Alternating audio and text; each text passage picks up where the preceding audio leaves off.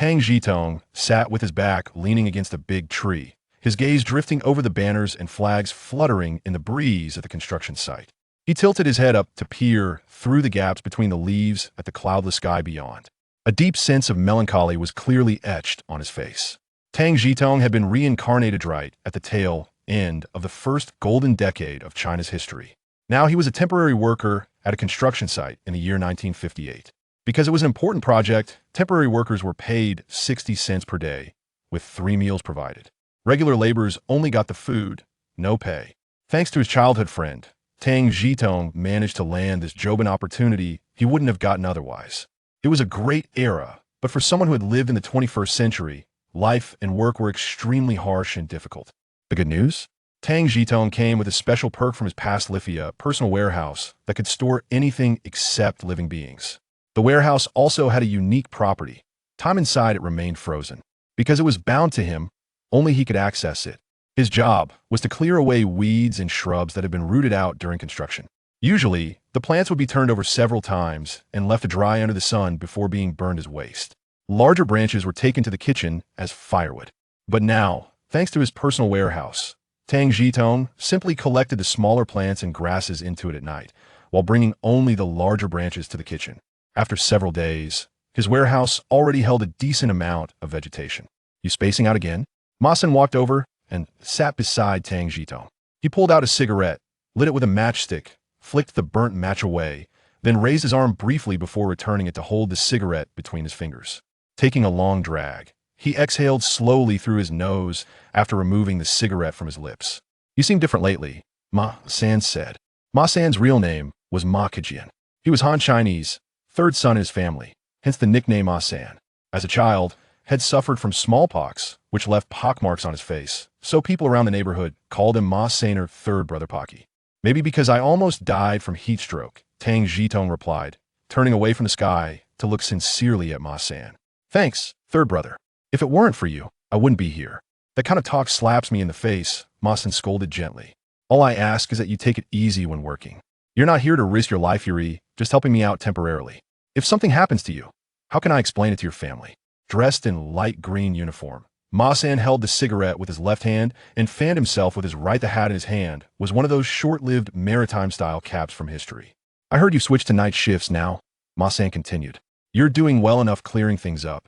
Just don't push yourself too hard. Don't worry, Third Brother, Tang Zhitong smiled. I've learned my lesson. My body is mine alone. I need to take care of myself first before I can contribute anything meaningful.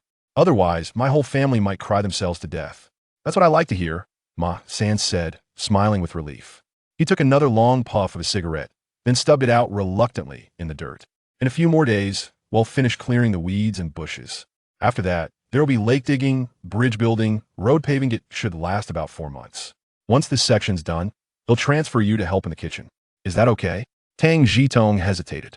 Ma Sen oversaw the kitchen, but favoritism often invited criticism in those days, and Tang didn't want to bring trouble to his friend. No problem, Ma Sen waved it off. Wu Group leader knows about your heat stroke incident. I talked to him about your family situation a couple of days ago, and he agreed to let you work in the kitchen. You should really thank Gu the delivery man's the one who found you collapsed. Without him, who knows what could have happened. Tang Zhitong had met Wu, the group leader, before. He was the overall supervisor of the current phase of construction. Ma Sen stood up, dusted off his pants, put on his cap, and said he had to get back to the kitchen. With a wave of his hand, he was gone, leaving not even a wisp of cloud behind. Ma Sen was naturally laid back, but part of it came from his stable background. His ancestors had worked in the catering trade. Later, one generation fell into opium addiction and squandered the family fortune, forcing future generations to become house chefs, what people called the pong, or private chefs, serving individual households. Though many generations tried to rebuild the family business, none succeeded. Still, they managed to make ends meet. Even so, the Ma family was among the better-off households in the neighborhood. Later, Grandpa Ma, wanting a better future for his children, sent his son to join the army. Ma Sen had trained in knife skills and wok techniques since childhood. Though he hadn't served a full year, his outstanding performance earned him a promotion to head cook in the mess hall. He joined the military during a transitional period in conscription policies. His service coincided with the return of troops from the Korean War and subsequent demobilization efforts. Opportunities for advancement were rare. How could Tang Zhitong ever repay his friend for all this help? He thought about it for a long time without any ideas. Looking down at his worn-out clothes and sun-darkened skin, he gave a self-deprecating smile. First things first, take care of himself. Then figure out how to show gratitude later. His parents in the previous life must have received some compensation after his sudden death at work, right? In the early days, he cursed heaven and earth, longing to return to the modern world. Once, he even tried drowning himself to test whether he could go back, but this version of Tang Zhitong could swim. Instead of dying, he ended up swallowing a mouthful of water. And surprisingly, the mountain spring praised by the Qing emperors tasted pretty good. Life holds nothing more precious than survival itself. Since returning wasn't possible, Tang Zhitong decided to use the resources available to prepare for the Futurito Live easier days ahead. From conversations with fellow workers, he learned that grain yields were being exaggerated wildly. Massive irrigation projects were underway, and he wondered if small blast furnaces would be built soon. Time was tight. He needed to shake off the emotional whiplash and start stockpiling supplies, otherwise he'd soon be facing starvation. Tang Zhitong planned to start with free resources, collecting wild grasses for rabbit feed, storing the clean-tasting spring water in his warehouse, and saving ash from burned plants to use as fertilizer for growing vegetables. Other supplies were harder to obtain. Money alone wouldn't help. Distribution channels were limited. Take grain, for example. At this point, the government controlled supply and distribution strictly. Urban residents bought ration grain with coupons. Buying an extra 30 to 50 gene per month was still manageable, but beyond that became difficult. Buying directly from rural markets was tricky too. Those were unprocessed grains, and even if you could purchase them, processing them into edible rice or flour posed a challenge. In 2 or 3 months, markets would disappear entirely, and even raw grains would become scarce. Right now, Tang Zhitong had neither money nor connections. He knew he couldn't resort to theft. His conscience wouldn't allow it. What separated humans from beasts was having principles. Had heard that writers were in high demand these days, with relatively good treatment. But most intellectuals had integrity, and Tang doubted he had the spine to carry such a noble role. Looking up at the sky, Tang Zhitong sighed. There was no easy solution. His family was ordinary, so he could only adapt as best as he could and try to create opportunities where he saw them. He remembered reading stories where protagonists had every advantage. Rich cadres for parents who died heroically, leaving behind cash and property, military service with medals and honors, daily check-ins yielding meat, eggs, and sugar farming and raising livestock in secret gardens, instant jobs arranged by local authorities, capturing spies and becoming famous overnight. Then they went on to indulge in scandalous lives, multiple wives, stealing others' spouses, sleeping with widows, smuggling goods, selling meat and grain to buy antiques, all while standing boldly in front of the forbidden city like feudal lords of old. Wow, those authors sure have imagination. This reminded Tang Zhitong of a book review he once read. There were 2 inseparable friends, one named Zhen Xiaji, the other Bao Wanxia.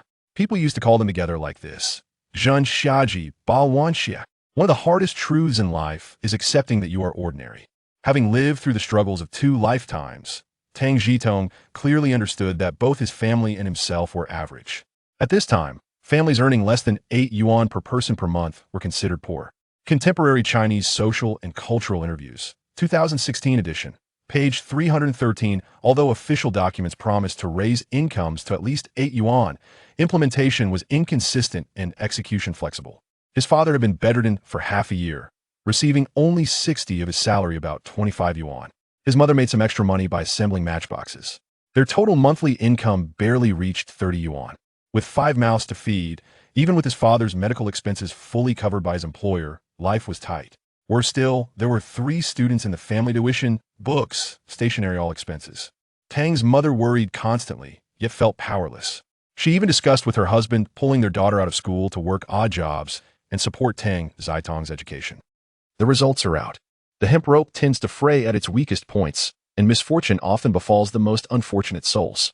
Father Tang was opposed to his daughter dropping out of school, yet he found himself powerless in the face of circumstances.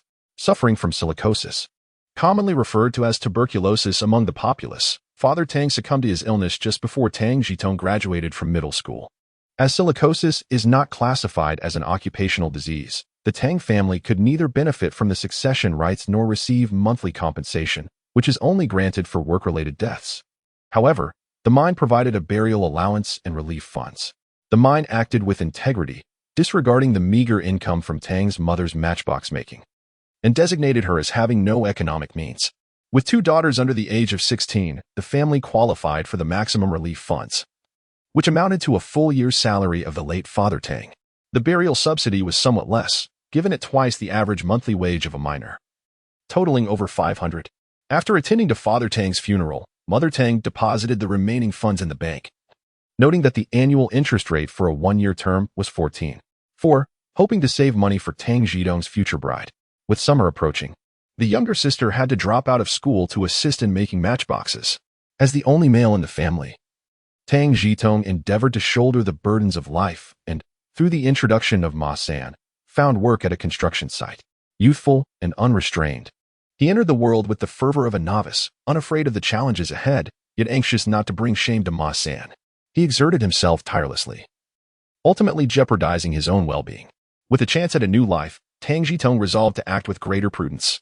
In the evenings, besides gathering stray weeds and shrubs, he would venture to the spring to collect water during the quieter hours of the night.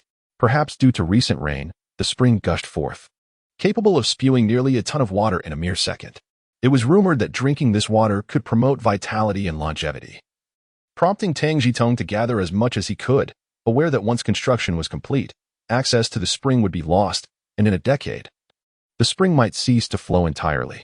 Once the surface weeds were cleared, Tang Zhitong smoothly transitioned to the role of a worker, washing and cutting a singular type of vegetable, pickled cabbage.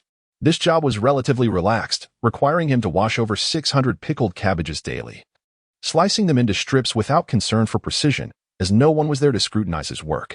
After completing his tasks, he did not allow himself to be idle. Mindful of the influence on his childhood friends, thus, he spent his spare time fetching water and clearing ash from the furnace. His primary goal was the ash, which, in an era devoid of fertilizers, was a precious resource for farming. My young brother, having graduated from middle school and possessing an education, was sought after by those wishing to send letters home. Observing Tang Zhitong's relentless efforts, Ma San worried that he might overexert himself and took the initiative to arrange the writing of family correspondence. Due to an extraordinarily high illiteracy rate, Tang Zhitong began moonlighting as a scribe while still attending to his work with the ash. Grateful for Ma San's kindness, he accepted this as a voluntary task, hoping to foster connections among Ma San's comrades for future letter deliveries, where he could express his gratitude in person. The letter carrier, Gu Tudi, did not arrive daily. It wasn't until the third day that Tang Zhitong finally awaited Gu Tudi's arrival.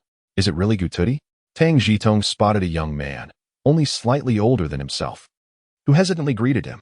The young man, clad in a pristine uniform and riding a sturdy bicycle, carried two mailbags, his appearance far more dashing than the shirtless laborers on the construction site. Hello, I am Gu Yong. How may I assist you? Gu Yong came to a halt, gracefully dismounting his bicycle. Thank you for your help. I am Tang Zhitong. I heard from Team Leader Ma that you saved me a few days ago. Although Gu Yong was quite young, Tang Zhitong felt he was merely a few years his senior and spoke with due respect. After expressing his gratitude, he bowed slightly. Thank you. Your act of bravery is deeply appreciated. Oh, it's you. It was nothing to be concerned about, Gu Yong replied, his youthful exuberance shining through. Pleased to be thanked for his good deed, he lifted the bicycle stand and, with a smile, helped Tang Zhitong to his feet. You may think it was a trivial effort, but to me, it was a matter of life and death. Tang Zhitong clasped Gu Yong's hand enthusiastically, shaking it warmly. I wanted to present you with a banner of appreciation, but regrettably, I do not know your unit or your name. I feel quite embarrassed. How can I accept such a gesture? Gu Yong's smile widened, and he raised his right hand, shaking Tang Zhitong's hand in return. The watch on his wrist gleamed conspicuously. I am at the Summer Palace branch. Should you need anything in the future, please feel free to reach out. Tang Zhitong discreetly glanced at Gu Yong's watch, a brand that was relatively obscure at present, yet would resonate profoundly in decades to come. An unspoken understanding passed between them. Perhaps this was an opportunity. Tang Zhitong resolved to take a step forward. I do have a favor to ask. Many comrades here wish to write letters home, and some intend to send money back as well. However, I am overwhelmed managing it alone. Would you be able to assist? I would love to help. But this matter has also been brought up by Group Leader Wu. Although I am eager to contribute, I am genuinely swamped, Gu Yong replied, furrowing his brow and withdrawing his hand. You've misunderstood. It's my fault for not being clearer, Tang Zhitong quickly interjected. I have prepared several templates with spaces left for names, dates, and other details to be filled in according to individual circumstances. I will find a way to print hundreds of these templates, and we can enlist a few literate comrades to assist with the filling out. This approach would ensure confidentiality while enhancing efficiency. Would this be feasible? Your idea is quite admirable. What do you need me to do? Gu Yong's eyes brightened, his tone growing more eager. As a professional, your insights would be invaluable. Please evaluate whether these templates are suitable. If they are, I would appreciate your coordination with the construction site leadership. I can provide support as needed, which would also allow you to demonstrate your contributions. Additionally, more comrades will be sending money, and you will need to facilitate the necessary procedures. Tang Zhitong rubbed his hands together. Though his demeanor was humble, his intentions were clear. Oh, sending money is certainly manageable, but as for this, how can I possibly accept? In this era, people are remarkably simple-hearted, and Gu Yong is no exception. He feels quite embarrassed about claiming credit for others' achievements. Observing that his comrades struggle to reassure their families, he becomes anxious. If you can indeed resolve this matter, it would alleviate a significant concern of mine. Tang Zhitong does not allow Gu Yong to ponder for long and pulls him to the construction site office. Upon meeting with team leader Wu, Gu Yong, pushed to the forefront, flushes with embarrassment and stammers, unable to articulate his thoughts clearly. Noticing this, Tang Zhitong sighs at Gu Yong's shyness and steps forward to reiterate the idea. Your proposal is quite commendable. If it materializes, it would indeed be a tremendous help to us. Team leader Wu regards this unassuming young man with newfound respect and inquires. Producing several hundred copies of this will surely incur substantial costs, won't it? It won't cost much. Many schools have hand-operated printing machines. The key is to find someone skilled, as engraving the plates is a technical task. If we have a letter of introduction, it should be more manageable. Tang Zhitong replies without hesitation, highlighting the pivotal aspect. After the printing, he will need to coordinate personnel to handle the remittance procedures, which will fall to Gu Yong to facilitate. Gu Yong, blushing, confidently assures them that coordinating the manpower will pose no issue, promising to take full responsibility. As for team leader Wu dismissing the possibility of excluding himself from this endeavor, Tang Zhitong does not even entertain the thought. On the desk lie 2 telephones, one of which is red. Those who possess such an asset surely possess a modicum of generosity and vision. This method is splendid. It resolves our urgent need to write letters. I must express my gratitude to both of you. I will provide the letter of introduction. Go ahead and execute it, Wu declares without ambiguity. Pulling out a stack of stationery and, using a brush, writes in the red-framed section from top to bottom. This letter introduces my unit. What was your name again? Wu pauses, looking up. Tang Zhitong, Tang from the Tang dynasty, Zhi meaning to plant, and Tong as in the phoenix tree, Tang Zhitong elucidates. What a lovely name. I hope it brings you a golden phoenix, Wu quips while continuing to write. After all these years, I have yet to see a golden phoenix. But I can surely attract phoenixes. I have 2 younger sisters, both with phoenix in their names. My mother even considered changing my name for this reason. Tang Zhitong humorously rubs his freshly shorn head, eliciting laughter from both Wu and Gu Yong. Nowadays, many common folk, due to poverty, do not concern themselves with hairstyles, often opting to have their heads shaved for a few coins at home or at a local barber. Ha ha ha, this young man is quite amusing. Wu concludes the letter of introduction, waits for the ink to dry, affixes the seal, tears it off, and hands it to Tang Zhitong. Go ahead and proceed without any psychological burden. This slender piece of paper serves as an excellent stepping stone, and it represents Tang Zhitong's most significant achievement to date. One must not underestimate this paper. Once stamped, it possesses an enchanting power, signifying that the task at hand is nearly certain to succeed, leaving only a slight margin dependent on fate or human relationships. After receiving the introduction letter, Tang Zhitong did not rush headlong into action. Instead, he first approached Brother Ma San to borrow 3 yuan and a white shirt. Though he had a certain determination, he was acutely aware of the many holes in his plans, rendering him unfit for the task without proper attire. Brother Ma San was obliging, asking no questions. Retrieving a coat from the door and handing Tang Zhitong 5 yuan, saying, I was just lamenting the lack of cigarettes. Do bring me back a couple of boxes. Absolutely. I'll return it in a couple of days. Holding the money felt burdensome. Tang Zhitong could only sigh, realizing that Brother Ma San was worried about his finances. Upon exiting, Gu Yong was still waiting for him, having moved the mailbag from the backseat of his bicycle to the front rack, clearing the rear for a passenger. This construction site was the final stop within Gu Yong's delivery area. After delivering the letters, he would head back. Once outside the site, Gu Yong could hardly contain his excitement over the results. repeatedly thanking Tang Zhitong. Hold off on the thanks. This endeavor cannot succeed solely on my efforts. I need your assistance as well.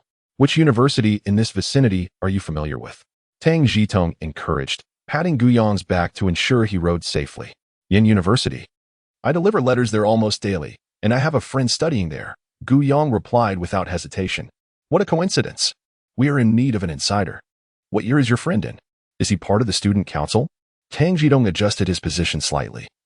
As the rear seat of the bicycle was more suited for cargo, constructed from vertical iron plates, offering no comfort whatsoever. He has 1 year left until graduation. He was in the student council the first 2 years. The last time we met, he mentioned he was transitioning to a counselor role for students. Gu Yong said eagerly, pedaling with determination. Is your friend planning to stay at the university? Tang Zhitong inquired thoughtfully. Your insights are quite beyond those of a middle school graduate, Gu Yong remarked. Surprised, attempting to turn his head to look at Tang Zhitong, but failing due to the limitations of his neck. Indeed, he is considering staying and is currently seeking opportunities. When a friend is in need, we cannot merely stand by. This is a perfect opportunity for us to request a favor in return. Tang Zhitong calculated in his mind before speaking. We can ask your friend to help facilitate our efforts, and afterward, we can compose a letter of gratitude in the name of the construction site, presenting a banner as well. While we may not be able to assist much in the busy times, we can leverage this opportunity to do some work and enhance your friend's reputation. A win-win situation. Do you think? That would be splendid. How did you come up with such a clever idea? I can't believe I didn't think of it, Gu Yong responded. A mix of excitement, admiration, and a hint of regret evident in his voice. Your focus is consumed by the exhausting monotony of delivering letters. You hardly have time to contemplate these matters. I merely stumbled upon a fortunate coincidence, devoid of any real cleverness. Tang Zhitong expressed such sentiments outwardly, yet inwardly lamented the simplicity of people in this era, who lacked a concept of the profound integration of resources. As their conversation meandered, Gu Yong transported Tang Zhitong into the town. The driver was thoroughly exhausted, and the passenger was not much better off. The road was uneven, and the shock absorption relied solely on their gluteal muscles. The jarring ride was nothing short of invigorating discomfort. Gu, where can I get the banner made for this area? I'll arrange for it, Tang Zhitong declared, clearly outlining his intentions upon entering the town. Once settled, I shall lead the way. Upon hearing this, Gu Yong's fatigue seemed to dissipate, his foot nearly igniting sparks as he pressed the accelerator. The driver drove swiftly, and Tang Zhitong, unable to wrap his arms around a large man's waist, clung tightly to the back seat, bracing himself for a potential leap from the vehicle. Soon enough, Gu Yong, panting heavily, brought the vehicle to a halt in front of a modest storefront not far from the south gate of Yin University. As Tang Zhitong alighted, he rubbed his sore and numbed posterior, turning to observe the sign above the shop, which bore the words Gu Yong. This partnership was distinctly emblematic of its time, a product characteristic of the era. In the forthcoming months, many such establishments would be assimilated, although a few would persist for a while longer. The ambition was to fully consolidate them. Yet due to a lack of sufficient job opportunities for absorption and placement, a compromise was necessary. After all, one must eat. As for Gu Yong, matters became simpler. The shopkeeper was not guaranteed a steady income. To earn more, one must strive to meet the reasonable demands of customers. The two banners required barely 4 feet of fabric, and with the addition of hanging rods, tassels, and processing fees, the total came to $1.90. Following the recent 3-5 movement, the market, already known for its integrity, had effectively eradicated practices of shortchanging and substandard goods. Furthermore, the prices were set from above, leaving the shopkeeper with minimal room for negotiation. Tang Zhitong refrained from haggling, merely requesting to pick them up the following day, to which the shopkeeper confidently assured that they would be ready by nightfall. In light of these circumstances, the invoicing, payment, and change were all completed in one seamless motion. One banner was designated for Gu Yong, expressing gratitude for his assistance, while the other was prepared for Gu Yong's friend Kai Feng, who studied at Yin University. The wording of the gratitude inscribed on the banners was crafted by the shopkeeper, resonating with enthusiasm and earnestness, very much a product of its time. Look at this. The matter has yet to be finalized, yet you have already placed the order? Gu Yong was taken aback by Tang Zhitong's decision to order a banner for Kai Feng. After exiting the shop, he felt somewhat conflicted, fearing that the endeavor might not come to fruition and that he would be remiss in honoring Tang Zhitong's goodwill. Haha. I assure you, I am not placing Kai Lauscher on the hot seat. This banner symbolizes my sincerity, If Kai Lauscher faces any difficulties, it is of no concern. We can seek alternatives at other schools, Tang Zhitong elucidated. The banner signifies earnest intent. To arrive empty-handed would simply be foolish. Your generosity is overwhelming. Even if I have to drag that fellow Kai Feng to the construction site myself, I will make it happen. Hearing this, Gu Yong felt a surge of pride, thumping his chest in assurance that he would see the matter through. Gu, I'll first procure some stationery for the printing later. Would you care to seek out Kai Lauscher in the meantime? Upon exiting the establishment, Tang Zhitong proactively suggested they split up, providing an opportunity for Gu Tudi and Counselor Kai to communicate privately. Otherwise, how could they convey the earnestness represented by this banner? All right. I shall first seek out Kai Feng. I will bring him to you shortly. Gu Yong, brimming with excitement, expressed his intention to ride off, marveling at the efficiency displayed in their dealings, feeling the pressure to match such competence. Not so fast. Tang Zhitong grasped the rear of the bicycle, reminding Gu Yong that while he and Kai Feng shared a comfortable rapport, he must maintain a sense of decorum. When requesting assistance, one must adopt a humble demeanor. It is hardly appropriate to expect others to come seeking you. I will purchase the stationery and then join you too. The equipment is all located on campus, and there is no need to venture out unnecessarily. Just wait for me on campus. We shall await you at the southern gate of the biology building. Gu Yong pondered this logic and agreed. After parting ways with Gu Yong, Tang Zhitong ambled back toward the campus, realizing that his claim of needing to buy stationery was merely a pretext. Writing a letter necessitates both paper and envelopes. Yet he had no intention of footing the bill himself. After all, he had only borrowed 3 yuan from Ma Sang-gu. Currently, the stationery was under the purview of the Cultural Supplies Company, and few items associated with culture were inexpensive. The cost of paper was 2 sheets for 1 cent, while envelopes were 1 cent each. There were not many outlets for the Cultural Supplies Company, but if fortune favored him, the supply store might have some for sale.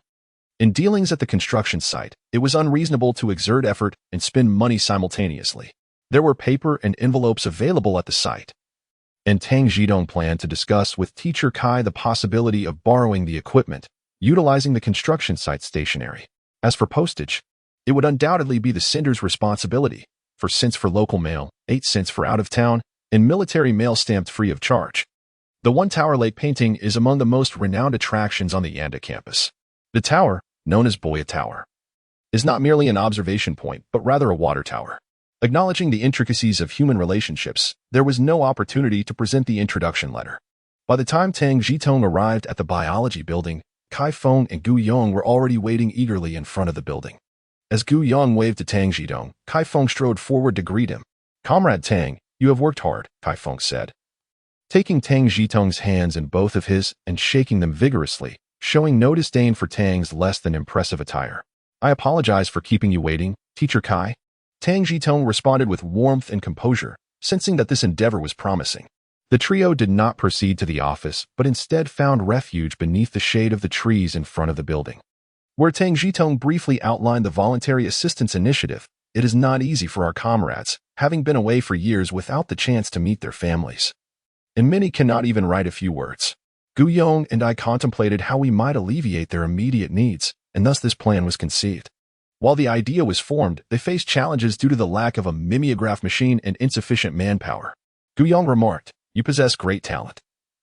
I came to seek your assistance, and I am certain we can make this work." Too kind, Kai Feng said, smoothing his slick-back hair, feeling a bit bashful. I will apply to the department head regarding the mimeograph, and I can arrange for a few students to assist. I am immensely grateful. Thank you for the generous support from the faculty and students of Yanda. Our site may lack substantial offerings, but we assure hearty work meals and will express our gratitude with a banner and a letter afterward. Upon concluding, Tang Zhitong and the others shook hands once more, solidifying their agreement. The 3 delineated their roles and the various details, agreeing to meet at the construction site the following morning before parting ways. Gu Yong escorted Tang Zhitong to the post office, as he needed to return to his unit to coordinate sending money and arranging for stamps, requiring Tang Zhitong to make his way back on foot. Not feeling rushed, Tang Zhitong sought a shaded spot to mentally review the entire plan, realizing he had indeed overlooked one individual, the correspondent. Typically, correspondents are part-time personnel for news media within an organization, their primary occupations varying from drivers to teachers to telephone operators, among others. However, the construction site correspondent does not fall into this typical category. He is a full-time correspondent named Huang, serving the Wu Group. Some refer to him as Correspondent Huang, while others call him Huang the Officer. Before Tang Zhitong took on the task of writing letters on behalf of others, it was Huang's side job, consuming considerable personal time, and the remuneration was minimal. One letter earned him a single inexpensive cigarette. The economic brand of cigarettes, being of the lowest tier, was sold for 8 cents per box. At that time, the concept of brand ownership was not prevalent, with various local factories producing these low-cost cigarettes, which were quite popular among the lower-income populace.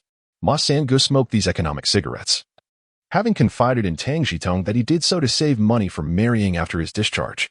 Tang Zhitong countered that not smoking would save even more money, leaving Ma San-gu momentarily speechless. After confirming that no one had been overlooked, Tang Zhitong stood up, brushed off his trousers, and entered the cooperative store to purchase 6 boxes of economic cigarettes and 2 boxes of wanxiang, totaling 82 cents. In the realm of economic considerations, 6 boxes of cigarettes were procured, 2 intended for Brother Ma San, 2 reserved for the correspondent when the opportunity arises, and the remaining ones for social interactions and casual conversation. Currently, there are no restrictions on cigarette purchases. Moderately affluent smokers opt for wanxiang, which, albeit classified as a grade C cigarette, is priced at a modest 7 yuan per box. Those with higher incomes tend to favor mutant, a grade A cigarette costing over 4 yuan per box, while others indulge in grade B varieties such as Dakiaman, priced around 3 yuan.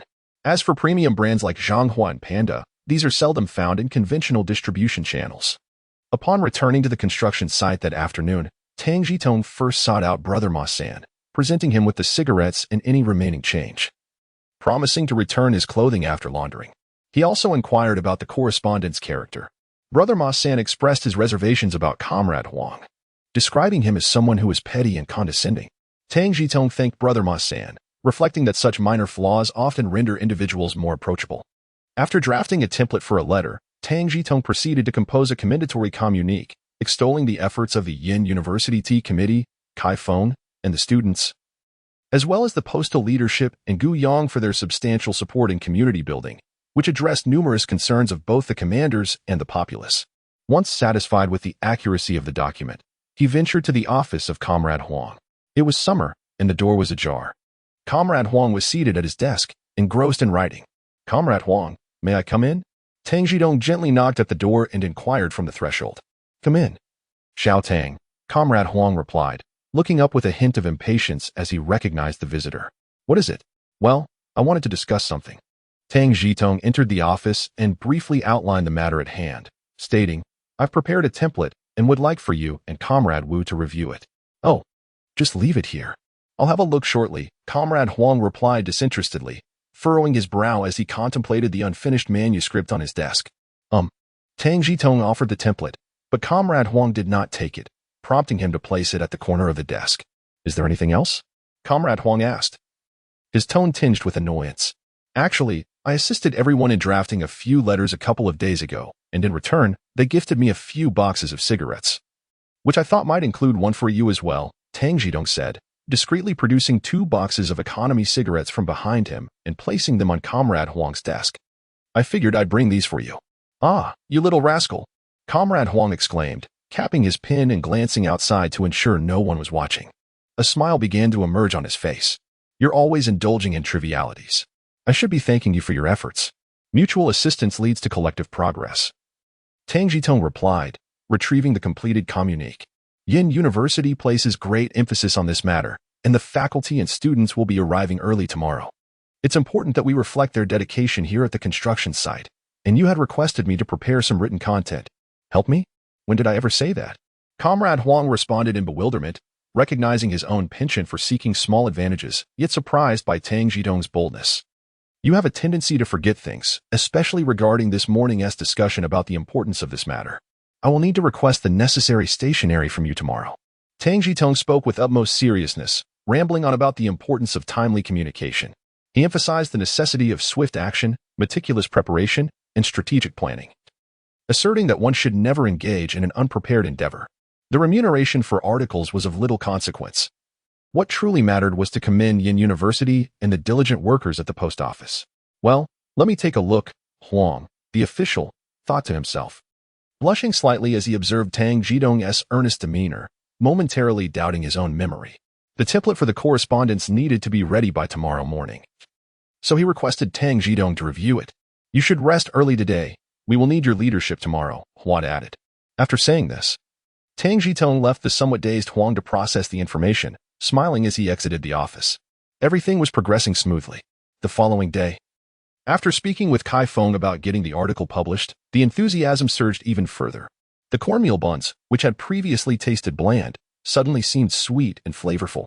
Although other university students echoed this sentiment, their enjoyment was rather forced. Tang Zhitong felt fortunate that his body still retained a measure of instinct for survival. The food at the Tang household was hardly gourmet, so he had no choice but to eat what was available. Thus, he found a certain satisfaction in consuming the cornmeal buns. The subsequent days were filled with activity.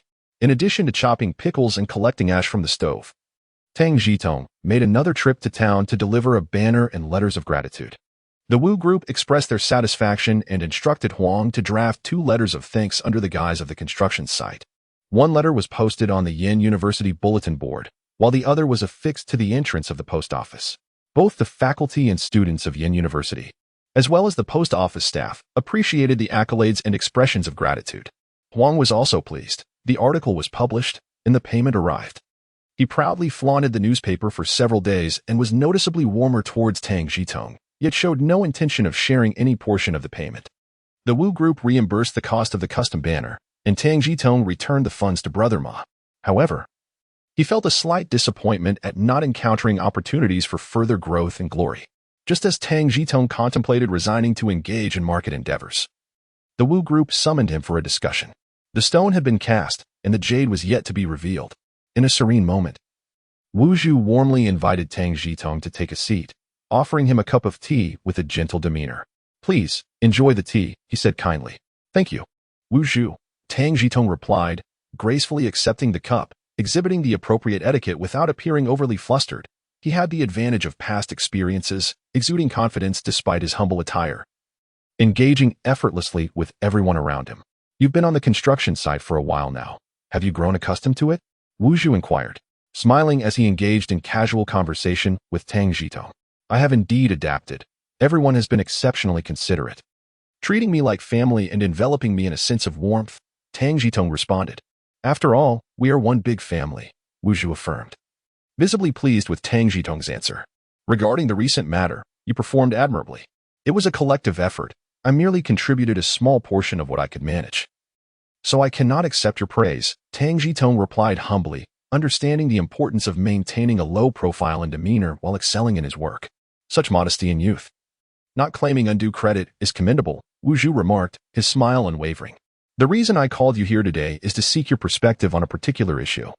I would be honored to share my thoughts. I promise to speak candidly, and please forgive me if I err," Tang Zhitong thought, recognizing the seriousness of the discussion and subtly adjusting his posture to convey greater focus. "I noticed your sharp intellect. You handled the previous situation quite elegantly. Working in the kitchen, you interact with many and likely grasp the general circumstances on site. The construction pace is insufficient, and we may face delays. Do you have any insights?" Wu Zhu's expression shifted, a hint of concern replacing his earlier cheerfulness. "I understand. What is your desired completion date?" Tang Zhitong asked, aware of the discussions among the crew. "Without favorable weather, at this pace, we might not finish until winter, preferably before the holiday season. It cannot extend beyond that," Wu Zhu responded decisively. Before the holiday, Tang Zhitong contemplated, mentally calculating the timeline, with July already half over. Compressing 4 months' worth of work into 75 days would require a 60 increase in efficiency, a daunting task indeed.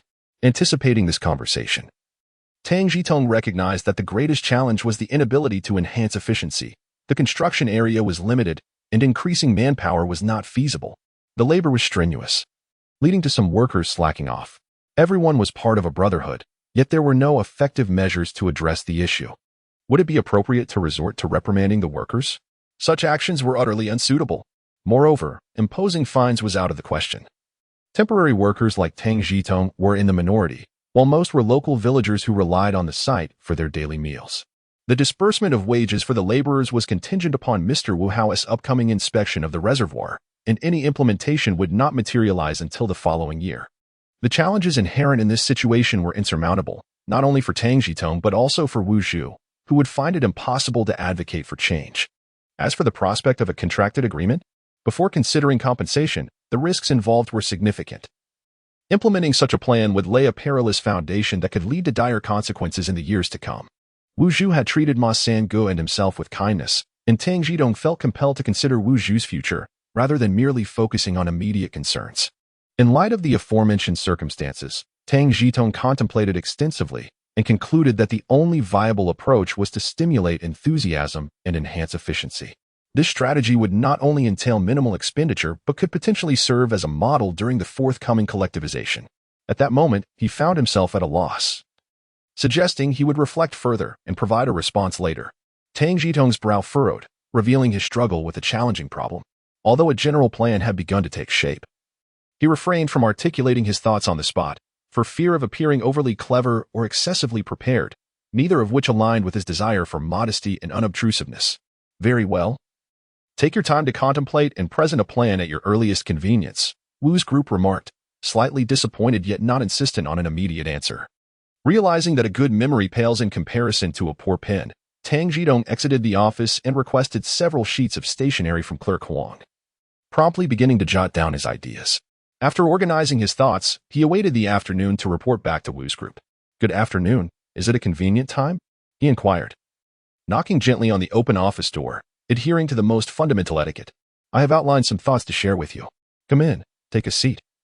Wu's group responded warmly, pouring a glass of water for Tang Zhitong. "Thank you," he replied, leaning slightly to accept it. "I have structured my ideas around the principles of more, faster, better, and cheaper. I would appreciate your feedback on its applicability." "Please, go ahead," Wu's group encouraged, clearly intrigued as Tang Zhitong began to speak. "Aligning with broader policies. If truly effective, this could be a significant highlight in their work." The concept of more referred to increasing the labor force. Faster implied enhancing efficiency to reduce the project timeline from the anticipated 120 days to an ambitious 70 days. Better signified maintaining quality and adhering to the design specifications without cutting corners. And cheaper focused on the savings derived from early project completion, particularly in terms of provisions and wages. Tang Zhitong elaborated on his rationale, presenting calculations to Wu's group. Given the high labor intensity on-site, he estimated a consumption of 1 pound of cornmeal per worker per meal. Wu's group nodded, signaling for him to continue. Currently, there were 800 workers on the site, each requiring 3 substantial meals daily, with 300 workers earning an average wage of 80 cents. Based on the projected completion in 120 days, the total consumption would amount to 288,000 pounds of food, incurring a cost of 28,800 yuan in wages. Tang Zhitong paused briefly, allowing Wu's group to digest the figures before continuing. By completing the project 50 days ahead of schedule, based on current meal consumption and expenditures, we could save a total of 120,000 pounds of food and 12,000 yuan in wages. But how can we enhance efficiency? He proposed shifting from a 2-shift system to a 3-shift system. With extended working hours, there was a tendency for some workers to slacken. In previous conversations with the laborers, he learned that after finishing work, many returned to tend to their fields, particularly during the crucial periods of wheat drying, land preparation, and weeding. Preoccupied with their crops, they often felt fatigued after returning from the construction site, leading to diminished efficiency the following day. This cycle would inevitably hinder productivity. The introduction of a 3-shift system would balance labor and rest, promoting safety and benefiting the workers' health. Allowing them time to attend to their own farms would garner their support, as enhanced safety and health outcomes are undoubtedly commendable. The implementation of a 3-shift system could indeed augment the workforce, yet it would also necessitate an increase in rations. And one might wonder if this system would inadvertently encourage idleness. How should we address these concerns? Wu posed a rhetorical question to Tang Zhitong, who responded with admiration. "Your observation is astute." He continued, "My perspective is as follows. The laborers on the 3-shift system need only to be provided with 2 hearty meals, while the surplus meal could suffice for the nourishment of 200 to 300 individuals. With reduced working hours, they can also tend to their own crops, rendering the provision of 3 meals at the construction site unnecessary." Wu nodded in agreement. Furthermore, enhancing the compensation package is paramount. Each shift's second meal could feature a substantial meat dish, distributed during the shift changes, allowing workers to take it home with their own utensils. In rural areas, Access to meat is becoming increasingly scarce, and this singular incentive would not only motivate the current laborers, but would undoubtedly attract new workers as well. A meat dish? A substantial one at that? Wu mused, contemplating Tang Zhitong's bold ideas. Given the current circumstances, even he was lacking in meat.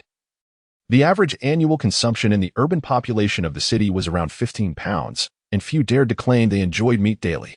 What precisely defines this substantial meat dish? 006 aims to assist the pay gong. Did you not just mention saving 12,000 yuan? My proposal is to adopt the standard of merely 1 dime per person per day. Even with an additional 300 workers, this amount would suffice, with a surplus remaining. If we can expedite the construction period, we can genuinely save on both provisions and wages, aligning with the principle of efficiency and economy. Tang Zhitong continued to calculate the expenses for Wu Group, affirming that his plan was reasonable.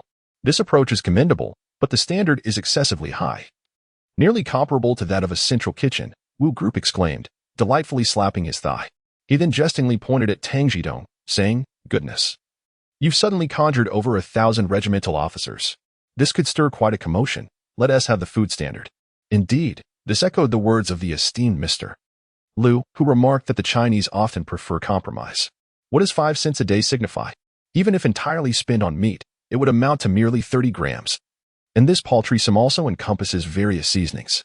However, lowering the standards might not yield the anticipated results. Tang Zhitong wore a troubled expression, feeling exhausted yet understanding Wu Group's perspective. In these times, the notion of rewarding courage with lavish incentives is not in vogue, yet certain truths must be articulated.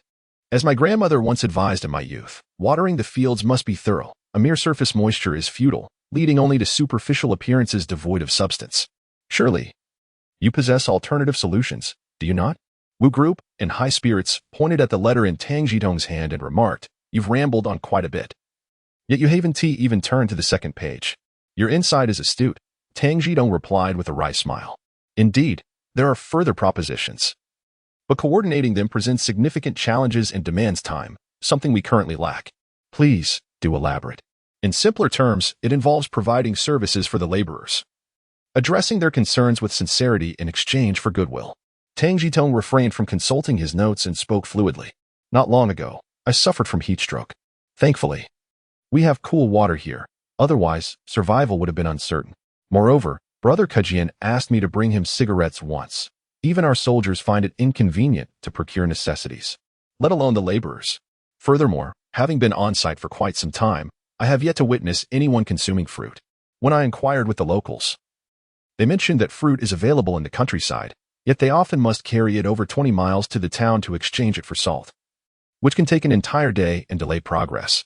Tang Zhitong felt parched and lifted a porcelain cup to sip some water. It would be impolite to refuse water offered by others, and the brief morning hours had not afforded him the chance to drink.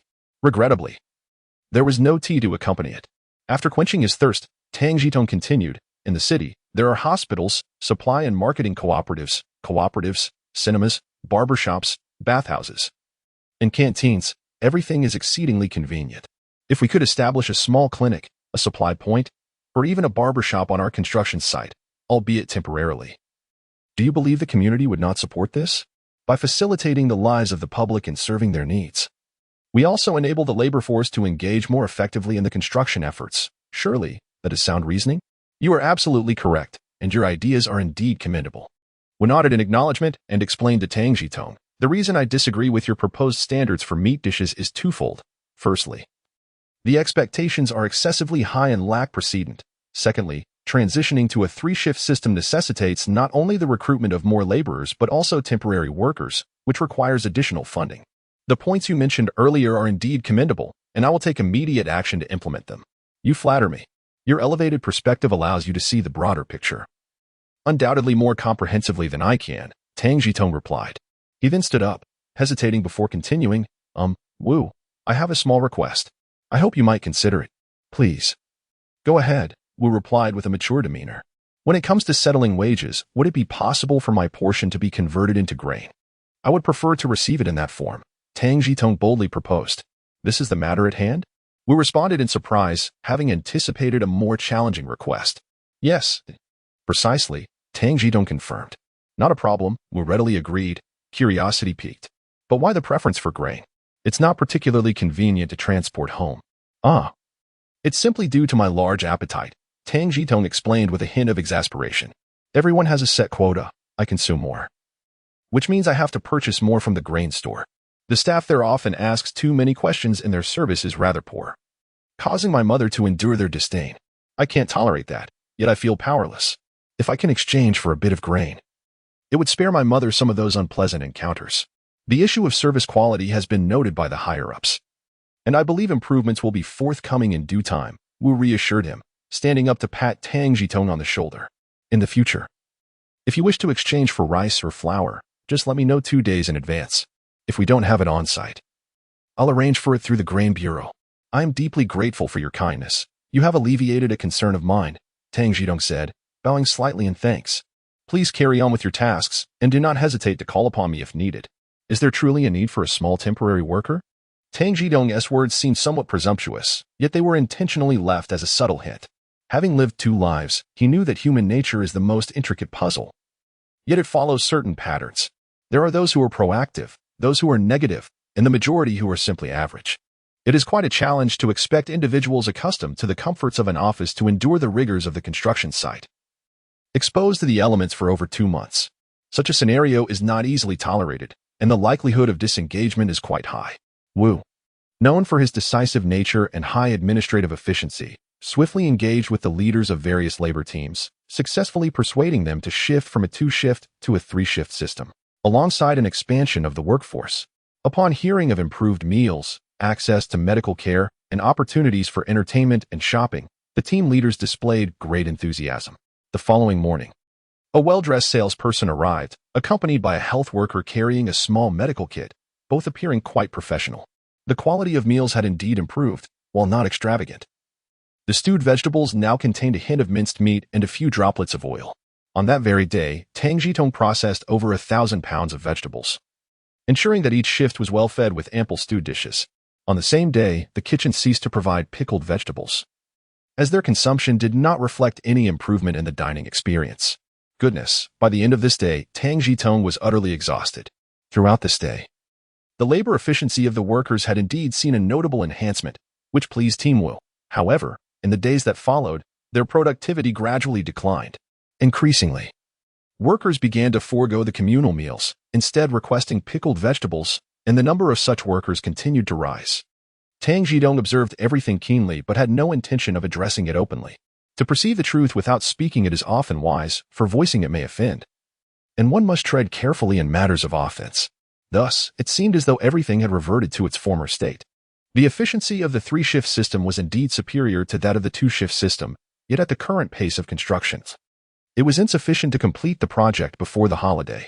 As the days drew nearer, the furrow in Wu's brow deepened, and he found himself lighting one cigarette after another. In the midst of peeling back layers of complexity, Xiao Tang, your idea is indeed commendable. The efficiency at the construction site has seen a significant enhancement. Wu called Tang Zhitong, who was busy chopping vegetables, into the office and proactively offered him a cup of tea. I am unworthy of such praise. I merely voiced some suggestions, largely owing to your adept mobilization and coordination, Tang Zhitong replied as he accepted the enamel cup, a sturdy vessel that could withstand minor bumps, truly capable of enduring through generations. Please, take a seat, he added. Wu, eschewing any pretense, patted Tang Zhitong on the shoulder. Once they were seated, Wu got straight to the point. I do not consider you an outsider, so please speak candidly. The construction pace has slowed down again these past few days, and I have heard some discontent regarding the meals.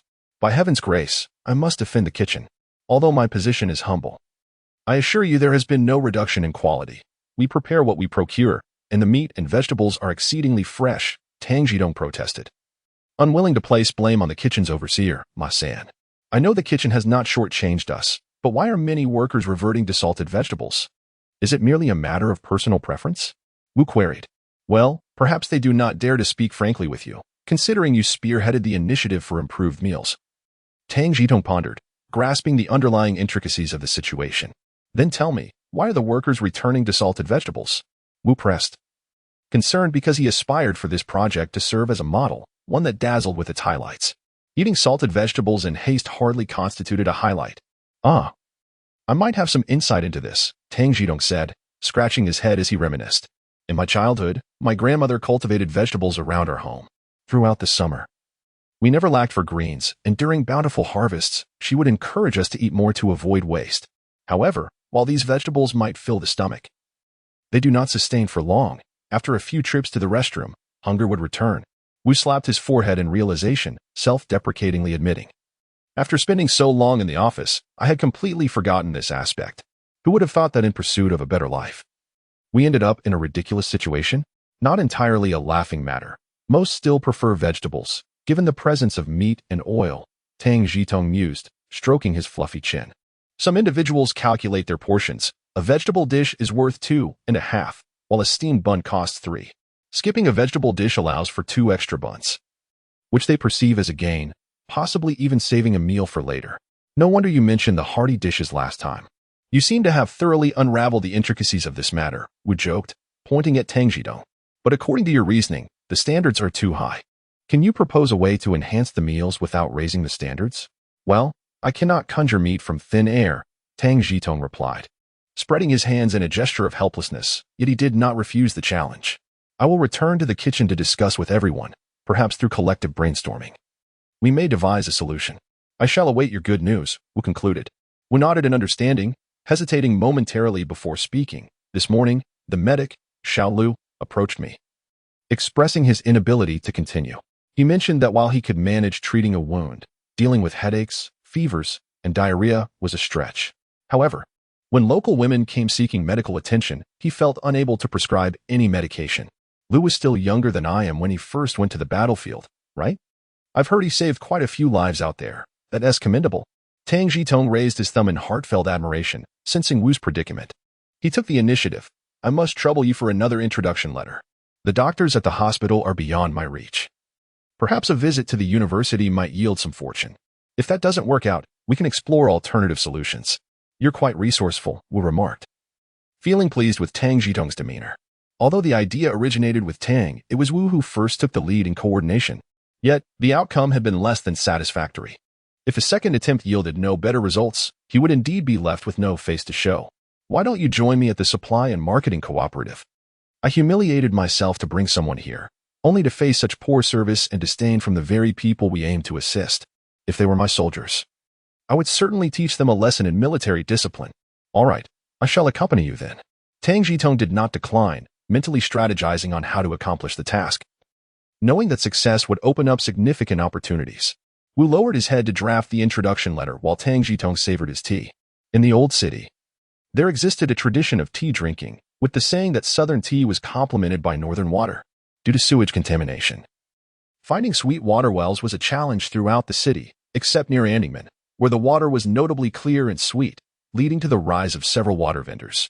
However, those who sought dominance often faced dire consequences, as many had been sent to the river in recent years. The entire construction site relied on spring water for drinking. Brewing tea with spring water yielded an unexpectedly authentic flavor. As the tea was still hot, before Tang Zhitong could finish, Wu had already completed the introduction letter. "It feels wasteful not to finish. Wu, may I take this teacup with me? I'll clean it and return it to you later," Tang Zhitong inquired, securing the introduction letter and pointing at the enamel cup. "It's a gift." Wu waved his hand dismissively, urging him to leave. "Quickly think of a solution. Enhancing efficiency is the priority. Words alone cannot compare to actions. You just focus on your part." Tang Zhitong was not merely boasting. He genuinely wished to see this matter through, for the benefit of all involved. "I have faith that you will manage it well." Wu stood up, patting Tang Zhitong on the shoulder. "When there are merits, they must be acknowledged. If we can finish ahead of schedule, your contributions will not go unnoticed." The specifics of the reward remained unspoken between them, both understanding the implicit agreement. After finishing the tea and cleaning the enamel cup, Tang Zhitong realized the item held significant sentimental value, a memento from the victory in the Korean War. He had not anticipated that the seemingly refined would possess such a commendable past. In light of their sacrifices, Tang Zhitong felt a sense of disdain toward his own motives.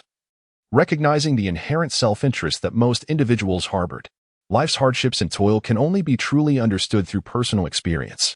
Tang Zhitong does not wish for his descendants to tread the same arduous path he once did. While the opportunity still presents itself, he intends to contribute to society within his means, while also seeking to elevate his own circumstances. Initially, he contemplated the prospect of utilizing inexpensive meat, Yet unfortunately, Wu's group not only have the standards but also interrupted him before he could fully articulate his thoughts. A forcibly acquired fruit lacks sweetness. What is handed over holds little value.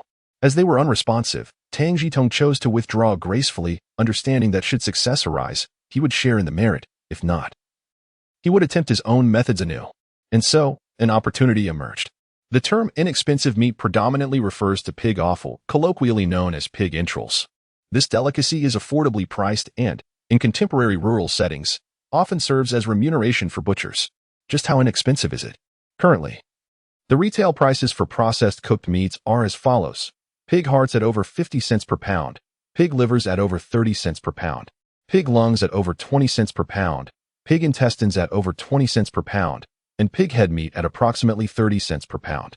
The affordability of pig entrails stems from the complexity of their preparation. Mishandling can lead to an unpalatable outcome. Historically, most butchers opted to sell pig offal to small vendors who specialize in this trade, thus giving rise to numerous regional delicacies, such as the braised dishes of the 4-9 city, the chowdian pot of Laowei County, the gourd head of the ancient capital, the spicy soup of Baiwudu, and the various rice noodles of the two Guang provinces. In essence, the transformation of ordinary ingredients into culinary delights is often attributed to each establishment's unique secrets for eliminating unpleasant odors and their proprietary blends of braising spices. Tang Zhitong's audacity to pursue inexpensive meat stems from his family's heritage. They once thrived in this trade. Alas, the tumult of life has proven too great for peace to prevail. Grandma Tang recounted how a mere basket of pig head meat led to a heated altercation between Grandpa Tang and the invaders, resulting in his untimely demise. In the year when Grandfather Tang passed away, not only did war erupt, but the land of Lu and Yu also suffered a severe drought, exacerbating the already precarious financial situation of the Tang family. In desperation, Grandmother Tang fled north with her children, only to be scattered by the chaos of refugees along the way, leaving the family without any means of communication with one another. Upon arriving in the capital city, Tang's father scavenged for scraps, worked manual labor, and even attempted to sell marinated meats from a shoulder pole, but was met with hostility from local fish vendors. In search of sustenance, he descended into the mines, yet the art of marinating meat was inadvertently passed down to Tang Zhitong. Tang Zhitong believed he would never pursue a career related to marinated meats, and thus made a bold decision that went against his ancestors' traditions, choosing instead to let the family's secret recipe shine on the construction site. "Third brother, I would like to discuss a matter with you." Tang Zhitong called out to Mak Jian, who was no longer referred to as class leader now that their relationship was well known among the kitchen staff, sparing them from idle gossip. He relayed Wu's demands to Ma San and shared his own intentions. "Is this appropriate? Are you not afraid of your aunt's wrath?" Mak Jian's face was a picture of concern, as if he could envision Tang Zhitong facing a beating. "Did the old man ever punish you for teaching your culinary skills to everyone? Besides, I am currently the only male in my family, and I doubt my mother would have the heart to punish me if she found out." The absence of gossip regarding Mak Jian stemmed from third brother's integrity. He selflessly imparted his culinary knowledge, although the apprentice's skills paled in comparison to those of his master. "Well then, as long as you are willing, I have no objections." Mak Jian ceased to persuade Tang Zhitong further, eagerly anticipating the completion of their project, envisioning the pride he would feel when he could share their efforts. Tang Zhitong sought Ma San's guidance in handling the pig offal, primarily to express gratitude and attribute the accomplishment to him. The construction site did not have to consider labor costs if they could negotiate a favorable price with the meat processing plant and the Supply and Marketing Cooperative. He was confident that even a mere 5 cents could procure 3 tails of meat.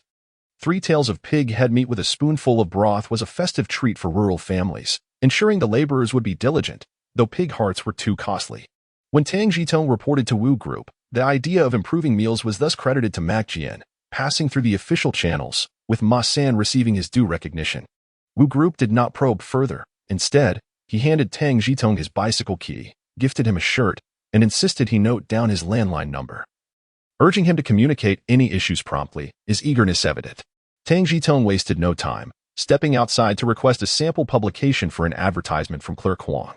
After donning the shirt, he unlocked the bicycle and set off. In an era where walking was the primary mode of transportation, having a bicycle was quite convenient. Due to the downhill path, he arrived in town in just a quarter of an hour, covering roughly 10 miles. His first stop was the post office to gather information about the Supply and Marketing Cooperative. At the cooperative, he presented his introduction letter, offered a cigarette, and managed to extract the information he desired. The director, Mr. Ming, had been stationed there for many years and was currently in his office. Upon inquiry, it has come to my attention that the current Supply and Marketing Cooperative not only engages in distribution but also undertakes the responsibility of receiving goods. The methods of receiving are generally twofold. One is to wait idly at the door, and the other is to scatter seeds at the market. There is a lack of initiative to seek out sources in the rural areas. After a moment of contemplation, Tang Zhitong, feeling assured, inquired about the location of Director Ming's office and expressed his gratitude before taking his leave. "Hello, Director Ming," Tang Zhitong announced, knocking on the door. When Director Ming looked up, Tang Zhitong extended his hand forward. Director Ming, standing up, politely shook hands with Tang Zhitong, a hint of confusion in his eyes. "Who might you be?" "I am Tang Zhitong. Here is my letter of introduction for your perusal." Tang Zhitong presented the letter to Director Ming and, once he took a seat, Tang Zhitong settled into a chair nearby. His new shirt was striking, though still lacking in comparison to Director Ming's attire. As Director Ming reviewed the letter, Tang Zhitong surveyed the office environment, relishing the superior ambience compared to Wu's group. The fan whirred noisily, and the Mediterranean hairstyle of Director Ming swayed gently in the breeze. "Comrade Tang, what brings you here today?" Director Ming inquired, returning the letter and scrutinizing Tang Zhitong. Though adequately dressed, he noted the young man's dark complexion and the absence of a watch on his wrist, which led him to regard him with a hint of disdain. "Director Ming, our construction site is somewhat distant from here, and it is inconvenient for the comrades to procure supplies. There are times when a trip yields no results. To alleviate the concerns of the comrades at the site, the leadership has dispatched me to negotiate with the Supply and Marketing Cooperative. As your location is the closest, I have come to seek your assistance." As Tang Zhitong meticulously folded the letter while explaining, he kept his gaze fixed on the tip of Director Ming's nose. "This matter is quite challenging. Currently, there is a surge in construction everywhere, and the demand for goods among the populace has increased. Furthermore, our cooperative is short-staffed." Director Ming gently declined, though he did not entirely close the door on the possibility. "Please take a look at this," Tang Zhitong interjected, presenting a sample publication to Director Ming. He pointedly highlighted the section regarding tofu blocks, referring to an incident that had recently occurred at their construction site. "The scenery at your location is quite lovely, albeit with few tourists," Director Ming remarked as he perused the report, connecting the dots. He decided to compromise on this issue. "Since the post office and Yin University have taken steps ahead of us, we too cannot fall behind. The cooperative will allocate a few personnel, utilizing their personal time to provide service at the construction site for half a day each week. That may not suffice. Our leadership insists on maintaining quality and quantity, ensuring ample supply. I must accomplish this task," Tang Zhitong replied with a polite smile, clearly articulating the needs of the site to Director Ming. "Then I find myself powerless in this matter. Perhaps you should try other units," Director Ming retorted, his displeasure evident. What was the Supply and Marketing Cooperative, after all? Could a mere youth, unseasoned in the ways of the world, truly steer them? "Director Ming, I recognize your disinterest in accolades and commendations." Tang Zhitong understood the underlying message. Yet, he did not rise from his seat. Instead, he leaned slightly forward, offering a sincere smile while gesturing towards the ceiling. "Our construction site, while once a scenic spot, is now registered for some other purposes, which I am certain you are aware of regarding its former use." Upon hearing Tang Zhitong's words, Director Ming's initial displeasure transformed into astonishment, followed swiftly by a radiant smile. This rare opportunity compelled him to set aside his dismissive attitude, embracing a mindset of cautious optimism. He promptly poured a glass of water for Tang Zhitong and handed it over. "Ah, my dear comrade Tang, I must offer you some criticism. One must emphasize the key points when speaking. You are right in your criticism. I am still young and lacking in experience. Your guidance is essential for my improvement." Tang Zhitong replied as he rose to accept the teacup. "What does criticism matter? We must always provide our leaders with a way to gracefully retreat. Achieving results is what truly matters. We are indeed short-staffed." Director Ming, despite the pressing thoughts swirling in his mind, habitually engaged in negotiation. "The Supply and Marketing Cooperative guarantees the necessary supplies for our construction site. We will settle at retail prices, maintain transparency in our accounts, and ensure cash settlements on-site, with no delays or exploitation of public resources." Before Director Ming could finish his statement, Tang Zhitong seized the opportunity to interject, laying down his terms. "Staffing is merely an excuse. Even if the cooperative sends personnel, the service attitude is such that Group Wu would be reluctant to employ them. That is not to say it cannot be considered," Director Ming subtly nodded, indicating for Tang Zhitong to continue. You may send someone to fulfill the formalities under the banner of the Supply and Marketing Cooperative. I will handle the specifics. When the time comes, I will report that you actively participated in supporting our construction. During this period, I can also assist the cooperative in acquiring agricultural products to help fulfill its procurement objectives. Tang Zhitong counted on his fingers as he calculated the benefits for Director Ming, then gestured upwards. Today, our leaders indicated that they plan to rigorously address service attitudes shortly. If we cooperate effectively, we are certain to express our satisfaction with the cooperative service before any strict measures are enforced. Consequently, communications and reports will surely reflect your involvement. Perhaps you might reconsider? I could visit other supply and marketing cooperatives.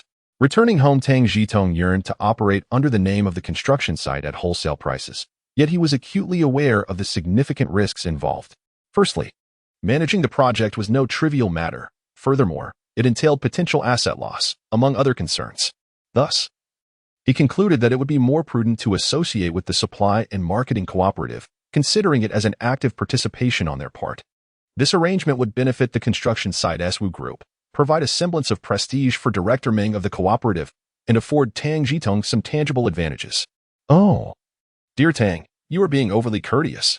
There is no need for such complexities, Director Ming remarked cheerfully, playfully tapping Tang Zhitong with his finger. Facilitating the community and serving the engineering staff is indeed a form of support for construction. It is our duty. But please, do not put me in a difficult position. I possess few virtues, but one thing is certain, I am understanding, and I shall not make it difficult for you. Tang Zhitong assured him with a smile. Regarding the fabric that has been gnawed by insects and rodents, the sugar that is clumped due to moisture, and the enamelware that has been chipped and deformed. If you could spare me a portion, it would be quite beneficial, as going to the village empty-handed would hinder the procurement mission. Director Ming grasped the underlying message in Tang Zhitong's words, his cheeks twitching slightly. He mused to himself. This fellow is indeed adept at maintaining a clear distinction between personal and professional matters. How audacious to mention insect damage and moisture clumping. Understanding? Who is he trying to enlighten? That bright red stamp surely indicates this is not a mere fabrication. This opportunity is truly rare. If I do not seize it, it will undoubtedly benefit other cooperatives. Having resolved his thoughts, Director Ming extended a warm handshake to Tang Zhitong without further hesitation. Upon exiting the cooperative, Tang Zhitong wiped his brow. Were it not for the materials, he would have been reluctant to engage with someone like Director Ming. Conversations must be veiled and indirect. One must navigate 3 turns to convey a single thought, exhausting indeed. In comparison, he found the straightforwardness of workers and intellectuals to be far more refreshing. With a letter of introduction, Tang Zhitong first visited the slaughterhouse, where the workers even complained about his failure to bring money, lamenting that they could have loaded a truck with goods had he done so. His final destination was the medical college, where he had previously consulted with Kai Feng. The medical department had separated from Yin University in 1952, establishing itself as an independent institution on Shuiyuan Road, evolving into the prestigious 4-9 Medical College over the ensuing years. With Kai Feng's assistance, matters progressed smoothly. After leaving the medical college, Tang Zhitong called Wu Group to report on his progress, ultimately requesting to borrow Wu Group's bicycle for half a day to return home. Promising to return to the construction site early the next morning, Wu Group, having access to a company vehicle, regarded the bicycle as a communal asset and readily granted Tang Zhitong's request with pleasure. Finding a secluded spot, Tang Zhitong removed his shirt and stowed it away. Then donned a pair of sturdy trousers from his supplies, mounting the bicycle as he made his way home. Tang Zhitong resided in Shijiahatong, a small alley bearing the same name as the renowned thoroughfare, located east of the Flower Market Street in the southern part of the city. In his childhood memories, just a dozen paces north from his home lay a foul-smelling ditch. This ditch meandered eastward, merging with a larger, equally malodorous waterway at Baqiao, eventually flowing through Huho and Baiguan, and ultimately into the Tonghui River. The foul drainage ditch, colloquially known as the dead child ditch, has its origins in the old adage that unburied children do not merit a grave.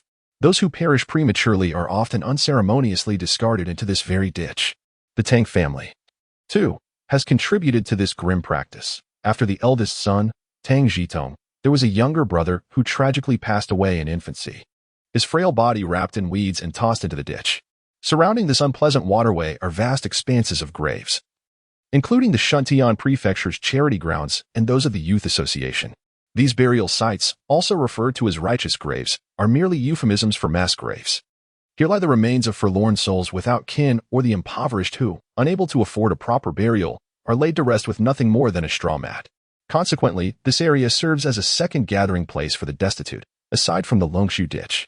Following liberation, the authorities initiated a project to convert the foul ditch into an underground drainage system, simultaneously relocating the surrounding burial grounds beyond the city limits, which subsequently revitalized the area. Today, it boasts grassroots administrative units, factories, workshops, and residential buildings, with property prices soaring far beyond pre-liberation levels. "Hey, is that a new bicycle you bought?" inquired old man Zhu, squinting with envy at Tang Zhitong's bicycle as he watched the water. "Alas, I can hardly afford such luxuries.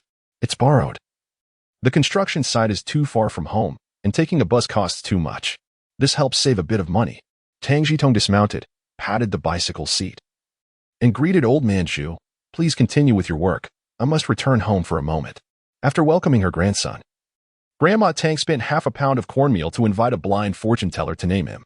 The soothsayer informed Grandma Tang that her grandson's 5 elements were deficient in wood, and advised that it would be best for him to have the support of metal in his destiny.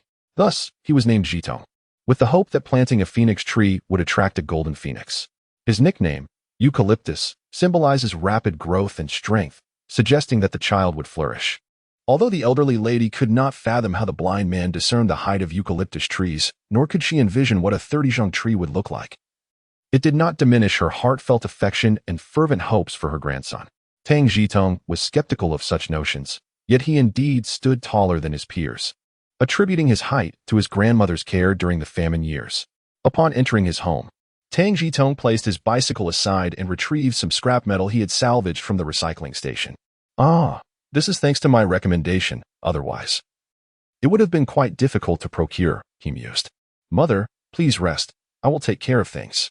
Upon entering, he found his mother tending to the vegetables in their courtyard. Indeed, they cultivated vegetables within their courtyard of the traditional Sihiyuan. His mother, Zhang Guifang, hailed from the rural outskirts of Beijing, a daughter-in-law acquired by Grandma Tang in exchange for grain. Despite living in the southern city for over 2 decades, she remained steadfast in her love for gardening, much like her mother-in-law, eschewing the allure of birds and fish. "Eucalyptus is back? Are you getting accustomed to it there?" she asked. In her late 30s, she rose early and toiled late, managing the household and already showing signs of gray hair. "Is this scrap metal you collected?" "Brother Ma San is taking good care of me. The cornmeal buns are more than sufficient, so you needn't worry," he replied. "The scrap is for my own use. Don't sell it. Please rest. I will take care of the weeding." Tang Zhitong tossed the scrap metal into a corner, taking the hoe from his mother's hand, urging her to sit and take a moment to rest. "That is well, indeed. After you finish weeding, gather the grass and fetch some water to irrigate the vegetables in the evening. I shall check if there is any meat available for purchase and procure some to prepare for your noodles with fried sauce." Tang Mu, an industrious woman, could not sit still, turning back to the house in search of the meat purchasing permit. Currently, the supply in the city is ample, and meat coupons have yet to be implemented. For now, one may buy meat with a permit, allowing a maximum purchase of 1 yuan of pork per day, while Han citizens are limited to 1 pound of beef or lamb daily. Whatever is available will suffice. As for the noodles with fried sauce, they are rather cumbersome to prepare, so let us save that for tomorrow. As I step out, I shall prepare dumplings while Tang Mu makes noodles for her son, indicating that she regards him as an adult. However, Tang Zhitong did not object, for he was indeed somewhat hungry, sustained by the hard bread from the construction site. Tang Zhitong dared not contemplate whether there would be enough to last through the next 360 days, especially with 2 children at home. He resolved to seize the opportunity to stockpile provisions. After tidying the land, Tang Zhitong shouldered a yoke and set off to the iron well to fetch water. The place is named for its iron well, which was once used for drawing water. The naming of locations is rather arbitrary. After liberation, a small house was erected beside the well, connected to a water supply with a faucet, serving several nearby Hutong residents. The newspapers referred to it as the Compassionate Water Station, while the locals simply called it the water station. Old Master Zhu, not only visually impaired but also a solitary elder, was selected by the street committee to oversee the water station, collecting fees while living in the small house. He worked as a temporary employee for the water company, earning a meager sum of over 10 yuan a month, thus securing a means of subsistence. By the way, water fees are to be collected starting the day after tomorrow. Please inform your mother. Old Master Zhu sat on a small stool, fanning himself with a palm leaf. Using his remaining eye to scrutinize Tang Zhitong, puzzled by how this quiet lad managed to borrow a bicycle. Very well, I shall prepare it for you. Tang Zhitong turned on the faucet to fill his container. At this hour, there were few people around, as most women had returned home to prepare dinner. Soon, young ladies and wives would emerge with basins to wash clothes and engage in chatter. In the past, the cost of water was quite reasonable. Tap water was priced at 9 cents per ton, while well water was 6 cents per ton. The price for household water, which involved piping tap water into the courtyard or building, was slightly higher. In the absence of household tap water, Grandfather Zhu calculated the monthly water fees based on the water meter readings, evenly distributing the cost among the total number of residents in each household, resulting in an average of 4 to 5 cents per person each month, collected periodically from each family. The water station would cease operations at night, and due to high demand, long queues often formed for water collection. Consequently, the Tang family typically fetched water during off-peak hours, storing it in their water tank to irrigate their vegetables after sunset. While Tang Zhitong was busy fetching water, his mother returned home with 5 tails of pork, which she stewed with a pot of bok choy. Aware that bok choy thrived on a touch of meat, Tang Zhitong recognized that a spoonful of lard or a piece of fatty pork would elevate the dish's essence. However, with pork priced at 16 ounces per pound, 5 tails amounted to just over 150 grams. The afternoon's selection of pork consisted of what others had left behind, a small lump of meat containing only a scant amount of fat. Despite its scarcity, this was a rare delicacy for the Tang family, aside from festive occasions. They only enjoyed such meat when Tang's father returned from the coal mine during his time off. The mother, whose hair had turned gray before reaching 40, and her 2 frail daughters, did not take any meat for themselves, silently leaving it for Tang Zhitong. Sometimes, familial affection is conveyed not through words but through actions. Tang Zhitong divided the meager portions of meat and oil residue among them. His younger sister, Tang Fingxi, savored the meat with her eyes squinted in delight, while his elder sister, Tang Fingxian, glanced at their mother before sharing a smile with her brother. She alternated between bites of steamed bread and meat, chewing quickly. Their mother, Zhang Guifang, felt a warmth in her eyes and discreetly wiped them away. After dinner, the heat lingered, and to conserve electricity, the family gathered in the cool breeze at the entrance of their home. Recently, Lu Zhiqing's mother had come to borrow money, claiming it was for purchasing meat for her grandson, but Tang Zhitong had refused. A few days prior, his uncle had also come to borrow money for his cousin's marriage proposal. As their mother fanned herself, she engaged in light conversation with Tang Zhitong. Children often mimic what they hear, and some topics were unsuitable for young ears. Noticing his younger sister's curious demeanor, Tang Zhitong instructed his elder sister, Fengxian, take Fingxi out to play, keep an eye on her, and ensure she returns early. Once the 2 sisters were outside, he turned to his mother and remarked, Lu Zhiqing's mother is quite troublesome. Best to ignore her. Did you lend anything to uncle? No, I only gave him 2 coins as an advance on the wedding gift. This money is reserved for your future bride. I won't lend it to anyone else, she replied, shaking her head. In the shadows, her expression was unreadable, reflecting the realization that their lives would remain intertwined with the Zhang family. I believe it's best if you find peace with the past and not dwell on it, Tang Zhitong advised thoughtfully. How could I not care? She responded. At that time, the Zhang family still had surplus grain and had not yet reached the point of selling their children. They felt daughters would eventually become outsiders, and every extra day of care was seen as a loss. It seemed more prudent to exchange them for grain early on, even when food became scarce later. They never sent your uncle to the outskirts for help. I am fortunate. My mother-in-law and husband are not cruel, and I owe much to your grandmother, who planted numerous pumpkins in this area. Otherwise, it would have been uncertain if we could have persevered, Tang's mother expressed with a sigh. The coal mines in Mintugu are perilous, and there is a local adage, if there is a bowl of porridge at home, one does not venture to Mintugu. Unless absolutely necessary, no one seeks sustenance in the coal mines. My grandmother is overly concerned about past matters, constantly lamenting that her misdeeds have brought misfortune upon her children. She dwells too heavily on these thoughts, unable to let them go, and over time, her spirit has waned. I do not wish for you to follow the same path. Tang Zhitong spoke of the grandmother's act of planting pumpkins at the gravesite, believing that these pumpkins grew nourished by the flesh and blood of the deceased, and it troubled her to consume them. Thus, during the Cold Food Festival, the Ghost Festival, and the Winter Clothing Festival, she would burn paper offerings for those wandering souls. Your grandmother has been anxious. It has been over 30 years without word from your uncle and aunt. Currently, your father is the only son, and he contracted tuberculosis last year. In her distress, sigh, Tang's mother sighed, wiped her eyes, and solemnly advised her son, the majority of our family's current fortune is due to your grandmother's efforts. Before she passed, your grandmother frequently expressed concern for your uncle and aunt. In the future, you must earnestly assist in locating them for her. Yes, I will remember. Tang Zhitong nodded in agreement. He was closest to his grandmother, and her wishes have always weighed on his heart. He hopes to fulfill her desires whenever the opportunity arises.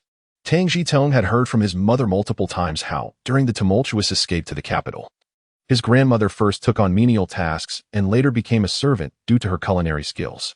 Having experienced hunger, she understood the instability of life, saving food as if she were an ant moving its home. Following the Marco Polo Bridge incident, food prices soared daily, and she seized the chance to trade her provisions for a daughter-in-law and a home. Yet, the vicissitudes of life were far from over. Soon, the Japanese attacked Pearl Harbor, and the Americans entered the fray, severing the Japanese supply lines in Southeast Asia.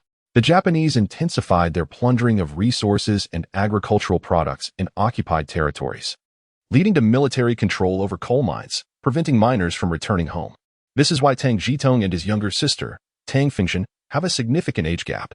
According to Tang's father, many miners perished under the Japanese oppression during those years, and food supplies in the city became increasingly strained. During that time, wild vegetables and leaves in spring and summer became essential sustenance for the populace. In desperation, his grandmother would stealthily bury pumpkin seeds in the graveyard at midnight. With just a little rain or water, a patch of pumpkin vines would flourish. Those pumpkins not only nourished the Tang family, but also nearby neighbors who followed suit. As recounted by the grandmother, there were job opportunities in the capital during those years. The Japanese promised ample food, sending the starving masses to northeastern China and Inner Mongolia to work in the mines, reportedly involving millions. During those years, human life was as insignificant as grass. Even without national grievances, Tang Zhitong would still view the young boy and the stout man as beacons of righteousness, with even the potatoes from Siberia shimmering brightly. Mother and son engaged in conversation for a while, discussing trivial matters concerning their neighbors. Tang Zhitong listened with a cheerful demeanor, ultimately advising his mother not to touch the scrap metal he had brought home, emphasizing that it would prove useful in a month or so. Before retiring for the night, Tang Zhitong watered the vegetables in the courtyard. Since he could remember, the yard had predominantly flourished with greenery, eggplants, peppers, loofahs, cucumbers, green beans, pumpkins, and scallions. Just before the onset of autumn, he would plant another batch of cabbage, saving the family a considerable amount on vegetables each year. Tang Zhitong planned to till the soil of the yard again come spring, burying the collected wood ash in hopes of reaping a more bountiful harvest, which would also serve to provide a semblance of cover for his personal space. Although the Tang family possessed a yard, they only had 3 rooms. The elderly lady recounted how the original owner had built only half of the structure, and after the Japanese invasion, they had to make do with what they had. Eventually, seeing the grim situation in the city, they left to seek refuge with relatives outside the city. The 3 rooms were separated by makeshift doors, and since the passing of Tang's father, Tang Zhitong had occupied 1 room alone. Although the days were hot, the urban heat island effect was not pronounced, and the nights were cool, allowing for a comfortable slumber. The following day, Tang Zhitong rose with the dawn, continuing his routine of fetching water. Grandpa Zhu, diligent and committed, would close the valves at night and open them early in the morning. In winter, he often had to pour hot water over the pipes to thaw them. After returning with the second load, Tang's mother also awoke, recalling her son's mention of noodles the previous day. "Zhitong, why are you up so early?" she inquired. "I am off to the grocery store to buy some meat to prepare fried sauce noodles for you." "There's no need for that. I glanced earlier, and the store isn't open yet. The line is already quite long." As Tang Zhitong poured the water into the tub, he asked, "Mom, do we have any sugar at home?" "Just a bit left. Should I make you a scrambled egg drink?" "We're having noodles this morning. Once I finish fetching water, I want you to taste my cooking skills." After emptying the 2 buckets, he encouraged, "If you're feeling restless, why not start making some handmade noodles?" "When did you learn to cook?" Tang's mother questioned, a hint of skepticism in her tone. "Your son is quite clever. I've watched you and Grandma cook since I was little. Observing has taught me a lot. Besides, after going to the construction site, Brother Ma taught me hands-on. It would be hard not to learn." With a wave, Tang Zhitong stepped outside. His mother felt her doubts dissipate, replaced by a sense of comfort. "That's wonderful. If you can match even half of your grandmother's skills, you'll at least be able to assist in the kitchen if you struggle to find work." Tang Zhitong had dabbled in cooking before. The combination of science and skill was both thrilling and daunting. With abundant resources available, including numerous recipes and chef tutorials online, he had indeed learned quite a bit. The original owner of his body had always been fond of food, often lingering by the stove, eagerly awaiting Grandma's offerings, which he affectionately termed taste testing. This synergy produced results far exceeding expectations. After filling the tub, Tang Zhitong plucked a few green onions from the yard, rinsed them, and prepared to make scallion oil. Green onions could be harvested at least 3 seasons a year, but for now, they were a seasonal condiment to supplement meals. His family consumed commercial grain, so they left a small patch in their yard to grow onions, allowing for fresh consumption as needed. He retained a few green tops and chopped the rest into fine shreds, ing them gently in cold oil over low heat to extract their fragrance.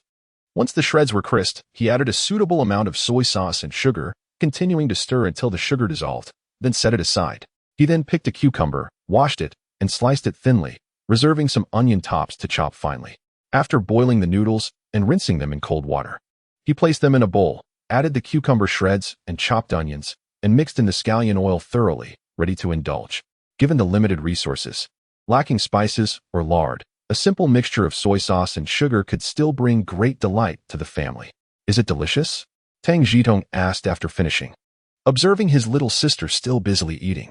Tang Fingji, her cheeks full, swallowed and replied, "It's delicious, even better than what Mom makes." "Slow down, even if it's tasty. Don't overindulge. Once I finish this, I'll make sure to cook delicious meals for you every day." Tang Zhitong affectionately patted his sister's head, slightly indulgent. "Our family can't afford this kind of eating every month." Although Tang's mother found the food delicious, she was more concerned about the practicalities and spoke out to dissuade. "Mother, rest assured, with me around, things will gradually improve." Tang Zhitong's smiling demeanor inexplicably brought a sense of comfort. "During my absence from home, please ensure that the usual supplies are purchased, preferably millet, as it can be stored well." "All right."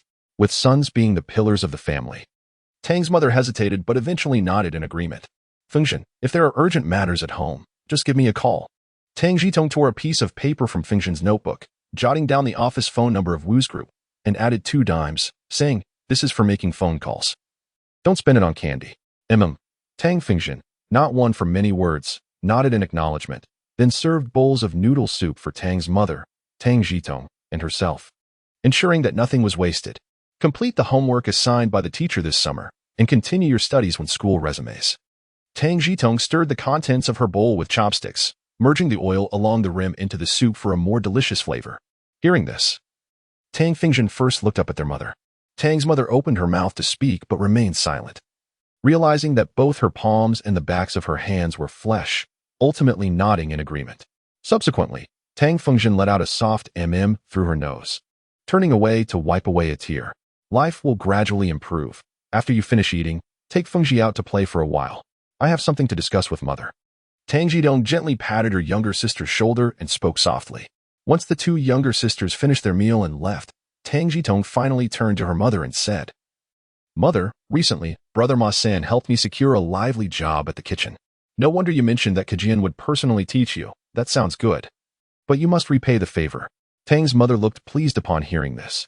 "Indeed, not only did he teach me, but he also entrusted me with delivering meals to the leaders, allowing me to become familiar with them." Tang Zhitong weighed her words, embellishing her story about being valued. And while Tang's mother believed her, she knew it wouldn't bring in any money. "But you must work diligently. Do not bring shame to your brother." Tang's mother added a serious note to her tone. "Rest assured, I understand the importance." Tang Zhitong nodded in agreement, then shifted the topic, stating that with more opportunities to interact with the leaders, she would gather more information. "There is now an opportunity to become a courier, but it requires a payment.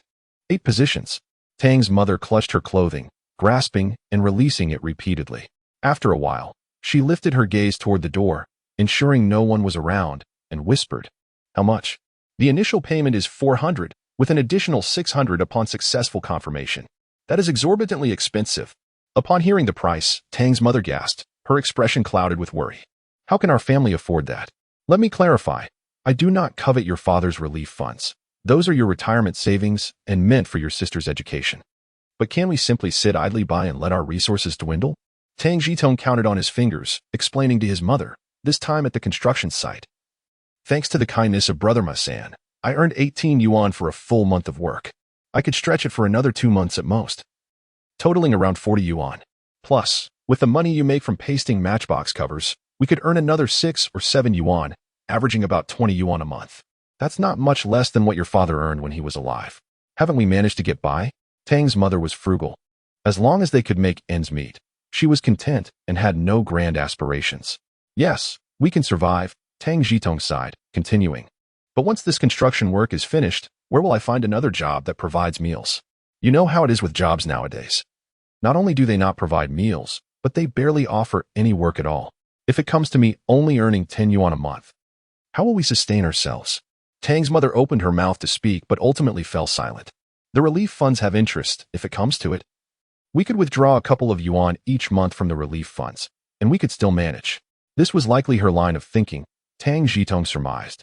Posing the question, yes, as long as we can make it through, we are not asking for extravagant feasts, she admitted candidly.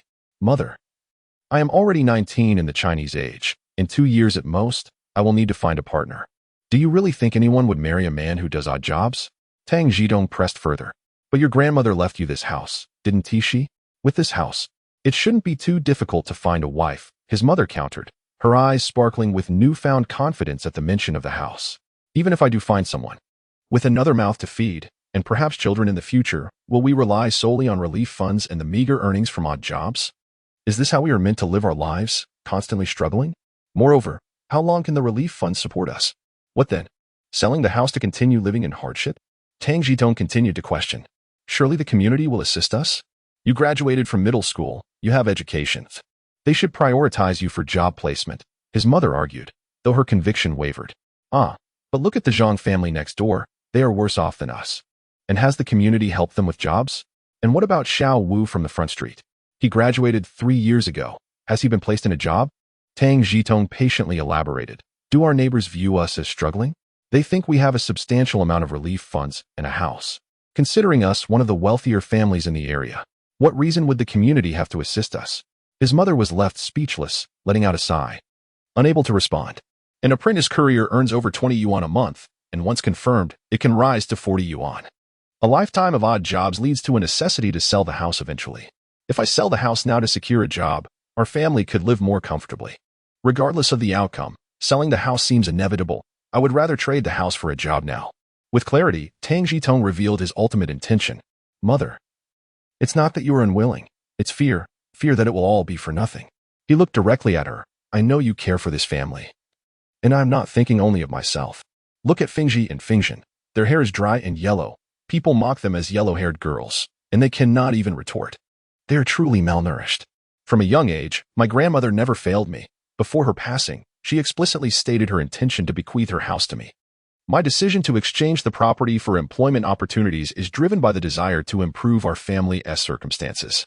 My grandmother once imparted the wisdom that one must be willing to part with something to gain something in return. My mother is aware of this. Yet she fears that you may be deceived. Tang's mother softened her stance and largely accepted her son's perspective. After all, the individual in question holds a respectable position, which implies that my modest assistance has led them to consider lending me a hand. Otherwise, they wouldn't have shared such information with me. Tang Zhitong continued to persuade. Consider this. They possess stable employment. Even if we take a hypothetical step back and assume deception occurs, confronting them would likely jeopardize their job, wouldn't it? It simply does not make sense to risk a secure position over a mere 400 yuan. They are not foolish. Very well, Tang's mother resolved. I will heed your advice. I shall retrieve the savings certificate, withdraw the funds, and take things one step at a time. We can discuss the sale of the house later. Unless absolutely necessary, we will not sell. Understood, I shall follow your lead. However, this matter is not to be taken lightly, regardless of the outcome. You must remain discreet. No one can be informed. I understand. I will certainly keep it to myself. The premature withdrawal of fixed-term savings meant sacrificing a substantial amount of interest, which left Tang's mother distressed. Once the money was withdrawn, she kept some change and handed her son 3 crisp notes, saying, Your grandmother always said that when watering the fields, one must do so thoroughly. Here, take this, spend it as needed, do not be stingy. In light of his mother's unwavering support, Tang Zhitong increasingly felt the need to stockpile supplies. believing that this was the least he could do to repay her kindness. He tossed his money into a designated space, mounted Wu's bicycle, and returned to the construction site without first purchasing items like pig offal out of his own pocket. Though Tang Zhitong possessed wealth and his mother was aware of this, the construction site remained oblivious. Furthermore, it was unreasonable to incur expenses on behalf of the site without personal investment, despite having provided a brief report to Wu over the phone the previous day. Upon returning to the site, Tang Zhitong still opted to give a detailed account to Wu. "Well done," Wu exclaimed, visibly pleased as he patted Tang Zhitong's shoulder, praising him. "You young people have such agile minds. I foresee great potential in this endeavor. Do you think it's feasible? Should I expedite the implementation?" Tang Zhitong inquired tentatively. "First, establish a solid foundation for the dining hall and set up the supply distribution point. As for the medical supplies, I will devise a plan. The rest can be addressed gradually," Wu affirmed, nodding in agreement.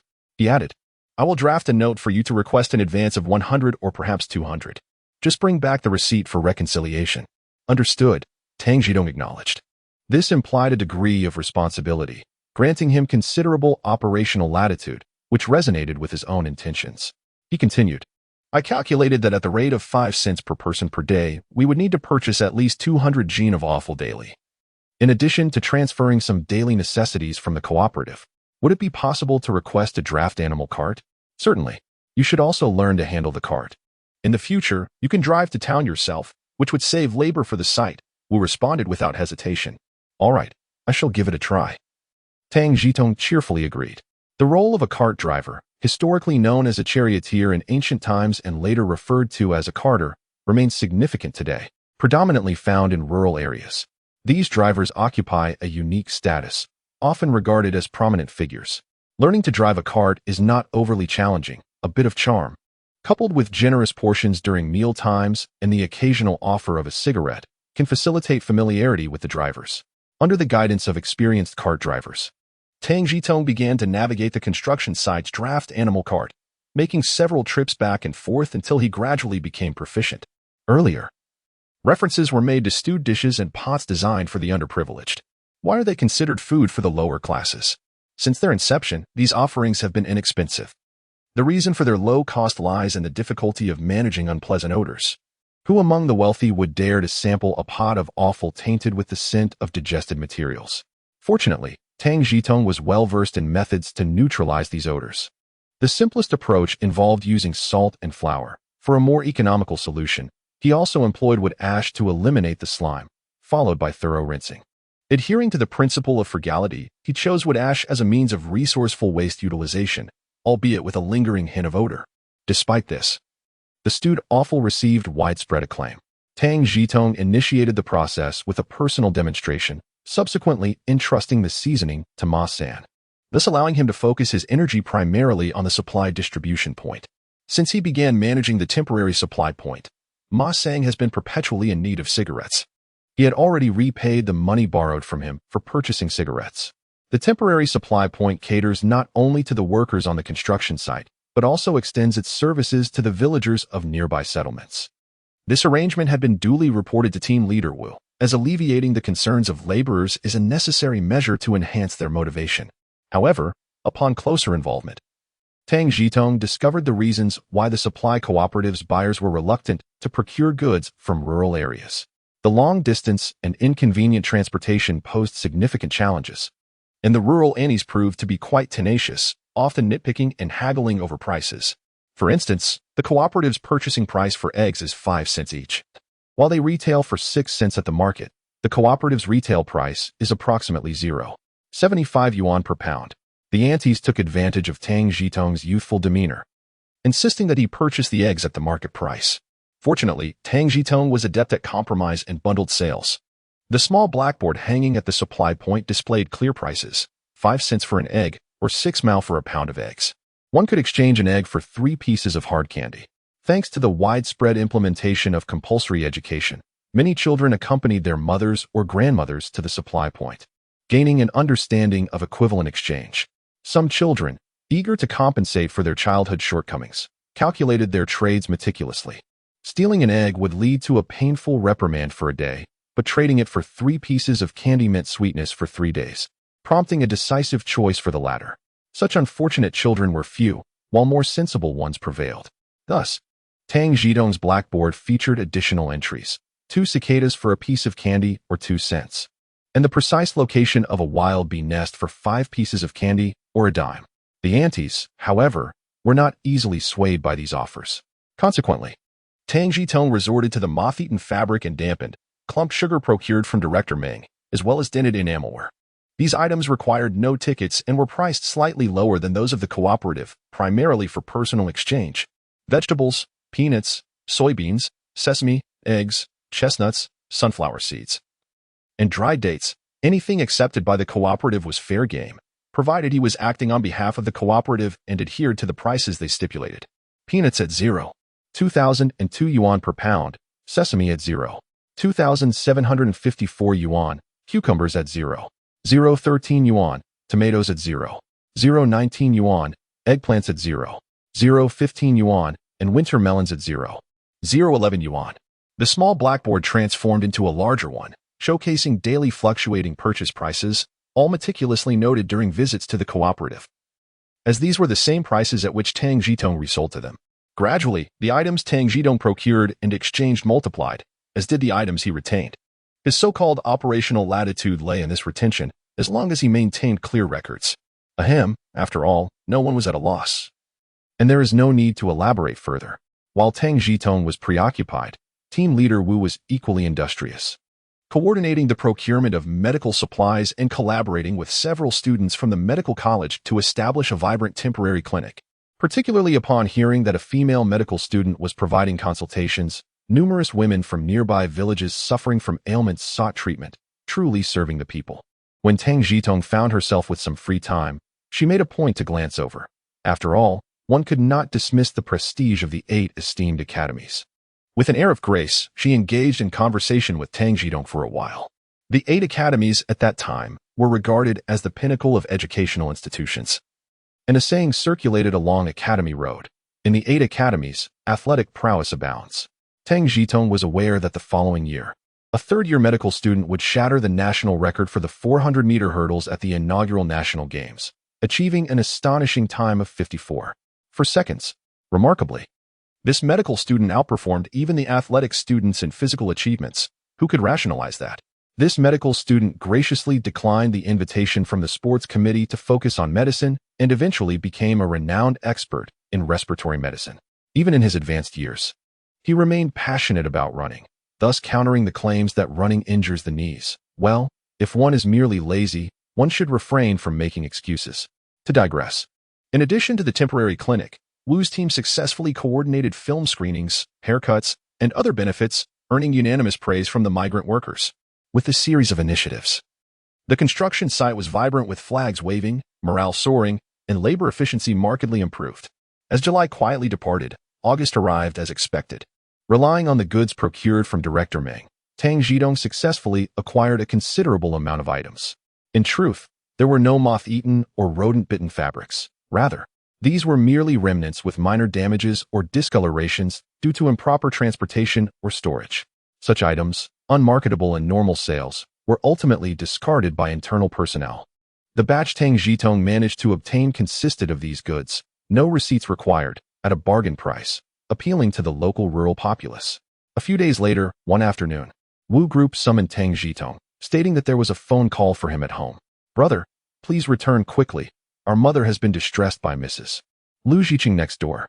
The quality of telephone communication at that time was notoriously poor, and Tang Fengzhen's tearful words crackled through the static. "All right, you take care of Mom. I'll be home shortly." After hanging up, Tang Zhitong turned to Wu Group to request leave. "Wu, my mother is ill. I must return home to check on her. I heard the interference. Did the neighbors have a dispute?" Before Tang Zhitong could respond, Wu Group called out to the door, "Xiao Wang, be cautious on your way back. Do not act impulsively." Wu Group patted Tang Zhitong's shoulder, advising him, "I'll have Xiao Wang drive you." "That won't do. Xiao Wang is your driver." "I cannot take advantage of that." Tang Zhitong declined. "I can borrow your bicycle for a few hours. Trust me, let Xiao Wang take you. Return as soon as you can. Your presence is essential at the construction site," Wu Group insisted, dismissing Tang Zhitong's proposal and turning to the newly arrived Xiao Wang. "Ensure Xiao Tang is safely returned home, and once he has settled his family matters, Bring him back safely. Yes. Xiao Wang saluted with a straightened posture, accepting the task. At that time, senior officials were typically assigned a guise vehicle, but Wu Group's assigned vehicle was an old Willis Jeep, confiscated during a major operation. Tang Zhitong had heard from Ma Sange that Wu Group had benefited from the construction site's resources. Otherwise, he would not have a vehicle assigned at all. As for the Model 212 that lingered in Tang Zhitong's memory, it would not see mass production for another 8 years. The Willis, though cramped and convertible, offered a far more comfortable ride than Gu Yong's bicycle, and it certainly commanded attention on the road. This vintage Willis was said to reach speeds exceeding 100 km/h, though due to road conditions, Xiao Wang could only manage about 60 km/h. Being in the open vehicle, Tang Zhitong felt as though he was being caressed by the wind, reminiscent of being pressed by a large sea. The distance from the construction site to Tang Zhitong's home was approximately 25 kilometers. Despite improvements in transportation since the days before liberation, many citizens still hesitated to venture out. Should he take public transport, Tang Zhitong would need to walk to the Summer Palace, take bus 32 from the starting point to Zizaman, costing 20 cents for a one-way ticket, then transfer to bus 3 at Zizaman, alighting at Chongwenmen after 18 stops, costing an additional 15 cents. Finally, he would walk 3 miles to reach home. The round trip would total 70 cents, surpassing Tang Zhitong's daily earnings from labor. Riding a bicycle would take about an hour and a half, whereas traveling by a private vehicle only took approximately 45 minutes, due to the late hour of departure. By the time they arrived home, it was already the end of the workday. Xiao Wang parked his vehicle at the entrance of the alley, politely declined Tang Zhitong's invitation to his home, and instead remained beside the car, where a group of children gathered around, intrigued by the sight. Concerned for his mother, Tang Zhitong did not press further and hurried home to ascertain the situation. Brother, that shameless old woman had the audacity to suggest a match for our mother. She claimed her cousin, although merely a cart puller, is in good health and earns 20 yuan a month. She even suggested having more children since our family home is spacious enough to accommodate them. Tang's mother was not gravely ill but was too embarrassed to voice her concerns, while Fengzhen stood nearby, relaying the information to Tang Zhitong. Upon hearing this, Tang Zhitong was filled with rage. Although the liberation of thought and the elevation of women's status were ideals worth pursuing, the prevailing conservative attitudes could not be overturned overnight. The actions of Lu Zhangshi could not be characterized as matchmaking. They were blatant manipulation and humiliation. After all, their father had only recently passed, and the mourning period had not yet concluded. Keep an eye on our mother. I'm going to Lu's house to confront them, Tang Zhitong declared angrily. Calm down. Don't stoop to their level. Tang's mother finally spoke, fearful that her son might cause a scene. Mother, please rest easy at home. With my father gone, if I don't assert myself now, there will be those who bully my sister, even come to our door. Everyone is watching, Tang Zhitong replied, turning to leave. He could not remain passive. It was human nature to stand up against the strong and protect the weak, especially in a society that placed great emphasis on male lineage. In families with several sons, even if they lived in poverty, they spoke with confidence.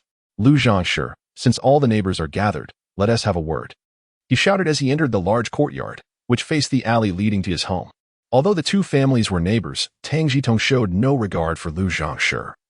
Raising his voice as he entered, Xiao Wang, let us discuss this calmly. There's a saying that distant relatives are not as good as close neighbors, and besides, she is your elder, ventured Grandpa Lu, the neighborhood security officer, trying to mediate. Grandpa Lu, do you know what Lu Zhangshi said to my mother today? Tang Zhitong asked, suppressing his anger. I've heard about it. She meant well, Grandpa Lu continued to urge. If you've heard, then you should not be encouraging her. Is that what you call good intentions? It's more like malicious intent. Tang Zhitong retorted directly at Grandpa Lu. Regardless of age, even if they had one foot in the grave, anyone who disrespected his mother could not be considered his elder, nor did they deserve his respect. Lu Zhangshi, lacking discernment, saw that Grandpa Lu was backing her and waddled out of her house, indignantly addressing Tang Zhitong. How is that not a good intention? I understand the hardships of being widowed. Without a man in the house, it's a struggle. Out of compassion for your sister, I simply wanted to introduce someone to her. Why am I being blamed? Come, everyone listen. Is this reasonable? Hearing the commotion outside, people inside came out to witness the spectacle, while others from the courtyard gathered as well. My family is still in mourning, and Lu Zhangshi wants her cousin to occupy our home. Is this kindness? It's a declaration of enmity. One cannot possibly commit such an act if they possess even a modicum of conscience. Is this the conduct befitting a human being? It is utterly despicable. Alas, why do you speak so harshly? Upon hearing this, Mr. L furrowed his brow and inquired with displeasure, "Is it truly harsh?" The audacity of Mr. L's demeanor amused Tang Zhitong, who gestured for him to remain silent. "Pray, refrain from speaking. This matter does not concern you, and I would rather not be compelled to utter even more unflattering words. Oh dear, behold everyone. Observe how the absence of a man in the household leads to such insolence. With a mere child daring to address the esteemed elder in charge of the courtyard in such a manner." Lu Zhangshi seemed to have seized upon a weakness in Tang Zhitong, fervently embellishing the situation. In 014 transforms into Tang Duo, Part 2, without a man to manage you. It seems you truly cannot function. You are aiming for the heavens. Tang Zhitong disregarded Lu Zhangshi's nonsensical prattle, employing the tactics of one's own spear against one's own shield. "Ah, you have maintained your widowhood for so many years, and now you lament the absence of a man? Very well, I shall heed the advice of old Master LV, valuing harmony and reveling in aiding others. Tomorrow, I shall seek a matchmaker to lead a procession of old bachelors, clanging gongs and singing as they propose to you in turns. There are plenty of decrepit old men out there who earn 20 yuan a month. They would surely be delighted to gain a big son, even if not biological, as he could provide for them in their old age." Old Master LV, listening to Tang Zhitong's words, turned a shade akin to that of a liver, for he, having passed 50 and fatherless, perceived that Tang Zhitong's words were veiled jabs at him. "You go too far." Tang Zhitong, in a fit of anger, failed to grasp the insinuation behind old Master LV's statement and assumed he was defending the Lu family. Pointing sharply at the raucous Lu Zhangshi, she retorted, "I go too far. Was she not excessive when she harassed my mother? Where were you then? Did you ever say she was going too far? And now you claim I am excessive? So the logic lies entirely on your side?" The street committee's intention in appointing a neighborhood watchman was indeed to resolve local disputes, but it was not meant for the watchman to show bias. Old Master LV had served as a neighborhood watchman for several years, and though he might have shown some favoritism, the neighbors typically treated him with courtesy. None dared to confront him as boldly as Tang Zhitong did. He pointed an accusatory finger at her, his lips quivering in fury, yet no words came forth. As old Master LV found himself at a loss for words, someone from the crowd interjected. Lu Zhiqing, who had just returned from fetching water, overheard Tang Zhitong's remarks and, abandoning his burden, pushed into the crowd while shouting, "You little rascal, who are you talking about? Who are you introducing to those old men?" Upon hearing this, Tang Zhitong turned to Lu Zhiqing and retorted, "I'm speaking of introducing a cheap stepfather for your mother. Let me also teach you how to speak properly. Can you comprehend that?" The onlookers parted to allow Lu Zhiqing access to the heart of the argument, eager to witness the unfolding drama. Enraged, Lu Zhiqing charged forward, ready to seize Tang Zhitong by the collar, demanding, "Repeat that if you dare." Tang Zhitong chuckled and addressed the gathering neighbors. "Listen closely, if I must repeat myself. It is clear you truly lack a father. In these times, how often have the common folk witnessed such a spectacle?" Tang Zhitong's mockery elicited stifled laughter from some in the crowd. Lu Zhiqing, now overwhelmed by shame and anger, raised his hand again to grab Tang Zhitong's collar. This time, she did not evade him, allowing him to seize her, yet her tongue was unyielding. "No need to rush. Let us converse civilly. Even if you require a new father every day, I shall think of a solution for you, for as old Master LV says, a distant relative is not as good as a close neighbor. You scoundrel." Lu Zhiqing, provoked beyond reason by Tang Zhitong, raised his fist, ready to strike her. "Old Master LV, did you hear that? Did you see that?" Tang Zhitong tilted her head, raising her hand to block the blow while simultaneously grasping Lu Zhiqing's wrist. The neighbors were all witnesses. It was clear that Lu Zhiqing had initiated the violence. As Tang Zhitong spoke, her other hand was not idle. It grasped the wrist of the hand clutching her collar. With a swift pull, she drew both arms into her embrace and executed a knee strike. In the process, she discreetly retrieved some honey from her surroundings and smeared it onto Lu Zhiqing, before pushing him forward, allowing him to collapse onto the ground, clutching his abdomen and wailing. She couldn't resist throwing a taunt his way. "Every day, you only know how to bully women. You're as feeble as a fledgling chick, and yet you still dare to lay a hand on me. How shameful for someone of your age." Bah! Witnessing her son being beaten, the old woman was not pleased and charged at Tang Zhitong. However, Tang Zhitong was not one to be trifled with, while evading She managed to smear some honey on her as well, thinking, just because I don't strike women doesn't mean you can bully me. Old Master L, will you not intervene with this madwoman? Old Master L showed no intention of stepping in, as Tang Zhitong deftly maneuvered away from the old woman's fierce assault. She leaped aside, causing the two women to tumble into one another. This family had a notorious reputation, having caused much distress to their neighbors, and the crowd erupted in laughter at their misfortune. The old woman, realizing she was no match for Tang Zhitong, sat on the ground, patting her thighs and wailing, "Oh, I can't go on living. Why did your father have to die so early? Come out and see. Someone is bullying us, the orphan and widow." Old Master L, do you hear this? This is blatant superstition. Surely this falls under public order? Will you not take action? If you do not, I shall go to the street and call for help. Tang Zhitong pointed at the wailing Lu Zhang and addressed Old Master L. Even neighbors who had often been bullied by this old woman couldn't help but laugh at the spectacle, further highlighting the family's poor reputation. Old Master L feigned ignorance and questioned Tang Zhitong. Why are you striking people? Tang Zhitong had heard of Old Master L's methods, but was unimpressed. She retorted coolly, "Oh, Old Master L, you just told me to prioritize harmony, yet this scoundrel struck first, and you pretend not to see it? You truly have no shame in your name, do you? It seems you can twist the narrative however you like." Old Master L was furious, tempted to slap Tang Zhitong, but as he observed the two on the ground, he feared that if he acted first, he would be in the wrong, leading to further embarrassment. As Old Master L wrestled with his indecision, Wang, the driver from Wu's group, squeezed through the crowd, assessing the situation before addressing Tang Zhitong. "Comrade Tang Zhitong, I heard quite the uproar outside. Do you need me to call for help?" This area had previously been home to many small vendors, not known for their good character. Upon seeing someone in uniform, armed at the waist, the crowd quieted considerably, and the wailing of the two women turned into mere whimpers. At that moment, Grandpa Ma, who had been watching from the crowd, spoke up, "Zhitong, do me a favor and let it go. We don't want to frighten everyone. It would be ill-advised." "Very well. Grandpa Ma, since you have stepped in to mediate, I shall grant you this favor." Tang Zhitong originally intended to establish authority over the Lu family, preventing any foolish individuals from provoking his household again.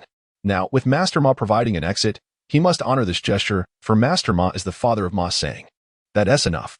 Everyone should disperse now and hasten back to prepare dinner, lest they find themselves burning the midnight oil later." Master Ma beckoned to the onlookers, and soon the crowd began to disperse. Tang Zhitong paid no heed to old Lu and the mother and child on the ground. Today, he aimed to assert his stance.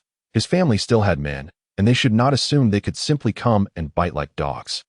The choice to create a stir stemmed from a firm belief in the adage, "A single strike can prevent 100 retaliations." As for mutual brawling, let us not be absurd. One must consider the current circumstances. As long as Tang Zhitong is justified and has not severely harmed the Lu family, even the mightiest would first seek to hold the Lu family accountable. Justice prevails across the world, while injustice falters at every turn. This is not merely a saying. In the year of 2015, Tang Zhitong returned home to console his mother, Tang Mu. He cleverly concealed the property deed, praised his younger sister, left some money, and reminded her to call him should any family matters arise before bidding farewell and preparing to head back to the construction site. As he boarded the vehicle, the courtyard across had settled into tranquility. With determination, Tang Zhitong released a swarm of 20 to 30 bees, believing that the sting of physical pain is far more memorable than mere verbal taunts. The car proceeded northward through Chongwenmen, and at Tang Zhitong's request, Xiao Wang drove into Zishikeo Hutong. In Zishikeo resided a family by the surname Wan, once renowned as a prominent household in the flower market. The Wan family enjoyed a considerable reputation in the area and possessed a grand courtyard with 4 entrances adjacent to the Tang residence, making them reluctant neighbors. The Wans engaged in various trades. Some were closed after the founding of the nation, while others were merged later.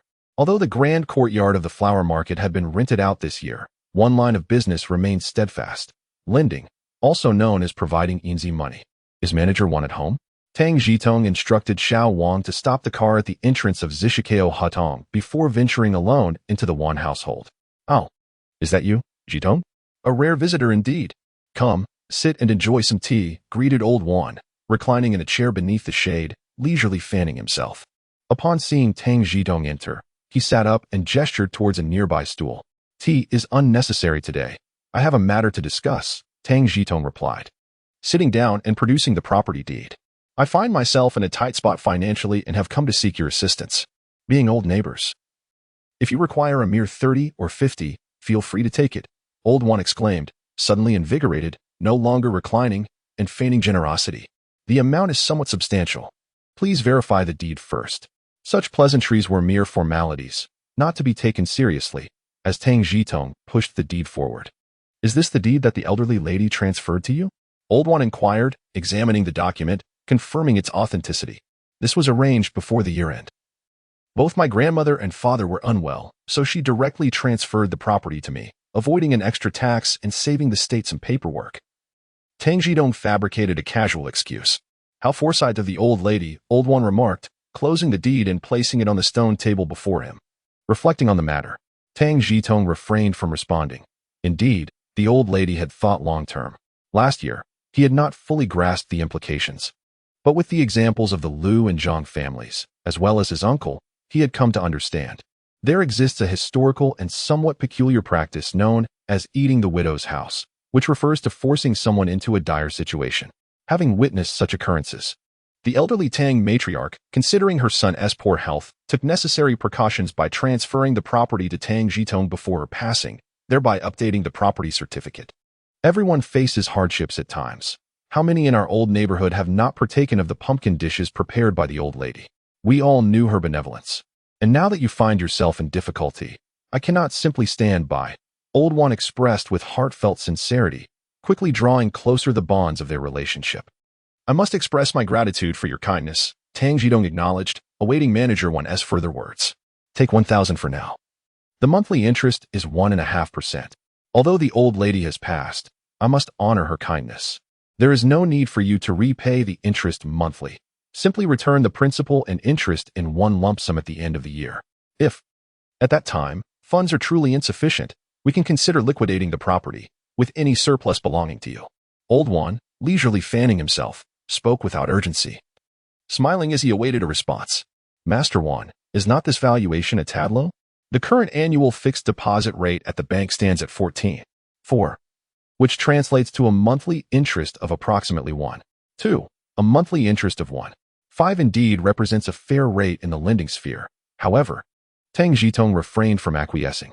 I am merely looking out for your best interest. A lower valuation makes repayment more manageable when the time comes. Old One, undeterred by the revelation, maintained a demeanor that suggested he was considering Tang Zhitong's welfare. I understand the rules, yet you must offer a fair price, Tang Zhitong asserted, unwilling to engage in further banter and laying her position bare. Quite intriguing, Old One remarked, slightly taken aback. After a moment of contemplation, he continued. That property of yours once belonged to the old Sheng family, but it was never completed. Your grandmother has held it for many years without any intention of further construction. Property transactions necessitate an initial appraisal, and given the subpar location of your house, I estimate its value at a maximum of 60 points. The housing authority's guidance prices 1 point at 12.3 yuan, so I could offer you 2,000 yuan, with a monthly interest of 1.5. But repayments would need to be made monthly. You make a valid point, Tang Zhitong acknowledged, then, adopting a strategic retreat, added. If we consider the house as it was in my childhood, it would have been a miracle to sell it for even 1,000 yuan. After this year's rental, properties with clear ownership like mine are becoming increasingly rare. In recent years, with the nation thriving and the population of the 49 city swelling, buildings have sprung up as far as Wuxang and Xianxi. Surely, your foresight surpasses mine. Do you believe that, in a few more years, the value of this property will appreciate further? This is not merely a loan. It seems you are inclined towards selling the property, Old One chuckled lightly. While my livelihood depends on my insight, who can predict the future with certainty? Besides, should I miscalculate and incur a loss, I cannot hold you accountable, can I? 2,000 it is, at a monthly interest of 1.5, to be paid in full at maturity. If unable to repay, you may reclaim the property without objection. Tang Zhitong decisively replied after a moment's consideration. Agreed. After all, we are familiar neighbors, Old One said with a smile. Today, I shall make an exception. 2,000 at a monthly interest of 1.5 for 1 year, to be settled in full at the end. I must make it clear, however, that if you cannot repay by then, the property must be vacated, and you cannot fault me for lacking neighborly compassion. Old One readily consented. Having settled on the price and details, the two proceeded to engage an intermediary to facilitate the paperwork. The intermediary, also known as an agent, was referred to as a tooth merchant before liberation, a broker who earned commissions for their services. The commission fee follows a standard structure, with the buyer paying the intermediary 3 of the transaction amount and the seller covering 2. This 5 is earned through persuasive eloquence and the exploitation of information asymmetry. Unscrupulous dealings can yield even greater profits. Thus, there exists an old saying in 49 City, those engaged in transportation and trade, even if innocent, should be dealt with sternly. After the liberation, a group of reputable individuals was integrated, while those without malevolent deeds were spared. However, there were also some disreputable characters engaged in extortion and protection rackets. During the recent purging, many were sent to Qinghe Farm. The diverse elements of the city, from all walks of life, were subdued for several decades following this upheaval. Ultimately, the properties were disposed of. The intermediary, Mr. Wan, was approached to facilitate the matter, and everything proceeded according to established protocols. At this point, the term transportation fee was replaced with writing fee, with the intermediary providing their own stationery. The quality of the paper and ink was satisfactory, and the writing fee was reasonable. Should any disputes arise in the future, the intermediary would also bear the responsibility of witnessing or mediating. Thus, in black and white, with ink dried and brush strokes dispersed, the financial obligations were cleared. Tang Zhitong adhered to the customs and paid the writing fee, leaving behind the property deed, and returned to the construction site with a couple of thousand yuan and a contract in hand. In the fleeting moments of the 016 era, regarding this transaction, the innkeeper Wan's youngest son, Wan Juanhe, expressed his discontent to his jovial father. "Father, didn't you say a few days ago that we ought to be self-sufficient? How is it that just days later you are seeking to exchange properties? Do you understand nothing? A person lacking foresight is bound to face immediate troubles." Wan, the innkeeper, glared at his son. "The children of our second and third families have reached the age for courtship. If we do not exchange residences, how will we make space for them?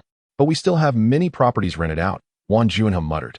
"We can simply have them vacate when the time comes. How did I end up with such a foolish child?" lamented Wan, the innkeeper, with frustration. "What is our status? What is the status of our tenants? Do you truly believe they will vacate on a whim? I am merely concerned for you. Purchasing a house right after securing a lease does not reflect well," he continued. "Once this tumult subsides, and my nephews are wed, you can then acquire properties under the guise of weddings and funerals, and no one will dare to question you." Wan Juanhe, chastised by his father, felt increasingly dissatisfied and muttered to justify himself. "First, we are not coercing anyone. It is the tenant who sought us out.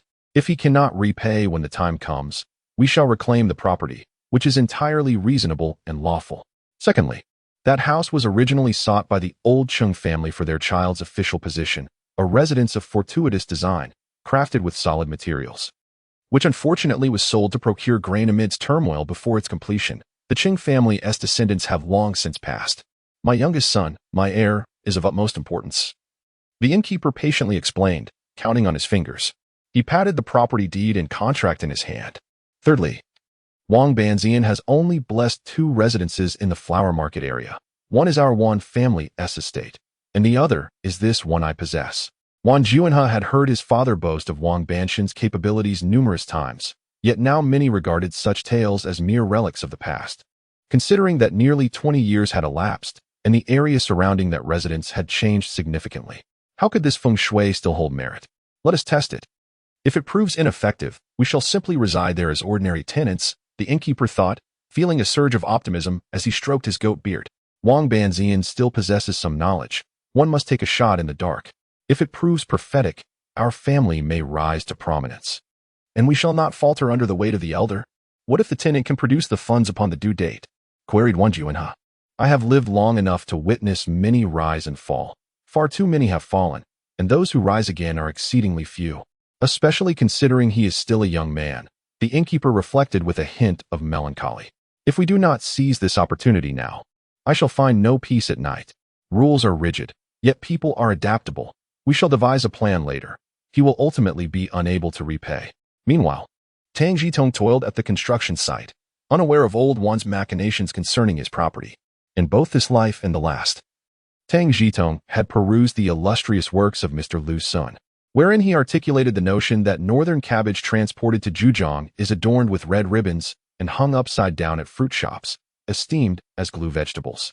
Wild aloe from Fujian is welcomed into greenhouses upon arrival in Beijing, grandly labeled as dragon tongue. Mr. Lu Sun's message was abundantly clear. The transportation of southern goods to the north and northern goods to the south constitutes a lucrative avenue. Currently, Tang Zhitong has acquired a warehouse, opening up a lucrative avenue for selling summer vegetables in winter. As long as he stockpiles goods diligently, it is almost impossible not to prosper. While being a small vendor entails certain risks, it can indeed provide for a family. Naturally, if one could secure a stable and guaranteed income, who would willingly choose the precarious life of a petty trader? As August approached its midpoint, a fervent movement finally commenced, with small-scale construction emerging in town and rapidly spreading to the countryside. Although some labor was lost on construction sites, the various provisions were apparent, and the decline in efficiency was not significantly noticeable. The Wu Group, perhaps sensing the winds of change, requested the kitchen to enhance the meal offerings, providing 2 servings of meat dishes daily to incentivize the workers and expedite project completion. However, increasing meal standards was still constrained by costs. Amidst the unchanged braised meat, various concoctions such as bone soup and simplified versions of spicy hot pot made their rounds, contributing significantly to the goal of early completion. Undoubtedly, the credit for this initiative largely rested with Ma Sang, and in gratitude, Tang Zhitong taught him the art of preparing flavored oil. Although Tang Zhitong was not a chef and was unsure whether flavored oil was a current trend, Ma Sang claimed he had never heard of it. Perhaps a secret passed down among certain chefs. The preparation of flavored oil was not complicated. Numerous tutorials were available online. Tang Zhitong, aware of the controversies surrounding MSG, had experimented with it previously, finding it both safe to consume and effective in enhancing flavor. Days later, Shishan became a pilot project, with villages forming teams, and several teams amalgamating into a collective. It is said that the denizens of the city possess acute senses, prior to Shishan's designation as a pilot site. Tang Zhitong's temporary supply point experienced a surge in procurement. Locals besieged Tang Zhitong to purchase their goods without bargaining, eager to sell produce from their own plots and livestock in bulk. As the month came to a close, the commune rolled out its initiatives on a grand scale, with the canteen offering abundant meals at no cost, creating an unstoppable momentum. Outside, the atmosphere was bustling, while the Wu Group grew increasingly anxious, suffering from mouth sores as they tirelessly engaged with various construction teams. The number of villagers selling goods surged, and Tang Zhitong found himself busy from dawn until dusk. He indeed acquired a significant quantity of goods, including a substantial amount of imperial tribute rice from the western suburbs. However, the rapid expansion led to many supportive measures lagging behind. Not only was Tang Zhitong aggressively procuring supplies, but even the slaughterhouse was working overtime to process live pigs. Though pork production increased, the storage capacity remained unchanged, and retail sales did not show significant growth. Consequently, the slaughterhouse endeavored to prioritize limited cold storage space for fresh pork by finding ways to sell off more byproducts. Tang Zhitong adeptly navigated this situation, purchasing a considerable amount of pig offal and lard from the slaughterhouse under the guise of the construction site in early September, with all expenses paid by himself and receipts retained privately, leaving no trace in the site's accounts. Fortunately, due to the solid groundwork laid earlier, after yet another upgrade in meal quality, they managed to wrap things up just before mid-September, as the laborers withdrew and temporary workers concluded their tasks. Subsequently, a notification arrived regarding a leadership inspection. At this moment, Tang Zhitong was no longer suited to remain at the temporary supply point. After receiving consent from Wu, the staff of the Supply and Marketing Cooperative temporarily stepped into the role of actors. Wu's commendable performance was acknowledged, leading the leadership to request that he present a special report at Xiaotongshan. Even Ma Sang received accolades. Young man, the food supply has been well managed, and the dishes are excellently prepared. Upon learning this, Tang Zhitong felt a profound sense of relief, knowing that Ma Sang was now secure in his position. Wu seized the opportunity to enlist Tang Zhitong for one last labor effort at the construction site, assisting in refining the report. In a gesture of reciprocity, Wu not only took Tang Zhitong to enjoy a hot spring at Xiaotongshan, but also fulfilled his earlier promise by exchanging all of Tang Zhitong's wages for flour. After spending 3 to 4 days engrossed in reporting and guidance, Tang Zhitong busily darted between various springs, successfully collecting a substantial amount of hot spring water for his future baths at home. In the small town of Xiaotongshan, Wu and Tang Zhitong engaged in a lively conversation while sipping on Red Star Erguo 2, a potent liquor at 61 degrees, priced at 152 yuan per bottle, each weighing a full kilogram. Accompanying their drinks were 2 dishes, a plate of fried peanuts and another of smashed cucumbers. Why give the credit to Mark Jian? Wu inquired, raising his glass for a toast, only to be met with a puzzled expression after tasting the fiery spirit. Credit? That was originally Ma Sanji's. Tang Zhitong chuckled. His demeanor relaxed. With the construction site completed, their hierarchical relationship had dissolved into camaraderie. For his future, Wu dismissed the notion lightly, appreciating the fact that he could share a drink with Tang Zhitong, signifying their newfound kinship. Let's not speak of what S understood. Voicing it would only lead to awkwardness. Tang Zhitong raised his glass in salute to Wu, downing the drink in one go, grimacing as the fiery liquid coursed down his throat. The burning sensation was alleviated by a bite of cucumber, and he acknowledged, neither denying nor confirming, that Ma Sangu had been a childhood friend who had always looked out for him. One must know gratitude. Some matters may be trivial to me, but they hold significance for him. You are fortunate to have a friend like Mark Jian, and he is blessed to have a brother like you, Wu remarked, equally contemplative. It takes a village. A lone hero cannot stand without the support of others. Tang Zhitong picked up a peanut and tossed it into his mouth, reflecting on the fact that in a couple of years, higher authorities would likely issue a decree banning peanuts at dining gatherings. My own food supplies may not be plentiful, but there are enough provisions to sustain a family for several years. Join me in my endeavors, Wu offered, filling Tang Zhitong's glass to the brim. Your kindness is deeply appreciated, yet I cannot commit due to pressing obligations, Tang Zhitong replied, touched, as he drained his glass, a flush creeping across his cheeks. My father has recently passed, leaving me with a frail mother to support and 2 younger sisters still in school. Given the recent events, if I were to work with you, my chances of returning home would dwindle, and I cannot bear to leave my family unattended. What a pity, Wu said, waving a hand in a gesture of sympathy, though he was genuinely impressed by Tang Zhitong's sense of loyalty. Please, sit. There is nothing to lament, Tang Zhitong replied, pouring himself another glass, slightly tipsy yet with clear eyes. One must possess self-awareness. I understand my own limitations. This opportunity arose by chance. And who knows what the outcome would be if we were to meet again. You are indeed sincere, Wu laughed heartily, playfully tapping Tang Zhitong in the air. A person without any merits. Yet your words have made me seem admirable, Tang Zhitong jested, showing no regret for the opportunity lost. The nature of their respective positions differed. Aligning with Wu could promise a prosperous future, yet it would come at the cost of autonomy, even restricting access to the warehouse's contents. This position is better left unpursued. Such a sharp tongue. Wu Zhu playfully chided, retrieving an envelope from his bag and handing it to Tang Zhitong. Since you are reluctant to accompany me, then go take the exam. What is this? Tang Zhitong hesitated before accepting the envelope, glancing inside and revealing a look of delight. He rose, sincerely bowing to Wu Zhu. You promised me a reward. It cannot merely be a trifling amount of flour. Wu Zhu, sensing Tang Zhitong's joy, felt his spirits lifted as well. Coincidentally, the post office is looking to hire, so I took the liberty of signing you up. Whether you succeed depends on your exam results. Once I return, I will seek out Gu to inquire thoroughly. I will ensure you do not lose face.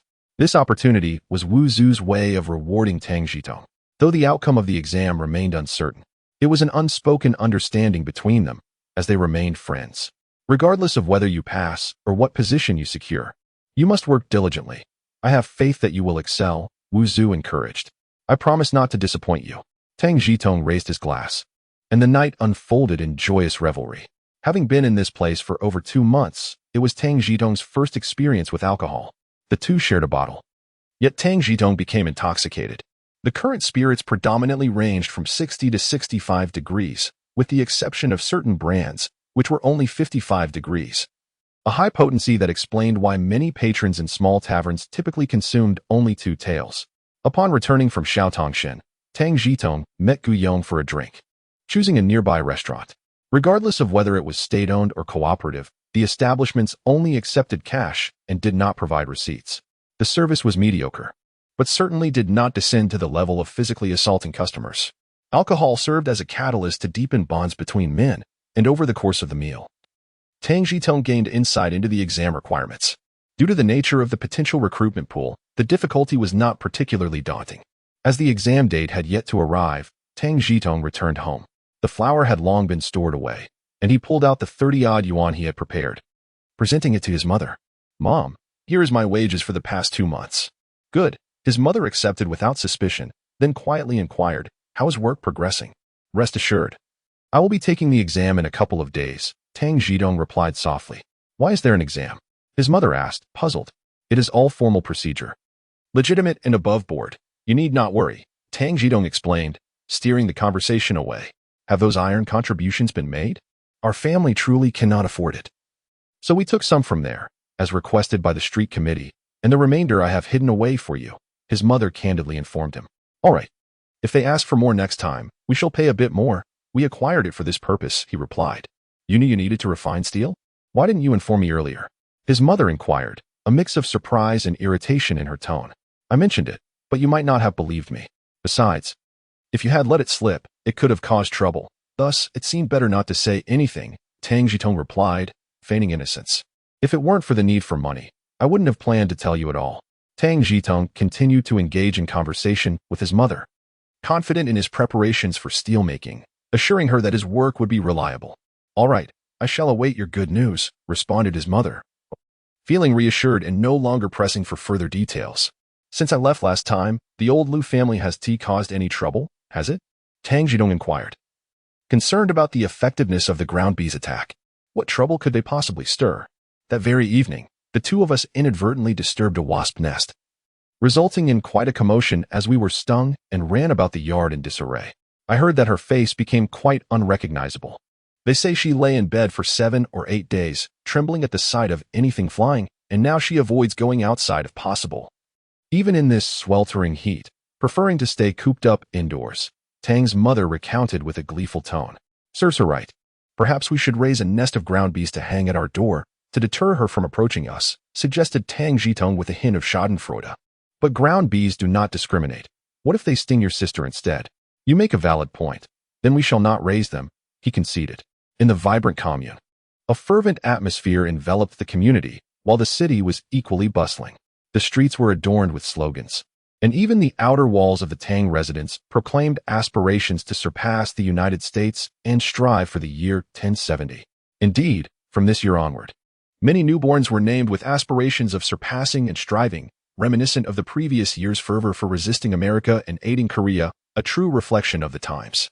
Every institution had its quotas, and schools had declared a holiday. Fingjin led Fingji and a group of children through the streets, repeatedly chanting slogans, "There is no jade emperor in the sky, nor dragon king on the earth," collecting copper and iron to support national construction. "Let us all contribute to the year 1070. Few parents deemed their children as idle. Those with surplus iron genuinely donated." Akin to the nationwide contributions during the 2008 earthquake, an act of collective consciousness, both endearing and admirable, Tang Zhitong bestowed the excess iron from his household to his 2 younger sisters, who, with great effort, carried it with faces radiant with pride. The steel production site at Baiqiao was enveloped in thick smoke from numerous earthen blast furnaces. Beside Baiqiao stood a rudimentary wooden archway, flanked by slogans emphasizing production and the joy of having ample food. Adjacent to it, a massive mural depicted resolute steelworkers, their expressions a blend of determination and hopeful aspirations for victory, beneath which read, 10 points of targets, 12 points of measures, 24 points of enthusiasm. Although Tang Zhitong was aware of the futility, the majority of the populace sincerely believed in the possibility of achievement and eagerly participated in voluntary labor after work. Viewed from another perspective, it mirrored how foreigners could not comprehend the nationwide lockdown in China during the pandemic. Different mindsets, different eras, and differing cognitions render it impossible to define the present with the thoughts of 60 years hence. Caught in the currents of the times, Tang Zhitong could not remain aloof and offered his assistance for 2 days. Though it was tiring, the meals were indeed delightful. Steamed buns made from white flour were quite filling. "Come join the community canteen," suggested the cook with an inviting tone. "Look, there's meat and vegetables, and you can eat as many steamed buns as you like. It's far better than cooking at home." Tang Zhitong took a sip of vegetable soup, swallowed a bun, and replied, "Thank you for your kindness. But my family is heeding the call for self-reliance and does not wish to trouble the street. I'm here for steel production and will eat at home later. Why would the canteen miss out on your meal? We have dinner here too, and there's meat," the cook proudly asserted. Tang Zhitong smiled and chose not to engage further, focusing on his meal, as such fare was rare and would not last long. After 2 days of toil, Tang Zhitong ceased his visits. Households had exhausted their supply of scrap iron, and soon the earthen furnaces would gradually extinguish. Mother, shall we raise a few rabbits? Early one morning, Tang Zhitong planned to visit the market to gather supplies and then use stones to construct a simple rabbit hutch against the south wall of the courtyard before the exams commenced. Why the sudden desire for rabbits? It's already autumn, and the grass has turned yellow. What will we feed them? Tang's mother hesitated and shook her head in disapproval. Do not worry about the fodder. I will find a way, he assured her. Tang Zhitong explained with a hint of concern. Not long ago, while at the construction site, I overheard the locals chatting. The agricultural yield hasn't significantly increased, yet everyone seems to indulge heartily in the dining hall. Who knows what the future holds? We must prepare ourselves accordingly. So, when you specifically advised me to purchase millet in measured quantities, was it because of this? Upon hearing her son's words, Tang's mother recalled a previous discussion. Indeed, as grandmother used to say, when there is grain at home, one can remain untroubled. If grain is rationed and difficult to procure, perhaps we should raise a few rabbits.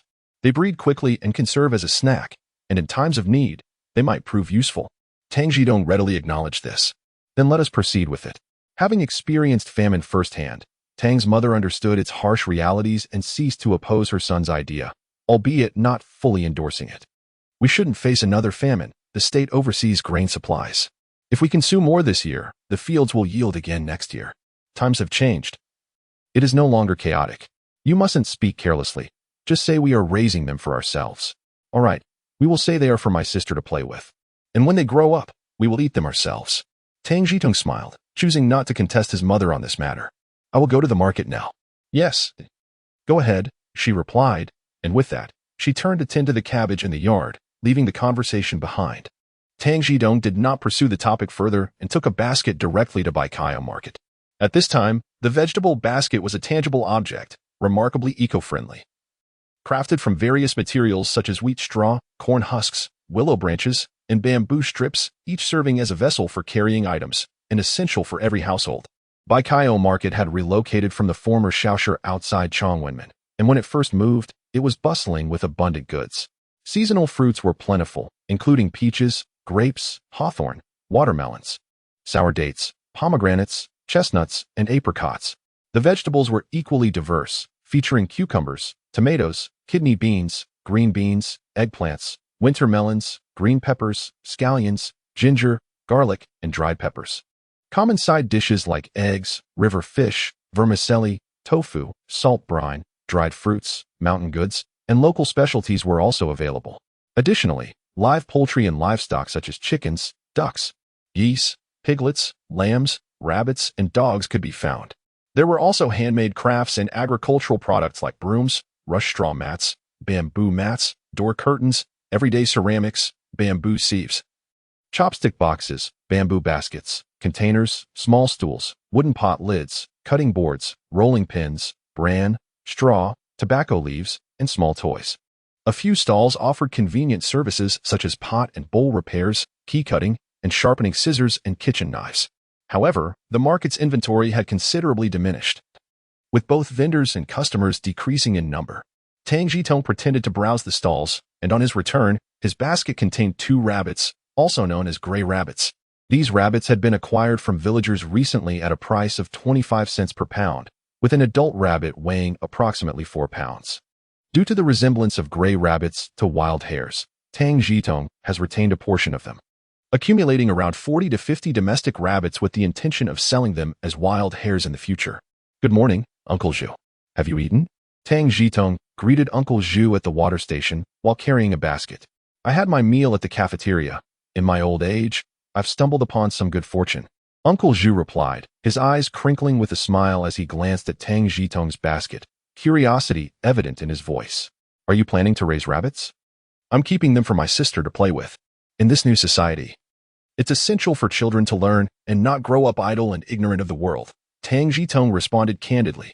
He recognized the importance of being open about his rabbit-raising endeavor, especially while markets still existed. If I were to keep them secretly, whispers would surely spread, and I might be accused of something improper. It's crucial to have a legitimate reason. You're absolutely right. A well-rounded development is necessary, or there will be no one to take over in the future. Uncle Zhu concurred with Tang Zhitong's perspective. Your awareness is commendable, Tang Zhitong praised, giving a thumbs up. Please continue with your tasks. I'll take these back to my sister for some fresh enjoyment.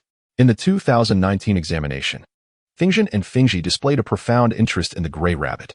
Upon hearing Tang Zhitong mention that once raised well, it could be consumed as meat, tears of excitement nearly welled at the corners of their mouths. Little rabbit, I will cut grass for you to eat. Grow quickly, and when you are big, we shall have meat to eat. Fingzhi gently spoke as she caressed the gray rabbit nestled in the small basket, with no room to escape. The rabbit obediently lay at the bottom of the basket, allowing its young mistress to stroke it. Let us pull some weeds from the yard and feed them to the rabbit, suggested Tang Zhitong, affectionately ruffling Fingzhi's hair. While Fengzhen had styled the little girl's hair into two playful pigtails that bounced with every step.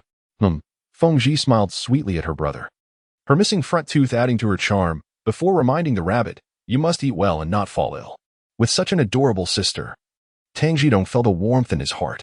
While the scenario described by Fengzhi was indeed plausible, Tang Zhitong knew that among all domestic rabbits, the vegetable rabbit boasted the strongest immunity and was the least picky about food, which was precisely why he chose to raise them. Having raised gray rabbits himself for over 6 months in his youth, 2 males and 12 females, he had successfully bred over 200 in just 7 months. This was also one of the most troublesome issues for local farmers. Gray rabbits are not particularly finicky about their environment. They prefer cool, shaded areas and can adapt to simple enclosures, managing their own needs, such as burrowing. Time flew by swiftly, like a fleeting horse, with the autumn breeze bringing a chill and scattering a layer of golden leaves along the roadside. As September drew to a close, Tang Zhitong donned a respectable outfit that belonged to his late father as he headed to the exam. To his surprise, an additional component labeled by Yubi was included alongside the subjects mentioned by Gu Yong. Both the cultural exam and physical test posed no issues for Tang Zhitong. Yet he struggled with the Yubi section. Were it not for his previous experience with real-life CS, he would have surely missed the target every time, due to transportation difficulties. The morning exam was followed by a single meal at noon, with the results and job placements announced in the afternoon. Care for a smoke? Tang Zhitong inquired of a friendly-looking young man, introducing himself politely. I'm Tang Zhitong. May I ask your name? Wan Xiangyang, the young man replied, glancing at Tang Zhitong's cigarette pack, which bore the name Wan Xiang. He accepted the offer courteously. Here, let me light that for you. Tang Zhitong struck a match and lit Wan's cigarette, joining him with one of his own. What position did you apply for, comrade? Wan Xiangyang asked, taking a drag. I merely came to take the exam. I was aware I could apply for a position, Tang Zhitong said, slightly taken aback. What about you, comrade Wan? What position did you apply for? Courier, Wan Xiangyang replied, mimicking the bu gesture. I've loved this since childhood, and this position, carrying equipment, resonates with my aspirations. Oh, I see. Different positions have different exam subjects. The courier role includes the bu section, correct? How fortuitous that I am also taking that portion. Tang Zhitong appeared humble and wore an even broader smile. From now on, we shall work together, he stated. Wan Xiangyang, his demeanor softened by 3 degrees, enthusiastically introduced. The position of escort is quite commendable indeed, although one might work several days consecutively. The perk of traveling to distant places and enjoying ample rest upon return is rather appealing. The benefits are substantial. Which man wouldn't yearn to handle such machinery? It's no wonder so many strive for this particular role. Tang Zhitong raised his hand to signify the number 8. Upon hearing this, it was evident that Comrade Tang was unfamiliar with the industry. Wan Xiangyang took the opportunity to boast the roles of escort, delivery personnel, reporting staff, and motor vehicle operators are among the 4 lowest paying positions within the postal system, with formal employees earning scarcely 40 yuan a month. 40 yuan is still considered the lowest remuneration? Tang Zhitong exclaimed, surprised. I thought these 8 positions were supposed to offer good pay. How has it turned out that they are the least rewarding? Positions such as telephone operators, newspaper clerks, receiving and dispatching staff, and sales personnel typically earn around 45 yuan a month. If one is responsible for international business, the salary begins at 50. Wan Xiangyang relished the feeling of possessing knowledge that others sought, as it was no secret, and thus revealed to Tang Zhitong. Do you see those female candidates over there? Most are aiming for roles as telephone operators, newspaper clerks, or sales personnel sheltered from the wind and rain, perfectly suited for women. Their meticulous nature indeed makes them ideal for these positions. Tang Zhitong turned to glance at a nearby female candidate awaiting results. Noting that her demeanor and attire surpassed those of his peers. "The list is up. Let us go have a look," he urged. Wan Xiangyang discarded his cigarette butt, extinguishing it with his foot, and pulled Tang Zhitong toward the posting area. Tang Zhitong followed suit, crushing his own butt underfoot, casting a glance at Wan Xiangyang, whose polished shoes contrasted sharply with his own humble footwear crafted by his mother. The list was displayed by position, each one annotated with the names of successful candidates. Beneath the escort position, Wan Xiangyang's name was prominently featured. However, after scanning the list twice, Tang Zhitong could not find his own name. "Congratulations, Comrade Wan, on your well-deserved success," he offered, preparing to bid farewell and search for alternate employment. In moments of desperation, he mused. Perhaps he could leverage his abilities to enter and exit a space, akin to a magician. "Did you not perform well on the exam?" Wan Xiangyang inquired, having discerned the underlying implications of Tang Zhitong's intent to withdraw. "Indeed, it was rather challenging. I had no prior exposure and missed the mark on several counts." Tang Zhitong replied with a wry smile. "Well then, let us peruse the list for other positions," Wan Xiangyang suggested after a brief contemplation. "Let us check the delivery personnel listings." As anticipated, Tang Zhitong's name graced the list of successful delivery candidates. "You truly are remarkable," Tang Zhitong exclaimed, elated, giving Wan Xiangyang a thumbs up. "Were it not for you, I would have assumed I had not succeeded." "Thank you. I merely possess a tad more insight than you do," Wan Xiangyang replied. "In your situation, a lateral transfer is the only possibility. Upward mobility is unlikely. The courier bears considerably more fatigue than the delivery personnel, necessitating an intimate familiarity with the roads and street addresses." Wan Xiangyang remarked, "Do not fear. With time and practice, you shall become accustomed to it." Tang Zhitong, undeterred by hardship, was only apprehensive about the lack of opportunity. Now that the dust had settled, a sense of profound relief enveloped Tang Zhitong. "As long as I am willing to exert myself, being a courier is quite admirable," he mused. Wan Xiangyang continued in a teasing tone, "Just this month, a document was issued. Couriers and delivery personnel, once skilled, can achieve permanent status in merely 6 months. In contrast, newcomers in other positions start as apprentices, requiring at least 2 years of apprenticeship before attaining permanence. You will earn at least 1.5 years more of formal salary than I will." The prospect sounded quite appealing, instantly filling Tang Zhitong with hope for the future. "Haha, let us go. Once the review concludes, a notification will be dispatched.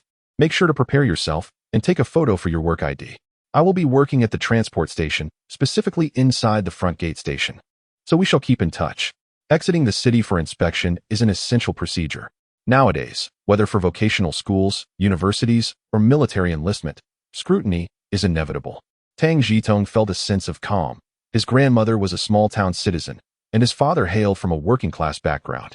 While not particularly distinguished, it was by no means unfavorable, embodying a sense of ordinariness. With a considerable number of candidates, the review process was not swift. The day after the examination, Tang Zhitong ventured out under the pretense of seeking odd jobs. The market had been officially disbanded a few days prior. Yet a handful of small vendors still entered the city to make a living, and citizens occasionally purchased vegetables from these makeshift stalls. This was an unavoidable circumstance, as the robust laborers from the countryside had all gone to work in steel production, leaving only the elderly and frail to tend to the fields. After all, urban dwellers also required vegetables. Although Tang Zhitong had an abundance of vegetables, his grain supply was limited, prompting him to seek a means to procure some sweet potatoes. Sweet potatoes, with their high yield and low cost, just over £1 per pound, could be bought in bulk for a mere £100. It would be even better if he could also gather some sweet potato leaves, as they too could be sold for a grain-like price in a couple of years. Tang Zhitong was reluctant to purchase sweet potatoes from the nearby rural areas due to the heightened risk of exposure, so he decided to walk eastward through the Dongbei Gate, heading towards the main road to await a draft animal cart. Presently, the eastern part of the city remained agricultural. By venturing further east, he could significantly diminish the risk of being recognized. Nowadays, not only individuals were part of the cooperative, but agricultural materials were as well. A few cigarettes could secure him a ride to Gaobedian. After all, the cart was not his own, and he would inevitably encounter a driver who cared little for their livestock. "Excuse me, where are you headed?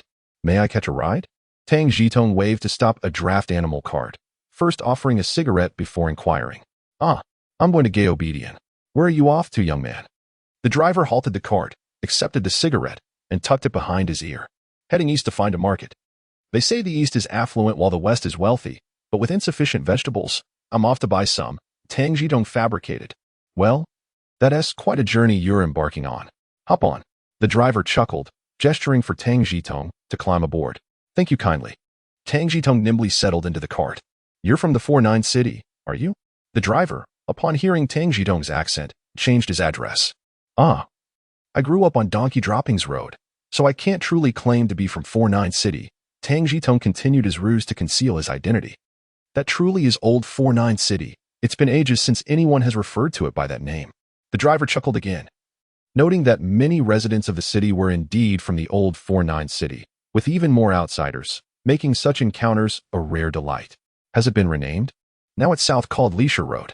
I've been accustomed to calling it Donkey Droppings Road since childhood, and I occasionally slip up, much to your amusement. Not at all. Not at all. But why would you travel all the way here from Leisure Road to buy vegetables? The driver inquired with skepticism. Ah, don't even get me started. Tang Zhitong feigned exasperation, his expression lively. My mother sent me out to buy vegetables, and I thought, with the market gone, surely there would be something in Shixi? I went to Shixi first, but everything was sold out. I heard that Dongxi has an abundance, so I went there next, but alas, there was nothing to be found. Earlier, I spotted a gentleman cycling back with a basket of vegetables, and I inquired where he had procured them. He replied that if I ventured eastward, I could gather them from a village. I mused to myself, having traversed from a rugged path to East 4th Street, I could certainly take a few more steps eastward. Alas, how unfortunate.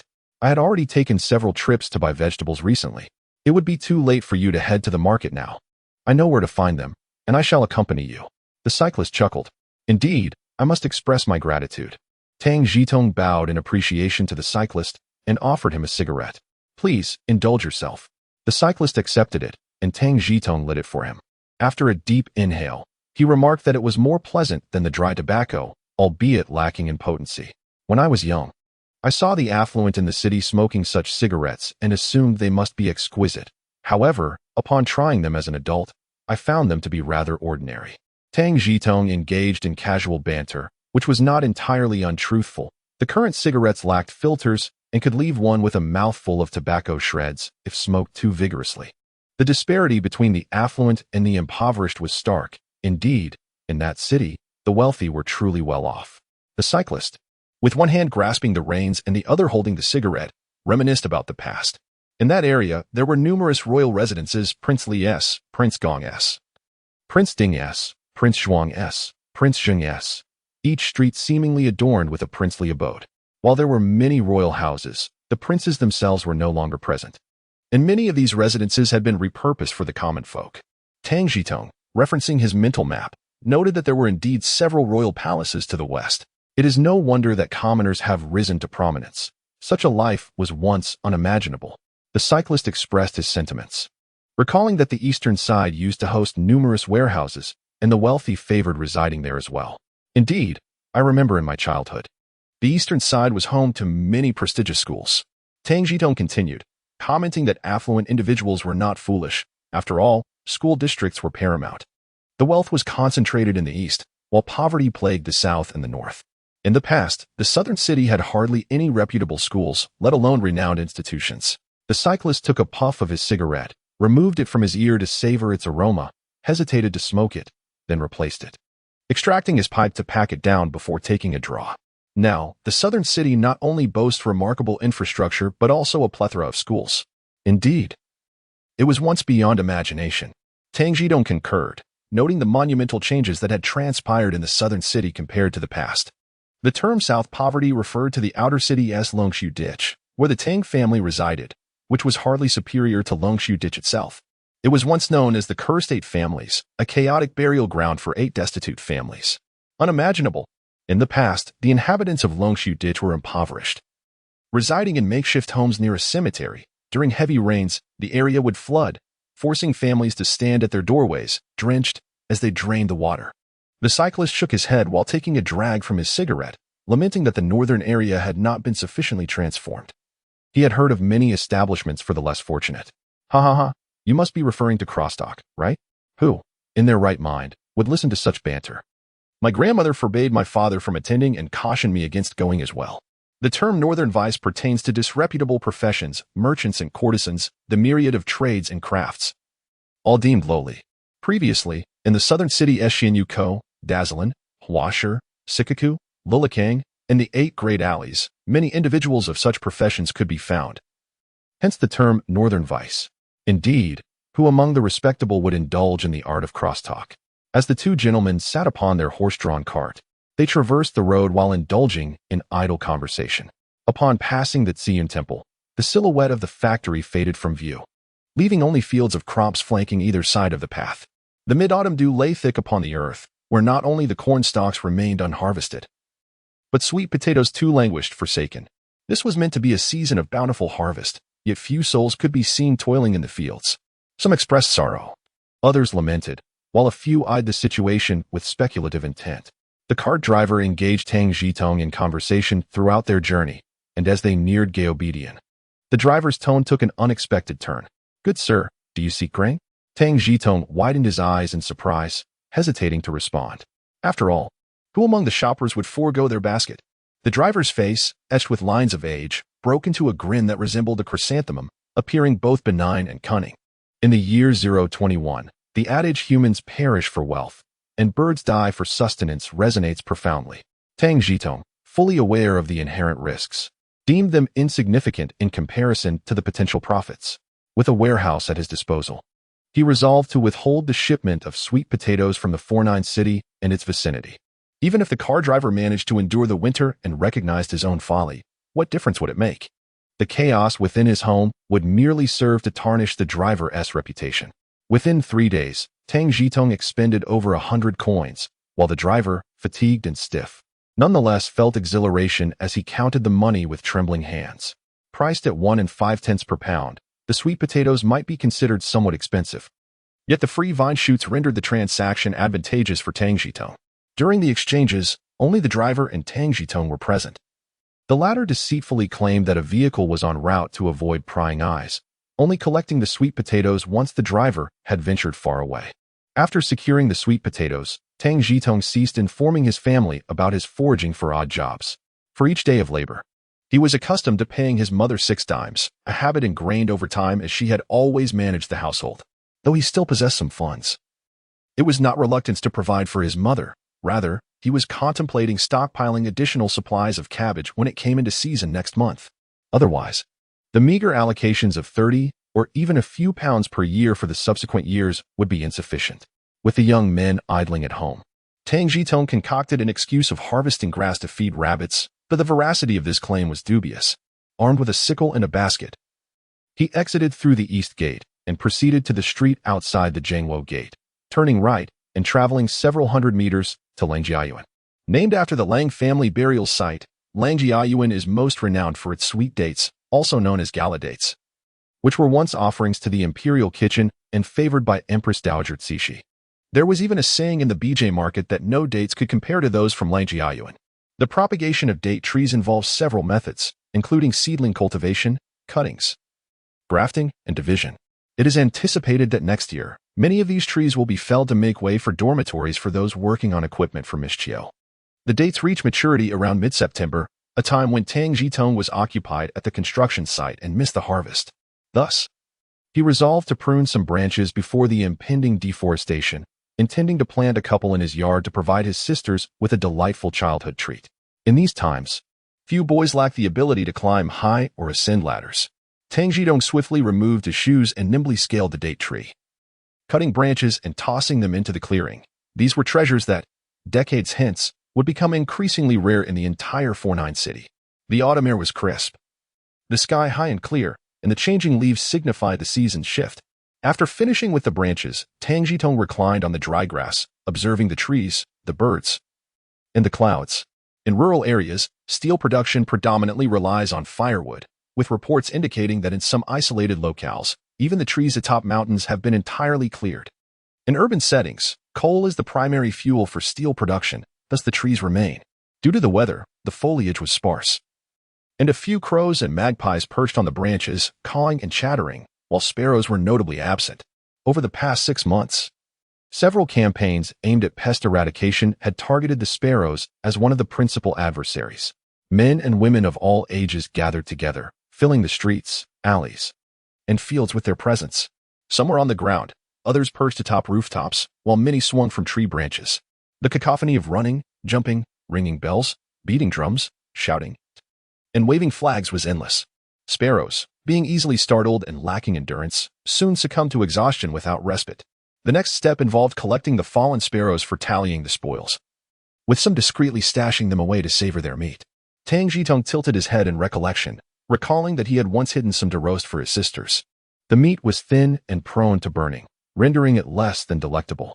Were he to attempt it now, Tang Zhitong would marinate the meat first, then deep fry it to crisp perfection, and finally grind it into a fine powder for use. After preparing a pot of dumpling soup, he would stir in the ground meat, resulting in a dish that was simply irresistible, a thought that made his mouth water. Before sparrows were categorized under the second protection category, he would relish the chance to try such a dish again. Having rested sufficiently, Tang Zhitong slung an empty basket over his shoulder and made his way home. Dressed in tattered clothing from mowing grass, he might have easily been mistaken for someone collecting manure. In times of fertilizer scarcity, the profession of manure collecting emerged, a not-so-distant yet genuine occupation.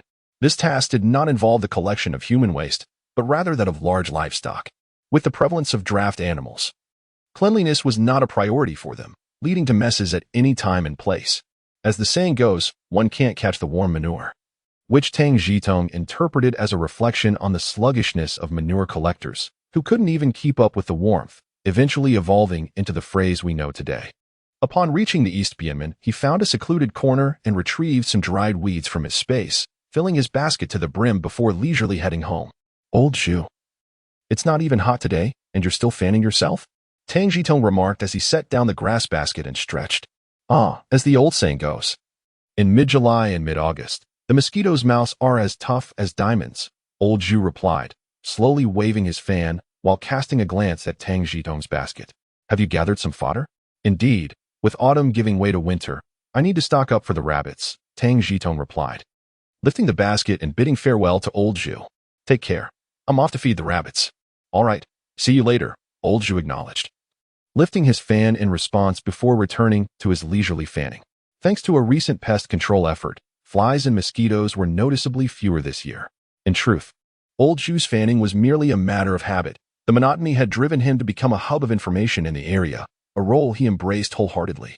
Upon returning home to feed the rabbits, Tang Zhitong noticed only one rabbit emerging from its burrow to graze. Grabbing its ears, he realized it was a male. Has the female given birth? He wondered. The male rabbit seemed to have a greenish tint on its head, suggesting a mismatch in timing. Perhaps the female had been pregnant at the time of purchase. After releasing the male rabbit, he produced a female from his space, a small consolation for the male's efforts at burrowing. To Tang Zhitong, whether the male rabbit was a suitable mate mattered little. Ultimately, they would all end up on someone's plate. Rabbits are indeed a peculiar species, exhibiting a remarkable resilience to deformities even in instances of inbreeding. Thus, Tang Zhitong has retained merely one male rabbit, while gradually introducing the females, allowing them to fervently breed and contribute to his breeding ambitions. After tending to the rabbits, he turns his attention to his human companions. This afternoon, Tang Zhitong takes charge in the kitchen, intending to prepare a dish of fried sauce noodles. Fried sauce noodles are a cherished delicacy of the old 4th and 9th cities, with a preparation that varies widely.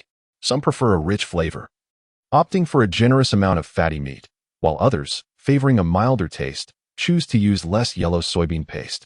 The accompanying ingredients are also flexible, influenced by seasonal availability. For instance, one must ensure the presence of cucumber shreds during the frigid winter months. He procures half a pound of pork belly from the pantry and cuts it into morsels the size of peanuts. In the yard, he finds cucumbers and radishes, slicing 2 into shreds, and prepares some chopped green onions, ready to commence his culinary endeavor. He heats oil, adds the meat cubes, and after a brief stir-fry, introduces the green onions. Preferring to forego ginger, he omits it from the mix. After a short while, he incorporates yellow soybean paste and sweet bean sauce, continuing to stir before adding water and a couple of spoonfuls of sugar, allowing it to simmer until the sauce thickens.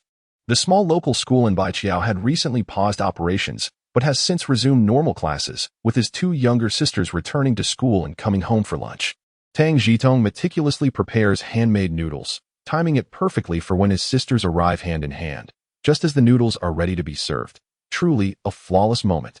As the autumn deepens and the chrysanthemums bloom, the arrival of the cold dew adds a touch of fragrance. Mr. Zhu's news arrived ahead of the official notification, bringing joy to the Tang family. Azzy, you've made it. Congratulations, you've been accepted as a mail carrier. Isn't it a bit premature for congratulations, Mr. Zhu?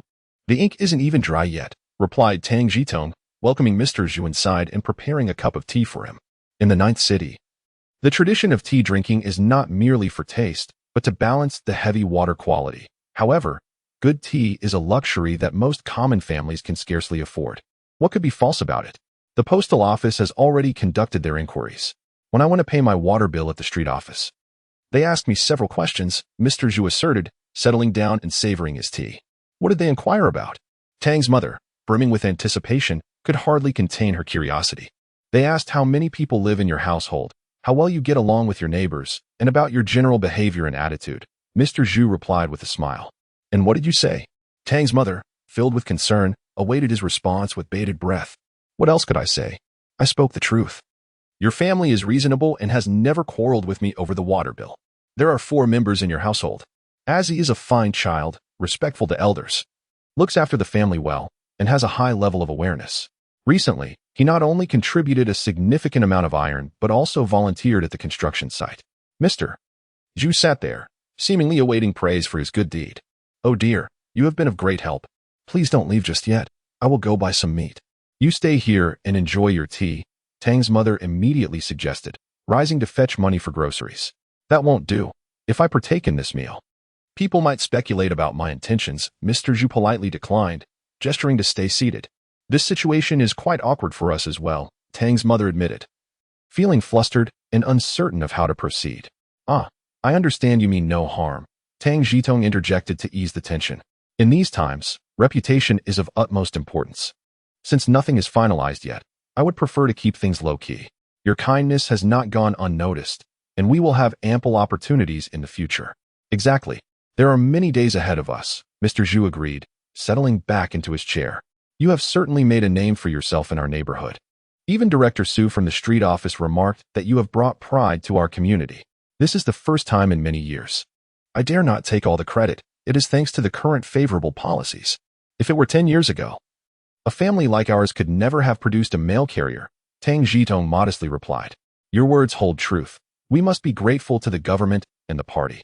The employment notification arrived a day later, assigning Tang Zhitong to the Hujiala post office. In reality, this branch was established in July 1960, also known as Branch 88. But for narrative purposes, we shall advance it by 2 years. He could report for duty immediately upon receiving the notification, without having to wait for a specific date. When he last consulted Gu Yong, he mentioned that the higher-ups were also making strides, enforcing a schedule where newspapers must be delivered by 7 and letters by 8. Many post offices were understaffed and unable to meet these demands, hence the need for expanding recruitment. Tang Zhitong, upon receiving the employment notification, swiftly donned a more presentable outfit and, clutching a photograph, hurried to report for duty, leaving his mother at home to secretly convey the good news to his grandmother and father. Thanks to his robust physical condition, he managed to arrive at the Hujiala post office after a couple of hours of running and inquiring. Without seeking the main entrance, he directly entered the service hall. What business do you wish to conduct, young man? In the hall, there were no customers, only a saleswoman seated behind the counter. Reporting. Tang Zhitong gasped as he handed the employment notification to the saleswoman, bending slightly and resting his hands on his knees. I'm utterly exhausted. The saleswoman opened the notification, glanced at Tang Zhitong, and with a kind smile said, You must be shouting, right? Come with me to the back to wash your face and catch your breath. The director is here, and we can proceed with the formalities.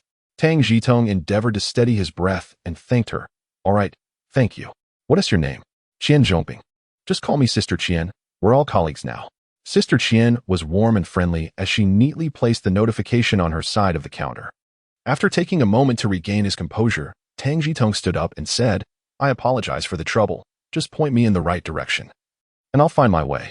There's no need for formality. Follow me, she replied, standing up, lifting the partition, and stepping out from behind the counter. With the notification in hand, she guided Tang Zhitong through a small door in the service hall to the office entrance. Director Zhang. We have a newly assigned mail carrier here to report, Sister Qian announced, knocking on the door and smiling at the director before stepping aside to let Tang Zhitong enter. You can handle the formalities with Director Zheng. I need to keep an eye on things out front. Thank you, Sister Qian. Please carry on with your duties. Tang Zhitong responded as she left. He turned to Director Zheng, presenting the employment notification and introducing himself. Hello, Director Zheng. I am Tang Zhitong, here to report for duty. This is my employment notification. Hello, Xiaodong. Welcome. I'm Zheng Jian. You can just call me Old Zheng. Director Zheng accepted the notification and shook hands with Tang Zhitong. After much anticipation, you have finally arrived. Our delivery tasks are quite demanding, so do not complain. Rest assured, I will not complain and will certainly perform well. I will not let anyone down, Tang Zhitong promptly assured him. Given the current job market, one would have to be quite foolish not to work diligently. In fact, only about 15% of the urban population in the 4th and 9th cities are formal workers. The rest are primarily casual laborers, temporary workers, nannies, and relatives. Great. I look forward to your performance. If you excel, I will apply for your early conversion to full-time status. Director Zheng cheerfully patted Tang Zhitong on the shoulder and gestured towards a nearby chair. Let us sit down and talk. Did you bring the photograph? I did. Tang Zhitong replied cautiously as he carefully extracted the photograph and handed it over. Having a picture taken isn't inexpensive. Throughout my life, from childhood to 18, I have had my picture taken no more than 5 times. Zheng picked up the photograph and extracted a small amount of glue from the bottle on his desk, applying it to the back of the picture. He then produced a new work identification card, affixed the photograph, and filled in the details such as name, hometown, and age as per the employment notification. Finally, he retrieved a red stamp and pressed it firmly before handing the card to Tang Zhitong. Tang Zhitong took the identification card with delight, eagerly opening it to admire the contents, exclaiming that soon he would also be a holder of a stable job. Isn't it splendid? Zheng observed Tang Zhitong's foolish grin and reminisced about his own entry into the workforce at the age of 30-something, sharing the same foolish joy. Make sure to keep it safe and review it at home. Now, let us go collect your uniform. Sure. Tang Zhitong rose, placing the identification card in his pocket and patting it twice to ensure it was secure. You arrived just in time. The bicycle and uniform assigned to you were picked up this morning. Zheng led Tang Zhitong to the side room, extracting the key from his pants pocket, unlocking the door, and pointing to a brand new bicycle inside. This will be your companion through thick and thin. Be sure to care for it as you would for a beloved. In the year 2023, Zheng, the station master, remarked that he was still a young bachelor without a wife. However, upon hearing that he was a caring husband and family man, Tang Zhitong beamed with delight. Bicycles were considered precious assets and were distributed for work. Such treatment was indeed rare. As a deliveryman, who could possibly worry about being single? Zheng jested. Soon enough, suitors will be trampling your doorstep. Hey, Zheng, is it appropriate to give me such a brand new bicycle? Tang Zhitong shifted the conversation, though he was certainly surprised. He had never seen a new valuable asset being given to a newcomer before. How about an old one instead? What is the matter? Are you concerned about damaging it? Zheng failed to grasp the underlying meaning of Tang Zhitong's words. All the paperwork is completed. You should be grateful for a new one. Cherish it, as this bike will accompany you for many years. Tang Zhitong chuckled, choosing not to respond further. He inspected the bicycle, realizing how fortunate he was to have a new one. Who could truly complain about riding a new bike? Zheng, a good-natured individual, observed Tang Zhitong's careful handling of the bicycle and chose to retrieve the supplies allocated to him from the storeroom. It appears you know how to ride? Zheng inquired, watching Tang Zhitong's adeptness. Yes, I learned by borrowing others' bicycles before, Tang Zhitong replied, standing the new bike upright. The materials were solid, constructed of manganese steel, durable and well-maintained, promising years of use. Although it was not as comfortable as some other brands, one could not be too picky in these times. With the time saved from learning to ride, he could accompany his mentor to familiarize himself with the route starting tomorrow. Zheng handed Tang Zhitong the items, saying, These are yours, a parcel, a raincoat, and a set of summer clothes. You'll have to make do until the winter attire is distributed in a few days. Thank you, Zheng. Tang Zhitong gratefully accepted the items. When will I be assigned a mentor? Tomorrow. The other colleagues have gone to training, and they want to return this afternoon. Arrive by 7 in the morning to be assigned a mentor and start learning the routes, Zheng instructed. All right. I'll head back now, Tang Zhitong said, slinging the packaged items over his shoulder, finding it easier than carrying them. Walking back would also be good exercise for the body. Indeed. Go home, rest early, and don't be late tomorrow, Zheng waved him off. Wait, you're really walking back like this? Zheng called out as Tang Zhitong had taken only a few steps. Of course, Tang Zhitong nodded, appearing quite nonchalant. Ride the bike. Zheng chuckled, amused. The bicycle is not just for delivering mail. It can be used for commuting as well. In the future, you'll need to rise early to transport newspapers and letters. We certainly can't have a deliver man walking to work and then cycling. That would be a waste of time. That sounds excellent. Tang Zhitong's spirits lifted. Using the bicycle for personal errands was indeed part of the job. He was enamored with this work. He casually hung his belongings on the handlebars. So, may I ride off now? The main entrance is to the north. Just make sure to keep an eye on the bike. If it gets lost, you'll need to compensate at the market price. Zheng pointed out the direction and offered a final reminder before returning to the office. Tang Zhitong emerged from the main entrance, meandering to the front of the business hall. After securing his vehicle, he entered and bid farewell to Qian Zhongping, saying, "Sister Qian, the formalities are completed. I just wanted to inform you." "All right. Your family must be eagerly awaiting your good news." "Hurry back," she replied with a warm smile. "We'll see each other daily from now on." "So there's no need for such formality," she added sincerely. "Hee, one must maintain a proper demeanor," Tang Zhitong responded with a grin. "Do return swiftly as a young man. You have a hearty appetite. Don't forget to adjust the delivery quota at the street office later. The delivery personnel's quota should be a bit higher." Qian Zhongping reminded him kindly, appreciating his polite nature. "Got it, Sister Qian. See you tomorrow." Tang Zhitong waved goodbye. He rode his bicycle southward along Jianxi Road, later known as the East Third Ring Middle Road, turning west onto Jiangwo Road and traversing the street outside Jiangwo Gate. To the east of Jiangwo Gate, a small path leads south directly to Dongbaimen, a route commonly known among locals as Duck's Mouth. The origin of this name remains a mystery, whether it derives from the ducks once raised in the small pond nearby or the pond's resemblance to a duck's beak. At the southern end of Duck's Mouth stands a bridge called Datong Bridge, which served as the terminus for grain transport into the capital before liberation, where cargo was unloaded and then transported by draft animals to the warehouses in the southern city or the eastern district. In Tang Zhitong's childhood recollections, the eastern side of Duck's Mouth was adorned with expansive walnut groves. The walnuts were particularly amusing. Around the 6th lunar month, they were encased in a thick green husk. Cracking open the husk revealed tender walnut meat, albeit with a slightly astringent taste, making them a coveted target for local children seeking to pilfer them. This left a vivid impression on Tang Zhitong, especially since the juice from the walnut husk was notoriously difficult to wash off, leading to a stern admonition from Grandma Tang, who used it as an opportunity for a lesson on childhood growth. A brisk hour's walk would take him there, but riding his bicycle cut the journey to less than half that time. The Taegyuluba station was a stop for bus number 8, which could take him to Dong'an Market, followed by a transfer to bus number 2 to reach Hujialu. However, the round trip cost over 30 cents, and due to infrequent service, it took longer than a swift jog. After the founding of the nation, public transportation in the city saw a significant transformation. Yet it remained a luxury beyond the reach of ordinary citizens, including Ma Sang. While working at the construction site, he had once assisted Gu Yong with a letter-writing initiative. And even Ma Sang sent a letter home. He remarked that sending a letter was more economical than making a phone call or returning home, with same-city delivery arriving the next day, which made it convenient to reassure his family of his safety. As Tang Zhitong returned to Taegyuluba, excitement buzzed in the air. "Wow, Zhitong, have you become a postal worker?" exclaimed old man Zhu, his soul eye widening with astonishment. Although he had suspected as much, the sight of Tang Zhitong's brand-new green bicycle made him envious, prompting him to shout in delight. "Today is my registration. I officially start tomorrow," Tang Zhitong proclaimed proudly. This was a moment of pride, as being a postal worker, one of the 8 key professions, not only elevated Tang Zhitong's status, but also compelled those who might think twice before provoking the Tang family.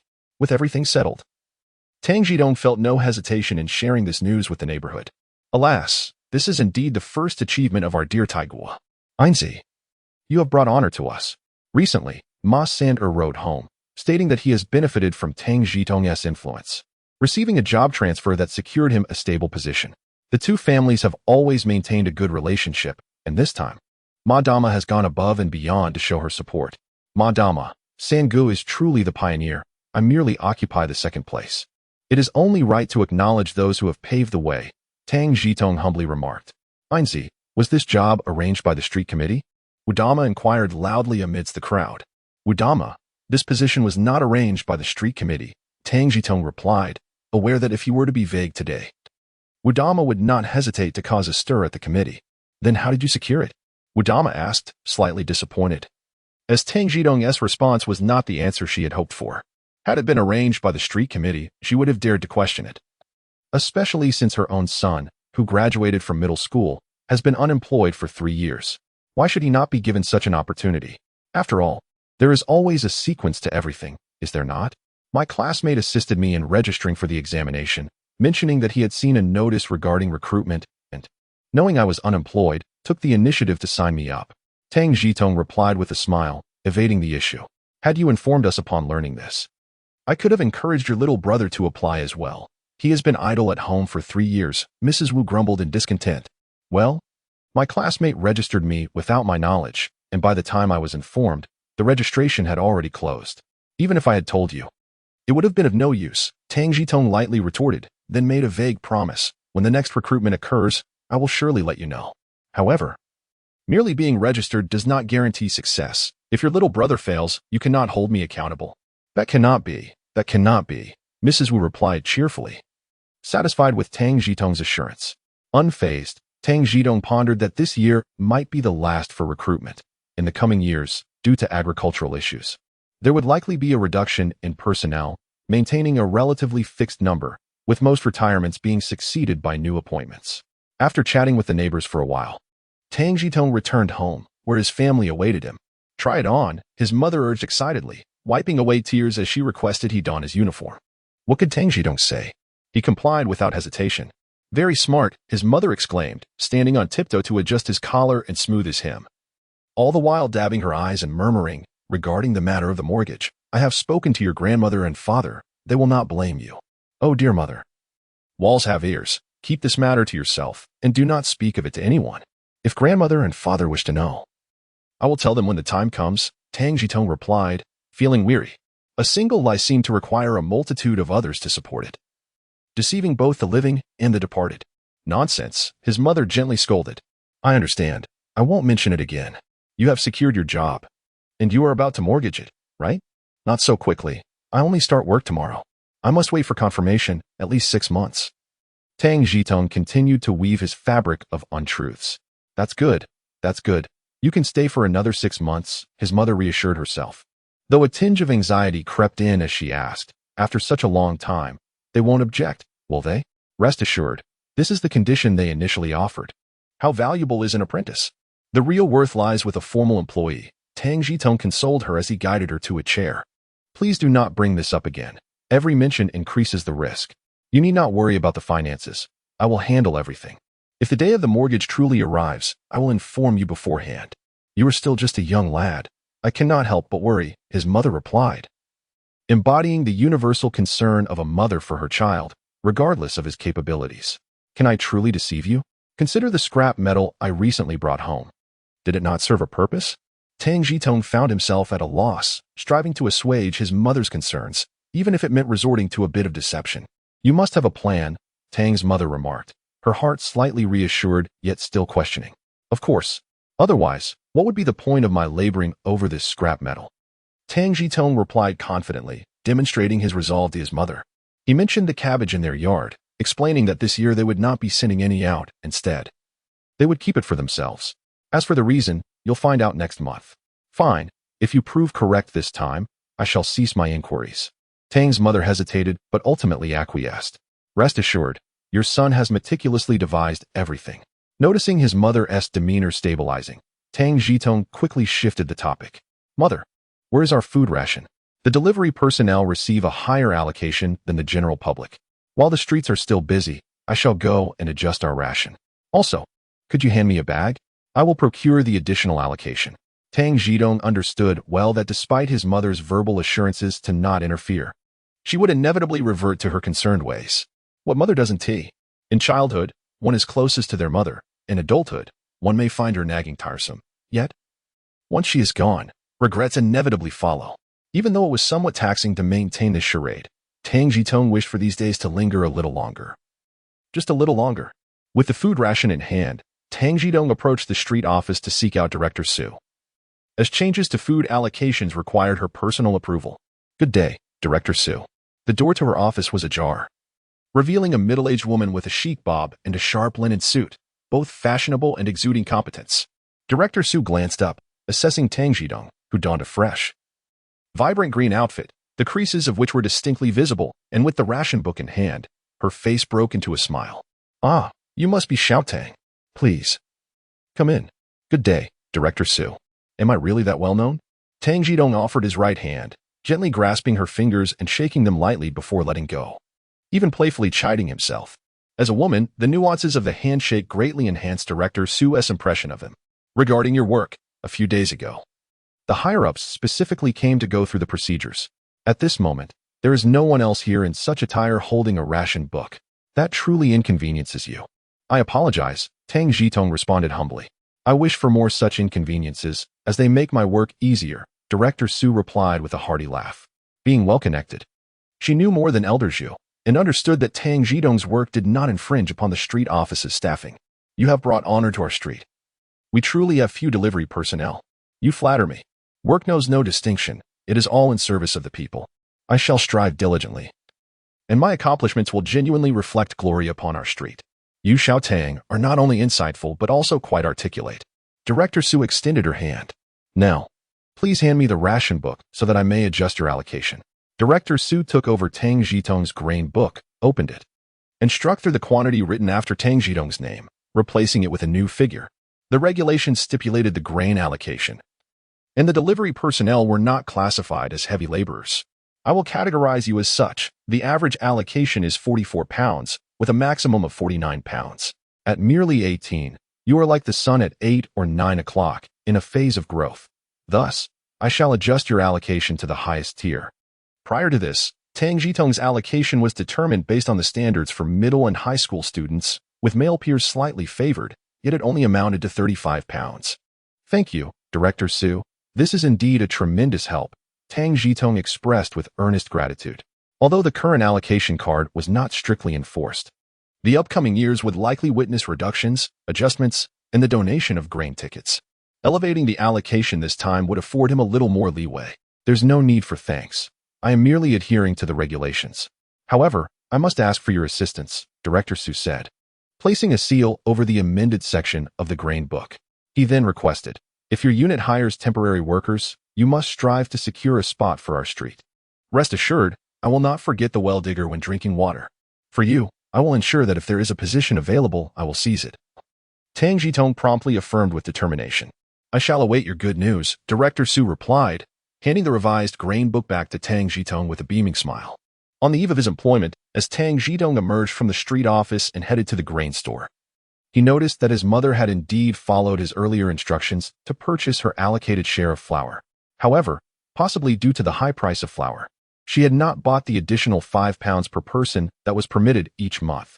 Tang Zhitong understood his mother's reasoning. The cost of flour was burdensome, and she was adept at budgeting. In the current context, being frugal is not a pejorative. Rather, it reflects a family's effort to manage their expenditures effectively to ensure everyone is well fed.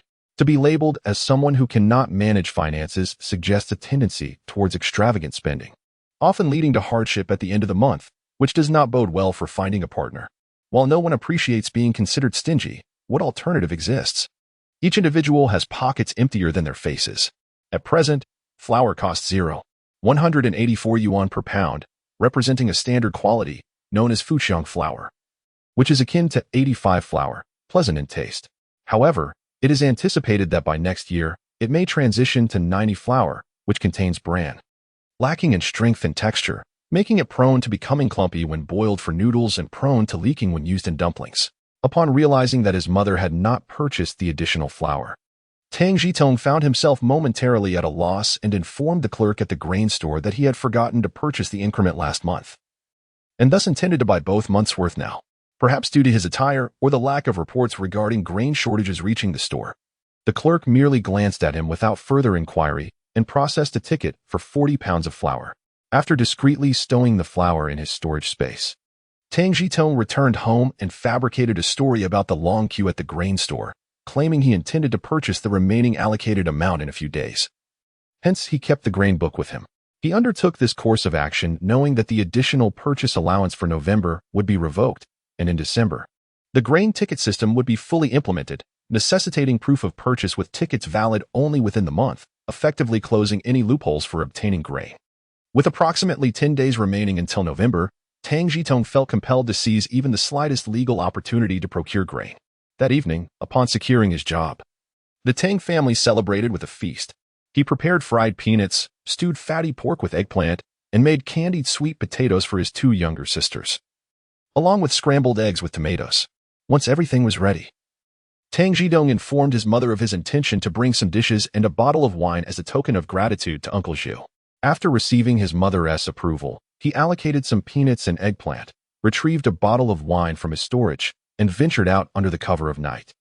As autumn had settled in, with temperatures dropping, the streets were devoid of neighbors engaging in idle chatter beneath the streetlights. The affair proceeded quietly. The 4 dishes prepared by Tang Zhitong were of a caliber that even the Tang family would not experience during the New Year festivities. His younger sisters, Tang Fingzhen and Tang Fingxi, savored the meal with gusto, their eyes reflecting admiration for their brother's culinary skills. "The dishes you made are exquisite. I wish to have them every day," exclaimed Tang Fingxi, her mouth full of candied sweet potatoes, as she made her request to Tang Zhitong. Before he could respond, their mother playfully swatted her youngest daughter's arm, laughing. "Are you implying that my cooking is inferior? Mother's cooking is delightful, but brother's is even better. You should try it." Tang Fingxi cheerfully served a piece of candied sweet potato to her mother, Tang Mu. Indeed, it was delicious, sweet enough to warm the heart. Tang Mu accepted it with a smile and turned to ask Tang Zhitong, "Where did you buy the persimmons? They are quite rare at this time of year." "At the post office, I saw someone selling them on my way back. I thought it was unusual too. The vendor said they were grown in a greenhouse." A shiver ran through Tang Zhitong, but he maintained a composed facade while fabricating a lie. He felt troubled, wondering how to explain the source of the provisions from his space to his mother in the future. They must be quite expensive, right? He resolved to purchase less and save money. Tang Mu subtly reminded her son of this. Tang Zhitong remained silent, nodding fervently beside her. "Save money to marry a sister-in-law." Chimed in Tang Fingxin. "Mom, what kind of daughter-in-law do you think would suit my brother?" "Oh, these little children worry about nonsense," Tang Mu remarked, gently tapping her younger daughter's forehead before turning back to her son. "Azzy, what kind of wife do you wish to find?" At this question from their mother, Tang Fingxin could not contain her laughter. The family was filled with warmth, conversing and laughing for a long time. "Azzy, it's 5:30. Get up, wash your face, and have breakfast. It's your first day at work. You should rise early to avoid being late." Before dawn the next day, Tang Mu quietly awoke to prepare breakfast, timing it perfectly to rouse her son, anxious that he might oversleep and miss work. "All right, Mom. You needn't wake up early in the future. I can manage on my own." Tang Zhitong rubbed his eyes, stretched lazily, and got out of bed. The household lacked an alarm clock, only possessing an old-fashioned mantel clock acquired over a decade ago, which chimed on the half-hour and hour. Even after more than 10 years, the clock remained a rarity. The Yintai Polaris would not be produced for another 2 years, having been in demand for over 40 years before being supplanted by quartz clocks such as the Kangbasi. "I have nothing to do, so after Fingzhen and Fingxi go to school, I'll catch up on sleep," he thought. However, Tang Mu did not acquiesce, instead urging Tang Zhitong, "Hurry and brush your teeth and wash your face. The noodles are getting cold." "Yes, I'm coming," he replied quickly, not daring to retort, and hastened to brush his teeth.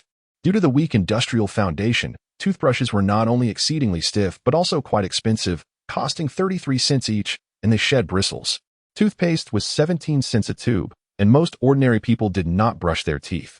Even those who did often opted for tooth powder, which was only 7 cents a packet and much cheaper. Tang Zhitong dipped his toothbrush into a porcelain cup of water, then shook it to remove excess moisture. Allowing for less powder to be used each time, one box of tooth powder could last several uses.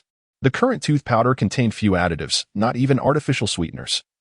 And while brushing, it had a distinctly chalky taste and was quite abrasive. Fortunately, it produced excellent whitening results, though one needed to rinse several times afterward. "Mom, you don't need to make white flour just for me. I'm not picky. I'll eat whatever we have at home. Steamed cornbread is just fine. You 3 can have the white flour and eggs."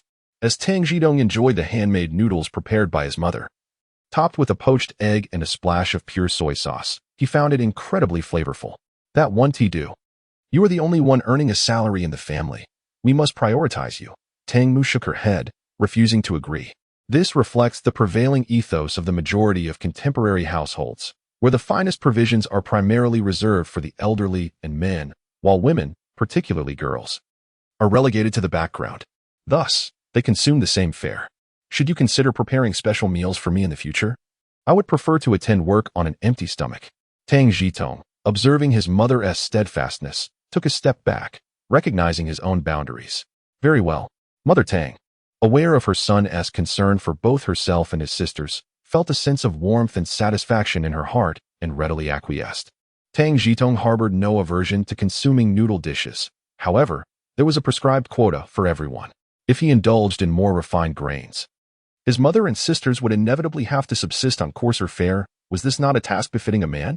After the meal, he enjoyed a bowl of noodle soup, donned his uniform meticulously, and mounted his bicycle towards Hujialu. On the way, Tang Zhitong pondered the provisions stored in the warehouse. In a little over a year, these could be transformed into tangible wealth. However, it was imperative not to conduct such transactions in Hujialu itself, partly due to his employment in the area, and partly because the local populace possessed an astute awareness. Many of those in the entertainment industry who faced accusations were often linked to the watchful eyes of the community here. The black market? Tang Zhitong had no intention of venturing into that realm. His sights were set on capitalists instead, having been granted a second chance at life. Would it not be a folly to engage in harvesting from the black market rather than capitalists? That would render his efforts meaningless. In the early hours of the day, Tang Zhitong arrived at the post office before its doors had opened. After a brief wait, he observed 3 bicycles laden with mail gradually making their way from the east towards the post office, silhouetted against the soft light of dawn. Tang, you're quite early, greeted Zheng Jian as he rode up, dismounting to exchange pleasantries. Good morning, Director Zheng, esteemed seniors. Have you eaten yet? Tang Zhitong stood to the side of the entrance, stepping aside from the imposing gate. What is this? If you haven't eaten, allow me to treat you to breakfast. Zhang Jian's companion, a jovial man in uniform, chimed in. Pay no heed to Zhang Yuan's nonsense. Let us discuss it inside the branch, Zheng Jian replied, opening the door and pushing his bicycle through. Once everyone had entered and secured their bicycles, Zheng Jian clapped his hands and announced, allow me to introduce everyone. This is Comrade Tang Zhitong, a junior high school graduate with considerable knowledge. He just reported yesterday and is starting his duties today. As Zheng concluded his introduction, an older mail carrier who had been silent until then began to applaud. Tang Zhitong offered a slight bow in gratitude, while Zhang Yuan half-heartedly clapped twice. After introducing Tang Zhitong, Zheng Jian continued, this gentleman is Master Gung Liangbin, a veteran of our postal system. He will be your mentor. Master Gung, I appreciate your guidance. Please feel free to critique and correct me. Tang Zhitong stepped forward, slightly bowing and extending his hands for a handshake, expressing his respect. Of course, it's all about mutual learning and progress, Master Gung replied, his hair flecked with gray, age etching distinct lines on his forehead. Despite his frail physique, his eyes sparkled with vitality and he radiated good health. This is Zhang Yuan, one of our mail carriers, Zheng Jian added, gesturing to the portly man beside him. Hello. Tang Zhitong offered a brief nod to Zhang Yuan, choosing to maintain distance from the man's obnoxious demeanor. Humph, Zhang Yuan, shorter than Tang Zhitong, cast a disdainful glance before turning away, adopting a dismissive attitude. All right, we're all in this together now, so let us ensure we foster a spirit of unity. Zheng Jian admonished, casting disapproving glances at both Zhang Yuan and Tang Zhitong. Gung Liangbin and Tang Zhitong nodded in agreement, while Zhang Yuan bluntly interjected, Director Zheng. Now that we have a newcomer, shouldn't the workload be shared? How long after you arrived did you start sharing the workload? Zheng Jian shot Zhang Yuan a glare, cutting him off before he could retort. This week, we will adhere to the previous distribution. Tang, focus on learning from Master Gung, and aim to handle deliveries independently next week. Understood, Director Zheng, both Gung Liangbin and Tang Zhitong affirmed, choosing to disregard Zhang Yuan. The three then organized their respective areas of newspapers and letters, loading them onto their bicycles. Zheng Jian and Zhang Yuan exited first, while Gung Liangbin remained behind to instruct Tang Zhitong on how to properly pack mail and newspapers, as well as how to organize letters by street and alley. Only after Tang Zhitong expressed his understanding did they venture outside together. Zhang Yuan, the lad, possesses a commendable nature, albeit he exhibits a hint of laziness and a penchant for sharp remarks. His father was a mentor at Zheng's establishment, and after retiring 2 years ago, He arranged for Zhang Yuan to assume his role. As Gung Liangbin took Tang Zhitong out for deliveries, he shared insights on interpersonal relationships with her. Grateful for Master Gung's guidance, Tang Zhitong felt more enlightened. She preferred to keep relationships uncomplicated, embodying the principle of mutual respect, and thus, she took upon herself a portion of Gung Liangbin's newspapers on her bicycle. The weight mattered less than the sentiment behind the act. Gung Liangbin was diligent in mentoring Tang Zhitong, sharing tips on delivery nuances and various situational responses while exemplifying through his actions. The work of a delivery person is deceptively simple. To illustrate with newspapers, those from factories are handed directly to the conveyance, whereas residential deliveries present a slight challenge. If a single alley has multiple subscribers, the delivery person often announces at the alley's entrance, proclaiming the arrival of a specific newspaper. If residents are home, they typically step out to retrieve their paper, often inquiring about any mail addressed to them. As for letters, the handling process mirrors that of newspapers. Pre-sorting and route planning are essential, with factory deliveries assigned to conveyance and residential deliveries made directly to the doorstep. Although the old city had house numbers prior to liberation, their scope was limited, and recent renovations have left many alleys without proper numbering, complicating mail delivery. In response to this challenge, the method of calling out the letters was adopted. Initially, the delivery person would simply shout the word letter, prompting curious neighbors to ask whose it was, which would occasionally lead to successful delivery, albeit inefficiently. Eventually, the method evolved to include both the letter and the recipient's name, significantly enhancing efficiency. Now, addressing more complex situations, errors in recipient names or changes in addresses can result in mismatches, leading to what is termed blind letters. Delivering blind letters is a matter of responsibility. To successfully deliver them, one must either inquire within various alleys or consult street office archives. Some delivery personnel, finding it cumbersome, resort to marking them as undeliverable and returning them. Whether announcing newspapers or letters, both require considerable vocal effort. During breaks, Master Gung not only instructed Tang Zhitong on voice projection and breath control, but also imparted various practical tips on carrying water and food during different seasons. Master Gung, were you once a delivery person? Tang Zhitong inquired. Gung Liangbin, diligent yet reticent, signaled that it was now her turn to steer the conversation. Silence and awkwardness were to be avoided. In the past, I was a postman, also known as a laborer. The hardships I faced then are incomparable to the present. He took a sip of water to soothe his throat, offering the water bottle to Tang Zhitong. I'm not thirsty. Please drink. She gestured, declining the offer. What kind of hardships did you endure back then? In the past, postal routes were traversed on foot. Deliveries within the city were made by walking, while letters and parcels destined for distant locales were carried on one's back. As the conversation drifted to this topic, Gung Liangbin became animated, producing his pipe and filling it with tobacco before lighting it up. Back in my day, I delivered letters to Qingda, passing through Miyun and taking the route through Beigu Pass, covering a total of 458 li. Each postman bore a burden of 40 to 50 jin, responsible for a 30 li stretch. The journey was relentless. Even with rest, it took no less than 48 hours to arrive. It was indeed arduous. While hardship is no stranger, those times were particularly tumultuous, rife with bandits. One misstep could mean peril. Eventually, due to the rampant banditry, the system shifted to daytime operations, allowing for rest at night. Yet, even during the day, one walked with trepidation, bravely risking their life for a meager sustenance. Compared to those days, now feels like living in a honey pot. Tang Zhitong nodded in agreement, remarking that each generation possesses its unique experiences, perspectives, and responsibilities. One cannot dismiss the value of past hardships simply because they have now tasted a morsel of comfort. The journey from nothing to something represents a monumental leap, a rare achievement in the annals of history. Regardless of the time, the present moment is always the most opportune. It is of utmost importance to remain grounded and tread carefully on the path ahead. In the preceding text, it was mentioned that the requirement for 7 reports and 8 letters had, after Tang Zhitong assumed his position, seemingly fallen by the wayside. Much like autumn leaves scattered by the wind, Master Gung remarked that the notion of 7 reports and 8 letters was utterly impractical. Not only was there a shortage of personnel, but there were also issues with coordination from other units. On several occasions, he arrived at the transfer station at 4 o'clock, only to be informed that the newspapers had yet to arrive. When he called the newspaper office, they stated that there had been a last-minute change in the edition mandated from above, necessitating a wait. This delay extended to past 8 o'clock. causing not only a setback in newspaper delivery but also in mail dispatch, with no one held accountable, leading to a gradual neglect of the matter. While the 7 reports and 8 letters were ultimately abandoned, the literacy classes and continuing education programs flourished, thanks to the government's emphasis on education. The Postal and Telecommunications School offered a plethora of specializations, ranging from basic literacy to driving, machinery repair, and communications. Anyone eager to learn could invariably find a suitable subject. Originally, deliveries occurred once at 9 in the morning and again at 3 in the afternoon.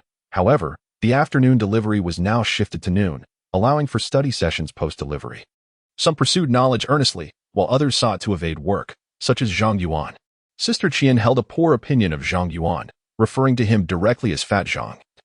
Her disdain evident, akin to a fly perched upon a foul pile, lacking even the motivation to conceal her contempt. As for the reason, Tang Zhitong, perceptive as he was, refrained from inquiring further.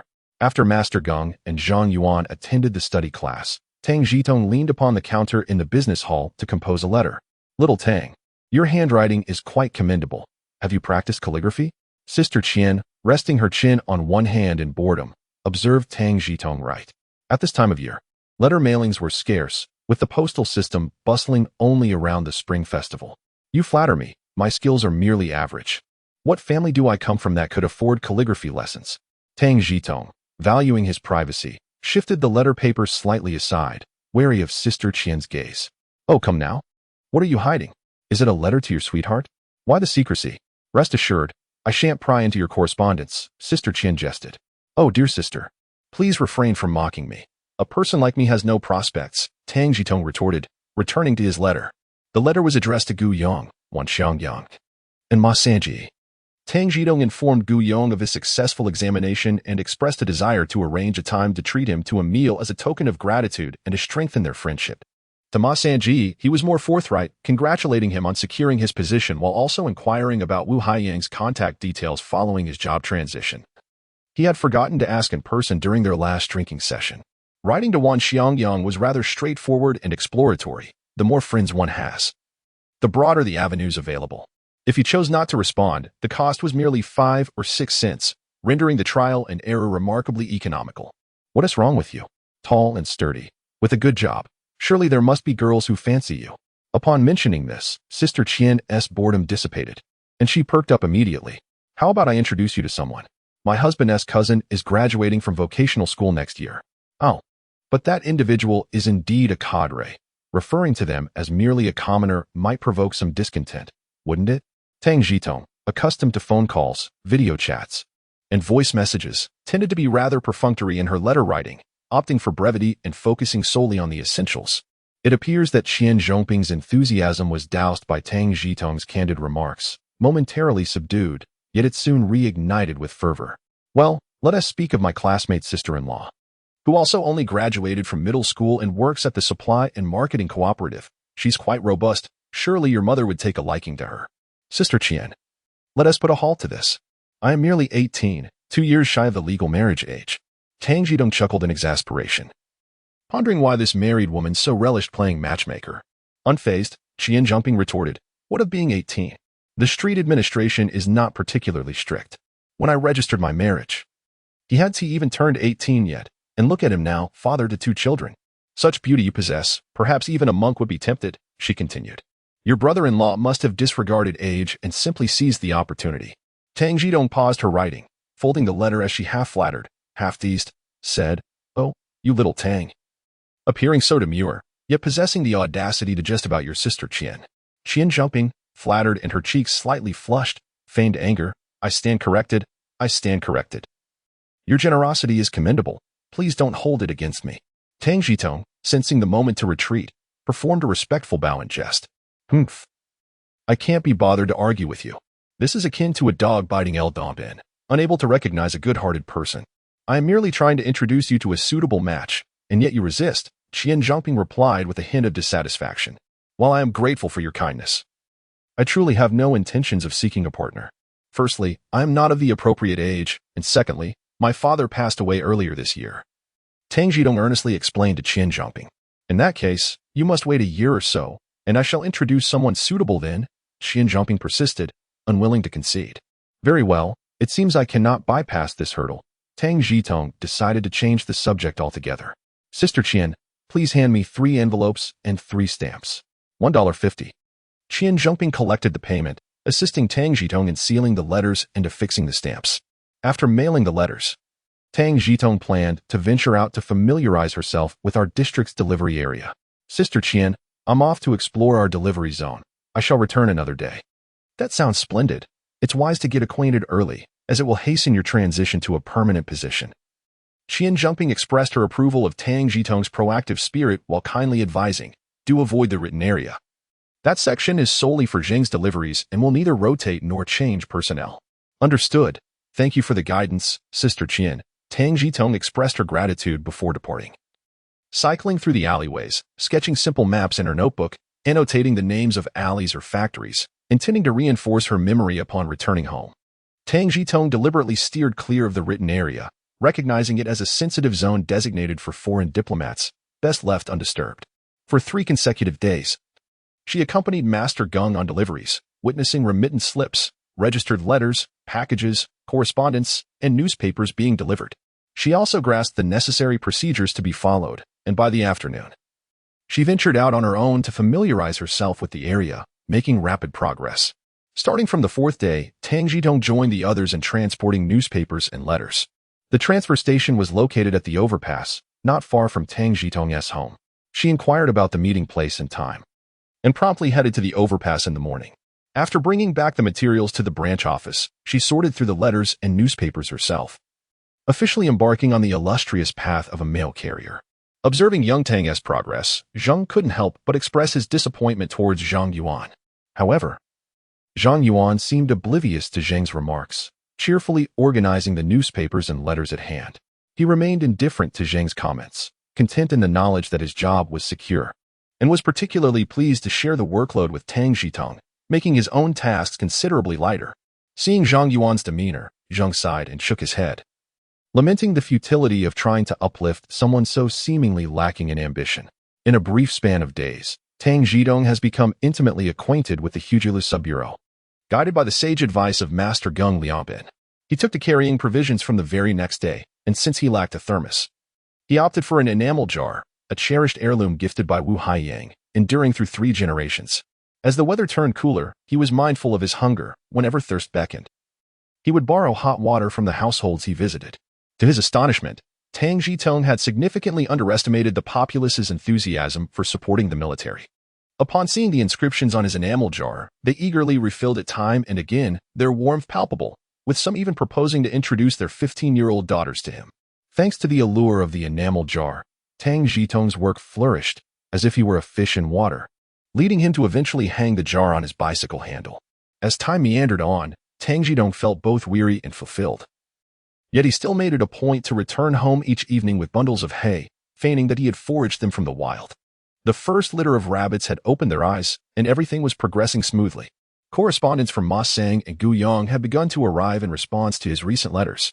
Ma Sang, aware of Wu Haiyang's address, provided Tang Zhitong with a copy and shared updates about his family, requesting Tang Zhitong to keep an eye on them and to reach out promptly if any issues arose.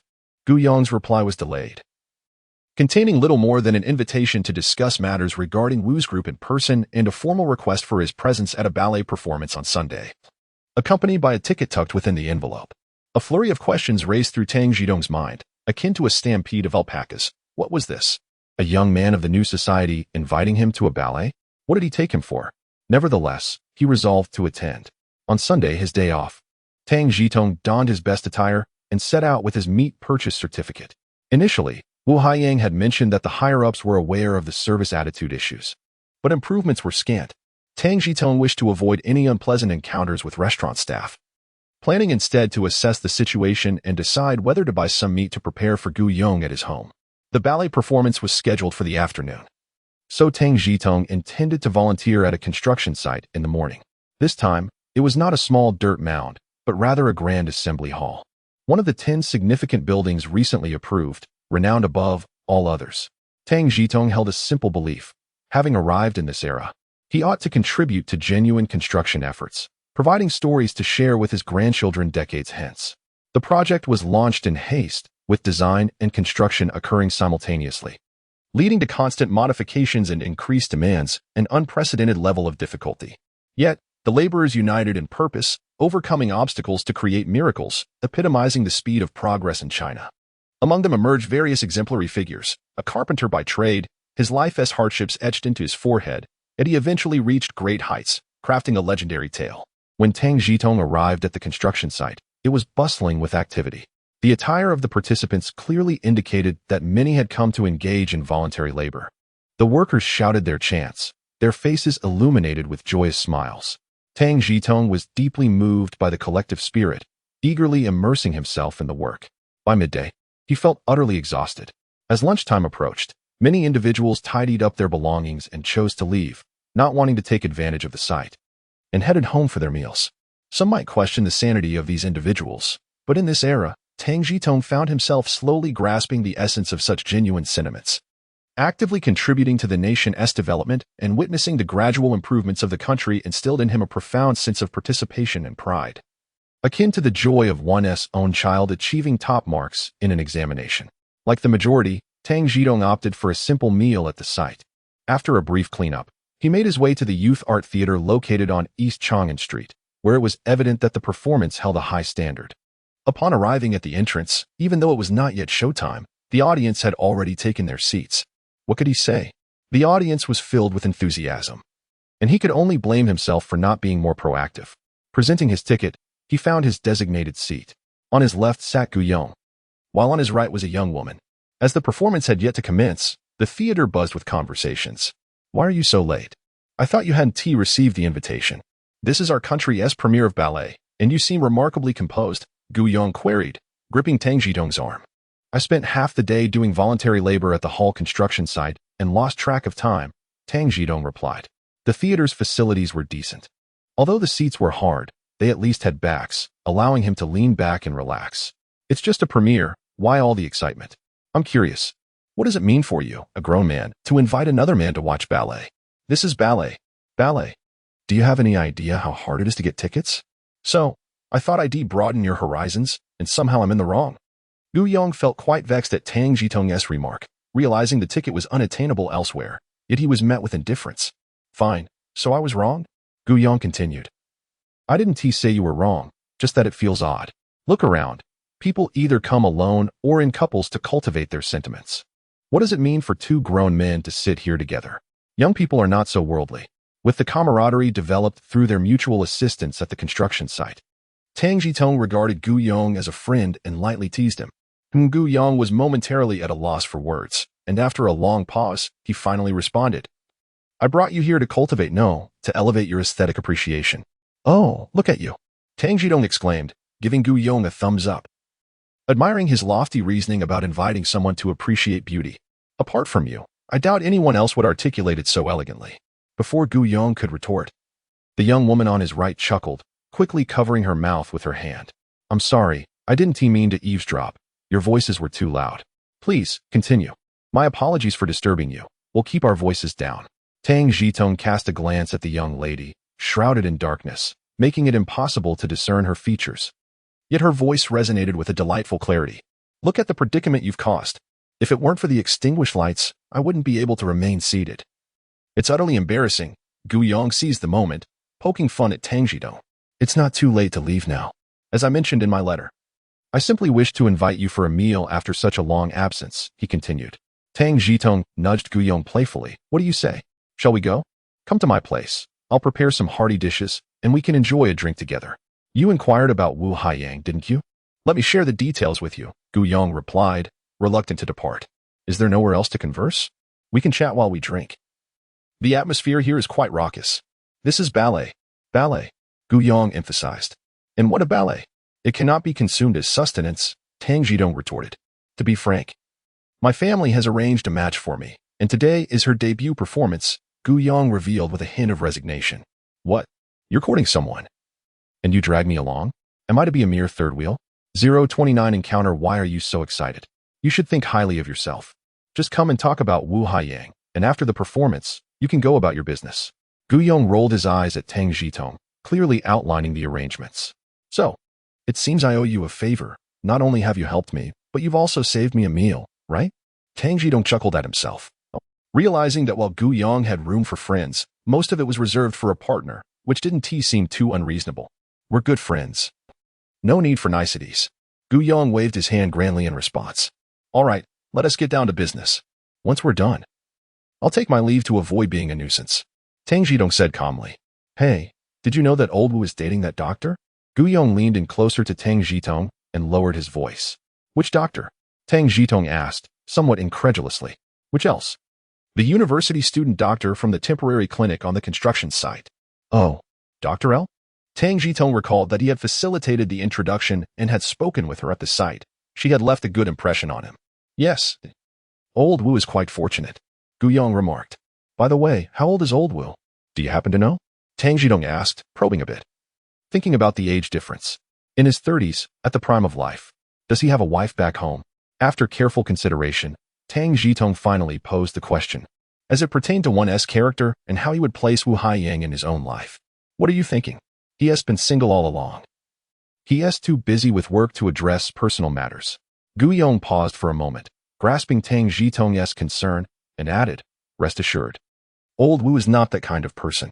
That is good. If it's mutual, we must properly show our congratulations when he gets married. Tang Zhitong felt relieved, knowing old Wu had good character, and he could only wish him well. Tang Zhitong might have been overthinking, but he couldn't be entirely blamed.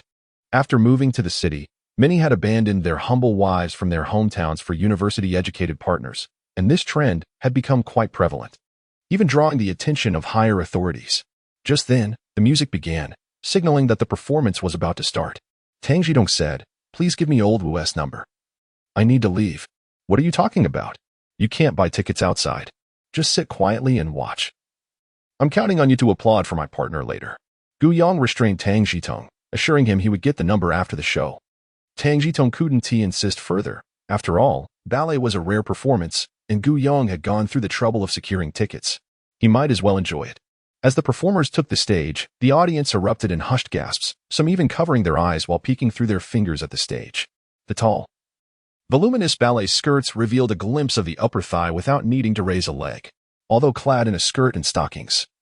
The fabric's quality accentuated the curves beautifully. Such conservative minds had never encountered this kind of impact. In a moment, thoughts and visuals collided, akin to a meteor striking the earth, producing a flurry of sparks. Tang Zhitong was unimpressed by this Western artistic performance, finding it lacking in comparison to the elegance of Eastern productions, and felt somewhat disinterested. Feeling a sense of ennui, he retrieved some candied chestnuts from his bag, knowing that in the dim light, no one would notice, and offered a handful to Gu Yong. Gu Yong was intrigued but hesitated, worried that others might perceive his focused engagement as inappropriate, and Tang Zhitong inadvertently provided him with a means to alleviate his internal conflict. Where did you buy these? I haven't had any in ages. Gu Yong quickly accepted the offer, peeled one, and popped it into his mouth, savoring its delightful flavor. I made them myself, though the chestnuts are hard to come by. If you want some, just buy the chestnuts, and I'll prepare them for you, Tang Zhitong replied while peeling more. You seem to possess quite a few skills, Gu Yong remarked. Having peeled two himself, he placed the remainder into his pocket and said to Tang Zhitong, give me some more. Don't you have enough? Who told you they were so delicious? Save some for that friend of yours. Share a little more with me. Gu Yong boldly requested. With a resigned sigh, Tang Zhitong handed him another handful. The chestnuts were a snack Tang Zhitong had prepared for Fengxi. Recently, Fengxi had suddenly expressed a desire for the roasted chestnuts sold at the Pan Tao Palace Temple Fair, but the fair had been cancelled last year, and this year, due to well-known reasons, Tang Zhitong had found no vendors selling roasted chestnuts, compelling him to undertake the task himself. Roasted chestnuts have long been a beloved snack in the Old City, with a rich history, often regarded alongside roasted sweet potatoes and candied hawthorns as three quintessential winter delicacies. Making candied chestnuts is not particularly difficult, whether using a pressure cooker, an oven, an electric griddle, or a cast iron pan. There exists a suitable method for each. Tang Zhitong had only the cast iron pan as an option. He carefully washed and dried the chestnuts, made a small incision with a knife, and placed them in the pan with a little peanut oil, a pinch of rock sugar or white sugar, and a bit of water, stirring and cooking for about 15 minutes. When a small amount of syrup remained, he reduced the heat, removed the lid, and continuously stirred until the liquid thickened. Ready to serve. They could be enjoyed hot or cold, delightfully soft and fragrant. Gu Yong watched secretly, peeling slowly while Tang Zhitong, engrossed, peeled rapidly, releasing a tantalizing aroma. A nearby girl, unable to resist, kindly reminded Tang Zhitong, "It's best not to eat while watching ballet." "Apologies, I was too focused on my own enjoyment." "Would you like some?" Tang Zhitong offered, extending a handful. Earlier, Gu Yong had mentioned that this performance was not open to the public, and those present were somewhat privileged. It was wise to foster good relations without personal loss. Thus he playfully misinterpreted the girl's intent, drawing her into the moment. Her cheeks flushed. A mix of reluctance and temptation played across her face. Despite her initial resistance, the enticing aroma proved irresistible, and her hands, seemingly betraying her will, accepted the offering as she quietly said, "Thank you." "You were too kind," Tang Zhitong replied, returning to his chestnuts. Internally calculating that he could no longer afford to offer more, he had already given out 4 handfuls, and how much larger could his pocket accommodate? A handful of chestnuts amounts to only 7 or 8, and Tang Zhitong soon finished his, while Gu Yong continued to dawdle in his peeling, and the girl, now absorbed in her own chestnut consumption, seemed to have only a few left, having abandoned her earlier admonition against snacking during the ballet. Engaging in conversation can be quite an art. Awkward small talk is certainly not the answer. Thus, Tang Zhitong decided to retrieve some roasted sunflower seeds from another pocket. Sugar-coated chestnuts and roasted seeds, in his eyes, were 2 irresistible snacks that one could hardly stop consuming. In the city of Beijing, roasted sunflower seeds, also known as maoku, are a beloved treat, rendering even candied fruits inferior in comparison.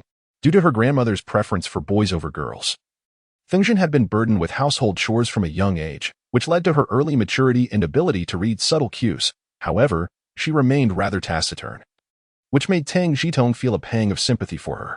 After preparing sugar-coated chestnuts for Fengzhi, he took the extra step of making some caramel-flavored roasted seeds, explicitly stating they were meant for Fengzhen. While both sisters enjoyed the 2 types of snacks, highlighting the specific intention behind one of them imbued the moment with a different significance. From that point onward, Fengzhen looked at Tang Zhitong with newfound brightness in her eyes and a smile gracing her face. 030 Encounter, Part 1. The chestnuts are delightful. Thank you. Did you truly roast them yourself? Before Tang Zhitong could initiate a conversation, the young lady took the initiative to engage in dialogue. "Well, the chestnuts are finished. Would you care to try some sunflower seeds?" Tang Zhitong grabbed a handful of seeds, employing the same tactic once more. "Thank you." The young lady felt a tinge of embarrassment, having exchanged 5 sentences with this individual, 3 expressions of gratitude, 1 apology, and having consumed a handful of chestnuts and sunflower seeds. What a situation this is. Those who attend the performance are all comrades. There's no need for formality. Tang Zhitong initially intended to express that meeting one another is a form of fate, yet given the current atmosphere, such a statement would seem somewhat frivolous and explicit. Thus, he altered his words at the last moment. "Are there sunflower seeds? Do bring me some." Gu Yong nudged Tang Zhitong from the side, declaring his desire for seeds while subtly gesturing towards the young lady, his eyebrows raised and his thumb prominently displayed. Tang Zhitong was rendered speechless, handing a portion of seeds to his comrade. After finally establishing a connection, this interruption made things awkward. "Do you not appreciate ballet? To eat from another's hand is to be at a disadvantage." After a moment, the young lady again took the initiative to quietly engage with Tang Zhitong. "I cannot say that I truly enjoy it. The rhythm is indeed quite lively, and the performers exert themselves vigorously. However, as a mere layperson, I find it difficult to comprehend what their leaps and bounds are meant to convey," Tang Zhitong replied candidly. This segment depicts the little swans frolicking by the lakeside, allowing the audience to feel their innocence, vivacity, and charm through the music, movements, and expressions of the dancers, ultimately evoking a sense of pastoral poetry. Upon hearing Tang Zhitong's lack of understanding, the young lady offered her explanation. "Oh, thank you. Let me give it a try." Tang Zhitong gazed at the stage for a while. I failed to perceive the poetry she spoke of, yet I was reminded of the delightful little swan hot pot. "Did you sense anything?" The young lady finished her seeds, brushing her hands together, her demeanor now considerably more relaxed than before. "Perhaps I truly lack an artistic sensibility. I simply cannot discern the pastoral poetry. While there may be poetry in the countryside, it is often accompanied by toil." Tang Zhitong shook his head, tossing another handful of seeds her way.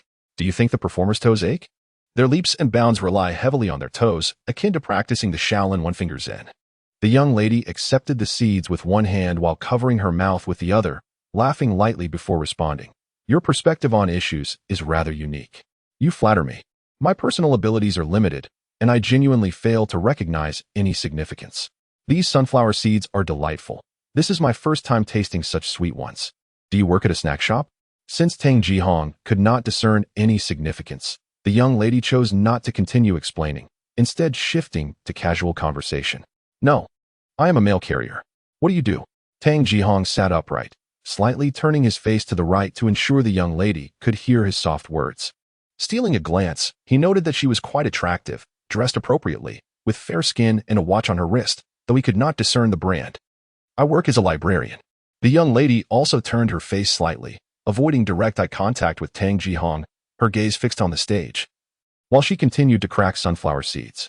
A commendable occupation indeed. It is no wonder one exudes such elegance. Tang Zhitong harbored a sense of reverence, hesitant to jest about the role of the administrator. Not only is your knowledge extensive, but you possess a remarkable eloquence. The young lady shyly glanced at Tang Zhitong.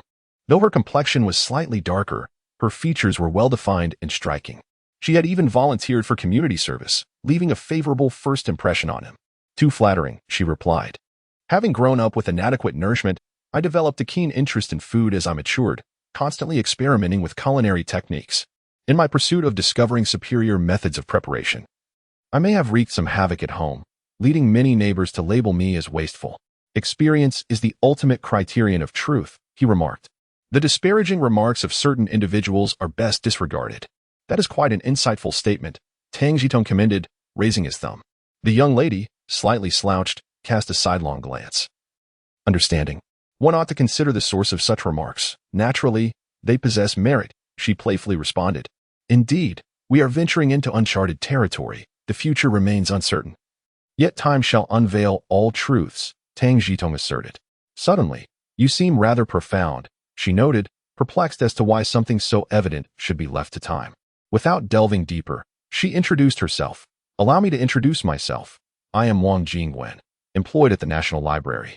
I am Tang Zhitong, working at the Hujiala branch.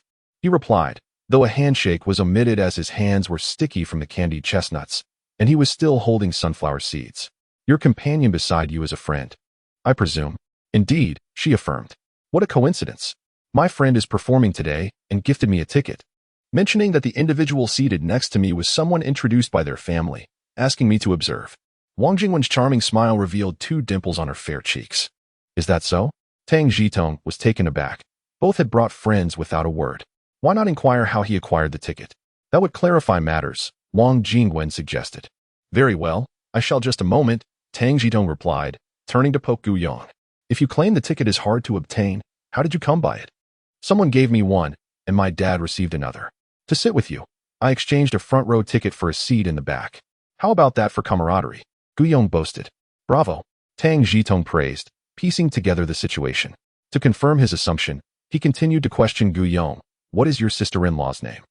I intend to listen attentively during the announcement and applaud vigorously. Lu Yu, came the reply. Really? Just you? Not trying to ingratiate yourself with the others? Gu Yong whispered, raising an eyebrow towards Tang Zhitong's right side. As long as you refrain from mentioning my drooling over your sister-in-law, I shall keep your secret, Tang Zhitong gently threatened. Fine, you continue your flirtation with the young lady. Your presence is bothersome. Gu Yong blushed, giving Tang Zhitong a playful shove as he composed himself. Your friend's surname is Liu? Tang Zhitong quietly inquired of Wang Jingwen. Just the single character Yue, she confirmed. Well, it seems we have made a connection. Tang Zhitong nodded in affirmation. Let us exchange seats. My situation is rather chaotic, and you have not grasped anything. It will be difficult for you to report back to your friend later. No, you should feign ignorance. Matters of affection are best navigated individually. Discussing them too lightly or too heavily would be inappropriate. Using you as a pretext allows me to fulfill my obligations. Wang Jingwen shook her head, rejecting Tang Zhitong's suggestion, and further remarked with a hint of mischief, I am also curious to see how they will resolve things. Tang Zhitong silently commended Wang Jingwen, despite her youthful appearance. She was not only beautiful but also discerning and composed, aligning with his values. If not for their disparate backgrounds, he would have certainly sought to pursue her, but alas. 031 Acquaintance. Part 2. Is it possible for me to have Wu Haiyang's phone number now? After the performance concluded, Wang Jingwen sought out Lu Yu backstage, while Tang Zhitong and Gu Yong went to the restroom to attend to personal hygiene matters. Tang Zhitong wished to make a call home. Why the rush? My relationship with Lu Yu has been established, and both our families are well acquainted. We are quite satisfied with each other. I consider you a friend, hence the introduction. Do not let me down. Gu Yong disagreed, pulling Tang Zhitong back. With Gu Yong's words hanging in the air, if Tang Zhitong insisted on leaving, it would seem rather ungrateful. Thus, the two stepped out of the theater, standing at the entrance, chatting while awaiting Lu Yu. As the crowd began to disperse, Lu Yu and Wang Jingwen emerged from the theater. Under the sunlight, it was the first time Tang Zhitong truly beheld Wang Jingwen's visage. With delicate brows, phoenix-like eyes, a refined nose, and lips like cherry blossoms, her features harmoniously aligned against her fair complexion. Even without makeup, she would merit an 8 out of 10. Her tall stature, accentuated by 2 braids cascading down her shoulders, exuded an effortless grace, though her slightly hunched posture detracted from her allure, a trait somewhat understandable in this era. You, over here. Gu Yong waved from the steps, and as Lu Yu and Wang Jingwen approached, he gaped in astonishment, asking Lu Yu, "Is this your friend?" "This is my partner, Gu Yong, currently working as a mail carrier at the Summer Palace branch," Lu Yu replied, nodding at Gu Yong before introducing Wang Jingwen. "This is my classmate from the dance school, Wang Jingwen, who works as a librarian at the National Library." After introducing Gu Yong, Lu Yu then presented Wang Jingwen to Gu Yong and Tang Zhitong. "By the way, this is my partner, Lu Yu." Gu Yong first introduced Lu Yu to Tang Zhitong, then introduced Tang Zhitong to the 2 young ladies. Tang Zhitong, almost instinctively, extended his hand to shake theirs, reasoning that etiquette must not be overlooked, particularly noting how soft Wang Jingwen's hand felt. Although Wang Jingwen and Tang Zhitong had privately discussed how they both brought friends along, they exhibited an extraordinary sense of tacit understanding, with neither daring to broach the topic. As the saying goes, one teaches children in public and spouses in private. It is best to leave some matters for them to resolve amongst themselves. What a coincidence. Both of us are mail carriers, and you two are from the dance school. Gu Yong initially intended to steer the conversation toward common ground, but ended up veering off course. "Hey, why didn't you continue dancing, Xiao Wang? It must be so glamorous on stage. Did you not notice that Miss Wang is taller than you? Stage aesthetics require a sense of coordination with her height. It is challenging to pair her with actors, isn't that right?" Gu Yong turned to Wang Jingwen after explaining his point to Lu Yu. "Indeed.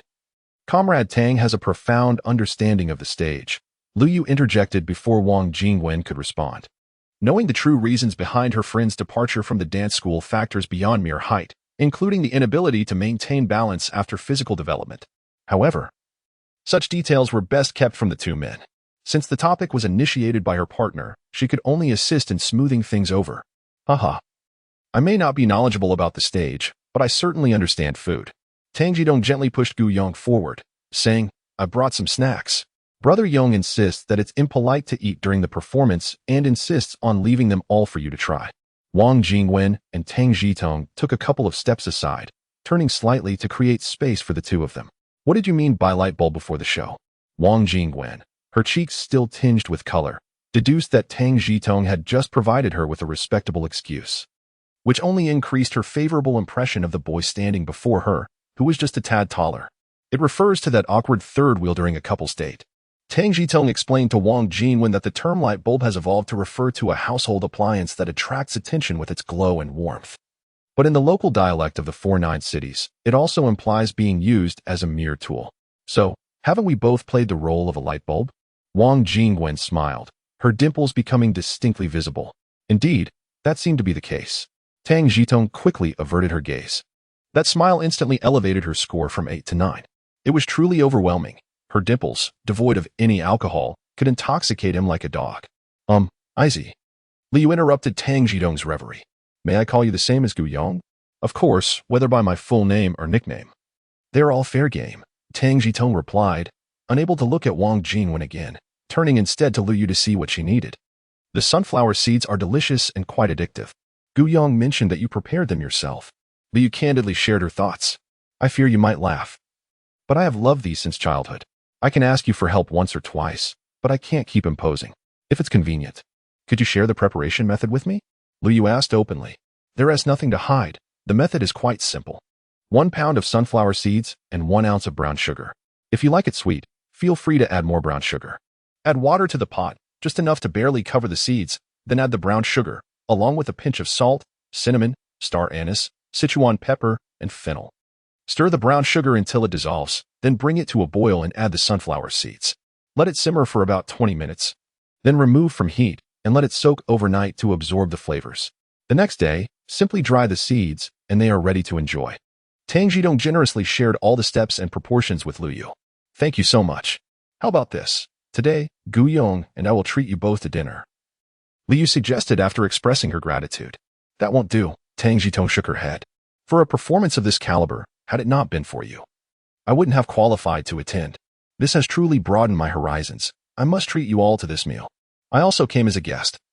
I can't just watch and eat for free, can I? Let me treat everyone, Wang Jingwen interjected from the side. It doesn't matter who pays. How about this?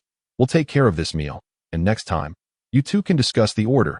Who goes first or second is flexible. It doesn't have to be decided today or tomorrow. Gu Yong winked at Tang Zhitong, clearly with some deliberate intent. Brother Yong's suggestion is quite good. We are all young. So let's not be overly polite. Let's take turns hosting. Beside them, Wang Jingwen's cheeks flushed a delicate crimson. Tang Zhitong feigned ignorance of Gu Yong's insinuation. It was merely a little past 3, and the restaurant would not open until 5:30, leaving 2 hours to spare. The autumn breeze had grown rather uncomfortable. Why not come to my place? We can enjoy some tea, play cards, and you can also savor my culinary skills. This suggestion was indeed appealing. Where do you live? Is it far from here? Gu Yong inquired.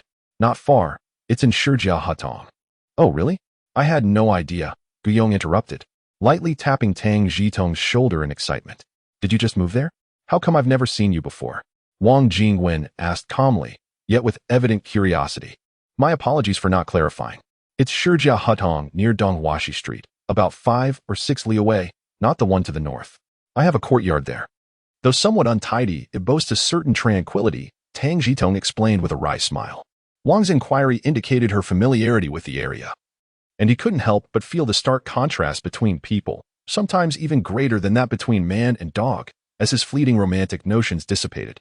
As the autumn breeze grew increasingly crisp, the group accepted Tang Zhitong's proposal. All 4 possessed bicycles, and they set off towards the East Flower Market. Tang Zhitong and Gu Yong led the way, while Wang Jingwen and Lu Yu trailed behind. As they turned a corner, Tang Zhitong discreetly glanced back. Lu Yu rode a 26-inch bicycle, and Wang Jingwen, due to her remarkable height, rode a 28-inch model that appeared quite elegant. They cycled south along Chongwenmen Street, passing by Dongdan Park, which at that time was merely a park. After traversing the archway of Chongwenmen, they proceeded eastward for over 400 meters before turning into Huasher Street. Upon passing the West Flower Market grocery store, Lu Yu called out from behind, "Hey, Gu Yong, let us stop for a moment. Jingwen and I want to buy something." "Ladies, please don't." Tang Zhitong quickly halted, attempting to dissuade the two, even urging Gu Yong to restrain Lu Yu. "I can't manage it myself. You ought to intervene," he exclaimed. "I'm just thrilled to be here. It's an opportunity for me to shine." Gu Yong, grinning broadly, cheerfully encouraged Tang Zhitong. "There's no reason to arrive empty-handed. Just let it be for now. All right then, let us regroup at the next intersection. I'll head ahead to purchase some vegetables." Watching the 2 young women enter the grocery store, Tang Zhitong relinquished his attempts to dissuade them and, after coordinating with Gu Yong, resumed his cycling. Along the way, Tang Zhitong pondered over Gu Yong and Lu Yu. A clever woman paired with a less astute man. The sequence in which Lu Yu introduced the two was intriguing. Perhaps she harbored some reservations about Gu Yong. Lu Yu conducted herself with poise, and while she possessed a certain depth, it was not necessarily a negative trait. Should they indeed become a couple, it would be advantageous for Gu Yong. Having a wise wife offers numerous benefits. As Wang Jingwen remarked, Tang Zhitong had no intention of meddling in others' romantic affairs. He preferred to observe from the sidelines. Due to religious beliefs, beef and mutton were not sold at the same outlet. The majority of the population from the affluent community resided near Yangshiku, hence a butcher selling both beef and mutton was established there. At this hour, there was no queue at the meat shop. After handing an apple to the vendor, Tang Zhitong successfully acquired 2 pounds of beef and 2 pounds of mutton. Priced at 0.69 yuan per pound for beef and 0.71 yuan for mutton, both cheaper than pork. Payment was calculated by weight, but the purchase slip only recorded 1 yuan. After expressing his gratitude, Tang Zhitong carried the meat tied with twine, hanging it on his handlebars, and ventured to the grocery store in hopes of additional luck, perhaps due to the canteen still being in session or perhaps due to an excess in inventory. They surprisingly had 4 ribs available alongside the meat. Tang Zhitong seized the opportunity and purchased the ribs. Currently, ribs were seldom offered for sale. As before the butcher shop opened, staff would allocate meat based on the demands of related institutions. Ribs were prioritized for hospitals, and only surplus would be placed on the counter. The public often perceived ribs as lacking substantial meat, deeming them unworthy, creating a peculiar cycle. Although ribs were available, their current low price made them a worthwhile investment for future resale at a higher rate or for personal use. In addition to the spare ribs, Tang Zhitong also purchased some yam and lotus root, all items easily tied together with hemp rope. As he hung the goods on the handlebars and rode to the sheep market, the trio had already been waiting there. Coincidentally, Jing Wen had also bought spare ribs. Lu Yu, noticing what Tang Zhitong had purchased, smiled and remarked, "It has been quite some time since I last had it. Upon seeing it for sale, I couldn't resist buying some. I wonder if Brother Tang will cook?" Wang Jingwen felt that today was the day she had blushed the most in her life. She had just chatted with Gu Yong and Lu Yu about Tang Zhitong, who was a year older than her. He knows some home-cooked recipes. Perhaps we can all provide feedback later. Tang Zhitong dismounted and turned the bike around, asking, "Does anyone have any dietary restrictions or preferences? I'll keep them in mind while cooking." "No restrictions. We can eat anything." As for preferences, Jing Wen is half Sichuanese, so she enjoys spicy food, Li volunteered. Knowing Gu Yong and Wang Jingwen's tastes. "All right, I'll keep that in mind. Shall we ride a bit further?" "We're only a mile away," suggested Tang Zhitong. "Let us go," replied Gu Yong, who mounted his bike without offering to help Li Yu with her belongings, and Tang Zhitong also found it inconvenient to speak up. In no time, the 4 arrived at the alley entrance. As the weather turned cooler, Old Man Zhu had abandoned his habit of fanning himself and instead leaned against the wall, squinting in the sun. Tang Zhitong dismounted and greeted him. "Good day." "Old Man Zhu, have you eaten? What time is it?" "I still have to wait a bit," Old Man Zhu replied, squinting. "Have friends come to visit?" "Go back to your business. We can chat when they're rest time." "All right, see you later, Old Man Zhu." Once they entered the alley, Tang Zhitong reminded the trio to greet the elderly residents they encountered. As they conversed, they arrived at the doorstep. Tang Zhitong entered first, parked the bike, and noted that the yard was a bit messy but would suffice for parking. Lu Yu teased, "You clearly know how to live. Your yard is more vibrant than others." Tang Zhitong complimented both individuals with a single remark. Upon hearing this, Gu Yong grinned foolishly, delighted as if he were visiting his grandmother. "This is quite nice. Throughout the year, we hardly lack for vegetables. When I was younger, I also grew vegetables in the yard.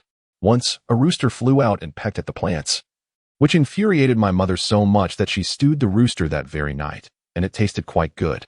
Wang Jingwen, noticing the cabbage in the yard, was reminded of her childhood. "Raising chickens consumes a lot of feed. I raised a few rabbits instead." Tang Zhitong pointed to the rabbit hutch by the wall and called inside. "Mother, we have guests." Tang's mother came out, inevitably going through introductions and pleasantries before they all sat down inside. Tang Zhitong brewed tea with the leaves brought by Lu Yu, chuckling. "I'm borrowing flowers to present to the Buddha today. Had it not been for my sister-in-law buying the tea, I would have had to serve everyone with inferior fare." "Oh, spare me the formalities. We are not strangers. I just boasted about your culinary skills earlier. You must showcase your expertise later." Gu Yong skillfully navigated the atmosphere as he entered, glancing around with admiration at the secluded courtyard, which, despite its distance, evoked a sense of envy. "I shall do my utmost to ensure your dignity remains intact."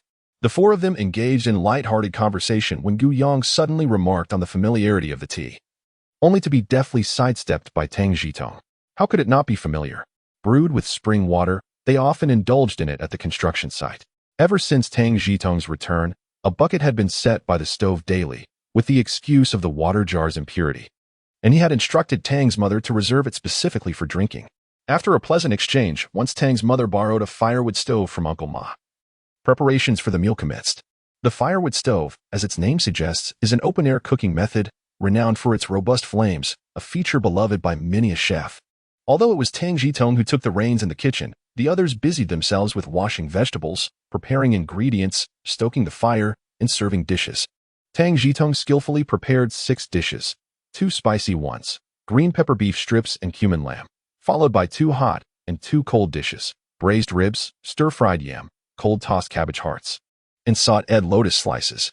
Considering Lu Yu's work nature, a special serving of steamed egg custard was prepared for her, successfully garnering her favor. Once the meal was ready, Tang Zhitong, in front of everyone, served portions to Tang's mother and sisters, thus setting the table for separate dining. Soon after, the four indulged in their feast. Accompanied by wine and tea, engaging in discussions that ranged from the mundane to the profound, literature, art, philosophies of life, values, and views on marriage. As they dreamt of the future, the following day, Tang Zhitong was roused from slumber by his mother. The joy of the previous evening's revelry had rendered his head painfully throbbing upon waking, though the liquor was undoubtedly of fine quality.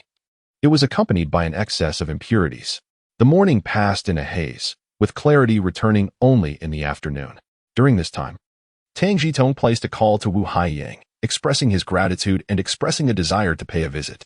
Wu Haiyang, however, declined, citing his busy schedule and the improbability of being able to host Tang Zhitong, suggesting instead that they reconvene at a later date to properly express his appreciation for Tang Zhitong's assistance over the past fortnight. The reference to a fortnight was due to Tang Zhitong's initiative in proposing a temporary clinic at the construction site and coordinating with a doctor from a medical university. Although he had not directly facilitated their meeting, Tang Zhitong readily agreed and conveyed his heartfelt wishes. Upon ending the call, he sought out Director Zhang to discuss matters of business. In truth, many tasks could be performed by anyone, and it was easy to simply go through the motions without achieving anything substantial. However, Tang Zhitong aspired to excel and make a meaningful impact. Recently, he had been brainstorming ideas, and his first thought was to improve the house numbering system. As previously mentioned, many alleyways lacked proper house numbers. In fact, house numbers need not be crafted from enamel, metal, or wood. Ink could suffice, being both quick and cost-effective. Tang Zhitong had previously inquired with the local residents about their feelings on writing house numbers directly on the doors, to which they had expressed indifference, as their doors were often adorned with children's doodles. The advantages of standardizing house numbers were clear. Mail delivery would become swifter and more accurate, and the street would enhance its population management efficiency. As a member of the organization, it was prudent to follow formal procedures when undertaking any initiative. Therefore, Tang Zhitong first approached Director Zhang to outline the situation. Director Zhang was most supportive and immediately took Tang Zhitong to the street office. Upon hearing Tang Zhitong's proposal, the street officials expressed their admiration and offered to cover the costs of materials. Thus, Tang Zhitong resolved to embark on the task of inscribing the names of the alleys and house numbers the following day. He chose to defer this endeavor for the moment, as the cabbage harvest had begun to come in, marking the final opportunity of the year to stock up on provisions. Tang Zhitong needed to scout the market. Due to inadequate management, this year's cabbage had largely failed to form hearts, resulting in a quality inferior to that found in Tang's own courtyard. Presently, with vegetables from other regions supporting the city, many citizens were reluctant to purchase the subpar cabbage. In a month's time, such cabbage would be difficult to acquire. With the cabbage's poor quality, the price had plummeted to a mere 8 cents per pound. Currently, cabbage was not classified as controlled goods. However, by next year, it would be elevated to a second-class commodity, requiring purchase by ration. With his work settled, Tang Zhitong abandoned plans to venture into the eastern countryside and instead opted for a method akin to ants moving their colony. He planned to buy cabbage from each household within his delivery area as he made his way home, selecting the best heads from each to purchase in quantities of 20 or 30 pounds, storing them discreetly before proceeding to the next household. It was entirely feasible for him to visit over 10 households in a single day. To this end, Tang Zhitong meticulously prepared a small notebook, crafting a chart to list the locations and names of vegetable shops, the times, and the days he visited each establishment, marking them with a tick under the corresponding date in an effort to avoid frequenting the same shop consecutively. Caution is the mother of safety, and prudence ensures longevity. Occasionally, he would encounter mobile service vehicles set up by vegetable vendors at street corners, colloquially known as vegetable beds among the locals. When he came across one, Tang Zhitong intended to purchase some items, hoping to assist the vendors in selling out early so they could return home. His preliminary plan was to engage in this for about 10 days. After all, it wouldn't cost much, and he would buy as much as he could. Upon returning home, Tang's mother brought up Wang Jingwen, chattering in Tang Zhitong's ear. "Azzy, that tall girl from yesterday, doesn't she have a partner? What do you think of her?" "Oh, Mom, it's hopeless. We aren't worthy of her," Tang Zhitong replied helplessly. "Why aren't you worthy? You're tall, decent looking, own a home, and have a respectable job. I believe there isn't a girl you couldn't match with, his mother retorted, somewhat irritated, as she playfully tapped his forehead. Did you even notice what she brought for you? She brought ribs, canned goods, and liquor, clearly worried that you wouldn't provide enough. She is always considering you. If you have no thoughts about her, how could you buy those things? Tang Zhitong reflected on this and realized that Lu Yu had brought tea and pastries, while Wang Jingwen had brought ribs, canned goods, and white liquor. She was indeed thoughtful. Dreams for the future can be boundless, but life must be approached with practicality. Ultimately, rationality triumphed over emotion, and Tang Zhitong explained to his mother, "Did you notice the attire of my 3 friends yesterday? Their family conditions are better than ours. So what? We do not disdain the poor for the rich. Look at the girl's demeanor and her way of speaking. She doesn't seem like someone who judges others by wealth," his mother responded. Since her son became a delivery worker, Tang's mother had been smiling more and speaking with newfound confidence. My goodness, I suspect they all come from prominent families. Even if she doesn't mind, would her parents accept it? Surely, they would not approve. How many times throughout history have there been marriages between families of differing statuses? You think she is a good girl, but we cannot act without her parents' consent, taking advantage of her youth and naivety to deceive her? If someone were to treat my sister that way in the future, I would confront them and their family. Her parents would feel the same, in the end. It is our family that would suffer, and we might even lose our jobs. Don't you agree? Tang Zhitong felt conflicted, however. If merely sharing a meal could lead to an undeniable connection, that seemed far-fetched. Ultimately, it boiled down to infatuation, or perhaps mere physical attraction. Perhaps it would be best to take things slowly. Who knows, her parents might be open-minded. Alas, what a pity. Tang's mother, lacking enthusiasm, muttered a few words before moving aside to knit Tang Zhitong's cotton shoes. As night fell and tranquility enveloped the room, Tang Zhitong lay in bed, tossing and turning, unable to find rest. A gracious lady, a gentleman's ideal companion. How could any man resist a girl like Wang Jingwen? It is certainly not impossible to pursue her boldly. Indeed, there are many who marry after just a brief encounter. Yet, as always, the burden of anger from insignificant households is too great to bear. The finest opportunities arise after the winds of change, however, even amidst such turmoil. The restructuring of social classes often transpires solely between the lesser bourgeoisie and the more esteemed peasantry. As for the circumstances surrounding Tang Zhitong and Wang Jingwen, one can only chuckle. Tang Zhitong, hailing from modest beginnings, is reluctant to embrace such risks. Maintaining a friendship is a commendable alternative.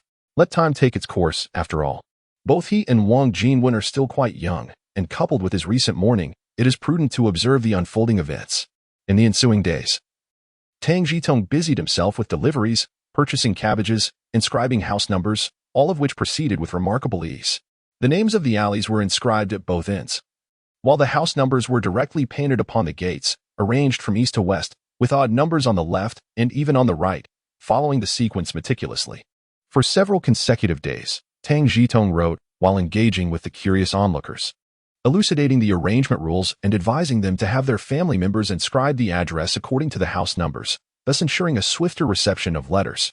The populace was supportive, with the new year approaching, who would not wish to receive familial correspondence or remittance notices promptly. As the autumn wind rustled and the leaves trembled, the once stubbornly clinging dry leaves finally exhausted their strength, circling down reluctantly to the ground. The days grew shorter, and Tang Zhitong now found himself working under the stars, transporting letters and newspapers from the transfer station to the branch before dawn. Today, Director Zheng did not go to the transfer station, only Master Gung, Tang Zhitong, and Zhang Yuan were tasked with delivering the mail. Zhang Yuan, unusually quiet, refrained from complaining, as Director Zheng had gone to collect winter clothing and wages for everyone. Once he returned, they would be able to receive their pay. The weather was pleasant when Tang Zhitong set out to deliver the mail, but by noon, a sudden gust of wind arose, stirring up clouds of dust and causing the temperature to plummet several degrees. When Tang Zhitong returned to the branch, the others had already gathered in the lobby, chatting merrily with cheerful expressions, with the inclement weather deterring many from venturing out to send mail. It was just their own group. Ah, little Tang is back. Now we can start distributing wages and winter clothing, Director Zheng announced as he rose from his seat and walked behind the counter to retrieve the payroll book for verification. Come here, little Tang. Let me brush off the dust from your clothes. Qian Zhongping emerged from behind the counter, brandishing a broom and gesturing for Tang Zhitong to step towards the door. Hey, Qianjia, why didn't you help me earlier? Zhang Yuan chimed in mockingly. Ignoring him completely, Qian Zhongping didn't even spare him a glance. Zhang Yuan, you go first, Director Jing interjected, sensing the brewing tension and wanting to prevent an argument. Master Gung, hands clasped behind his back, strolled to the door and peered outside.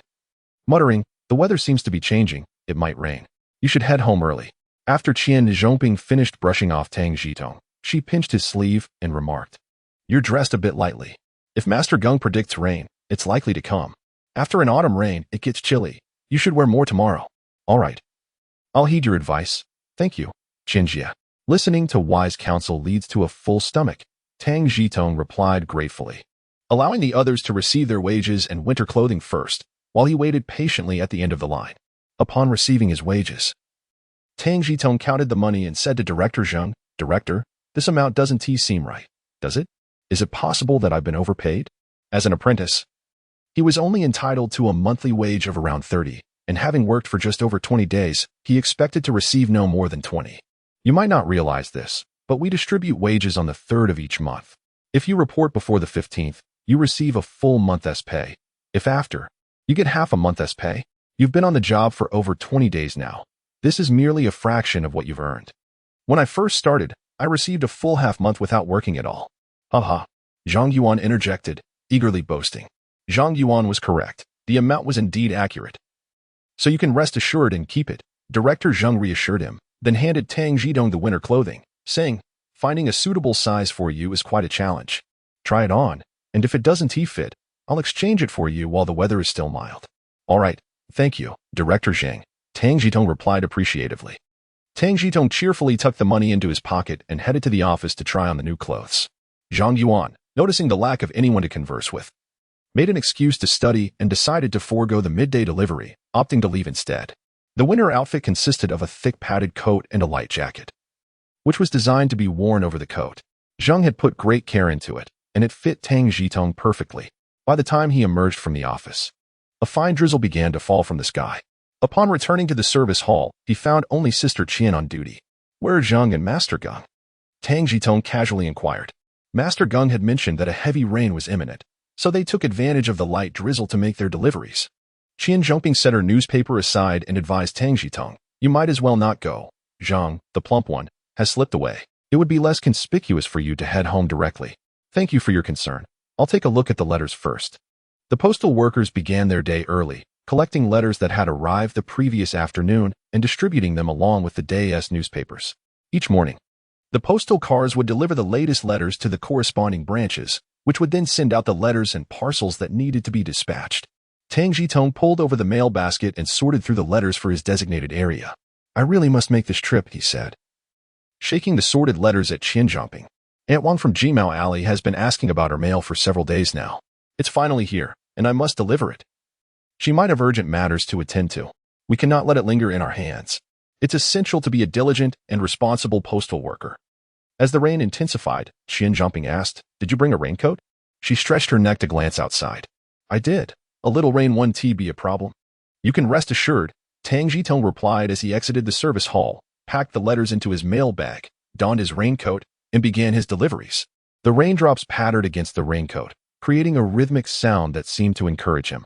With each letter he delivered, he received heartfelt thanks from the recipients. Hearing their expressions of gratitude made Tang Zhitong feel that braving the rain was worthwhile. Serving the people was never just a hollow phrase, even if improvements were minimal. One's attitude and actions must be evident to the public. This thought reminded him of the traffic police in Spring City, known colloquially as the Stuck City. The simplest, most direct, and effective method to alleviate congestion was to impose traffic restrictions. Yet the Spring City traffic police did not adopt a one-size-fits-all approach. Instead, they sought various ways to ease the traffic burden within the existing framework. During the rush hours of each weekday, at every heavily congested intersection, the public could see the figure of an officer in a white shirt, their posture and gestures impeccably standard. It was said that through a series of measures, traffic efficiency improved by 7. An intersection that once required a full minute for vehicles to pass now typically only required a mere 55 seconds of waiting. Though a 5-second difference may seem insignificant, Drivers felt an inexplicable sense of reassurance upon spotting the officer in the middle of the road. Service is demonstrated through action, not mere words. After completing his deliveries, Tang Zhitong hurried back against the torrential rain. As I passed by the little pig shop, I noticed a young lady ahead, laboriously pushing her bicycle. From behind, her stature and attire bore a striking resemblance to Wang Jingwen. As I drew nearer, it indeed turned out to be her. "Oh dear. What on earth are you doing? You seem rather disheveled," exclaimed Tang Zhitong, hastily stopping his bike. "Here, allow me to lend you my raincoat." "Brother Tang." Wang Jingwen was taken aback by the unexpected encounter. As Tang Zhitong began to remove his raincoat, she insisted, No, I have my own raincoat." "And where is it?" he inquired. "It's wrapped around my books at the back. I'm already soaked, so it's best to leave it as it is." "I wouldn't want to get you wet as well," she replied, sneezing twice in quick succession. "All right then, come with me," Tang Zhitong said, surprised by her stubbornness. He guided her bicycle to the entrance of a large courtyard nearby. The rain poured heavily, and the wind howled, leaving no one inclined to enjoy the outdoors. After securing Wang Jingwen's bicycle under the shelter, Tang Zhitong remarked, "I have a parcel that's not afraid of the rain. Why don't you place your books in my bag and put on the raincoat? Why endure such discomfort in this downpour? Can't you wait for the rain to cease before continuing your journey?" The warmth of gathering books to send to the countryside was palpable. The weather had been fair on the way there, but rain began to pour as they returned. The locals remarked on the downpour, and rather than wait idly, Wang Jingwen decided to hasten back, only to find the rain intensifying. Soaked to the skin, she dared not rest. Walking would at least keep her warm. Wang Jingwen shook her hands, striving to keep the books dry as she assisted in placing them into Tang Zhitong's postal bag. Initially, she had assumed that the librarian would have a lighter load, but to her surprise, there was much to be done. As Tang Zhitong organized the books, he replied, "This is quite manageable. Last year, our unit sent a group to the countryside and mountains, requiring them to master skills like kneading dough, milling rice, cooking, pig farming, and farming within a year. They returned utterly transformed, no longer speaking ill of farmers." Wang Jingwen shivered slightly and forced a smile. "Let's discuss that later. Put on your raincoat and come with me to the substation. I'll find you some clothes to change into." Observing Wang Jingwen's condition, Tang Zhitong felt a pang of sympathy and spoke gently. "No need for that. Just lend me your postal bag. I'll return the books to the unit and bring it back to you tomorrow." Wang Jingwen sneezed again. "Stop being stubborn. Just listen." Tang Zhitong's words seemed to possess a certain magic, prompting Wang Jingwen to bite her lip, blush, and nod in agreement, relinquishing her resistance. The distance from the piglet shop to the substation was merely 400 to 500 meters, and soon they arrived at the service hall. "Sister Qian, I need a favor. This is my younger sister, and she is completely soaked. My winter clothes are right in the office. Could you please keep an eye on the door while she changes?" Without even removing her raincoat, Tang Zhitong pulled Wang Jingwen into the hall and requested assistance from Qian Zhongping. "Oh dear, this is no small matter." With the rain pouring, and no customers in the hall, Qian Zhongping immediately stepped out from behind the counter, leading Wang Jingwen towards the back door while instructing Tang Zhitong. "There's firewood over there. Hurry and light the stove so our sister can warm up." Heating was a rarity this year. It was said that only the area around Chang'an Street had installed heating systems, while other places relied on coal stoves for warmth. The substation had long prepared firewood and coal blocks to avoid being caught off guard by the cold. Lighting a fire was an expertise of Tang Zhitong's, honed from childhood experience. He began with easily flammable corn husks to ignite small twigs, followed by thicker pieces of wood or corn cobs, and once the flames rose, he would add some coal, quickly creating a cozy warmth. As the fire blazed, Tang Zhitong placed his enamel mug filled with mountain spring water on the stove, adding some brown sugar, and squatted by the stove, taking out half a piece of ginger and crushing it with his hands, a surprisingly laborious task. Remembering Wang Jingwen's 2 braided pigtails, Tang Zhitong retrieved a towel from his supplies. The towel, a second-rate product from the Supply and Marketing Cooperative, had been dyed and would likely become scarce in a couple of years, which is why he had kept a few for personal use. After a quarter of an hour, Qian Zhongping and Wang Jingwen returned to the service hall. "Xiao Tang, I'm feeling a bit tired.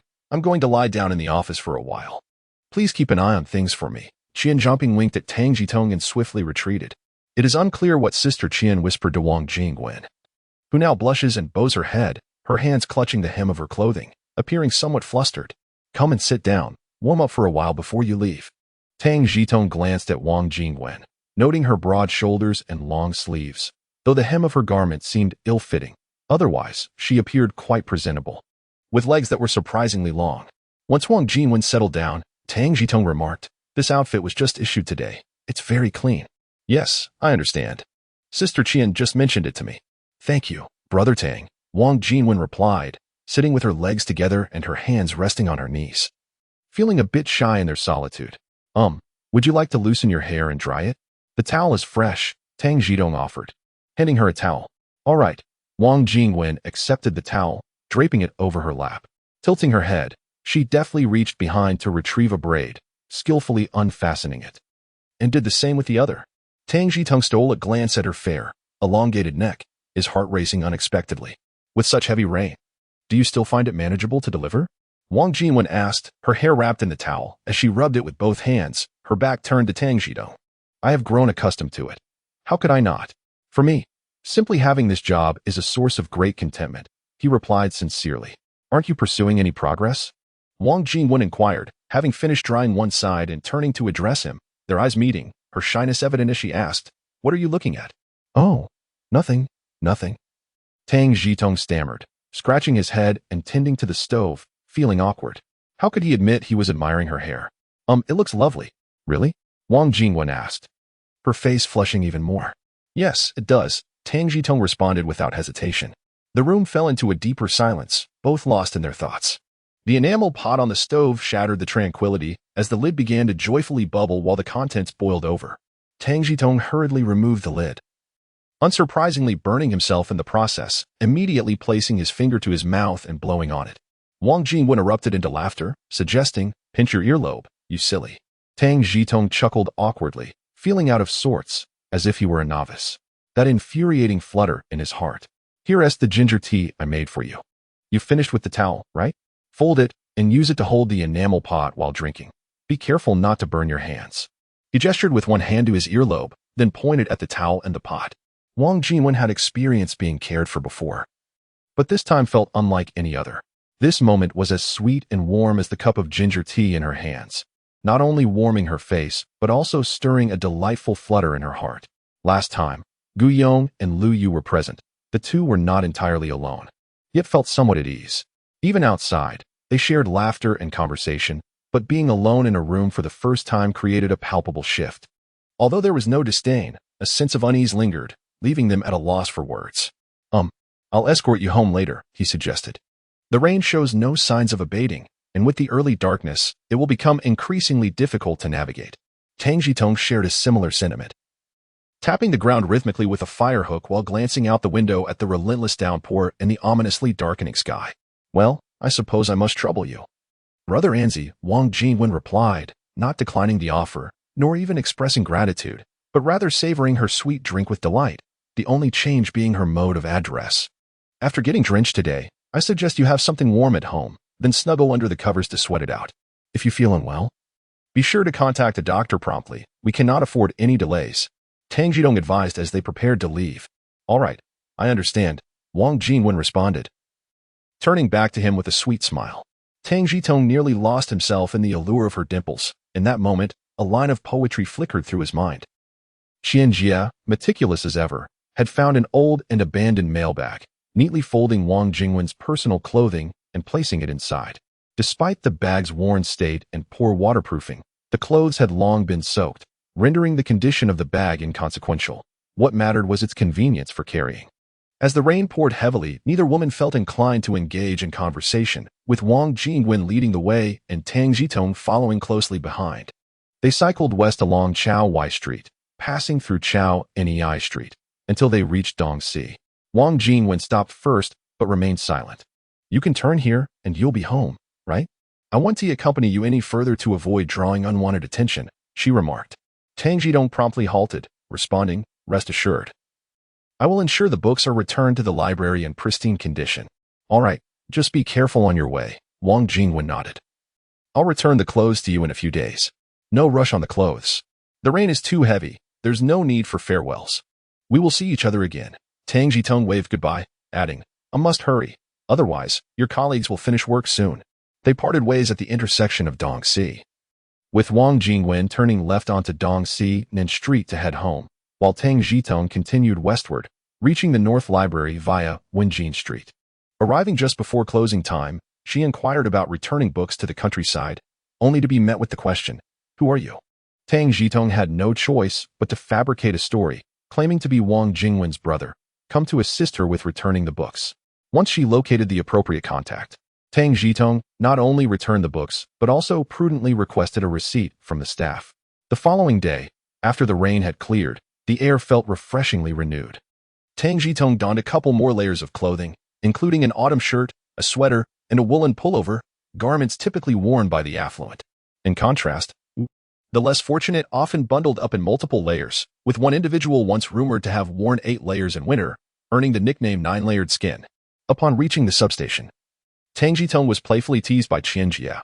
"Oh, you little rascal, no wonder you didn't want me to introduce someone to you. Turns out you've been secretly dating." "Qian Jia, it's just a younger sister, a friend's sister. Please don't spread rumors." Tang Zhitong replied with a wry smile. "How could I not tell if she's just a sister? A friend's sister is splendid. Both families are well acquainted." Qian Zhongping said, her eyes sparkling with curiosity. "Come on, tell me, how did you win the heart of such a beautiful girl? This conversation is going awry. If you keep asking, will I be getting a marriage certificate tomorrow?" Tang Zhitong deflected while sorting through letters. TSK, if I were you. I'd be getting that certificate today. Who could wait until tomorrow for such a stunning girl? Qian Zhongping continued to tease. "Well, you go ahead and get it. I need to make my deliveries," Tang Zhitong retorted, swiftly organizing her letters and making her escape. Having gained recognition in the residential area, Tang Zhitong knew that to advance further, she needed to assist with writing and reading letters, a task requiring patience. Weighing the priorities at hand, she decided to postpone this endeavor and first enhance her reputation in the factory district. Before liberation, the area along Chao Wai Street was a town center, while Hujialu consisted predominantly of farmland. After several years of development, Chao Wai had transformed into a mixed residential and industrial zone, with Hujialu surrounding it evolving into an industrial area. Nearby, there exists the National Cotton Mill No. 3, the third steel rolling plant, Beijing Coal Plant No. 1. And further afield, various chemical factories, coking coal plants, machine tool factories, as well as factories denoted by numerical codes. The postal workers predominantly favor industrial zones, delivering letters and newspapers to the designated reception areas, thus completing their tasks. Tang Zhitong intends to take a small step forward. The correspondence for each factory is chiefly overseen by the security department, a commendable duty of protecting the nation and the factory. However, the illiteracy rate is rather high, and relying on them to pass on letters to recipients is somewhat optimistic. Most simply toss the letters onto the windowsill of the reception area. If fortune favors, the recipient may receive their letter the same day. If not, it could take 10 days or even half a month for it to reach them. Tang Zhitong plans to begin with the most severely accumulated correspondence at National Cotton Mill No. 3. Thus he approaches Director Zhao of the Security Department. "Director Zhao, I've noticed that our factory's correspondence is significantly piled up. There are several layers on the reception window," Tang Zhitong states directly. "Ah, Tang, I'm at a loss. No one comes to collect them. But rest assured, we certainly won't lose them." Director Zhao responds courteously, given Tang's esteemed position. "Director Zhao, you misunderstand. I am anxious about this, but I realize you have a substantial burden as well. I'm contemplating a solution." Tang Zhitong offers as he hands a cigarette to Director Zhao and lights it. "It's a matter of logistics. There are many people in the factory, and we can't possibly deliver each letter individually." Director Zhao shakes his head. "We certainly cannot have the security department deliver each letter one by one. I propose an idea. Perhaps we could incorporate a blackboard, a somewhat larger one, where we could write various safety notices according to our factory's production progress. We could also post notifications, commendations, and criticisms, which would assist you in your work, wouldn't it?" "Ah, this is indeed necessary," Director Zhao exclaims, slapping the table with a resounding clap, eager to implement the idea immediately. "I understand that the work of the security department can be challenging, with some individuals uncooperative. However, what is our long-standing tradition? To engage with the masses and mobilize them. Just consider, if the security department is close to the community, who would be uncooperative? For instance, we could coordinate with the various cafeterias to announce daily menus on the blackboard.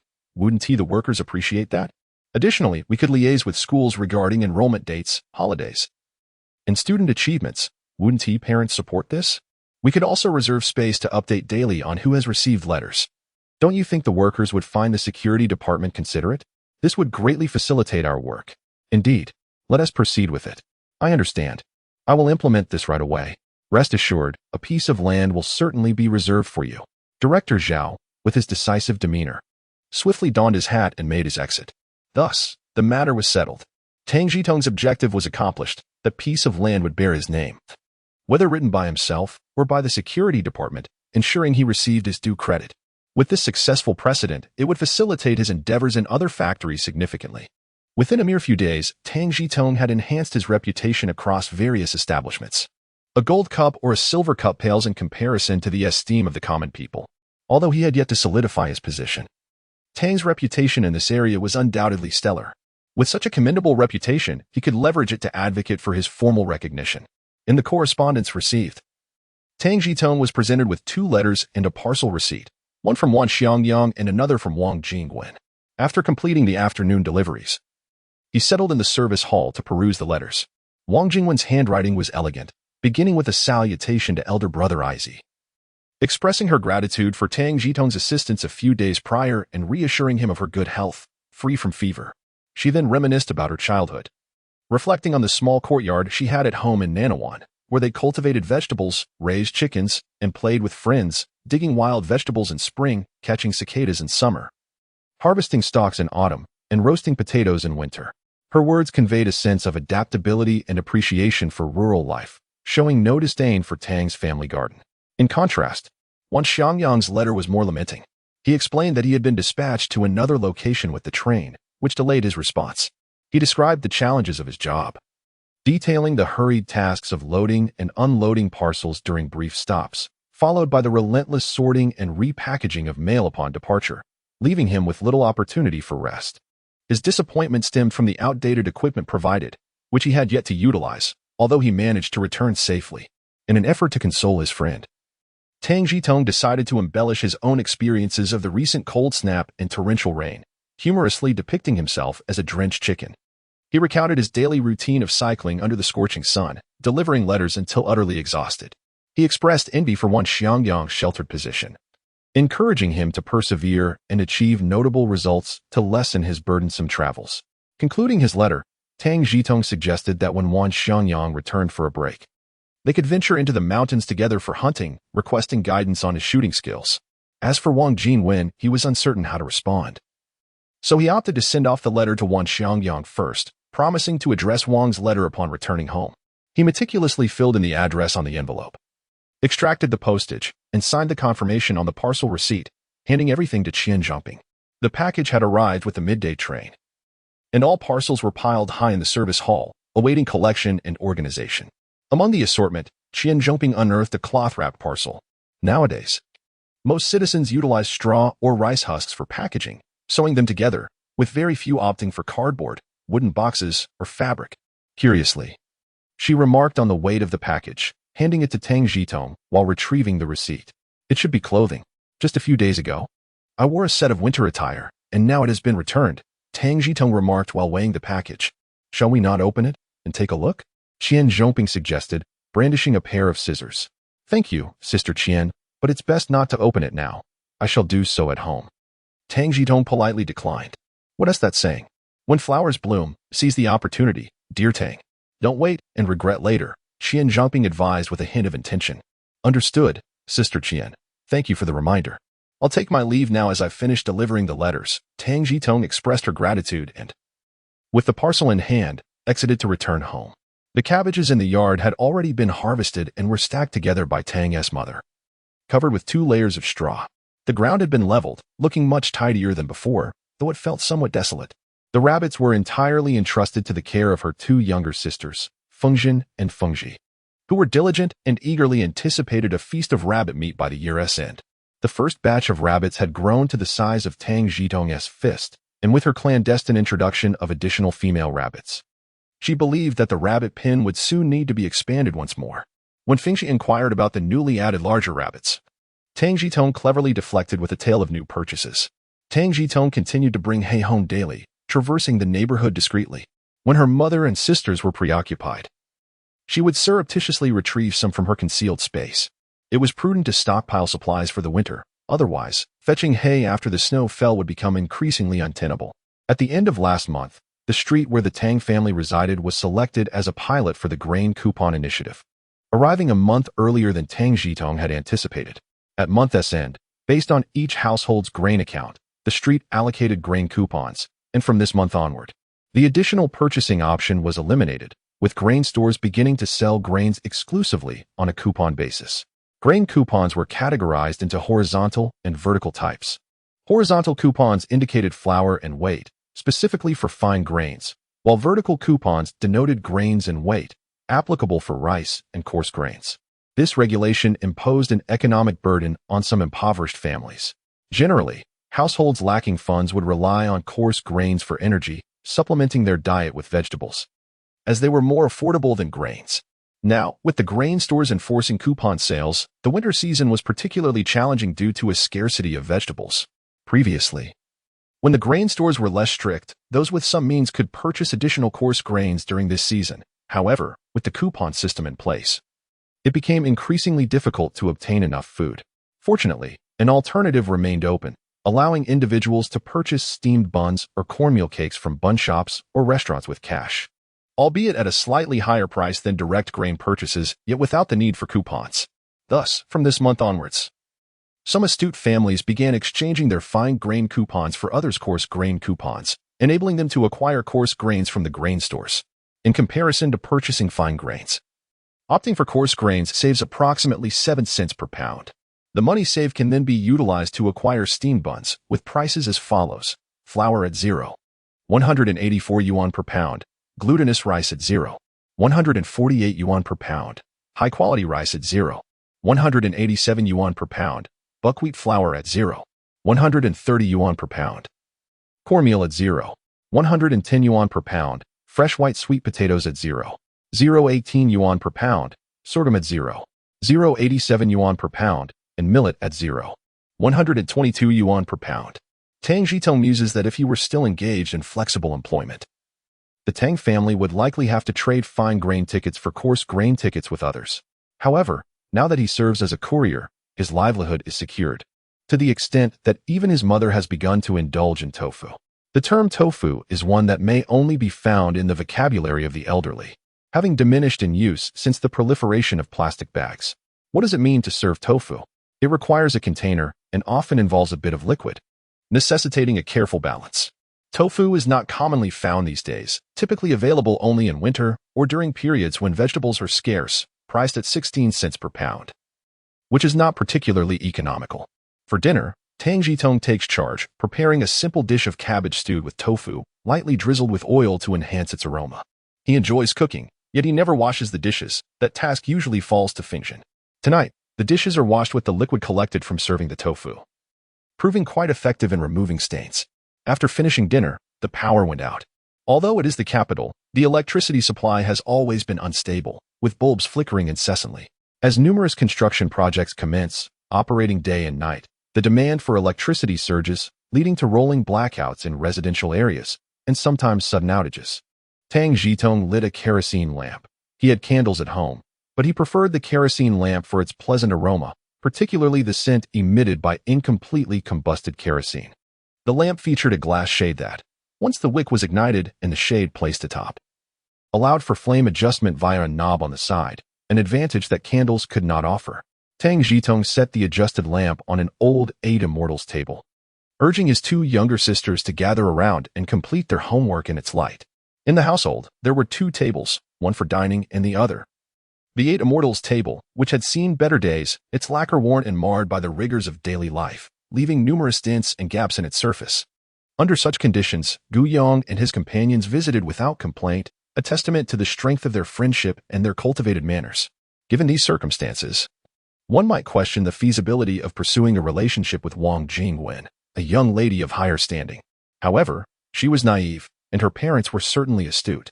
Once the sisters completed their homework, Tang's mother instructed them to wash up and retire for the night, suggesting that an early bedtime could conserve kerosene. With the power still out at this hour, there was no point in hoping for its return. Tang Zhitong casually extinguished the lamp and sat at the 8 Immortals table, preparing to write a letter. Due to the uneven table surface, he grabbed one of his sister's textbooks to place beneath his stationery.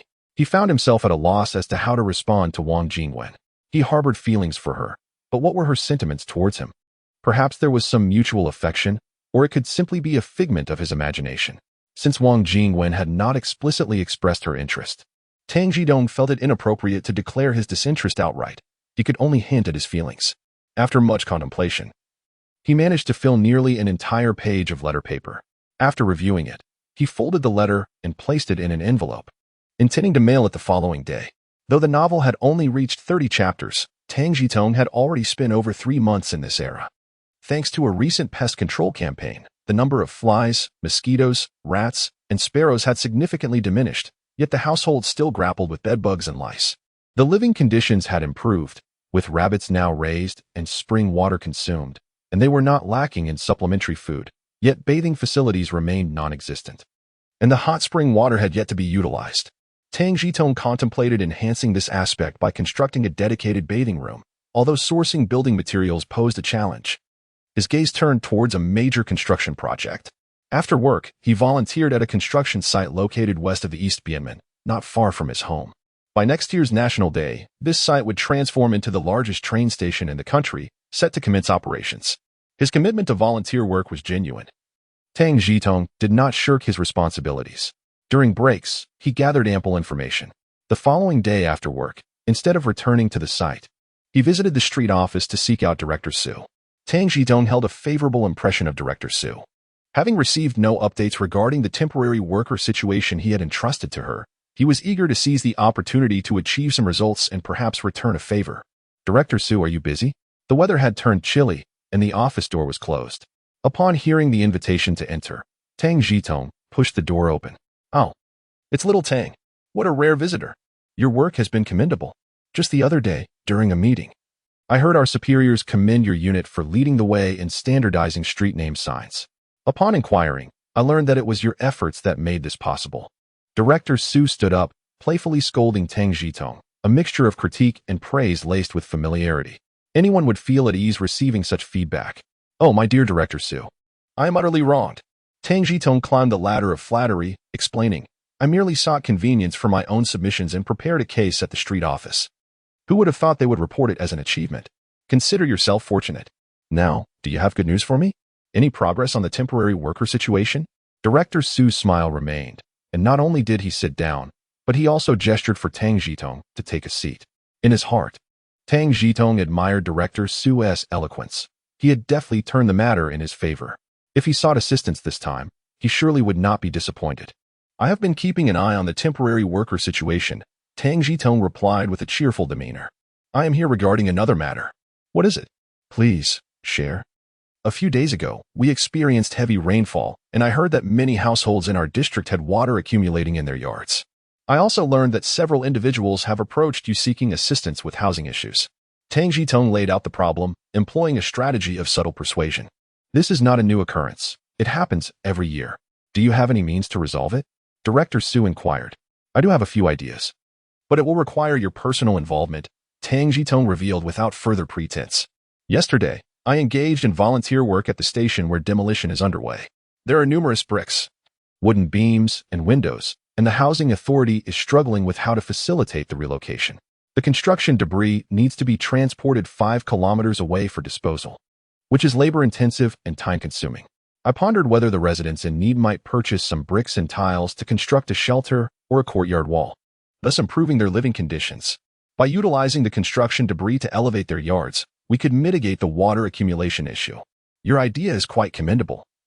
Director Su praised Tang Zhitong, contemplating its feasibility. Just a few days ago, we faced both wind and rain, reminiscent of the old saying, without wind, 3 feet of soil. With rain, a street of mud. I wondered if we could enhance the situation. Perhaps we could use construction debris to pave the roads in our district. If we could compact it down, I think tidying up the roadway could also be considered an achievement, Tang Zhitong added another suggestion. Currently, only a few main roads are paved with asphalt or cement, while the majority remain dirt roads, notorious for swallowing shoes after rain, and are a favorite playground for children who enjoy splashing in puddles and playing in the mud. Of course, that would count. Upon hearing Tang Zhitong mention the tidying of the roads, Director Su inwardly resolved that this task was indeed commendable. It is no wonder that the youth possess such quick-witted minds, brimming with innovative ideas. Today, I shall not keep you. I will first visit the construction site. You must come to visit Aunt Su often. Director Su and Tang Zhitong wheeled the cart out of the street office and made their way directly to the construction site. Tang Zhitong reflected on the fact that, despite Director Su being a woman, her capabilities far surpassed those of old Zhao from the National Cotton Mill by a considerable margin. Every endeavor presents its challenges, yet Director Su never makes excuses. Once she has a clear direction, she seeks ways to implement it. In the following days, the street initiated a mobilization, rallying support for the construction, with both young and old joining forces, laboring tirelessly to carry bricks and debris. Thanks to Director Su's negotiations with the housing authority, many residents acquired old bricks, tiles, doors, and wood to transport back to their homes, with Tang Zhitong being one among them. On the third day after Wang Jingwen dispatched her letter, she received a response, coinciding with Tang Zhitong's visit to Director Su. In the intervening days, she experienced a blend of anticipation and anxiety. On the first day back to work after the torrential rain, a senior colleague in the office remarked, "The young man who returned your books amidst the downpour was quite something. Is he your friend?" Wang Jingwen, without a hint of doubt, readily acknowledged the connection. The colleague then jested, "Then why did he refer to himself as your older brother? What kind of brother is that?" Caught off guard by the unexpected attention, Wang Jingwen's cheeks flushed a deep crimson. As word of this incident spread, the eligible young men in the library found themselves heartbroken. It is a natural inclination for the young to admire. After all, Wang Jingwen, a graduate of a dance school, though modest in size and bearing an unremarkable name, was indeed a vocational institution, and her placement at the National Library bestowed upon her a position of authority. At present, the average height for a 17-year-old female is approximately 156 centimeters, while for males, it is around 168 centimeters, standing at 171 centimeters. Wang Jingwen presented a significant visual impact and pressure upon the predominantly patriarchal mindset of young men. The disparity in height made many artistic youth hesitate, daring only to harbor their affections in silence. Moreover, due to her stature, most people instinctively regarded Wang Jingwen as an adult rather than a mere 17-year-old girl. Though she possessed all the emotions and aspirations typical of her age, avenues for expression remained scarce. Upon receiving the letter, she felt 3 parts shyness and 7 parts exhilaration. She briskly entered the reading room, seeking a secluded corner, leaned against a bookshelf, and cautiously tore open the envelope. "Dear Wang, I hope this letter finds you well. I am delighted to hear of your good health. Please do not dwell on the small favors. You are like a sister to me. And how could a brother turn a blind eye to the troubles of his sister? Your childhood appears to be more vivid and interesting than mine. I was quite reticent as a child, and with a name associated with wood, many classmates called me wooden, rendering my childhood rather unremarkable. You are still young and may not fully comprehend certain matters. Always think twice before acting or making decisions, and refrain from causing your parents distress. On that rainy day, you asked me, aren't you striving for progress? How should I explain? My pursuit of progress is limited, I suppose. My father passed away earlier this year, leaving me with 2 younger sisters. I intend to support their education for as long as possible, which means that the burden will be considerable now and in the future. Personally, I harbor no grand ambitions. I simply wish to excel in my work, provide for my mother, and raise my 2 sisters to adulthood. Living a life of simplicity and peace is sufficient. The winter clothing you sent has arrived. Its quality far surpasses the set you wore away. It must have been quite expensive. I truly appreciate it and hope to reimburse you for the difference when the opportunity arises. Please do not decline. Enclosed is the receipt for the books I returned on your behalf. I hope it has not caused you any inconvenience. Wishing you peace and safety."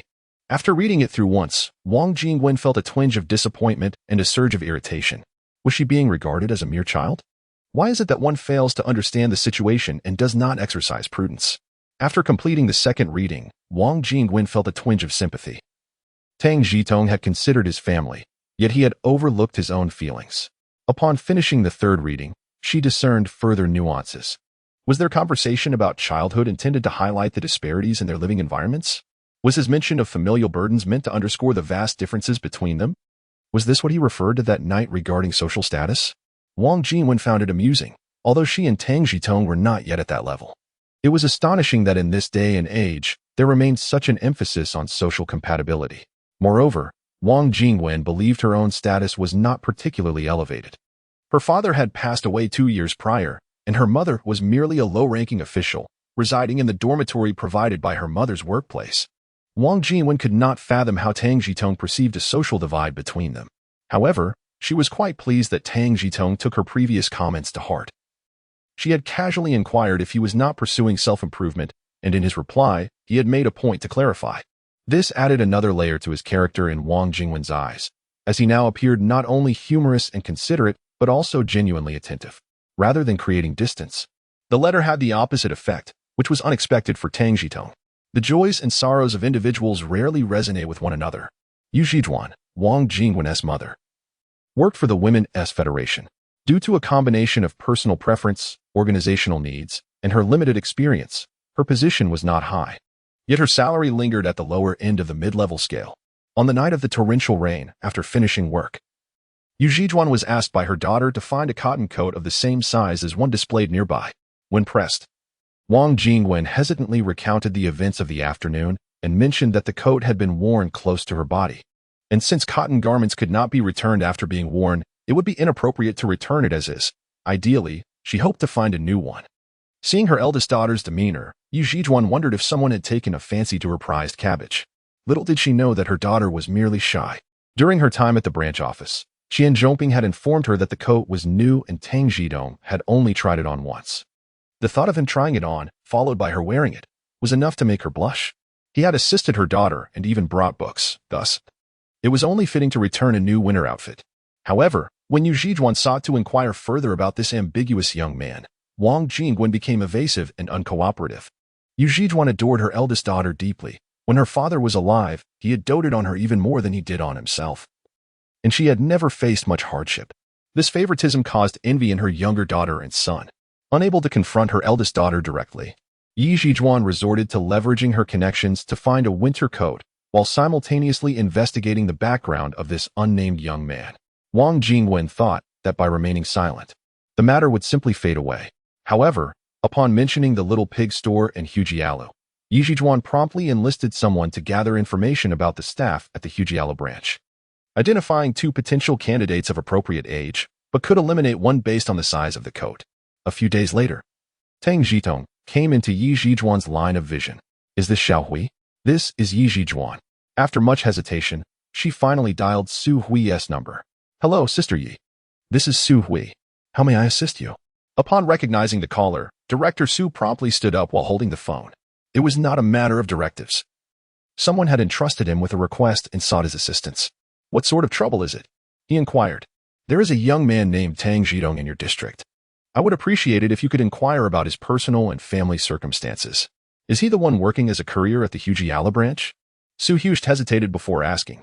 Yes, I have heard he is a courier, came the reply. I have interacted with him on a couple of occasions. He is approximately 1.8 meters tall, a high school graduate, and hails from a working-class family. He possesses a commendable sense of personal responsibility and frequently participates in voluntary labor, earning a good reputation among his neighbors. His household is quite straightforward. His father passed away earlier this year, and his mother manages the home while his 2 younger sisters are still in school. His grandmother left him a modest courtyard with 3 rooms, which is considered spacious within our district. Director Su conveyed all the information he had like a stream of unfiltered thoughts to Yu Zhizhuan.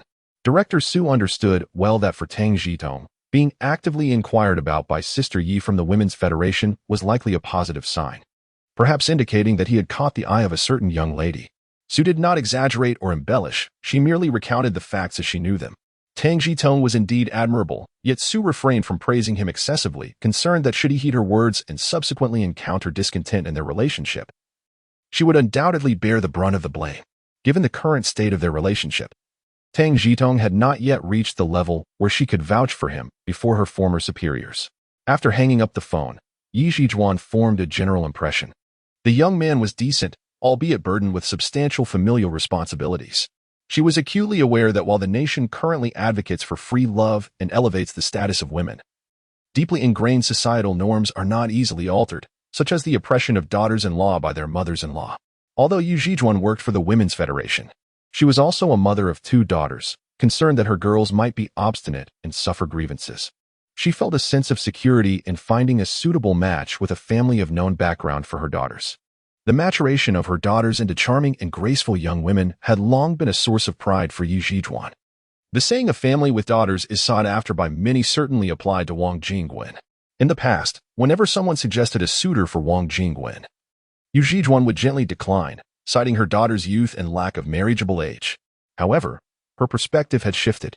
Although Wang Jingwen was still not of age, there was no harm in allowing her to meet potential partners and fostering mutual understanding, even if nothing materialized. It could divert her daughter's attention and refine her ability to choose, perhaps even extinguishing any nebulous feelings she had for the young courier. Tang Zhitong remained oblivious to the developments concerning Wang Jingwen as he worked on the road. He had provided Director Su with suggestions, and she had leveraged her connections. Yet the actual implementation of the roadwork depended on the efforts of the local residents, including Tang Zhitong himself. The community was fully supportive of the road improvement, as it was the path they traversed daily. Who wouldn't desire better roads? With collective effort, in approximately 10 days, the main thoroughfare of Huasher Street was completed with a rudimentary hard surface, while the smaller paths within the alleys were gradually tidied up by each household. A task that could be accomplished in 4 or 5 days. To Tang Zhitong, the hardening seemed somewhat rudimentary, perhaps akin to a gravel road from decades hence. But in the present context, it represented a significant improvement. He recalled when he first arrived, the newspapers featured daily reports on road stabilization. One day it would announce that a certain county had fully achieved soil stabilization, and the next day, a village had become self-sufficient in it. Having encountered road stabilization before, Tang Zhitong remembered the small cart his father had crafted for him as a child, which had garnered much envy from his peers. After seeing the reports on road stabilization, he took the initiative to examine the carts on the construction site. The entire vehicle is fundamentally constructed using traditional mortise and tenon joinery, devoid of any metal components. The wheels are crafted from wood, with the spokes also being wooden, and there exists no familiar bearing at the center of the wheels. Instead, a solid piece of hardwood is merely lodged beneath the vehicle. The effort required to push it is considerable, and it was at that moment that Tang Zhitong realized the reason for his heat stroke. He inquired of the driver about the wooden center of the wheel. The driver replied, "What a question! What else would one use if not wood? It's sturdy, made from jujube wood, durable." Given the limitations of production capabilities, the true realization of bearing technology remains a distant goal. During the peak reporting period of satellite launches, one must possess keen discernment, lest they be misled into folly. The yield of wheat per acre has skyrocketed from a mere 2 to 300 to thousands, with certain reporters diligently investigating on-site, persisting even through heat exhaustion, taking 2 full days for the endeavor. In contrast, many have quietly dedicated their lives to increasing wheat and rice yields from 2 to 300 pounds to 1,000, exhausting their entire energies in the process. To digress slightly, road conditions must also be evaluated in conjunction with the current level of productivity. Director Su's approach of mobilizing local citizens to support construction while simultaneously addressing their own difficulties has garnered recognition from higher authorities and has been featured in the newspaper. With Tang Zhitong having stirred the wings of change, certain matters began to alter course. On the day the newspaper was published, several entities on Wafosi Front Street visited the street office to confront Director Su. "Director Su, the street has set an excellent example for us. We intend to pave the road in front of our unit as well," remarked Long Tiaojia. "That sounds splendid. Just head to the construction site for materials." Director Su responded, harboring some doubts but refraining from voicing them, patiently awaiting further developments. "There is no issue with sourcing materials, but a matter requires coordination from our street office. The units represented here are located to the south of Wafosi Front Street, yet the northern end is excessively narrow, making passage for people and vehicles cumbersome. We have come today to discuss the possibility of the street office facilitating a widening of this road." Long Xiaojia presented their needs. "I am aware of that area. It is indeed rather constricted. So, you mean for us to coordinate the removal of the encroachment while you handle the construction, correct?" Director Su understood that the northern end of Wafosi Front Street resembled a gourd's mouth. Previously, the coal yard had approached Director Su regarding road expansion, as the tricycles delivering coal were unable to navigate through, necessitating a lengthy detour to serve the residents in that area. The residents had voiced their concerns, stating that when purchasing larger items, they were often informed that delivery to their location would require a detour, incurring additional costs. "Allow me to clarify," Long Tiaoi interjected, sensing Long Tiaojia had strayed from the main point. "It is not merely about removing that one section. We aim for a comprehensive widening of the road. Currently, It is too narrow for trucks, let alone for vehicles to pass each other. Our production responsibilities are substantial, and while we will address the earthworks ourselves, we must request your assistance in coordinating personnel. Director Su pondered briefly before gently shaking his head in refusal. You overestimate my influence. Widening the road is not simply a matter of removing the encroachment on Wafosi Front Street. It would necessitate the dismantling of portions from one or both sides, involving at least 20 households. From where would the compensation funds come? And where would the relocation housing be sourced? The various supporting characters exchanged glances, each silent, until finally. Supporting character C proposed, Director Su, what do you think about us jointly appealing to the higher authorities through the street committee? We could strive to garner some support. We will also return to discuss with our leaders to see if we can provide any assistance. Director Su, with a friendly demeanor, escorted the supporting characters out of the street office before turning back to her office. She harbored a strong desire to facilitate this matter, not for the sake of political gain, but for the welfare of the people. Ever since she was selected as a pilot for ration tickets at the beginning of the month, numerous residents had approached the street office, lamenting that the allocated amounts were insufficient for their needs and that they lacked the funds to purchase grain. Director Su observed their plight with concern, feeling both anxious and powerless, as the directives from above were beyond her ability to alter. With good intentions, but limited means, she sought alternative solutions, yet faced constraints due to her position and the lack of sufficient temporary positions. If she could successfully advocate for the road expansion, she would strive to retain funding within the community. Whether through demolition or construction, she intended to prioritize the impoverished households within her jurisdiction, providing them with an opportunity for income to alleviate their immediate hardships. 041 Blind Date Tang Zhitong has been quite occupied lately, participating in community labor, paving the small path outside his gate, and even expanding his family's rabbit hutch. When he contemplated constructing a bathing room, Zhang Guifeng, his mother, vehemently opposed the idea. A trip to the public bath costs merely 20 cents. How much would it cost to build your own? Look around. Which family in our neighborhood has built a bathing room? Are they lacking space? Mother, have you seen the old Wan family and the old Chow family in the West? They not only have bathing rooms, but also boilers. Tang Zhitong responded with a playful grin. What kind of family do they have? What about us? If we build one, people will say we are wasteful and extravagant, and our reputation will be tarnished. How will you ever find a wife then? Zhang Guifeng lamented, exasperated by her son's frivolity. Had I known you were buying bricks and tiles for this, I would have stopped you. Mother, please calm down. This isn't just for my own enjoyment. Look at Fingjin and Fingji. They have lice in their hair and are covered in bedbug bites. While we can endure it, seeing my two younger sisters in such a state pains me. Tang Zhitong revealed the true motivation behind his desire for a bathing room. Whose child hasn't he gone through such hardships? This is already a vast improvement over my own childhood, Zhang Guifeng muttered, still unconvinced. If you have this money, why not save it? In 4 months, you'll be officially employed, and you'll need funds then. Building now isn't cost-effective. We want to be able to use it for long. Mother, rest assured, I will not sell the house. The financial matters are already taking shape. So you needn't worry, Tang Zhitong assured her. In his plans, he anticipated being able to sell part of his stockpile next year and reclaim the mortgage documents for their home. The employment process required no actual expenditure. It was merely a pretext for financial maneuvering, but he couldn't disclose this to his mother. If he did, she would undoubtedly press him. What have you bought? Tang Zhitong found himself at a loss for words. What financial arrangements? What is your plan?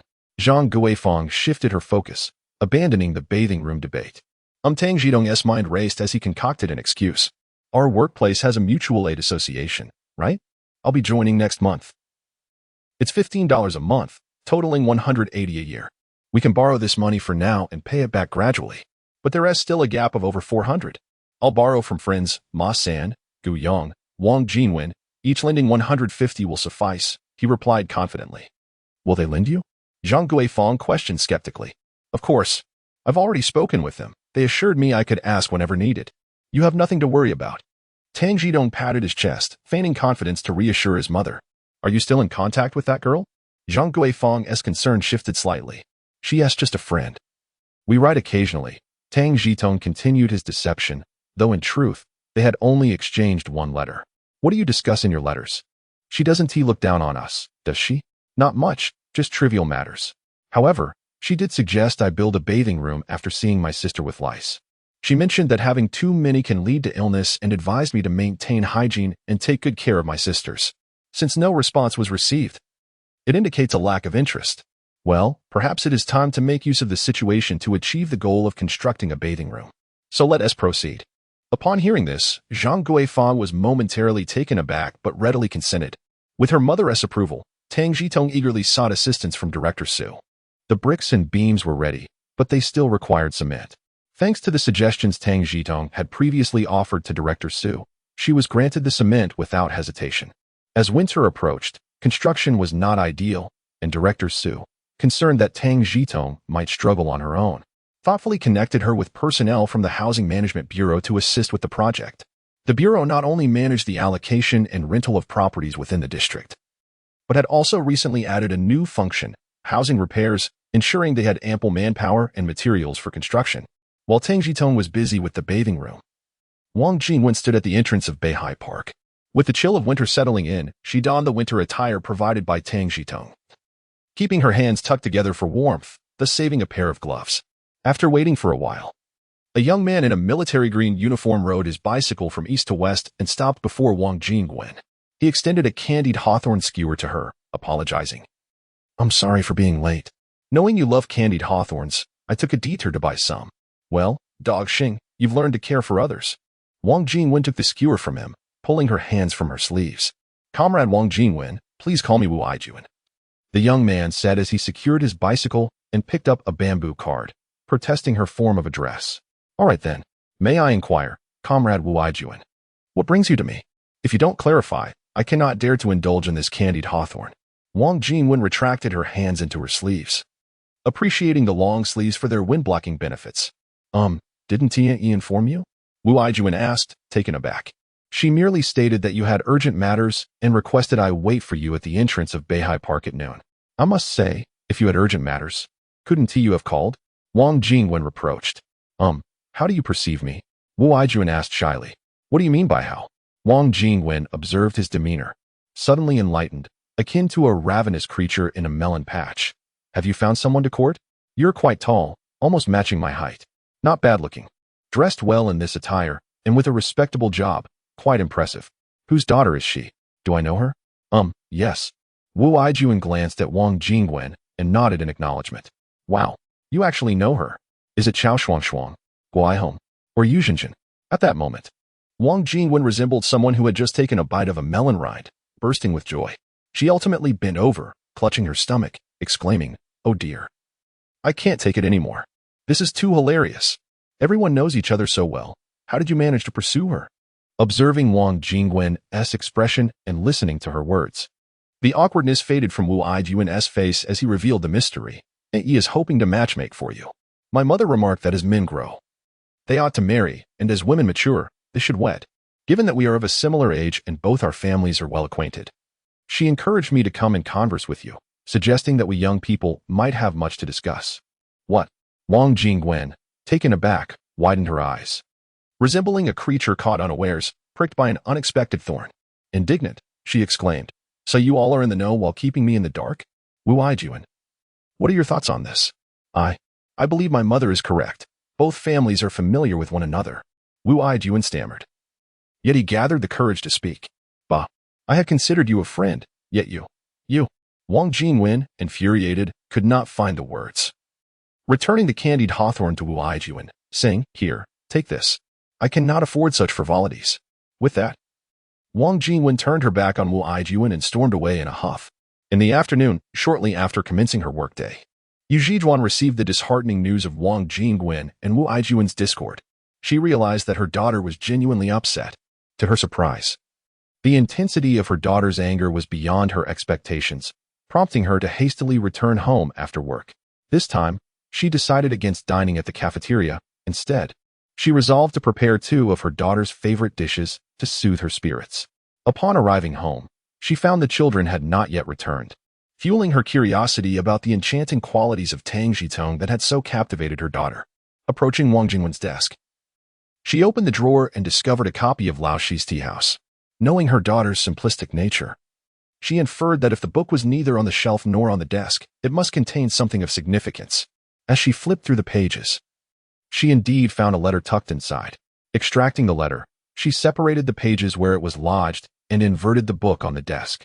Upon reading the letter, she realized that the winter clothing she had arranged to purchase through a friend was, in fact, superior to what Tang Zhitong had lent her daughter. With a moment's reflection, she understood that had she articulated her intentions clearly, the outcome would have been more favorable. This situation was not to be blamed on others. The fault lay solely with her lack of clarity in communication. From the letter, she could discern that Tang Zhitong possessed a remarkable sense of propriety, which enhanced her impression of him. However, the dynamics of their family. Alas. Just then, the clock chimed, signaling the return of the children. Yu Zhijuan folded the letter neatly and returned it to its original place in the book, ensuring that her daughter remained unaware of her discovery. Earlier that afternoon, Wang Jingwen was still fuming, feeling a profound lack of respect from the situation. How would she confront her mother upon returning home? Would they argue? Yet, recalling Tang Zhitong's advice in the letter not to act in ways that would disappoint their parents, her anger dissipated considerably. With her father having passed away early, it was her mother who had tirelessly upheld their family. Wang Jingwen recognized that her mother's actions stemmed from a desire to act in her best interest, even if she found herself at odds with the methods employed. Upon returning home, she found her younger siblings joyfully playing, while Yu Zhijuan busied herself in the kitchen. Upon noticing her eldest daughter's arrival, she greeted her warmly, saying, "You're back? Dinner will be ready shortly. Wash your hands and prepare to eat." The evening meal consisted of 2 dishes, braised pork ribs with cabbage and mapo tofu. While her siblings enjoyed the meal heartily, Wang Jingwen, still feeling discontented, ate sparingly. After dinner, once the table was cleared, her siblings began their homework, and Yu Zhijuan took her daughter to the bedroom for a heart-to-heart conversation. "Woman, regarding today's incident, I must apologize for my actions," Yu Zhijuan said gently, holding her daughter's hand as they sat on the edge of the bed. "Mom." Hearing her mother's words, the remnants of Wang Jingwen's anger evaporated, and she buried her head against her mother's shoulder. "Do you think my brother is growing up, and that you want to marry me off quickly to make space for him? Nonsense. He is just a child. Even if you were to marry, this room would still belong to the second child, allowing your brother to remain in the living room. My only concern is that you choose wisely. Why can't you understand that?" Yu Zhijuan reassured her daughter, patting her back with earnest sincerity. Understanding is key. Men fear choosing the wrong profession, while women dread marrying the wrong partner. Wang Jingwen replied with a lack of enthusiasm. "As long as you comprehend. Marriage is a significant matter that requires careful consideration. Could you share with me, dear, what your relationship with that young man is about?" Yu Zhijuan began to gently probe her daughter for information. "He's just an ordinary friend. He doesn't even regard me seriously, treating me like a child." "Please don't worry about it," Wang Jingwen said, her emotions fluctuating as she leaned against her mother's shoulder, playfully twisting and acting coy. "Not even you have caught his eye? He must have exceedingly high standards. People like that tend to be all talk and no substance. It's best to keep your distance from him," Yu Zhijuan cautiously suggested. "Mom, it's not what you think. He is a good person. It's just, he is like a block of wood," Wang Jingwen defended Tang Zhitong, before shyly resting her head back on her mother's shoulder. Observing her daughter's demeanor, Yu Zhijuan felt a chill in her heart. Was she perhaps too deeply entangled? "Mom can tell you have feelings for him. Why not share how you met? I could help you with some advice," Yu Zhijuan encouraged with a forced smile. "Really?" Wang Jingwen looked up, her eyes glimmering with surprise. "You agree?" "Agree to what? You haven't told me anything yet. Please, enlighten me about how you came to know each other." "Well, it all began at that ballet premiere. Even Lu Yu praised his cooking." Wang Jingwen became increasingly animated, gesturing as she spoke to Yu Zhijuan. Meanwhile, Yu Zhijuan patiently listened to her daughter's chatter. "How old is he? How tall is he? Has he proposed? Where does he live? How many people are in his family?" As time passed, Yu Zhijuan gleaned a comprehensive understanding of Tang Zhitong's personal and family background through her daughter's words. The information Wang Jingwen shared bore little deviation from what Yu Zhijuan had already gathered. "Woman, have you heard the saying, marry a man, for clothing and sustenance?" Once her daughter finished speaking, Yu Zhijuan seized on Tang Zhitong's modest material circumstances to offer counsel. "I have," Wang Jingwen nodded, recalling how she had heard the phrase from Tang Zhitong during a discussion on marriage views while dining at the Tang household. "You see, your salary combined with mine, when distributed among our family members, amounts to roughly 40 yuan each. On the other hand, young Tang's family, with 4 members, barely averages 10 yuan per person. The disparity is quite significant." Yu Zhijuan presented the data, attempting to make her daughter aware of the challenges ahead. But what about my share? Wang Jingwen retorted, her face flushing as she covered it with her hands, obscuring her expression from Yi Zhijuan. Are you truly willing to part with it? Yi Zhijuan was pained by her daughter's words, questioning what kind of spell had ensnared her. I would be willing, yet unwilling at the same time. All things have their duality, perfection is unattainable. If it comes to that, I can simply refrain from buying clothes, shoes, or books, after all. Borrowing books from the library is quite convenient. Having opened up, Wang Jingwen boldly revealed her thoughts. Alas, Yi Zhijuan shook her head with a sigh, realizing that this path was futile and exhausting. Mother, do you have any good ideas? I have none. Right now, it is Xiao Tang who is distancing himself from you. I cannot possibly go to him to propose, she replied. Oh, Wang Jingwen's spirits plummeted once again. If only my father were here, I believe he would take such action. Upon hearing her daughter's words, Yi Zhijuan was momentarily taken aback. If her husband were present, perhaps he might have indeed acted in such a manner. Yet, because he was no longer around, Yi Zhijuan felt it was even more imperative to secure a good future for her daughter. Once Yi Zhijuan left the bedroom, Wang Jingwen realized that she had expressed everything she intended to say, yet it felt as if her words had fallen on deaf ears, returning them to square one. No, that couldn't be right. She hadn't mentioned Anziji's name. Why did her mother refer to him as Xiao Tang? In the wake of Director Su and numerous factories' collaborative efforts, the expansion phase of Wafosi Street commenced rapidly, with drainage ditches reserved on both sides of the road. Tang Zhitong fortuitously decided to construct the bathing area in the west ear room, allowing the craftsman to directly connect the drainage outlet to the external drainage ditch. This arrangement rendered the bathing area discreet, unless someone, having indulged excessively, chose to loiter by the drainage outlet at Tang Zhitong's residence, waiting for the bathwater to be released. As Han Yu once remarked, each profession has its specialization, and the craftsmen from the Housing Management Bureau executed their tasks with remarkable professionalism. With Director Su's endorsement, their efficiency was further enhanced. The craftsmen, being officially employed with a fixed salary, regarded housing maintenance as their primary duty, thus requiring no additional remuneration. Within a matter of days, a modest bathing room was completed. This small space, occupying 4 square meters, featured a bathing pool measuring 1.5 meters in length, 80 centimeters in width, and 50 centimeters in height.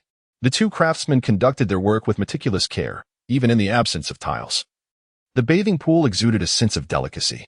The floor of the bathing area was smoothed with a layer of half-centimeter thick cement, which was subtly sloped to facilitate the gathering of wastewater towards the drainage outlet, showcasing a thoughtful design. Once an iron bucket was procured and left under the sun during the summer, a refreshing shower would be readily available, providing immense convenience. After the craftsmen tidied up the bathing area, they advised Tang Zhitong to exercise patience, recommending that he refrain from using it for about 10 days until the cement fully cured. In light of Director Su's favor, Tang Zhitong was determined not to tarnish his reputation, thus, offering money at this juncture seemed inappropriate. Instead, he provided each craftsman with a bottle of liquor and 2 boxes of cigarettes upon completion of the work. The 2 craftsmen, surnamed He and He, playfully declined at first but cheerfully accepted, stating that he could reach out to them directly for any future renovations. In truth, Tang Zhitong harbored aspirations to construct an additional 2 side rooms, allowing himself to move out and establish an independent living space, facilitating the organization of his belongings. However, the cold weather proved detrimental to construction, and the limited bricks from his previous purchase compelled him to postpone his plans. He resolved to wait a few more days until the city wall near the east gate was dismantled, as the bricks from the wall would be both sturdy and insulative. When the time came, he intended to procure some for future use, aiming to complete the construction of the side rooms by the following year. With the specter of hunger looming, there would be little energy left for building. Reflecting on the impending hunger weighed heavily on Tang Zhitong's heart. Signs of distress were already emerging, as the street's cafeteria had disbanded. Recently, due to steel production, many had relied on the cafeteria, donating their household cooking utensils. Now, with the cafeteria's closure, they found themselves devoid of knives and woks, resorting to borrowing from neighbors for their culinary needs. In the city, conditions were still bearable, however. In the countryside, not only had meat and vegetables become scarce, but reports indicated that staple grains were also in jeopardy. Households resorted to hastily harvesting unpicked autumn crops from the fields. Time was of the essence. With the agricultural season passing, crops that could have thrived lay rotting in the fields, resulting in a significant decline in yield. Consider the sweet potatoes sent to the city from 10 kilograms. One could scarcely salvage 5 kilograms fit for consumption. Recently, even the once picky cabbage has become a sought-after commodity, swiftly snatched up upon arrival, leaving no stock for those who arrive late. On the 24th, rations were distributed according to a set quota, considering that some residents were struggling to find enough food.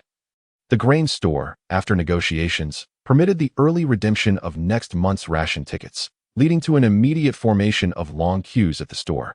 This scene would become a common occurrence in the years to come. The grain store would experience its peak activity on 2 particular days, the 3rd coinciding with payday, and the 24th, the day ration tickets were issued. Alas, Tang Zhitong, of humble stature and even humbler words, dared not voice his thoughts, for questioning others would bring misfortune upon oneself. Regardless of the circumstances surrounding him, Tang Zhitong had been relatively fortunate lately, due to his exemplary performance since joining the workplace. His supervisor, Zhang, had submitted a report recommending his early confirmation as a permanent employee, though the higher-ups stipulated a minimum waiting period of 3 months. Unbothered by the prospect of waiting just over a month, Tang Zhitong considered it a trivial matter, far less significant than the excitement stemming from a call he received from Wan Xiangyang, due to scheduling issues with the transport. Wan Xiangyang had read the letter rather late and promptly called the Hujiala branch, eagerly inviting Tang Zhitong to go hunting the following day. Wan Xiangyang independently set the time and location for their meeting. This news was relayed to Tang Zhitong by Qian Zhongping, to whom he readily handed 5 cents. At present, local telephone calls cost 5 cents per minute, with both parties incurring charges. For instance, if Wan Xiangyang spoke for a minute, he would pay 5 cents. And the recipient would also have to pay the same. Being a personal matter, it was only fitting that Tang Zhitong bore the cost himself, without expecting Qian Zhongping to cover it. That afternoon, Tang Zhitong efficiently requested a day off. The next morning, he met Wan Xiangyang as promised, and their first order of business was to purchase a firearm. At last, he could acquire a gun. The rationale behind Tang Zhitong's desire for a firearm was straightforward. He lacked any martial prowess, ancient skills, or supernatural abilities, and possessing such a weapon could serve as a means of self-defense. Moreover, it would provide a humane solution for the rabbits he kept at home. It would be quite implausible to claim that all those rabbits were domesticated when hunger struck, as they would surely attract the envy of others, leading to theft or deceit. By practicing his marksmanship, he could confidently assert that all his game was hunted in the mountains. As for large prey, such as wild boars, Tang Zhitong did not dare to entertain such thoughts. The larger the animal, the greater its territorial influence, hence the saying that 2 tigers cannot coexist in the same mountain. Consequently, the population of large animals within any given area is limited. Most importantly, Tang Zhitong maintained a clear understanding of his own physical capabilities. He often struggled even against a rabid dog. To venture into the mountains to hunt wild boars during a time of scarcity, that would be an overestimation of his abilities, or perhaps an underestimation of the wild boar's prowess. The mountains were no mere backyard zoo. Wild boars would not simply stand still for a hunter. Should anyone dare to treat themselves as prey, the wild boar would not only relish the encounter but would graciously commend their thoughtfulness and domesticity. Even if it is merely to prevent wild boars from considering oneself as a delectable meal, one must first procure a firearm, correct? Presently, among the institutions selling such items, one is a nationwide educational chain, Xinhua Bookstore. You did not misread. It is indeed the Xinhua Bookstore, which has been mandated by librarians to enhance educational standards at the grassroots level, extending its reach to the township level. Xinhua Bookstore offers a multitude of models, and Tang Zhitong selected one that fires lead pellets, priced at a mere 10 yuan. The reason Tang Zhitong opted for this particular model is due to the affordability of lead pellets, allowing one to purchase dozens for just a dime, perfect for novices to practice with. Wan Xiangyang, carrying a semi-automatic rifle, continuously expressed disdain for Tang Zhitong's basic choice, yet still assisted him in selecting a well-crafted weapon. As Tang Zhitong gazed at the impressive firearm slung over Wan Xiangyang's shoulder, he could not deny a twinge of envy. After all, the projectiles launched from that weapon were encased in copper, with a single round costing far more than half a box of his own. Practicing with such an expensive piece was beyond his means, as his wallet was nearly empty. Upon acquiring their equipment, Tang Zhitong and Wan Xiangyang each mounted an old bicycle and set off towards Mount Baiwang. By the time they arrived, they had already formed a line, with Wan Xiangyang being 4 years the senior of Tang Zhitong, who affectionately called him Brother Yang. The two entrusted their bicycles to a local villager and ascended the mountain directly. Wan Xiangyang, having served 4 years in the military, possessed a wealth of theoretical and practical shooting experience, more than sufficient to guide the inexperienced Tang Zhitong. Although they had come for a hunt, Wan Xiangyang exhibited no haste. He first explained all the crucial points and precautions to Tang Zhitong in conjunction with practical demonstrations. After practicing for about 2 hours and exhausting a box of lead pellets, they finally concluded their session. The late November weather had turned quite frigid, yet Tang Zhitong, through rigorous practice, managed to work up a sweat. A feat made possible only by the vigor of the 2 young men. Otherwise, they would have been shivering from the cold. Observing that Wan Xiangyang had only brought a water bottle aside from his weapon, Tang Zhitong pondered how to reward him. "Brother Yang, let us stop practicing for now.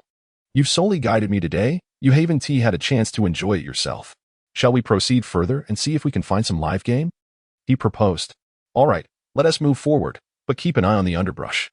With a bit of luck, we might encounter a wild hare or a pheasant." Wan Xiangyang replied, feeling a bit restless himself. However, after their raucous practice, any game in the vicinity had likely fled, leaving them to venture further in hopes of better fortune. Though they were in the mountains, the trees were sparse, with only a few wild shrubs scattered about.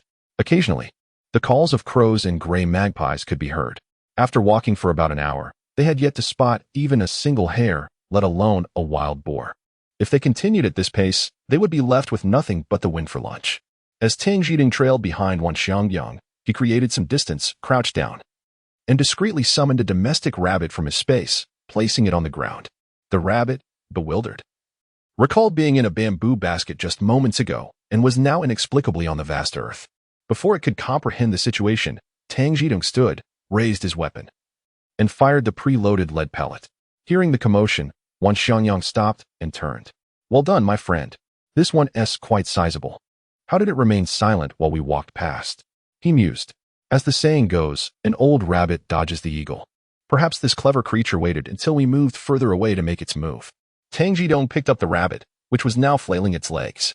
Fortunately, he had struck its neck. Had he hit its belly, it would have been quite a mess to deal with.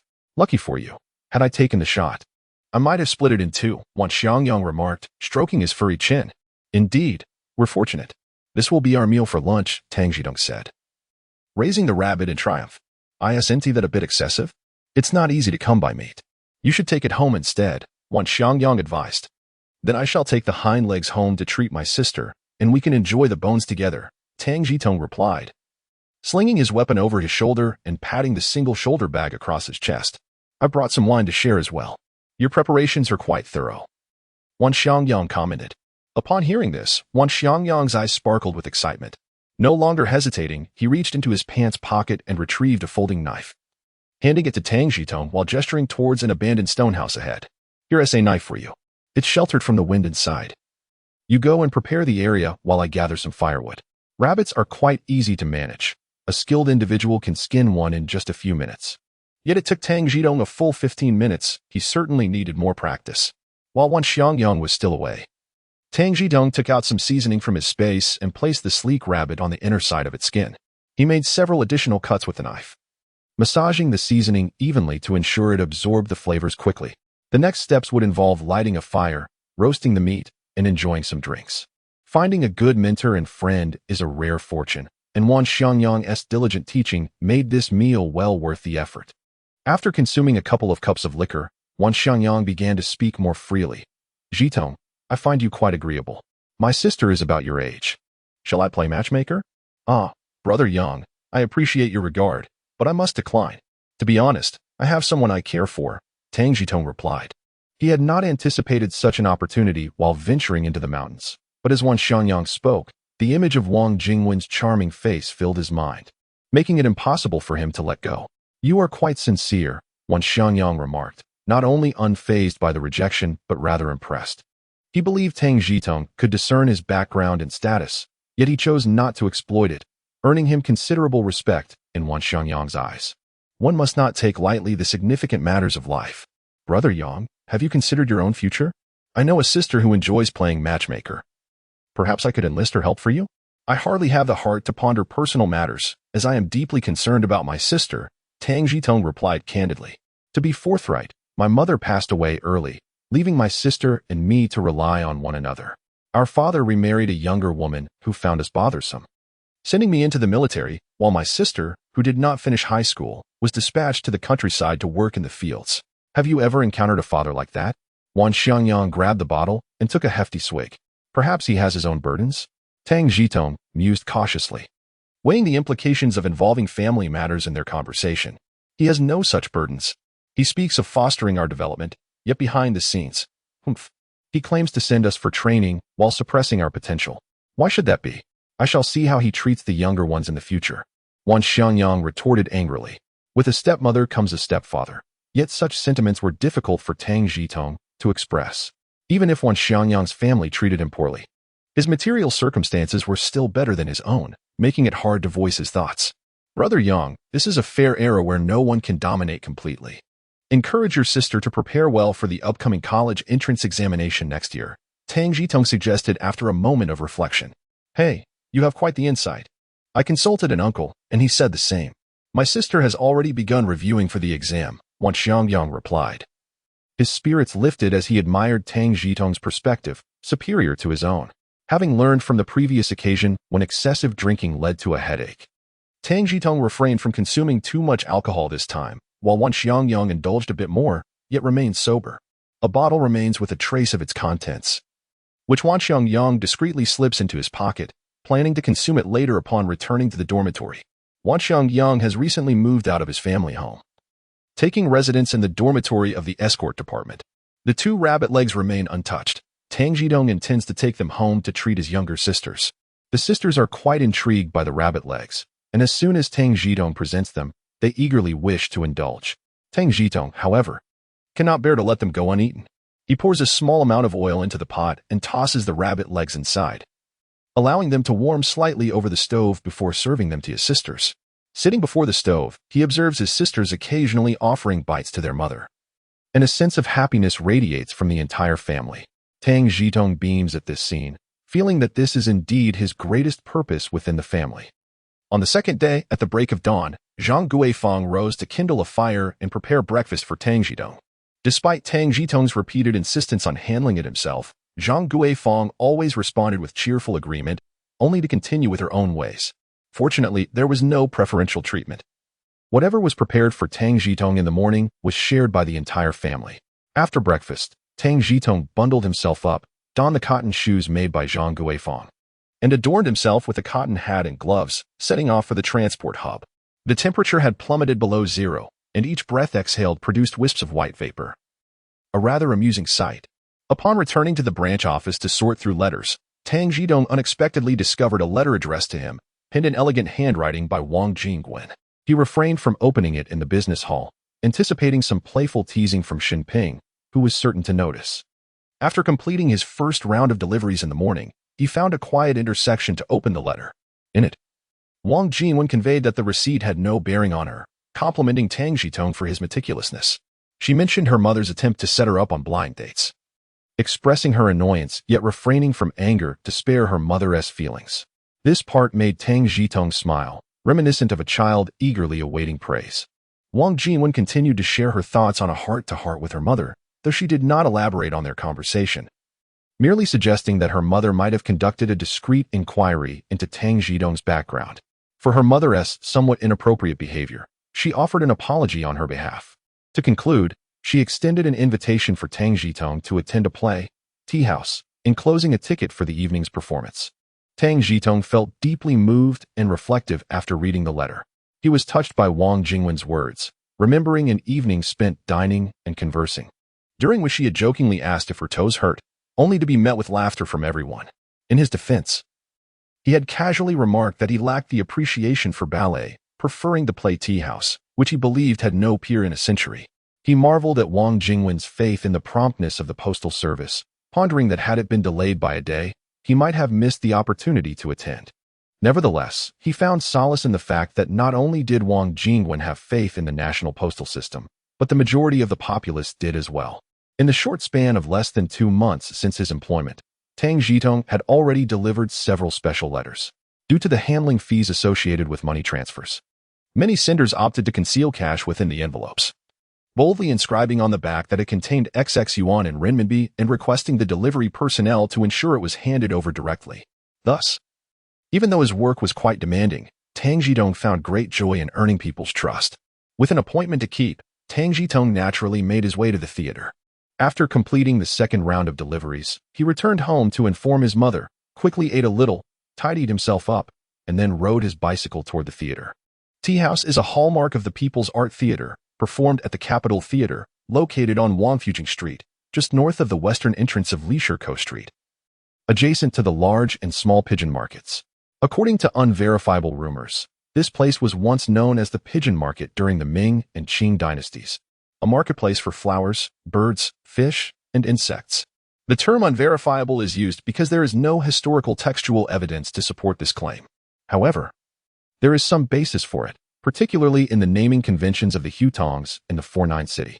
During the Ming and Qing periods, the naming of Hutongs was not as meticulous. They were typically named after their functions. For instance, streets like Pig Market Street, Sheep Market Street, and Horse Market Street were once bustling centers for livestock trade, while Flower Market Street and Shimu Street were known for the commerce of paper flowers and timber. Over time, some names were deemed unrefined, leading to changes such as Pig Market Gate being renamed Pearl Market Gate and Donkey Dung Road becoming Etiquette Scholar Road. Such instances abound.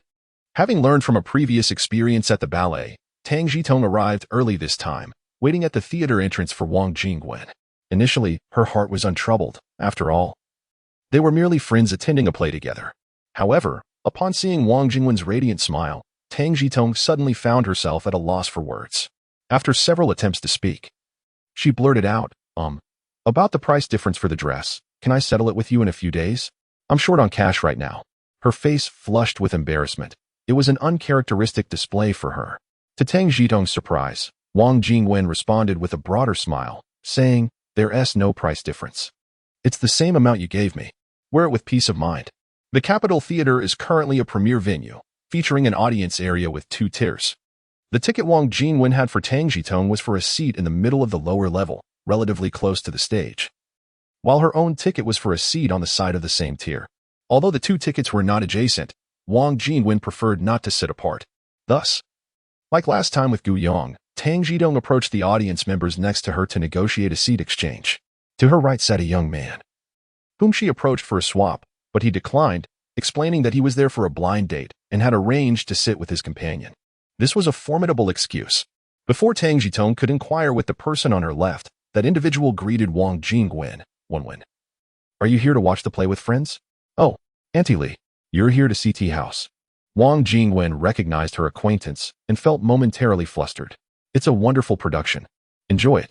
I'll switch seats with you." The middle-aged woman referred to as Auntie Li was quite jovial, standing up to hand her ticket to Wang Jingwen. No, let us try over there.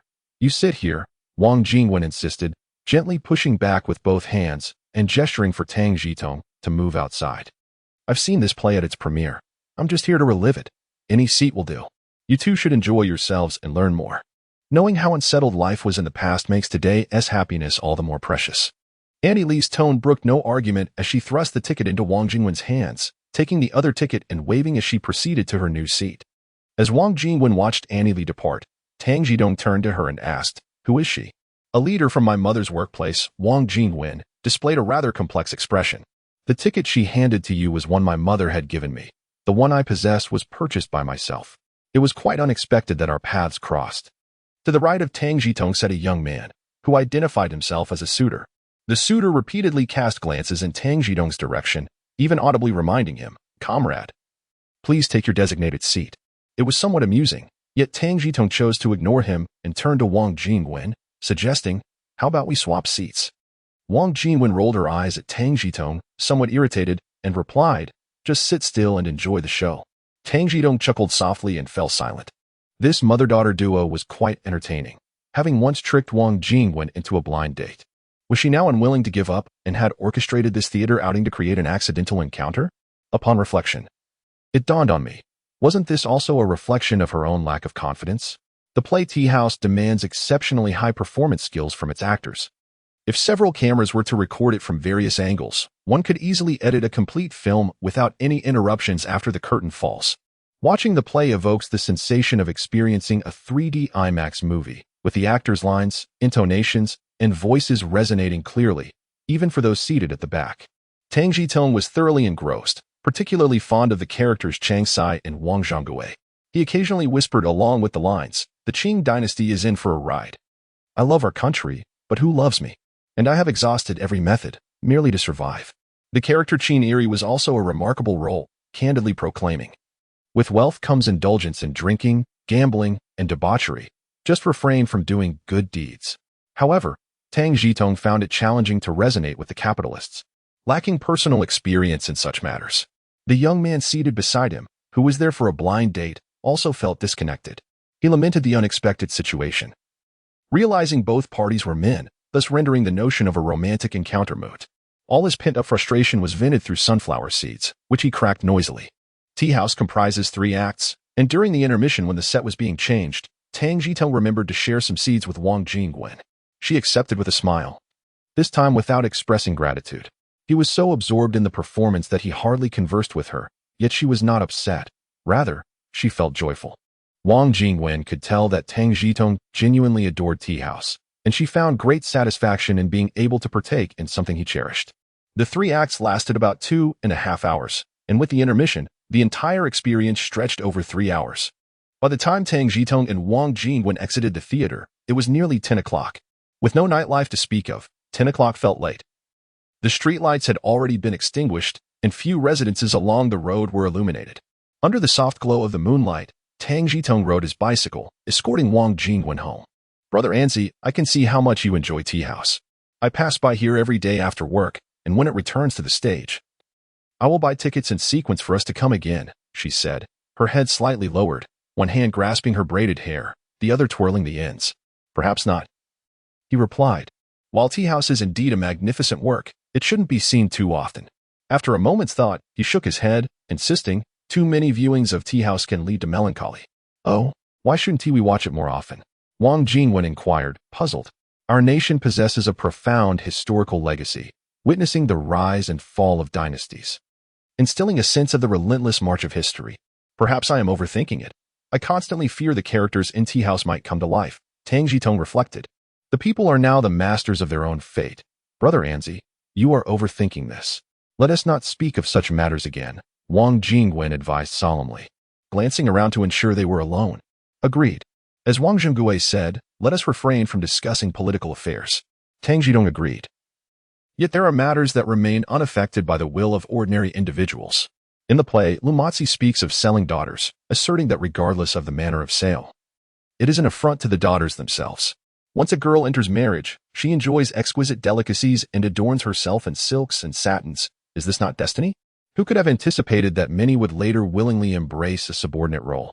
After this exchange, silence enveloped them, with only the sounds of their footsteps and breathing discernible. How will we explain to Aunt Lee that we were seen attending the play together?" Tang Zhitong broke the tranquility, inquiring, "So what if she saw?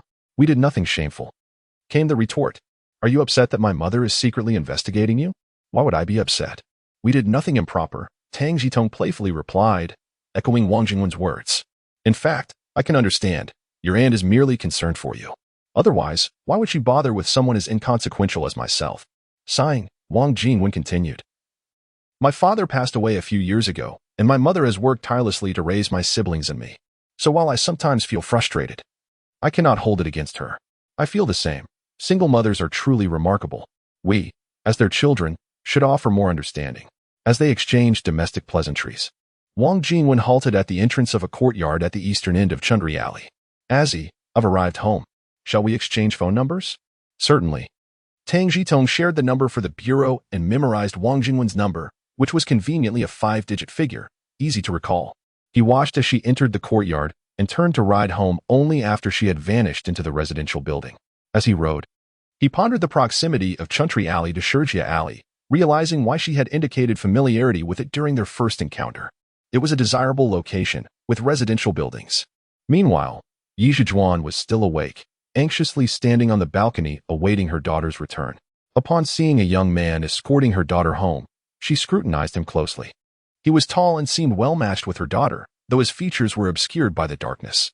Nevertheless, She felt a sense of satisfaction as he not only returned her daughter safely but also watched her enter the courtyard.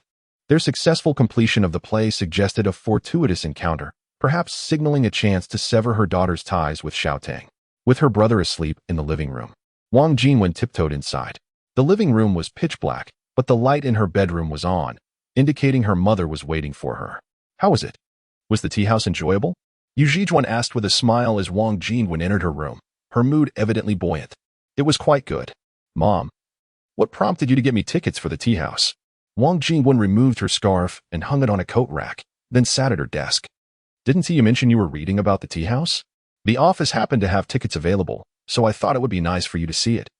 Yi Zhijuan replied, still smiling, showing no signs of unease. Thank you, Mom, but could you please refrain from going through my things in the future? Wang Jingwen said with a hint of exasperation, knowing full well that her reading of Tea House was inspired by Azzy's interest. She had purchased the book but kept it hidden in her drawer and had never read it in her mother's presence. All right. Wenwen is all grown up now. As the hour grew late, it was advised that one should retire for the night. Yi Zhijuan, undeterred by the revelation, exited the bedroom with a cheerful demeanor. As long as her daughter severed ties with the young man named Tang and pursued a relationship with the gentleman introduced by an old friend, she could rest easy. The following morning, upon arriving at work, Yu Zhijuan encountered Sisterly, who inquired, Zhijuan, I saw your daughter Wenwen at the theater last night. Is she in a relationship? Sister Tan had facilitated the connection, mentioning that the eldest son of the chief family was quite commendable. Consequently, I requested 2 tickets from the logistics department for the young people to meet. Yu Zhijuan did not contest this. After all, the tickets had been procured through the company. And it was not surprising for her daughter to run into Sisterly. I observed that the young man Wenwen was with did not resemble the chief family at all. The 2 tickets were not adjacent, and I even exchanged seats with Wenwen. Now that you mention it. The youth beside him bore a faint resemblance to the younger version of Qi. Oh dear, has this situation escalated? Have I inadvertently done a good deed that turned out to be misguided? Sisterly exclaimed, slapping her palm in a gesture of regret. Upon hearing this, Yu Zhijuan was initially taken aback, soon followed by a bitter smile adorning her face. This matter is not your fault. Your intentions were good. Had you not mentioned it, I would have been oblivious to her discreetly dating someone. I was merely concerned that Wenwen might feel embarrassed, which is why I refrained from informing her that it was an arranged meeting. I should first call Sister Tan to apologize. This situation has become quite troublesome. Yu Zhijuan was well acquainted with Sister Tan. Otherwise, she would not have facilitated the arrangement between Wang Jingwen and Xiaoqi. Once the call connected, before Yu Zhijuan could express her apologies, Sister Tan interjected, I was just about to tell you, Xiaoqi's mother called me last night, stating that Wenwen brought a young man to see a play. I must admit, I never anticipated Wenwen would have the audacity to do this. With a frown, Yu Zhijuan apologized to Sister Tan. I am truly sorry for causing you embarrassment. Not at all. I explained to them that Wenwen had never mentioned dating anyone. I merely thought she was still young and shy, which is why I didn't inform her beforehand that it was an arranged meeting. I was hopeful that Xiaoqi and Wenwen would find a mutual attraction, Sister Tan replied gently, devoid of any anger. However, she did advise, after our call last night. My husband asked me what was going on, and I explained. He believes we should refrain from such arrangements in the future, as it may adversely affect Wenwen. Thank you, Sister Tan. I appreciate your concern and that of Brother Zhou. I will have a serious talk with my daughter later. Yu Zhijuan quickly grasped the gravity of the situation. Now that others were aware of Wenwen's romantic involvement, it would be inappropriate to introduce her to anyone else, whether overtly or subtly, as it could not only offend others but also severely tarnish her daughter's reputation. Once the call ended, Yu Zhijuan slumped into her chair, feeling despondent. She had not considered the implications of her actions, initially hoping for a chance encounter to lessen her daughter's resistance. Even if the two did not hit it off, she thought they could simply attribute any lack of chemistry to fate. Yet, to her surprise, her daughter had directly taken Xiao Tang to the theater. She felt an urge to reprimand her daughter, but the thought was disheartening. What was she to do? Yi Zhijuan was engulfed in worry. In stark contrast to Yu Zhijuan's gloom, the atmosphere at Tang Zhitong's home was quite different. When Zhang Guifeng inquired about her son's outing with Wang Jingwen, Tang Zhitong dismissed it as a mere friendship. However, Zhang Guifeng was not convinced, in this day and age. A friend would not typically attend a theater performance together. Only romantic partners would do so. Assuming her son was simply too bashful to admit the truth, she refrained from pressing further.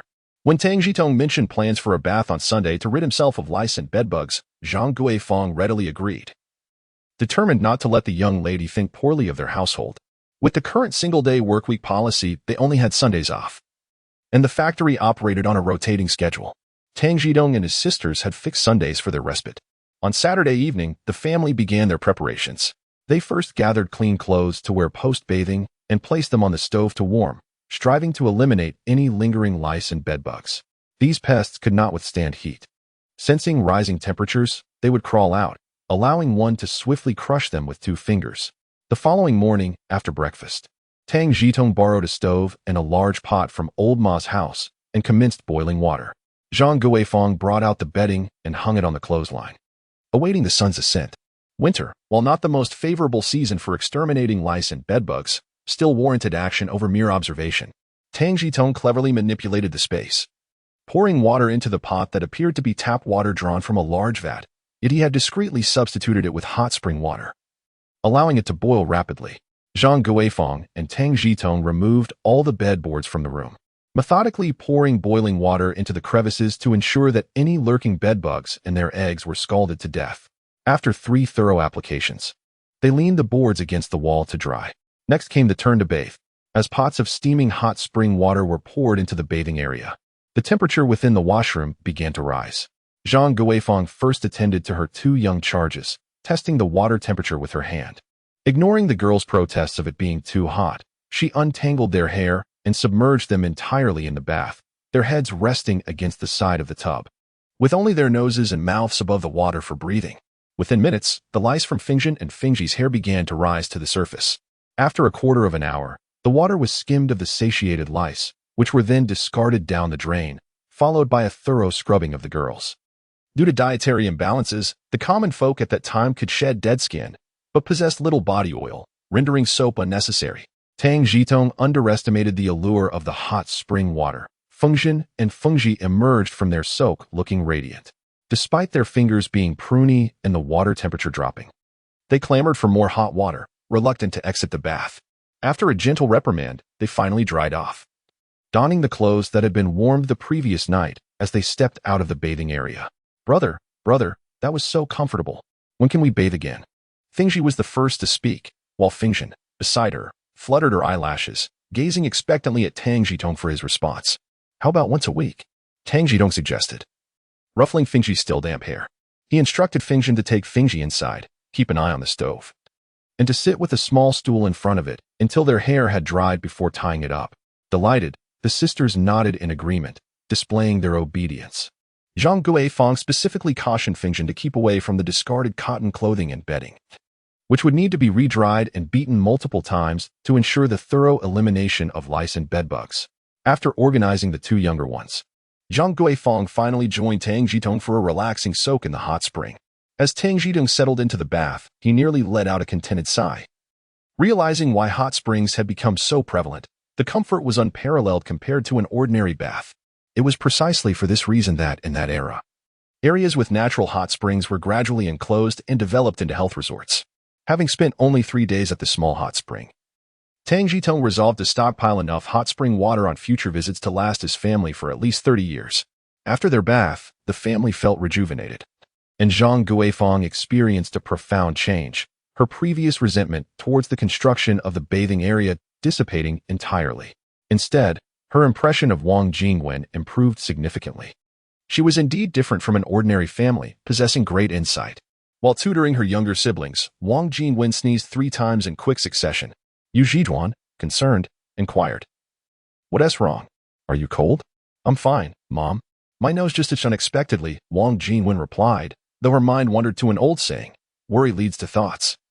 Thoughts lead to anger, and then to concern." It was high time to write a letter to Brother Anzi.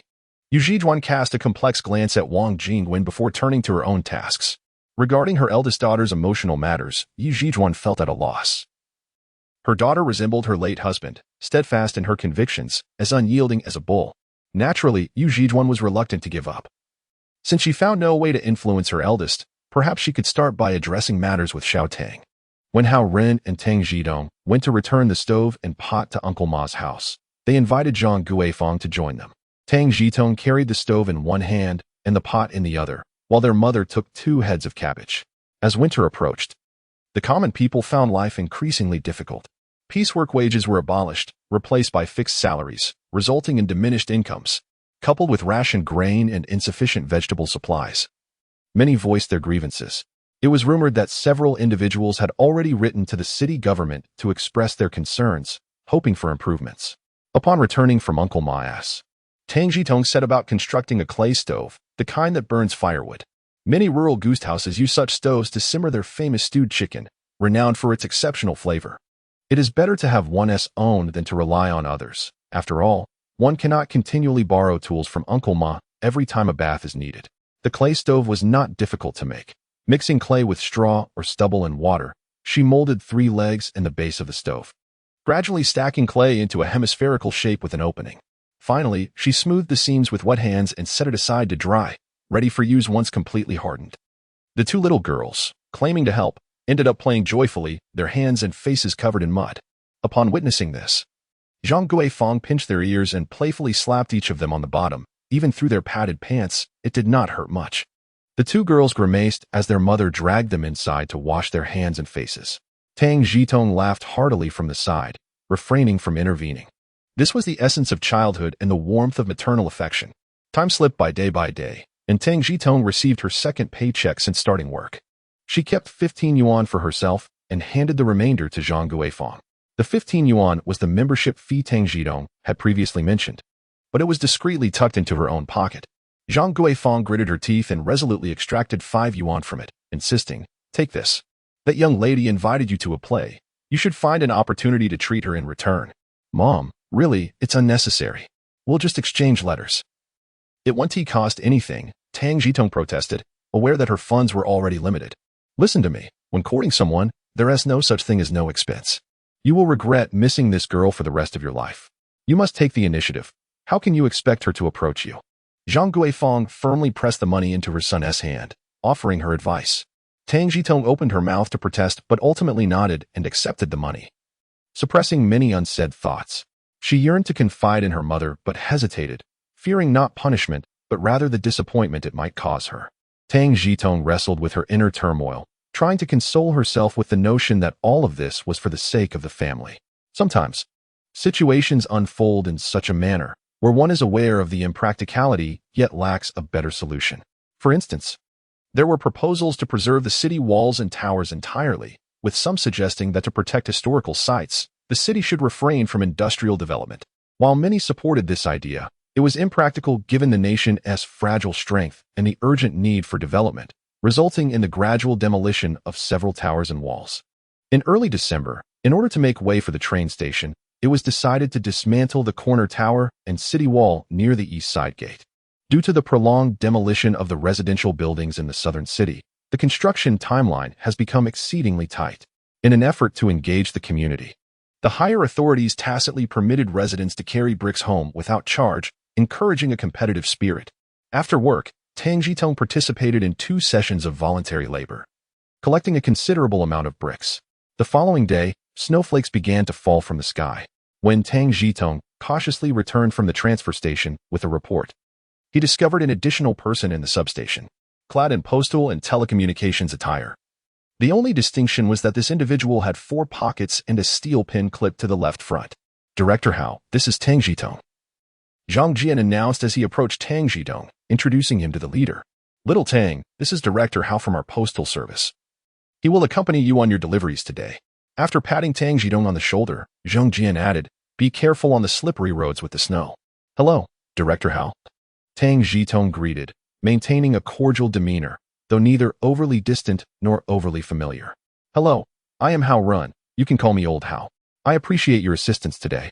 Director Hao responded warmly. Tang Zhitong understood that regulations across various sectors mandated that leaders engage in grassroots labor, sharing meals and experiences with the community while listening to their voices.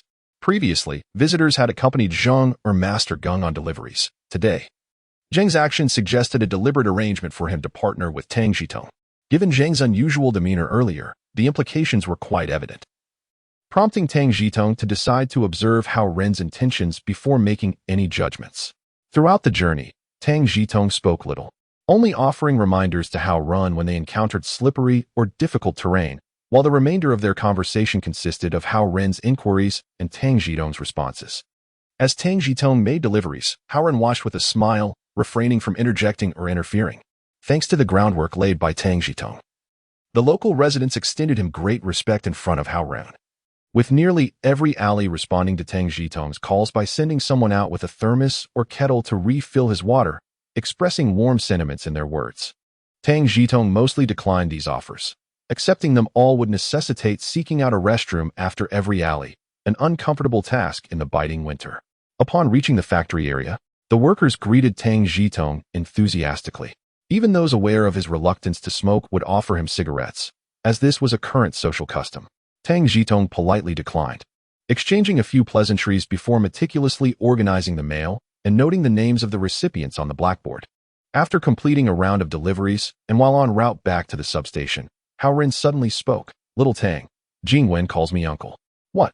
Tang Zhitong exclaimed, momentarily taken aback, instinctively braking and nearly losing his balance. He parked the vehicle properly and told Hao Ren, "Please hold on for a moment." He then dashed to a nearby public phone, dialing Wang Jingwen's number. "Hello, is this Wang?" "This is Tang Zhitong. Brother Anzi?" Wang Jingwen responded, pleasantly surprised. "This is the first time you've called me." "Well, making phone calls can be costly. I have a question for you. Do you know someone named Hao Ren?" Tang Zhitong, feeling a tad embarrassed at Wang Jingwen's inquiry, scratched his head under his hat. "Yes, I do. He used to be my father's bodyguard. I called him Uncle Hao. Later, he transferred to the postal service." "Oh, has he come to see you? Has he caused you any trouble?" Wang Jingwen suddenly pieced it together. No. He just came to the grassroots level and, while chatting, realized he knew you, so he wanted to verify some things. Don't worry, it's all fine. I'm hanging up now. If he gives you a hard time, you must tell me, and I'll confront him. Brother Anzi, it's snowing, and the roads are slippery. Please take your time with the deliveries and stay safe. All right, and you take care on your way to and from work." After hanging up the phone, Tang Zhitong felt a sense of admiration. Wang Jingwen is truly a wonderful person. She called to inquire about things and showed genuine concern for his well-being, while he had not even thought to reciprocate until she mentioned it. Perhaps he should make an effort to improve himself? The sound of cicadas reverberated as Uncle Hao, "I apologize for keeping you waiting." After concluding the phone call, Tang Zhitong's demeanor shifted dramatically, shedding the previous aloofness in favor of warmth and familiarity. "It seems that Jingwen's words carry more weight than my own," quipped Hao Ren with a smile. Tang Zhitong chuckled in agreement, acknowledging the sentiment. "Let us proceed. You choose the place, and we shall dine together." "If I hadn't introduced myself, would you have intended to neglect my meal?" Hao Ren continued to jest with Tang Zhitong. "How could that be? Do you have any preferences or dietary restrictions? Allow me to take you to a restaurant." Although Tang Zhitong harbored such intentions, he could not admit it. "In this frigid weather, let us indulge in mutton soup," suggested Hao Ren as he stamped his feet. "Excellent. I know of a cooperative eatery renowned for its ancestral culinary techniques. Shall I lead you there to savor it?" Though Tang Zhitong had not personally tasted the food, he had often heard about it from the locals, having traversed through various alleys all day. The cooperative eatery is a historical remnant, still existing in numbers until the winds of change swept them away completely. "Lead the way," Hao Ren said, brushing the snow off the car seat. "Then let us walk," Tang Zhitong replied, mounting his bicycle and heading toward the mutton soup shop. In a short while, they arrived outside the mutton soup establishment, secured their bicycles, and assisted one another in brushing off the snow before entering. As it was not yet mealtime, the restaurant still had vacant seats. "Uncle Hao, would you prefer mutton or mutton offal?" Tang Zhitong glanced at the small blackboard inside the shop, which displayed the menu and prices. Mutton soup 0, 22 yuan per bowl. Mutton offal soup 0, 18 yuan per bowl, and sesame cake 0, 0.5 yuan each. "Mutton offal," Hao Ren replied, rubbing his hands together and stamping his feet, as his dress shoes offered little warmth in the chilly air. "Would you like green onions and cilantro?" Tang Zhitong casually inquired. Where would one find cilantro at this time? No green onions either, Hao Ren thought, bemused by Tang Zhitong's simultaneous attentiveness and obliviousness. Attentive in asking, but careless in not realizing that cilantro was unavailable in this season. Little did he know the abundance of resources Tang Zhitong had once lived among. It has been so long since I last indulged that I completely forgot. Tang Zhitong took the blame upon himself, turning toward the counter. "Excuse me, 2 bowls of mutton offal without green onions." and 8 sesame cakes. Should that prove insufficient? I shall order more. After placing the order, Tang Zhitong took out his money to settle the bill. In the eateries prior to the cooperatives, there was generally no custom of paying up front. Doing so before dining was considered an insult in the old capital, hence the embarrassment associated with Mr. Wong in the tea house when he collected currency. That will be 76 cents in total. The young lady at the counter prepared the bill, collected the payment, and then called out to the kitchen, 8 sesame cakes, 2 bowls of mutton offal, without green onions. The kitchen confirmed and echoed back loudly, understood. 8 sesame cakes, 2 bowls of mutton offal, without green onions. The mutton soup had been simmered in advance, and its preparation was straightforward. Shortly thereafter, the kitchen placed the items on the serving tray and called out, 8 sesame cakes, 2 bowls of mutton offal are ready. The young lady at the counter picked up the serving tray and placed it before Hao Ren and Tang Zhitong, allowing the customers to serve themselves. Her demeanor was not outright unfriendly, but it certainly did not exude warmth. Not all industries have experienced a decline in service attitude following the partnership. However, the restaurant sector has suffered the most significant downturn. The tasks of serving dishes and clearing tables, which were traditionally the responsibilities of waitstaff, have regrettably dwindled to the latter alone. On a snowy day, savoring mutton soup is indeed a delightful experience, providing warmth from within. The two individuals enjoyed their meal of sesame cakes and mutton soup, a veritable feast amidst the elements. In the midst of their dinings, Tang Zhitong requested a refill of soup, opting to fetch it himself from the kitchen window, fortunately without incurring any additional charges. Engaging in conversation at the mutton soup establishment proved challenging, as patrons were already gathering to share tables or awaiting their turn even before the duo had finished their meal. After relishing the soup, they returned to the branch office, settling down in Zhang's office for a chat. Zhang excused himself, claiming he had business in the service hall, leaving them undisturbed. Tang, do you encounter any difficulties at work? Hao Ren inquired as he took a seat, steering clear of personal matters. I personally face no significant challenges. Even if there are minor issues, I can surmount them. However, I do have thoughts on how to enhance and improve work efficiency. Since he had already confirmed Hao Ren's identity with Wang Jingwen, Tang Zhitong felt no need to conceal his thoughts. Recently, he had been working on the numbering system for convenience, yet many letters continued to pose challenges, necessitating a fundamental resolution. Oh, do share, Hao Ren urged. Tang Zhitong retrieved a small notebook from his coat pocket, followed by a pen, preparing to take notes. Though I have only been here for 2 months, I have encountered numerous misdirected letters that do not belong to the Hujialu area, which were delivered here and subsequently had to be returned for resorting. I have scrutinized the recipient information on these letters, and I cannot solely blame the sorting personnel for their oversight. There are often typographical errors, careless handwriting, or simply duplicate names within the alleys, which indeed complicates sorting. As Tang Zhitong reflected, he organized his thoughts to articulate them appropriately. And what else? Hao Ren prompted. There was an instance where a letter took an excessively convoluted route to arrive here. Goodness, the envelope was almost completely covered in postmarks. Analyzing the sender's address and the postmarks, it was evident that it originated from Jin province destined for the 49 city.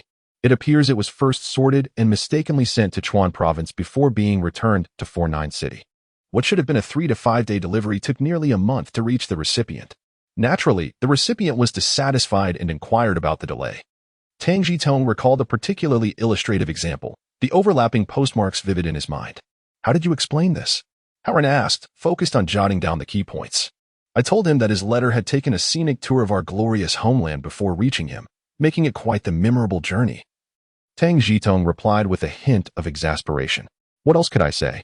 I certainly couldn't apologize. That would be too unjust for me. Well done. You have quite the knack for spinning a tale, Hao Ren chuckled, nodding in approval.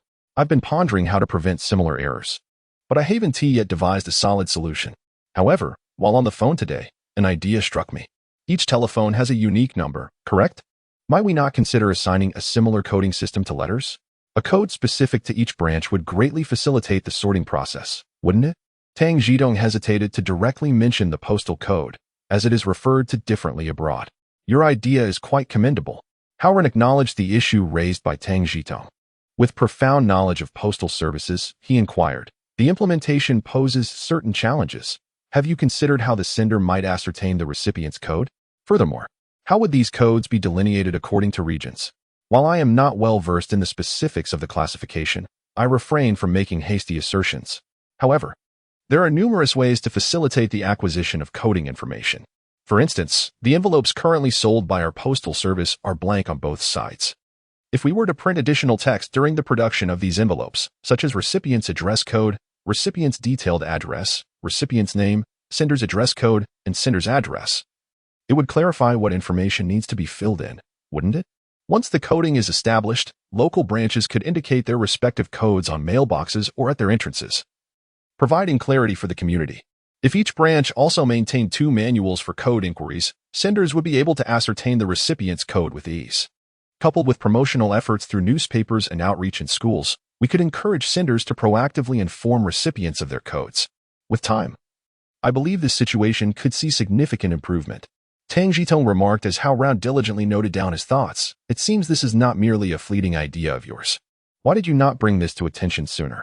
The voice from a high place resonates far and wide, not merely carried by the autumn breeze. Uncle Hao. The weight of the same words can differ significantly depending on who utters them. After their discussion about work, Hao Ren packed his notebook and pen, stood up, and said, "All right, I must take my leave now. I want to interrupt your second delivery. Let me see you off," Tang Zhitong replied, rising to open the door. As they exited, Hao Ren suddenly paused and advised, "Xiao Tang, since you've graduated from junior high, our postal school has many enhancement classes available. You should enroll and aim to obtain your vocational certificate as soon as possible. But I haven't been officially confirmed yet. Isn't it only after that I can enroll?" Tang Zhitong hesitated. "Your performance has been outstanding. You will be confirmed soon, so do not worry," Hao Ren gently reassured him, patting Tang Zhitong's shoulder as he made his way to his bicycle. "Once I am confirmed, I will sign up immediately." Tang Zhitong realized this was an opportunity presenting itself. After escorting Hao Ren to the entrance of the post office, as he prepared to wave goodbye, Hao Ren halted, retrieved a prepared 1 yuan note from his pocket, and tucked it into Tang Zhitong's pocket. "I almost forgot this. Both personally and professionally, it is unreasonable for you to treat me." "Oh no, you are too kind. I can certainly afford a bowl of lamb soup." Tang Zhitong quickly pulled the money from his pocket, intending to return it. "Keep it. I do not wish for Jingwen to think poorly of me, saying I take advantage of the younger generation." Hao Ren smiled, firmly pushing Tang Zhitong's hand away. "All right then. I will not be polite." Tang Zhitong accepted the money, refraining from mentioning the extra amount. "I will bring a rabbit during the spring festival as a return gift." After seeing off Hao Ren, Tang Zhitong returned to the courtyard, where he found Zheng, the supervisor, waiting by the back door of the service hall. "How did it go? They did not give you a hard time, did they?" Zheng inquired. "No, not at all. Thank you for your concern. It was only after the delivery that I realized that Director Zhou is a senior of a friend of mine." Tang Zhitong sincerely expressed his gratitude to Zheng for alerting him in front of the higher-ups when the situation was unclear, an act he would always remember with appreciation. "Then I can rest easy." "All right, tidy up and continue with your deliveries," Zheng said, relieved, as he sauntered back into the office. After completing the second round of deliveries, Tang Zhitong returned to the service hall. He had cultivated a commendable habit of promptly returning undelivered letters and misdirected mail to the service hall for the afternoon collection, rather than taking them home like Zhang Yuan did, to deal with the next day. Upon returning to the hall, Qian Zhongping's eyes lit up when she saw Tang Zhitong. "Xiao Tang, a girl called for you. She said she would wait for you to call her back once you return." I asked her who she was, and she said you would definitely know. "Is she the one from that day?" "Sister Qian, you are truly enthusiastic. I am almost too shy to approach her." Tang Zhitong replied nonchalantly, though he was still reluctant to admit anything, as their relationship had not yet been defined. "Oh, are we feeling shy now?" Qian Zhongping chuckled, not at all vexed, as she opened the phone box with her keys. "I will step aside. You can make the call. Just remember to jot down the time. I will collect the fee later. Thank you kindly. Tomorrow, I shall bring you some sweet potatoes, the kind without even a blemish. When roasted, they are exquisitely fragrant. You can take them home for the children to savor." Tang Zhitong, in a show of goodwill towards Qian Zhongping, is making an effort to connect. This is more like it. Qian Zhongping does not refuse. Although there are currently strict quotas, sweet potatoes are not considered staple food and most families enjoy them as snacks. They can still be purchased, and at a reasonable price. Once Qian Zhongping exited the business hall, Tang Zhitong dialed a number. "Hello, is this Brother Anzi?" A voice on the other end responded promptly. The slightly distorted sound of Wang Jingwen came through. "It's me. Were you anxious waiting? I just returned from my delivery." It didn't take long. I wanted to ask if Uncle Hao gave you any trouble, Wang Jingwen inquired eagerly. Not at all, we merely discussed work matters. Tang Zhitong replied honestly. Oh, did you not talk about anything else? Wang Jingwen's tone dropped slightly.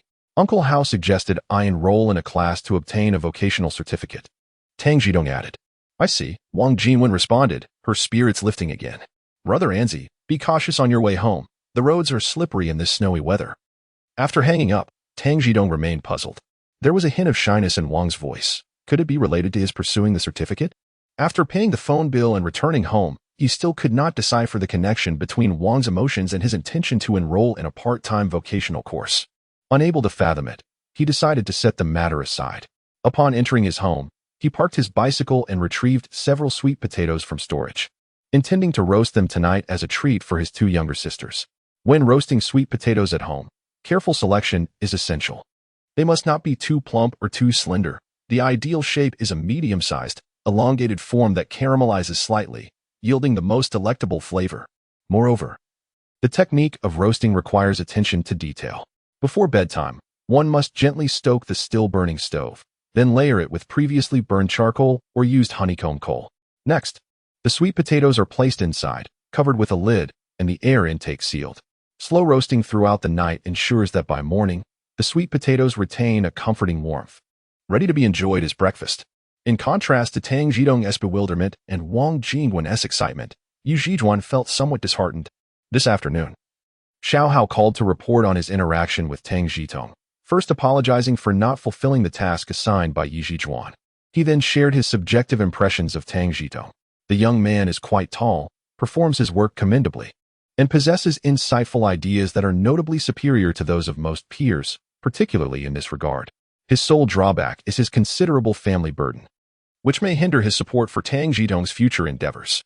Ultimately, he suggested that Yudajie contemplate the situation carefully. If she still wished to intervene, he could make another visit. That night, Yi Zhijuan found herself restless, understanding that Xiao Hao's observations were indeed truthful. The two families share an exceptionally close bond. The reason for Xiao Hao's unilateral decision was primarily for Wenwen's well-being, while his intentions were indeed for her benefit. The question arises, which of the two paths aligns with Wenwen's true desires? It is quite evident. The following day, Yi Zhijuan, bearing dark circles under her eyes, reported to work. Sitting at her desk, she finally reached a resolution. Enough is enough. She would acquiesce to the child's wishes. If this continued, the readers would soon begin to voice their grievances. Throughout this turmoil, Tang Zhitong remained oblivious, while Wang Jingwen harbored suspicions. Uncle Hao was on her side. Otherwise, he would not have suggested that Izzy obtain a vocational certificate. Due to the snowfall, Tang Zhitong arrived at the branch slightly later than usual, carrying the mail. At this time, Qian Zhangping had already started her shift. Tang Zhitong fulfilled the promise made the day before, cheerfully organizing the letters for delivery, unaware that a plot was soon to unfold against him. In the midst of a wintry landscape, an old adage rings true. The snow may not be cold while it falls, but it is the melting that brings the chill. A group of children, seemingly oblivious to the cold, played joyfully in the snow, their cheeks and hands flushed crimson from the frigid air. The boys engage in playful snowball fights, some launching distant attacks that barely sting, while others, in a flurry of excitement, pursue each other with tightly packed snowballs, gleefully stuffing them down each other's collars. The girls are more serene, mostly constructing snowmen, happily playing house despite the lopsided creations they fashion, naming one snowman Little May and another Little Shuai. Some children deliberately tread upon the untouched snow along the edges of the walls, leaving behind a trail of long footprints. Others ride makeshift sleds, with some pulling while others push, and then they switch roles for the next ride. A few attempt to glide on the icy surface. And when one loses balance and tumbles to the ground, there are no tears or anger, just resilience as they rise to continue their play, though they revel in the moment. Drenched in snow and unbothered by their damp clothes, it is certain that soon enough, the cold will bite. In the alleys, the residents have cleared a narrow path outside their doors, while the main roads remain untouched. The constant flow of pedestrians and vehicles quickly compresses the snow into a blackened slush, ultimately melting into a puddle of murky water. Tang Zhitong muses that the absence of sanitation workers and city management might be the cause of this disarray. After completing his first delivery, Tang Zhitong returned to the post office. Qian Zhongping pointed to an elderly man sitting by the stove and said, Xiao Tang, someone is looking for you. The old man turned and greeted Tang Zhitong. Thank you, Sister Qian, he replied, expressing his gratitude before placing his mailbag down to acknowledge Old Wan, shopkeeper Wan. It's been quite some time. What brings you here? It's been a while since I last visited. I thought I'd come see you, Old Wan replied. My old limbs are not as responsive as they once were. It's not easy to get out. Shall we step outside for a chat? He stood up, adjusting his fur hat and leaning on his cane, preparing to leave. Tang Zhitong accompanied him, though a sense of unease stirred within him. Their friendship was not particularly deep. And Old Wan's visit to the post office surely held ulterior motives, perhaps akin to a weasel wishing a chicken well, not intending any goodwill. They found a relatively open space near the entrance of the business hall, where the cold air kept the streets sparsely populated, allowing for a private conversation without fear of being overheard. Xiao Tang, this is a delicate matter to address, but I must speak of it, Old Wan began, resting his hands on the head of his cane. Recently, there have been some troubles at home, and I am in urgent need of funds. Shopkeeper Wan, this request is rather untoward. It hasn't even been 6 months since our last arrangement, and the terms were clearly documented for a year, Tang Zhitong replied, feeling a surge of anger upon grasping Old Wan's implications. The notion of urgent need seemed dubious, especially when he was adorned in a sleek fur coat that alone must have cost several hundred yuan.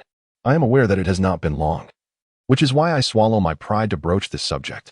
I acknowledge my initial misstep. Thus, I shall forego the interest accrued over these months, and you need only return the principal. Master Wan is in no haste, having timed his arrival meticulously. In his perception, it is evident that a young person, upon securing a respectable job, must have an ulterior motive for the borrowed funds. What if I were to insist on adhering to our original agreement and repay only after a year? Tang Zhitong, suppressing his fury, realized this was not merely a matter of money, but a direct threat to his home. My purpose in visiting your establishment today was simply to negotiate with you. Observe. I sought a secluded place on this frigid day to discuss matters privately, so as not to bring you disgrace, correct? Master Wan remained unflustered, his tone unchanged. Yet the substance of his words felt disquieting. The reason for this confrontation today stemmed from Wan's knowledge that Tang Zhitong was nearing a permanent position. Thus, any property dealings must occur before his confirmation. Should Tang Zhitong refuse to cooperate, one would not hesitate to create a scene at the branch, jeopardizing not only the confirmation but possibly Tang Zhitong's entire employment. If the uproar were to occur post-confirmation, Tang Zhitong might face only a reprimand, which would be far less damaging. Upon hearing Wan's insinuation, Tang Zhitong regained his composure, realizing Wan's intentions were indeed malicious. He was unafraid of Wan causing a scene. But such an uproar would inevitably raise two critical concerns. What had been done with the money? Although Tang Zhitong had not purchased a job, would others perceive it differently? Furthermore, Zhang Guifan would inevitably discover that the house had been mortgaged. Must I express my gratitude to you? Tang Zhitong understood he had no alternatives. He could either repay the debt or sell his home. After all, we are old neighbors, and I have watched you grow. If my actions were to cast a shadow upon you, I would not bear it lightly. Master Wan, cunning as he is, spoke beautifully in the guise of pleasantries. Grant me half a month. I shall contemplate a solution. Tang Zhitong, lacking funds, recognized that even 2,000 was no trifling sum. Yet he could not relinquish his home without a fight. He still wished to make one last effort. 7 days, then, I shall await your funds. One remained as unhurried as ever, even managing a smile. 10 days, should you fail to gather the sum by then, you may dispose of the house as you wish. Tang Zhitong clenched his teeth, inwardly cursing Wan's insatiable greed. Very well, a man's word is his bond. I shall wait. After Wan concluded his remarks, he offered a dismissive gesture to Tang Zhitong and leisurely made his way back, hailing a rickshaw at the corner before departing. Master Wan harbored no concerns that Tang Zhitong would manage to gather the necessary funds. He himself was a moneylender, well aware that not all money was worth lending. One either needed substantial backing or collateral. In Tang Zhitong's predicament, securing a loan from other lenders was utterly implausible. As for whether Tang Zhitong could borrow the requisite 2,000 from others, Wan deemed the likelihood exceedingly slim. Like begets like, a mouse's offspring will dig holes. From a poverty-stricken background, even with a good job, the acquaintances one makes in such a brief time are likely to be of similar means. Those struggling to make ends meet would hardly be able to provide him with such a sum. Watching Wan retreat into the distance, Tang Zhitong felt an overwhelming urge to assault him from behind, cursing the old scoundrel for his underhanded tactics, taking advantage of his misfortune. Tang Zhitong had painstakingly accumulated over 2,000 units of supplies over the course of 3 to 4 months. Although selling them now could yield some profit, it would be meager, even if he managed to sell the goods smoothly within the next 10 days and repay his debts. What would he do in the years that followed? Zhitong was reluctant to borrow money from anyone, for financial matters invariably test the bonds of friendship, love, and kinship. A moment's carelessness could lead to the dissolution of those ties. He was equally unwilling to relinquish his home without a fight. The pressing question remained: how could he gather 2,000 yuan within 10 days? At that moment, he found himself at a loss. Even a single penny could thwart a hero, let alone 2,000. Nevertheless, he knew he had to persevere. During a second delivery, a passerby's remark sparked a realization in Zhitong. Even if the sweet potatoes were somewhat spoiled, they were still edible, far preferable to the days when they had to subsist on elm bark.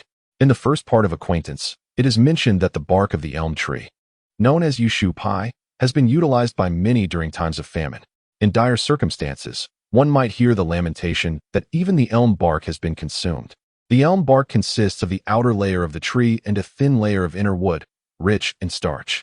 To prepare it, one would slice open the outer layer and carefully scrape or tear away the inner part, allowing it to dry in the shade before grinding it down. This powder can then be mixed with wild vegetables and leaves for consumption. Although not palatable, it provides a sense of fullness, albeit accompanied by digestive difficulties. Tang Zhitong had never tasted such a thing in his 2 lifetimes. These tales were recounted by an elderly grandmother from the village. According to other village elders, this grandmother hailed from the region of Confucius's birthplace, where a flood devastated the area the year before a severe drought struck, leading to exaggerated reports and various grand constructions that resulted in the meager harvest being left to rot in the fields. Consequently, famine arrived earlier in this region. The grandmother recounted that during that winter, the price of elm bark soared to 4 dimes per pound. After completing his second delivery, Tang Zhitong returned to the post office and requested leave from Supervisor Zhang, citing family visitation as his reason. Thanks to the connection with Director Hao, even amidst the busy delivery season, Supervisor Zhang approved his leave. Exiting the post office, Tang Zhitong hurried to the train station, armed with a letter of introduction from Supervisor Zhang to purchase his ticket. The train station is located on the eastern side of Zhangyangmen, commonly referred to as Qianmen Train Station, which is set to relocate to the new station near Nanchingen once it is completed next year. Tang Zhitong encountered opinions questioning how a train station could be situated in the city center, suggesting a flaw in planning. Those who voiced such sentiments lacked an understanding of the era, projecting future advancements in transportation onto a time of poverty and scarcity. Trains have been the primary mode of transport since the founding of the nation, with ticket prices regulated to prevent excessive costs that would lead to losses for the railway.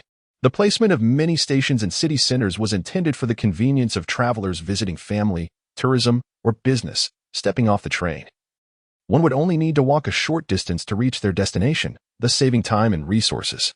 It was said that there had been debates about whether to retain the station near Zhangyangmen, as the area remained unsettled and posed safety risks due to its proximity to the central hub. Some suggested relocating it. Ultimately, a decisive resolution was made to keep it in place, allowing the people to disembark and immediately see the city tower, to behold the heart of the nation, and to recognize their unity. The reason for this year's move to Nanchingen was due to Qianmen train station operating at full capacity to meet the demands of passenger transport. Relocation was necessary. However, the new station is situated merely 5 kilometers east of the old one. The train tickets are handwritten, with the ticket clerk manually inscribing the travel details, date, and attaching the seat number, even calculating the fare. Purchasing such a ticket takes approximately 10 minutes, with a minimum of 5, resulting in long queues. Tang's father hails from Quanqing, so as part of his family visit, he planned to buy a ticket to Quanqing and figure out a way to reach Confucius's birthplace once aboard the train. The distance from Qianmen Station to Quanqing Station is 496 kilometers, with a hard seat ticket priced at 166 yuan for the express train, valid for travel within 3 days. The train ticket is a hard card style, a simple design characterized by a yellowed paper surface, measuring less than 6 centimeters in length and only 5 centimeters in width. It distinguishes between fast and slow trains, as well as soft and hard seats, through the quantity of lines and the color of the background. Currently, there are not many train services available in many regions. Having just one train a day is considered fortunate. Tang Zhitong plans to depart tomorrow morning. Upon returning home, as night falls, Zhang Guifang inquires why her son has returned so late. Tang Zhitong fabricates a lie. Mom, I dreamed of Grandma last night. She urged me to visit the ancestral grave. I forgot to mention it this morning in my rush. I asked for leave from work this afternoon and borrowed 5 yuan from a colleague to purchase my train ticket for tomorrow. Are you going to manage on your own? You, my child, can forget something so important. Zhang Guifang, trusting in her son, does not suspect anything. Come, let us eat. I'll pack some food for you so you won't go hungry on the way. A mother's worry for her child is universal, and Zhang Guifang is no exception.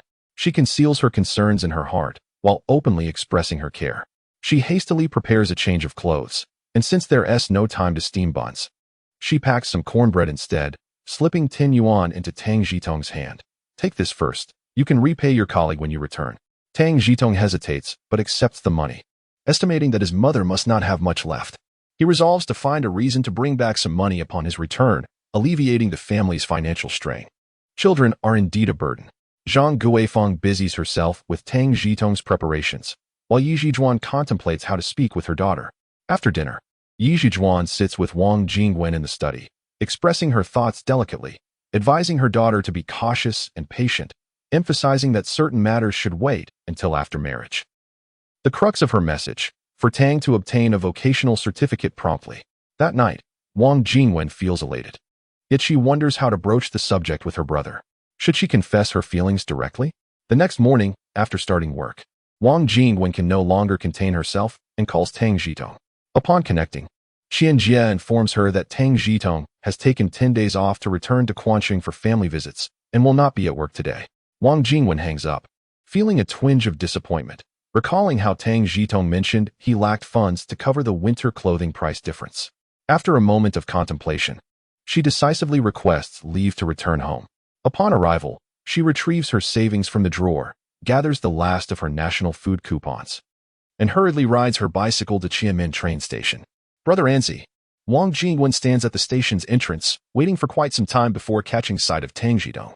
What are you doing here? Tang Zhitong looks up and sees Wang Jingwen's radiant figure, her red scarf resembling a flame that enhances her already vibrant complexion. I called you this morning, and Qian Jie said you took leave to visit Quanqing. I came to see you off, Wang Jingwen says, lowering her gaze, fiddling with non-existent ants on the ground. You've been waiting quite a while, haven't you? Aren't you afraid of catching a chill? What if I had boarded the vehicle earlier? Are you just standing here waiting? Tang Zhitong observed Wang Jingwen shivering in the cold, feeling both a pang of sympathy and a surge of emotion. I'm not that foolish. As soon as I arrived at the station, I inquired about the departure times, and the train to Quanqing hasn't even arrived yet. Wang Jingwen's cheeks were flushed, her dimples dancing on her face, and she beamed upon seeing Tang Zhitong. You truly are quite clever. Wang Jingwen was aware of her own feelings. Even a fool could discern them. One must not merely ruminate on such thoughts, but must also take tangible action. So, what do you think of me? Tang Zhitong gazed at the radiant Wang, summoning the courage to voice his question. There may be disparities, but with effort, he could surely win over Wang's mother. If he didn't utter this question, he would likely regret it for a lifetime. Upon hearing Tang Zhitong's words, Wang Jingwen's cheeks flushed crimson. With a coy glance at him, she softly remarked, My mother said you should obtain a vocational diploma as soon as possible. Upon hearing this, Tang Zhitong was overjoyed. How understanding of his future mother-in-law. His heart raced with excitement, and trembling hands grasped the chilly hand of his classmate, cradling it against his chest. Rest assured, I shall enroll in a course immediately after my formal appointment. I will surely obtain my diploma with utmost speed. Such a silly fellow, Wang Jingwen mused, not withdrawing her hand, relishing the warmth of Tang Zhitong's fervor. With a playful smile, he remained silent, reveling in the softness of her delicate fingers. Before long, he could hardly bear it. Her eyes glimmered with unshed tears. The two exchanged silent glances until Wang Jingwen, slightly bashful, reminded him, Let me accompany you to the station. It's almost time. Oh right, I almost forgot. Tang Zhitong released her hand, scratching his head in embarrassment. What about your luggage? Wang Jingwen surveyed him, noting the absence of any belongings around him. I'll be back soon, so I travel light, he explained. Having stored everything his mother had packed in a hidden space, aware that luggage exceeding 10 kilograms incurs fees. You truly are carefree. Haven't you heard the saying, a poor family leads to a rich journey? Wang Jingwen said, retrieving prepared money and ration tickets from her left pocket. She took his left hand with her right, placing the money and tickets into his palm. Quickly, keep this safe. Don't let anyone see. This won't do. I have my own money, Tang Zhitong quickly protested, feeling it inappropriate to accept his girlfriend's funds so soon after their relationship began. I know you have money, but keep this for emergencies. If you don't spend it, you can return it to me later, she insisted, her tone considerate yet firm. Very well, I shall accept it. Tang Zhitong replied, feeling even more touched. Wang Jingwen was not only here to see him off, but also concerned about his finances while away. For her thoughtfulness, he felt compelled to accept the money. Now that's more like it. Wang Jingwen smiled more brightly, her joy unwavering since she first laid eyes on Tang Zhitong. Shall I head inside now? Tang Zhitong asked, unable to resist the urge to smooth down her tousled hair. I will accompany you, Wang Jingwen replied, not shying away. She took his left hand and turned to walk toward the entrance. At present, it was permissible for passengers' relatives to see them off. A 5-cent ticket allowed entry to the platform, where they could accompany their loved ones until they boarded the train. Hand in hand, they entered the platform. Surrounded by numerous farewells from family members, caring parents offering gentle reminders, and reluctant lovers bidding adieu, Tang Zhitong and Wang Jingwen exchanged a knowing smile. An unspoken understanding passing between them. In these times, relationships were pure and innocent. Tang Zhitong gently squeezed Wang Jingwen's hand, marveling at its softness. A blush graced her cheeks as she adjusted his collar, reminding him, when you are out in the world, safety comes first. Don't hesitate to spend what you need. If you face any troubles, call me. Understood, I shall obey. Tang Zhitong grasped Wang Jingwen's other hand, and at that moment, the two stood face to face. Tang Zhitong softly inquired, may I embrace you? Upon hearing this, Wang Jingwen shyly buried her head in Tang Zhitong's shoulder. The train's whistle abruptly roused the immersed young couple. The conductor, gripping the train door frame, leaned out and called out, passengers who have not boarded, please hurry up. The train is about to depart. Thank you, Xiao Wang. Wait for my return. Tang Zhitong gently patted Wang Jingwen's back, speaking with heartfelt emotion. Yes, I will wait for you. Hurry, the train is leaving. Wang Jingwen softly pushed Tang Zhitong away and waved goodbye. In a few days, they would reunite, and their farewell lacked the heart-wrenching sorrow others often experience. Thus, Wang Jingwen merely stood on the platform, watching the train fade into the distance. Once aboard, Tang Zhitong settled into his seat, as if he could still catch a whiff of Xiao Wang's fragrance lingering in the air. After the train set in motion, Tang Zhitong visited the restroom and opened the money Wang Jingwen had given him to count it. To his surprise, he discovered not only 100 yuan but also 20 jin of national grain tickets. What a treasure of a girl, Tang Zhitong thought, deeply moved. He had sufficient space and some prepared food, never even considering exchanging the grain tickets at the food store. His mother had never traveled far, likely unaware of such possibilities. The train featured a dining car, offering simple fare, accepting only cash rather than grain tickets, albeit at slightly elevated prices compared to the market. At that moment, few patrons were dining, but in the forthcoming years, individuals would purchase short-distance tickets solely to enjoy a meal during designated dining hours. Tang Zhitong procured an additional ticket to Yanfang from the train attendant.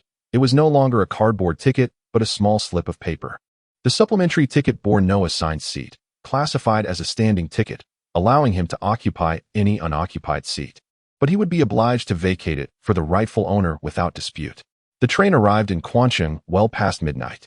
Tang Zhitong refrained from booking a hotel room, as the cost was a few dimes per night, and he had yet to see any returns from this journey. Adhering to his principle of frugality, he opted to doze off in the waiting room's bench until dawn. Upon exiting the train station, he managed a modest breakfast, seeking a less crowded spot, and retrieved his bicycle from his storage. He then set off westward. Along the way, he encountered numerous individuals, families traveling eastward. Tang Zhitong recalled an elderly woman from the village mentioning those who had fled due to famine, some who intercepted grain trucks, and others searching for suitors for their daughters.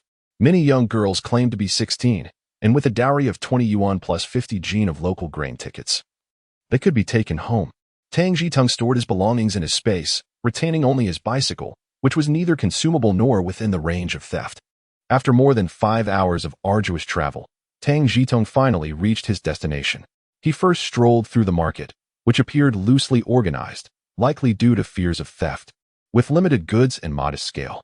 The price of elm bark is approximately 3 mao per jean, while carrots, which retain a hint of their rough outer skin, are priced slightly over 8 mao per jean.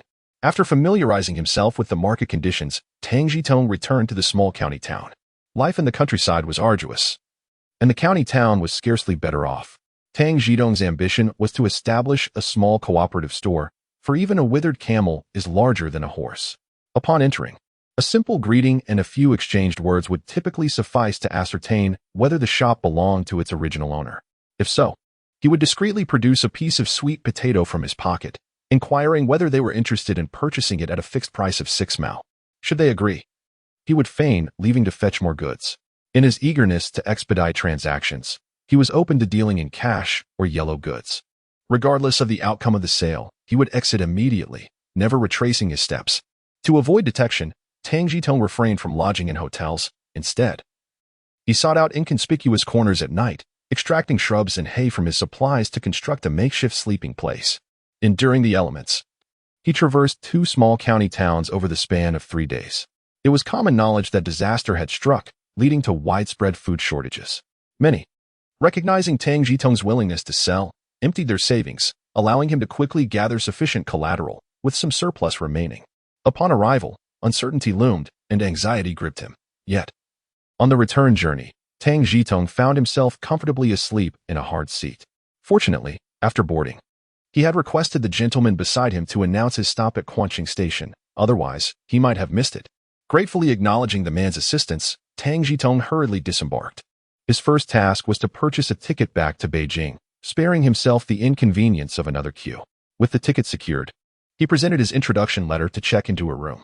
The accommodation did not conform to the cramped standards of sleeper berths, prompting him to specifically choose a room equipped with a bathtub. While a standard room cost 2 yuan, this one, boasting both a bathtub and heating, was priced at 5 yuan. It was not that Tang Zhitong had suddenly become affluent. Rather, he had been utterly fatigued in recent days, and he intended to indulge in a warm bath and enjoy a restorative nap. The benefits of soaking in hot springs are widely debated, with opinions varying greatly. Some regard it as a mere folly of intellect. However, Tang Zhitong placed greater faith in his own experiences. As he languidly soaked in the tub, memories of the warm waters of Huaqing Pool surfaced, and he recalled his initial thought upon experiencing its warmth. The Li family truly understood the art of indulgence. He resolved that in 2 years, he would certainly revisit Huaqing Pool for a delightful soak, allowing himself and his classmate Wang to enjoy its comforts without ever leaving their home. Reflecting on the soothing properties of the spring water, he fantasized about the luxurious experience it promised. After his bath and a rejuvenating nap, he made his way to the post office to call Wang Jingwen.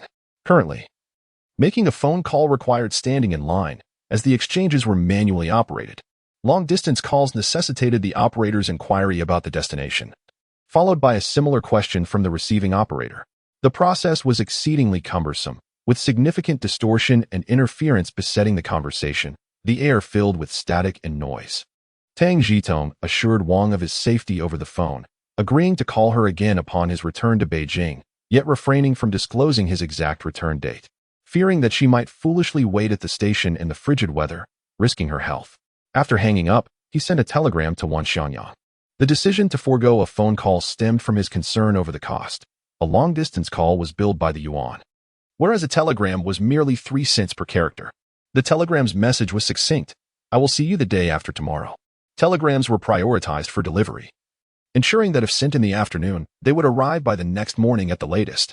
The telegram required the recipient's signature upon receipt, and the only unfortunate scenario would be if Wan Xiangyang were out of town, in which case they would have to wait until his return. Having completed his tasks, Tang Zhitong strolled along Chu Shui Ting Street, where black-bricked homes with dark tiles lined either side, and a small stream meandered through the center. Spring water bubbled forth, while women washed clothes by the stream, flanked by weeping willows on either bank. Though the weeping willows stand bare, one can envision the stunning scenery that will unfold with the arrival of spring. At that time, it seems unlikely that any words could encapsulate the beauty of the crystal-clear springs and the cascading willows more aptly. Tang Zhitong purchased some oil cakes on Chu Shui Ting Street, intending to bring them back for Wang Jingwen and her sisters to savor. His successful acquisition was thanks to the nationwide food ration coupons provided by Wang Jingwen. as food purchases in Quan City had begun to require such tickets. Continuing along Chu Shui Ting Street leads to the expansive Daming Lake. Indeed, Daming Lake is vast, adorned with blooming lotus flowers. Frogs leap atop the lotus, bouncing with each prod. Presently, Daming Lake is home to frogs, but in Tang Zhitong's time, they had been eradicated and were no longer visible. Encountering winter's desolation. With remnants of lotus and wilted willows, Tang Zhitong lost his enthusiasm and returned to the hotel to rest. The following morning, Tang Zhitong checked out and cycled towards the old home mentioned by the elderly lady. Currently, Quan City is not large. Crossing the Dongmen Bridge takes one beyond the city's protective moat, revealing expansive farmlands. After cycling eastward for over an hour and inquiring at various places, he finally located the site of his ancestral home. It was a duty to pay respects at his grandfather's grave, and even without the current matter at hand, Tang Zhitong would have sought the opportunity to return, as it pertained to the elderly lady's last wishes. Before her passing, she had instructed Tang Zhitong that if he wished to find his uncle and aunt, he must return to their ancestral home.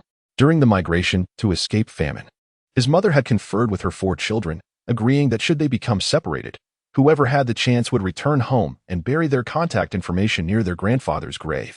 Tang Zhitong was unaware of the grave's location. The Tang family, being newcomers, was scarce in number, which had led them to leave their homeland after enduring hardship. Although over 30 years had elapsed, some villagers still remembered the Tang family, noting this was the first time in 3 decades that a member had returned. Time had swiftly passed. His grandfather's grave was no longer tended and had lost its mound. The village elders deduced its location based on the graves of others.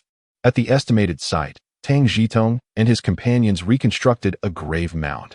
After expressing his gratitude to the elders and sending them on their way, he buried the written and packaged contact information.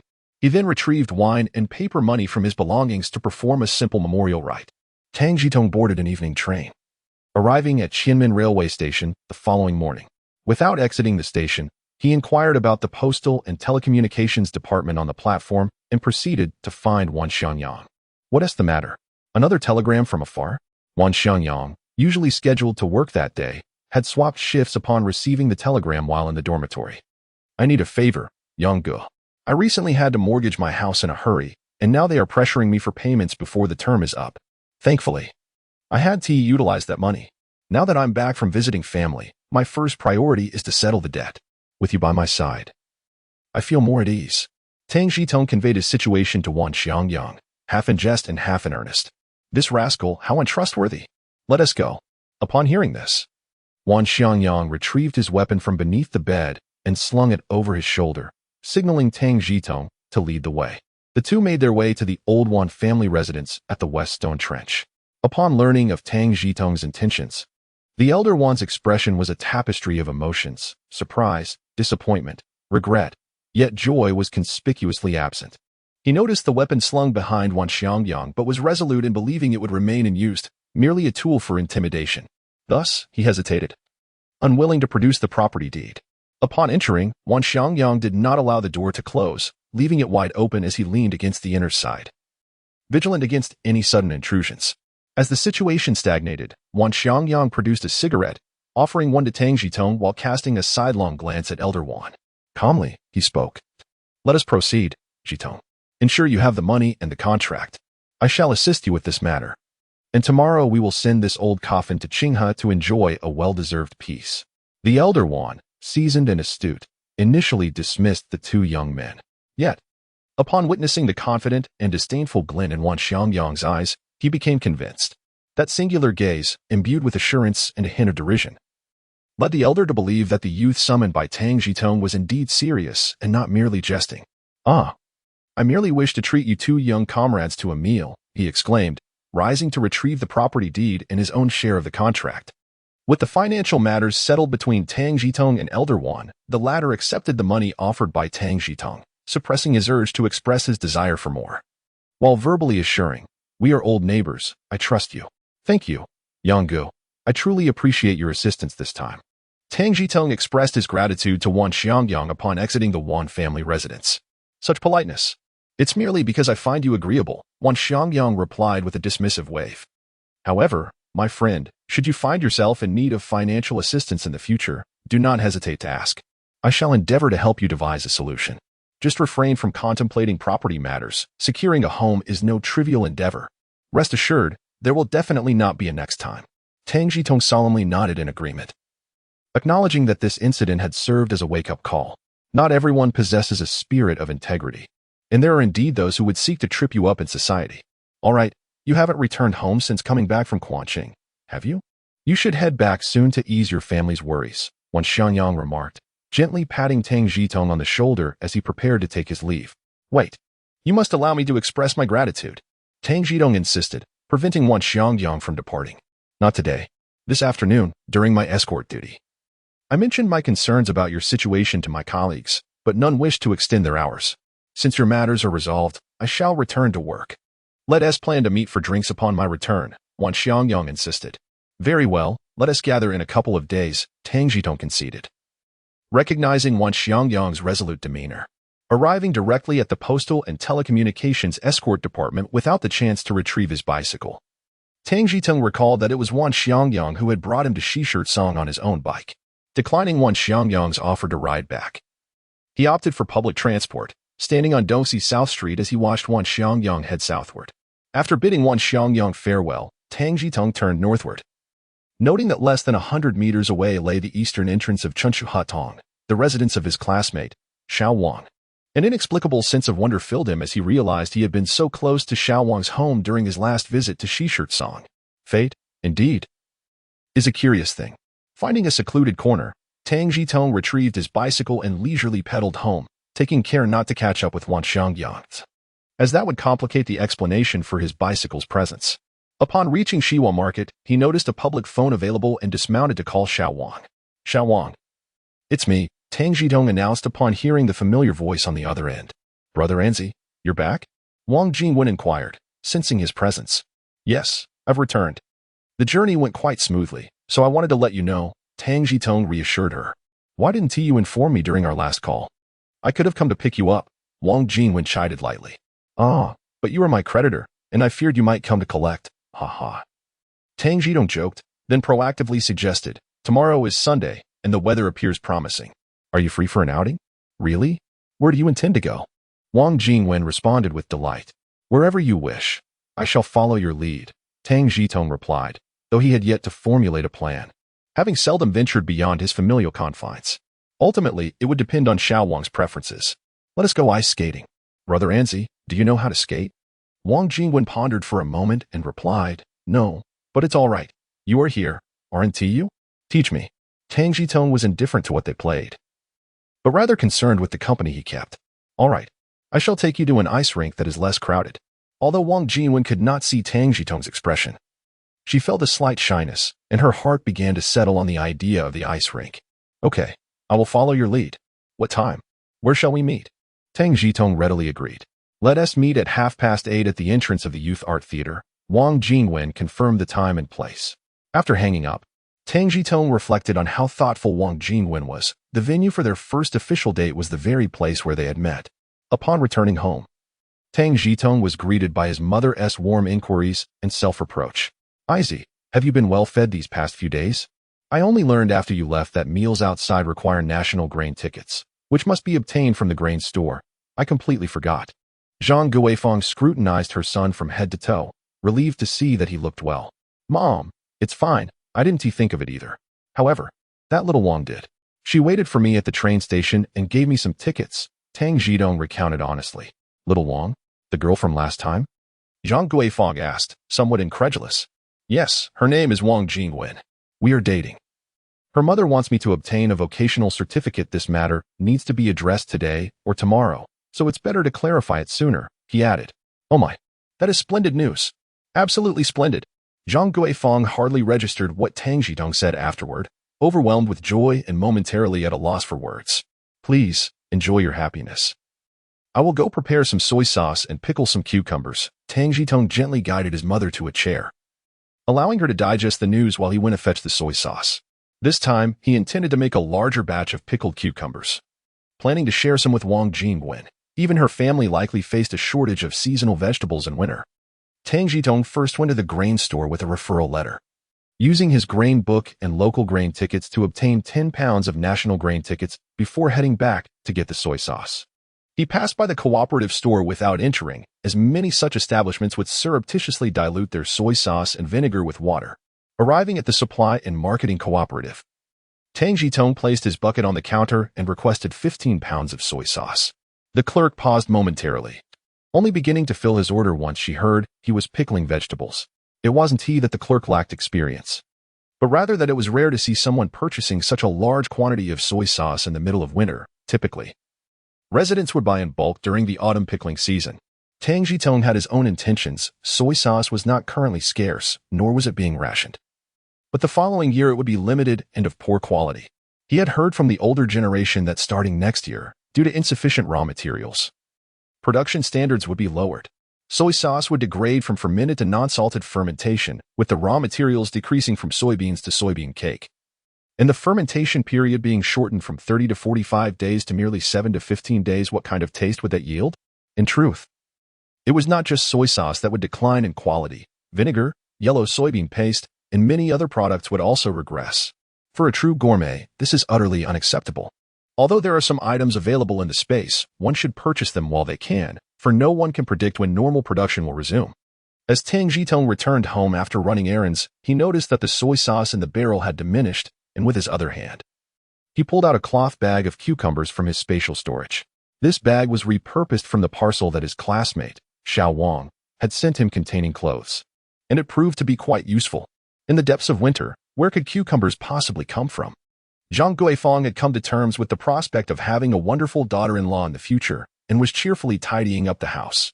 Upon seeing her son enter, she inquired, "Son, please take a seat." Tang Zhitong once again assisted his mother in settling down on a chair and candidly stated, "I must share something with you, but please do not be upset." "What is it?" "Go ahead," Zhang Guifang replied, somewhat perplexed, waiting for her son to continue. "I must confess that the funds required for my work were merely a ruse to mislead you. In truth, I have not spent a single penny on this job." 056 The deception. Zhang Guifang was quite astonished. "What about the 400 yuan then? Do you recall the young man who came to our home for dinner last time?" Tang Zhitong had meticulously prepared his words, slowly conveying to his mother, striving to make it sound convincingly genuine. "Yes, he was wearing a watch." Zhang Guifang nodded, indicating that she remembered. That watch had been distributed to cadres of certain ranks a few years back, which at the very least suggested that his family must have an esteemed elder. Tang Zhitong crouched beside the chair, earnestly addressing his mother. "That is indeed a point. For a lad like him, in the past, our family would have never been able to reach such a connection. While I was working at the construction site, I managed to achieve some results with his assistance, which led him to recommend me to the site leadership. Coincidentally, I also contributed positively to the project, and the leader, in his delight, promised to reward me for my efforts. I am not fabricating this. You surely remember that time with Lu Zhangshi, right? On that occasion, the leader had the driver take me home. If it weren't for the slight favor I had in front of him, how could I have had the privilege of a car ride? Wouldn't you agree with this reasoning?" Tang Zhitong rearranged the events in a different order to present his case. Indeed, upon mentioning this matter, a glow appeared on Zhang Guifang's face. Since that day, the neighbors had regarded her with newfound respect. What family's child could be so accomplished as to return home in a special vehicle? After the leader mentioned a reward, there was a prolonged silence, and I pondered whether I should express my gratitude in some manner. That was when I concocted a story to persuade you to part with your money. When I returned, they did not accept it at first. I insisted that I would feel uneasy if they didn't, and only then did they take it. Zhang Guifang nodded along, never displaying anger. Her son's reasoning was sound. Spending 400 yuan for such a dignified job was certainly not a loss. They accepted the money but claimed it was being saved for me, to be returned gradually in the future, asserting that I would understand later on. At that moment, I didn't take it seriously. I merely considered it a pretext for receiving the funds. Do you think I could have been so thoughtless as to ask for the money back? Certainly not. Zhang Guifang agreed. Upon my return today, I happened to encounter him while he was on a business trip. He mentioned that he had sought me out at the bureau a few days prior, but couldn't find me. This time, he instructed the driver to fetch some cucumbers to send to our home. I certainly said no at first, but the leader insisted that there would be more opportunities in the future, highlighting my potential and capabilities. Thus, he thought to gradually provide me with rare items at market value to improve our family's circumstances. If I declined the items, he would take back the money. I could not accept the money, so I had no choice but to settle for the cucumbers. Tang Zhitong narrated the tale with such fervor that he almost convinced himself. Zhang Guifang was already persuaded but suddenly turned the tables. Was that 600 yuan also a deception? And did you truly join the mutual aid group? The 600 was indeed a fabrication. I was concerned that the funds would be insufficient and that they might not assist, so I gave you a heads up. I did not join the mutual aid group either. I fabricated that tale because I saw your worry about repayment. During this visit home, I did not borrow money from colleagues. All my travel and lodging expenses came from that 15 yuan. I had intended to confess my mistakes to you earlier, but fearing it would upset you, I hesitated. This time, I simply cannot conceal the truth any longer. In the depths of winter, I find it difficult to explain the origin of the cucumbers. Although they are cultivated in greenhouses, they are not meant for us common folk. Anticipating your inevitable inquiry, I mustered the courage to speak the truth. You may scold or reprimand me as you see fit. I will accept it all. Tang Zhitong bore an expression of guilt. You, who have always been as stiff as a wooden plank since childhood, have surprisingly become more cunning as you grew older. In the future, it is best to remain grounded and sincere, Zhang Guifang gently admonished while stroking her son's head. Yes, I will not do it again. However, this matter is not very honorable. We should keep our clandestine consumption a secret. They meant well, and we must not betray their kindness. Tang Zhitong nodded in agreement. Ensuring to cover his tracks, as long as his family remained silent, this incident would be forgotten. Rest assured, I understand the gravity of the situation. Not only will I remain silent, but I will also remind your two younger sisters to do the same, Zhang Guifang solemnly advised. Having a few tricks up your sleeve can prevent you from being taken advantage of, but do not apply such cunning against Xiao Wang. She is the golden phoenix your grandmother often speaks of. We cannot afford to drive her away. You need not worry. I certainly will not.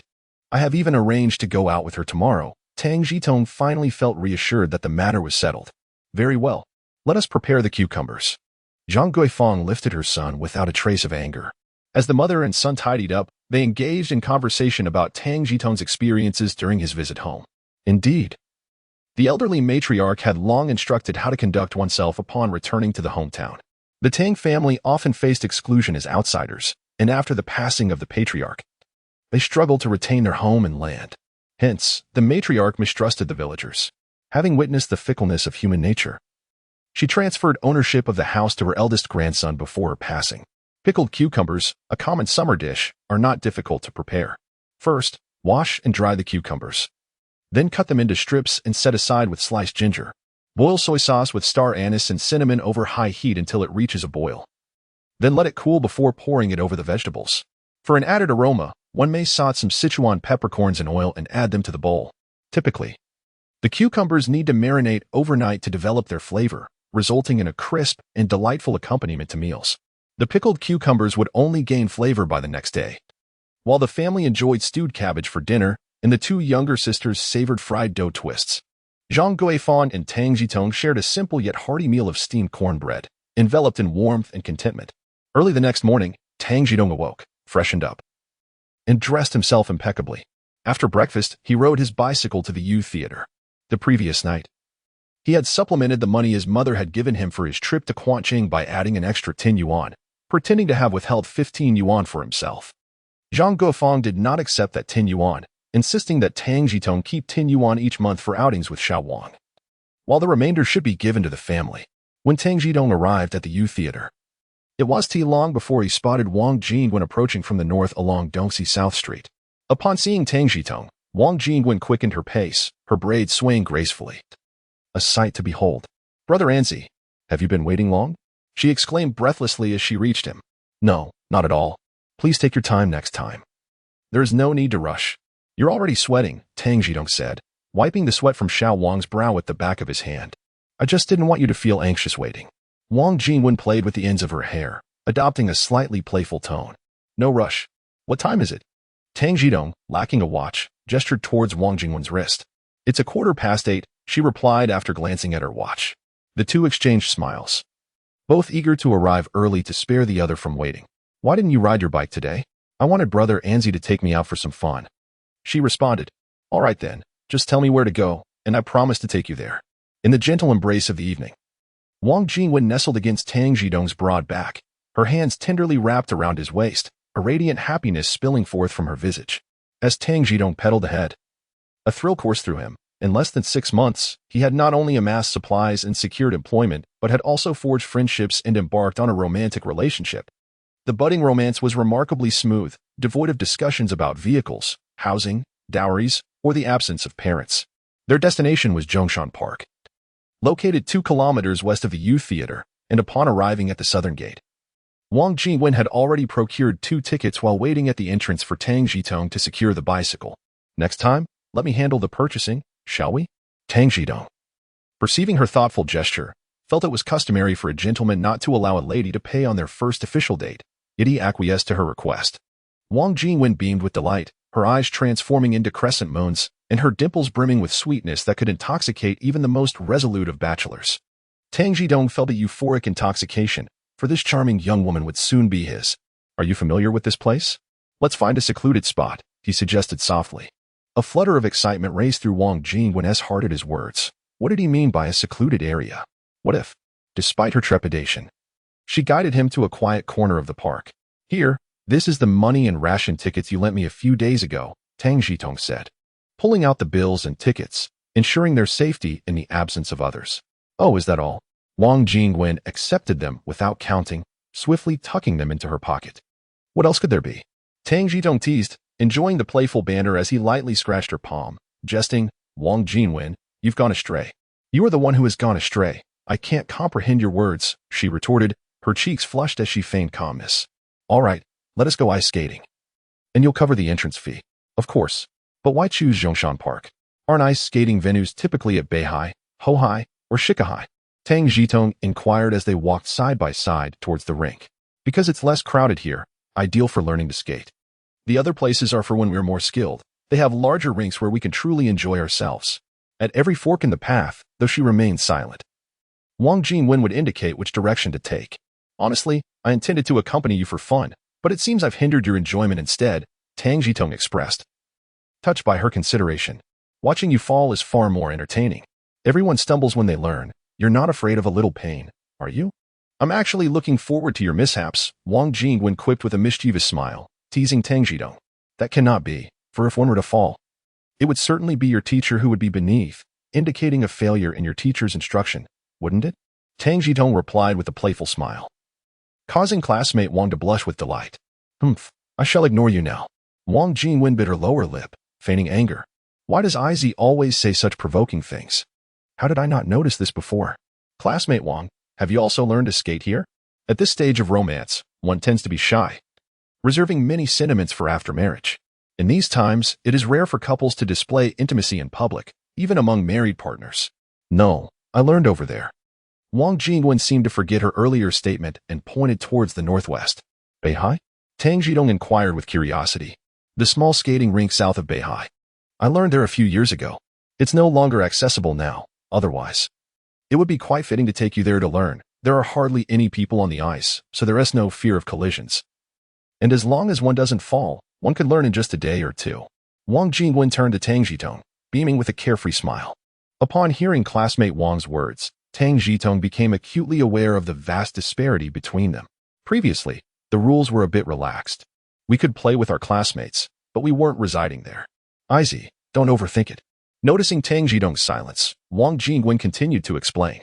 Oh, my grandmother once said that the reason she named me Zhitong was to hope that one day, a golden phoenix would alight upon the branches. I pondered. Perhaps you are the golden phoenix destined for me? This name was not given in vain. Tang Zhitong chuckled, teasing herself. What if I am not? Wang Jingwen raised an eyebrow, questioning. Regardless of whether you are or not, I shall only recognize you. Tang Zhitong stated decisively, as such matters should not be ambiguous. You're quite perceptive. Wang Jingwen smiled in satisfaction. While they conversed, they arrived at the side of the Tangzi River. Wang Jingwen pointed towards the ticket booth of the skating rink and instructed Tang Zhitong, look, that's the ticket booth. You go buy 2 tickets. As Tang Zhitong went to purchase the tickets, Wang Jingwen approached the rental counter, paid the deposit for 2 pairs of skates, and selected a pair of the appropriate size for herself, waiting for Tang Zhitong to return. After purchasing the tickets, Tang Zhitong noticed classmate Wang fiddling with the skates and remembered that they needed to rent them. She walked over and asked, did you pay? Yes. What is your shoe size? I'll help you pick a pair. Wang Jingwen, holding the skates, looked at Tang Zhitong with a smile. Did we not agree that I would pay next time? Aren't you the one covering the Rinkas ticket? Wang Jingwen pointed to the tickets in Tang Zhitong's hand. Knowing full well the young man's financial circumstances and simply wishing to spare him unnecessary expenses. Young man, what good fortune you have. The elderly gentleman at the rental counter gave Wang Jingwen a thumbs up, but addressed Tang Zhitong. Thank you for the compliment. Could you please fetch me a size 43 pair? After conversing with the elder, Tang Zhitong turned to Wang Jingwen and cautioned her not to compete with him over lunch, lest he refrain from joining her for leisure activities. Upon hearing this, Wang Jingwen raised an eyebrow in silence. Otherwise, I might just get upset, Tang Zhitong quickly amended. Only then did Wang Jingwen don a smile and nod in agreement. Wang Jingwen glided gracefully, initially guiding Tang Zhitong through the fundamental movements, demonstrating how to alternate arm swings and how to pivot using the knees and body to alter direction. They circled a small distance together. At first, Wang Jingwen led the way, but as Tang Zhitong gradually acclimated, they began to create a bit of space between them. During the learning process, Tang Zhitong stumbled 3 times. Yet he refrained from following through on his earlier promise to rely on Wang Jingwen for support. Thus, after 2 hours, Tang Zhitong was drenched in sweat but had managed to learn how to control his posture and decelerate, enabling him to glide slowly on his own. Ice skating is a cherished traditional pastime for the citizens of Beijing, spanning from early December to the end of February. Tang Zhitong rested as he observed Wang Jingwen gracefully gliding around the confined rink. With years of ballet training coupled with her adept skating skills, she exhibited not only speed but also executed elegant movements such as double and single foot spins and serpentine glides, transforming into the most captivating spectacle on the Tongzi River ice rink, eliciting rounds of applause. Upon completing her laps, Wang Jingwen, reminiscent of a performer acknowledging the audience, slowed her pace and executed a ballet bow before gliding over to Tang Zhitong. Are you tired? I noticed a tea house on our way here. Shall we rest there? Tang Zhitong had already removed his skates and stood to assist Wang Jingwen in taking a seat. All right, Wang Jingwen agreed, settling down to untie her skates. Do you need help? Tang Zhitong refrained from squatting to offer assistance, adhering to the unspoken rule of respecting boundaries. I can manage on my own, Wang Jingwen replied, deftly changing into her leather shoes. Tang Zhitong held both pairs of skates, awaiting her to finish before they proceeded to retrieve their deposit. The tea house, an evolution from the traditional tea house, serves a different purpose. While tea houses were once gathering places for a diverse array of individuals located in bustling areas, tea houses are now simply places for respite, often found in scenic spots like Zhongshan Park, Beihai, and the Summer Palace. Though Tang Zhitong and Wang Jingwen intended to rest at the tea house, it was overcrowded. Upon inquiry, they learned that since tea had become a premium commodity at the beginning of the month, many tea enthusiasts with means were flocking to operational tea houses to indulge their cravings. Given Zhongshan Park's central location and the affluence of the surrounding area, the tea house was teeming with patrons, leaving no opportunity for shared tables. Shall we go directly to eat instead? Tang Zhitong suggested, noting the situation was unlikely to change soon, especially with queues still forming. Sure, what do you feel like eating? Their relationship had grown more comfortable over the course of the morning, infused with a sense of ease. How about Quanjut? Tang Zhitong proposed, seeking Wang Jingwen's approval. That sounds good, Wang Jingwen nodded in agreement. Exiting the park and retrieving the car, Tang Zhitong drove Wang Jingwen through the Grand Square, past the monument and Xiamen. Arriving near Shiler, where the Quanjut flagship store was located, they were fortunate to find an available table. Having secured their spot, Tang Zhitong first borrowed a bowl to bring Wang Jingwen a cup of hot water, hoping the server might provide a tea set, though he knew that was unlikely. He then went to order the duck while Wang Jingwen watched him with a smile, embracing the attention without any hesitation. Traditionally, at Quanjut, the process began with customers placing their orders for duck, after which a mark was made on the duck, and the server would take it to the kitchen to be roasted in a hanging oven using juju wood. In order to minimize the waiting time for customers, the roasted duck is mostly prepared in advance, varying in size and price. Tang Zhitong opted for a larger portion, costing 4 yuan. Although the ordering process has changed, the tradition of slicing the duck remains intact. A waiter, pushing a small cart, brought the condiments and the roasted duck to the table, then proceeded to carve the duck in front of the patrons. Alongside the usual steamed pancakes, sauce, and shredded green onions, there was surprisingly a small bowl of cucumbers. Tang Zhitong initially worried that offering pickled cucumbers to Wang Jingwen might raise suspicions, but seeing them available for sale eased his concerns. After the duck was sliced, The waiter inquired about the fate of the carcass. Torn between making duck soup or stewing it with cabbage, Tang Zhitong chose the soup, observing the amount of duck meat. He felt it insufficient and ordered spicy duck intestines along with 2 steamed buns. This was the most satisfying meal Tang Zhitong had enjoyed in half a year, a true feast. Once Wang Jinwen had her fill, she ceased eating, cheerfully serving Tang Zhitong vegetables and wrapping pancakes for him. As the leftover dishes were inconvenient to take away, he indulged in Wang Jinwen's offerings, finishing every last bite. The Quanjude restaurant, spacious, did not require prepayment like the lamb soup establishments. After the meal, Tang Zhitong approached the counter to settle the bill, and Wang Jinwen did not contest it. She understood that a man has his pride if he were to always pay, as he would feel uncomfortable. She was quite clear on that. Exiting Quanjude, Tang Zhitong pushed his bicycle while Wang Jinwen walked alongside, engaged in conversation. I apologize for the indulgence. It has been a long time since I enjoyed such a feast, and I couldn't resist, he admitted, feeling somewhat embarrassed for overeating. It had been ages since he last felt so stuffed, truly reminiscent of a different era. Seeing Azzy so happy while eating brings me joy, Wang Jinwen remarked. Your eating style reminds me of my childhood. Once, when life improved, our kitchen made lamb dumplings. I was so delighted that I overindulged, and later that night, my stomach ached as I rolled in bed. My father summoned the nurse, who noted that several children had overeaten and needed their stomachs rubbed. That night, my father massaged my belly for hours. Wang Jinwen felt no embarrassment for Tang Zhitong and shared her own childhood misadventures, concluding, it's all due to hunger. It will be better in the future. Certainly, everyone hopes for better days. Who wishes to remain unsatiated? Is there anything you particularly enjoy eating throughout the year? Upon hearing Wang Jinwen, Tang Zhitong felt more enamored by this companion and planned to inquire about stocking some items specifically for her. As for me, do vegetables and fruits count? She pondered seriously. Perhaps it's a habit formed at the dance school. They offer plenty there, but to maintain weight. Coach Su is quite strict about our diets. Meat is to be eaten sparingly, while vegetables can be consumed freely. Wang Jinwen tilted her head thoughtfully before responding. How fortuitous. Tang Zhitong chuckled. I have plenty of vegetables and some fruits as well. What do you mean by fortuitous? Wang Jinwen asked, her eyes bright and a bit bewildered. Yesterday, a friend gifted me some cucumbers, which I pickled. I'll bring some back for you. Tang Zhitong offered generously. That sounds great. It's been a while since I've tasted Azzy's cooking. Wang Jinwen graciously agreed. If you enjoy the food, just let me know, and I will prepare it for you again in the future.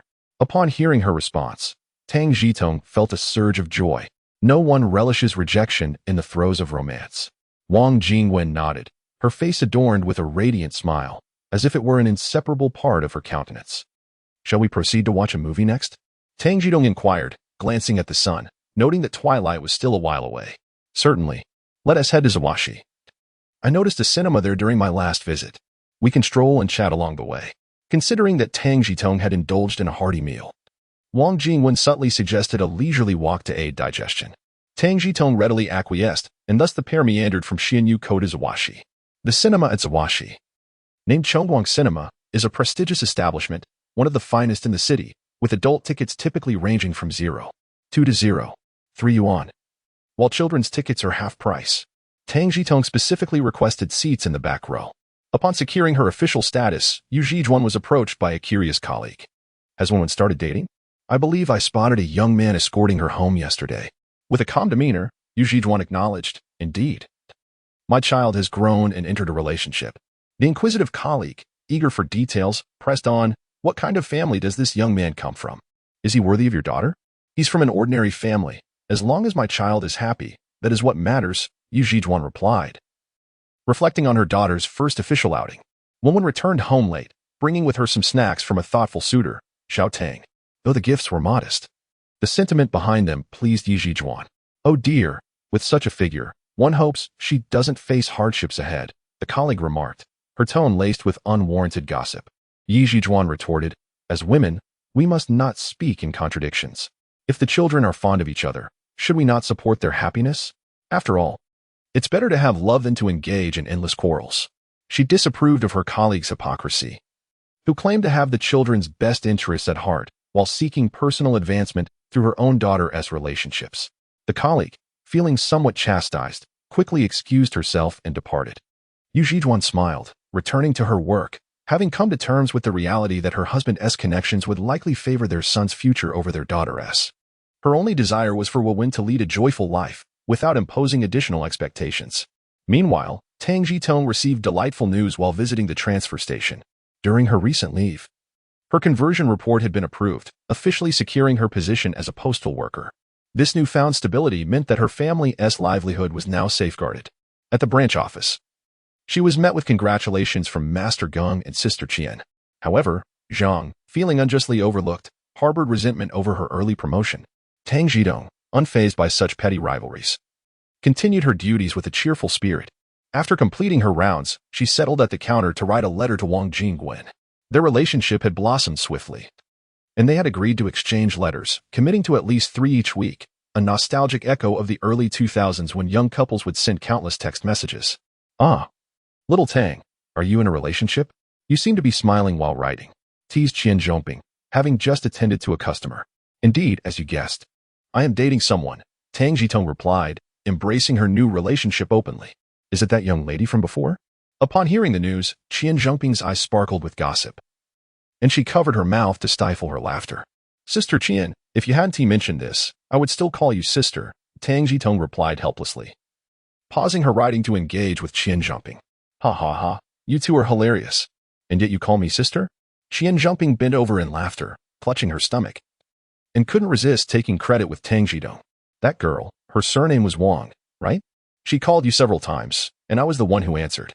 The time it rained, I could tell that Miss Wang had feelings for you. After she changed her clothes, I told her that not only did she look good in that outfit, but it suited you as well." Her little face turned crimson, not in anger. "You know what I mean? That's why she kept urging you to go after that whatever it was. Should I thank you for that?" Tang Zhitong responded, bemused, realizing that Miss Wang might know about their shared experiences. "No need for thanks, we're practically family. By the way, where did you buy that white sweet potato last time? My daughter said it was delicious, but the ones I bought were all rotten. I'd like to get some more." Although Qian Zhongping feigned humility, her request was quite reasonable. "I'll ask around and see if I can get some," Tang Zhitong replied, though he had no intention of formally agreeing. He considered selling some to Qian Zhongping, acknowledging that her influence might play a significant role in his relationship with Wang Jingwen. "That sounds wonderful. I know it's expensive, so just charge me the market rate. I don't want to take advantage of you," Qian Zhongping stated. After finishing the letter, Tang Zhitong gave Qian Zhongping 5 cents to purchase an envelope and a stamp. He then filled out the necessary information, sealed the envelope with paste, affixed the stamp, and entrusted it to her for mailing. In about 10 days, the new style envelopes had yet to be implemented, and the process was taking longer than anticipated. Although modern machines could print envelopes, they were incapable of sealing them. That task was still done by hand. Consequently, many households engaged in the labor of pasting envelopes, earning a mere dime after completing hundreds. Tang Zhitong recalled that future stamps would come with adhesive on the back, which would stick when moistened. Previously, he had simply licked the back of the stamp before affixing it to the envelope, saving time and effort. However, that was no longer feasible. The development of new adhesives was a challenge, and many stamp selling points were temporary, such as those in parks and squares. Moreover, the weather forecasts were often unreliable, and a rainy day could ruin a whole bag of stamps. After sending the letter, Tang Zhitong went to the backyard to find Zheng, who had opened a letter of introduction for him, as he intended to enroll in an adult vocational school. Interestingly, following the national literacy campaign, the Postal Service had established a school in 1951, known as the Beijing Northern Postal and Telecommunications Training Institute, which was the same institution that Master Geng and Zhang Yuan had attended. Recently, this training institute had elevated its status to become the Beijing Northern Telecommunications College, now offering vocational qualifications. The college had only 2 vocational programs, wired telecommunications and wireless telecommunications, commonly understood as telephone and telegraph. Well-versed in historical developments, Tang Zhitong decisively chose to pursue a degree in wired telecommunications. Upon receiving my student ID and textbooks, I proceeded to locate the teacher for orientation. "Good day, Teacher Zhou. My name is Tang Zhitong, a new student in adult education, and I shall be under your tutelage henceforth." Tang Zhitong arrived at the office, having already inquired about the primary instructor. The person in charge of registrations advised me to seek out the one with the thickest glasses. Indeed, Teacher Zhou's lenses were remarkably thick. Their weight necessitated that both arms be secured with strings, fastening them to the back of his head. "Ah, Young Tang, greetings. You need only attend classes on Tuesday and Friday afternoons, and upon passing, you shall receive your certification. Teacher Zhou exhibited a distinctly straightforward demeanor, characteristic of a science-minded individual, and his lack of pleasantries suggested a desire to conclude the conversation promptly. 060 ticket certificate. Tang Zhitong is fond of teachers like Mr. Zhou, simple and straightforward. Although he sometimes speaks in a manner that may not be well received, he is devoid of guile, and the likelihood of betrayal is minimal. Upon returning home, Tang Zhitong joyfully shared the news of his permanent position with his mother, Zhang Guifang, who was overwhelmed with emotion and immediately grabbed the meat purchase certificate to buy meat. Planning to prepare dumplings for dinner. Grandma Tang, hailing from Shandong province, has a penchant for dumplings, but due to family circumstances, they are not a regular feature on the dining table, only gracing the occasion during the New Year, festivals, or celebrations. Zhang Guifang has upheld her mother-in-law's tradition, and Tang Zhitong did not intervene. After hearing about dumplings from his classmate Xiao Wang yesterday, he too felt a pang of craving, as it had been over 6 months since he last enjoyed dumplings. The filling of pork and cabbage, expertly seasoned by Tang Zhitong, emitted a delightful aroma. After boiling the dumplings, he served 3 in each teacup, placing a total of 3 teacups on the offering table adorned with photographs of Grandma Tang and Tang's father. Tang Zhitong did not object. Dumplings are best when the skin is thin and the filling generous. Fingzhen and Fingji relished the meal heartily. Yet, recalling Wang Jingwen's childhood experience, Tang Zhitong was cautious not to let them overindulge, as it would lead to discomfort for all 3 of them. He carefully rationed their portions, ensuring they ate just enough, with the promise of leftovers to enjoy the next day. There is a certain art to storing dumplings. They must be kept at a moderate temperature and securely covered, lest mice wreak havoc overnight. Once the remaining dumplings cooled, Tang Zhitong gathered them into a basin, carrying it along with the cutting board to the bathing area. He set the basin down, covered it with the cutting board, and weighed it down with 2 green bricks. In winter, with no ants to contend with, even if mice caught a whiff, they could only pace anxiously outside the door. In the days that followed, Tang Zhitong found fulfillment in his work and joy in his life. With the approach of the Spring Festival, the influx of letters and money from the common folk increased, necessitating his time for both delivery and study at school. The educational content was comprehensible and not overly challenging for him. Since his visit to Yanzhou, his pockets had filled with spare change, enabling him to purchase various dishes to stock his space after school. Take roasted duck, for instance. He discovered significant differences upon purchasing it.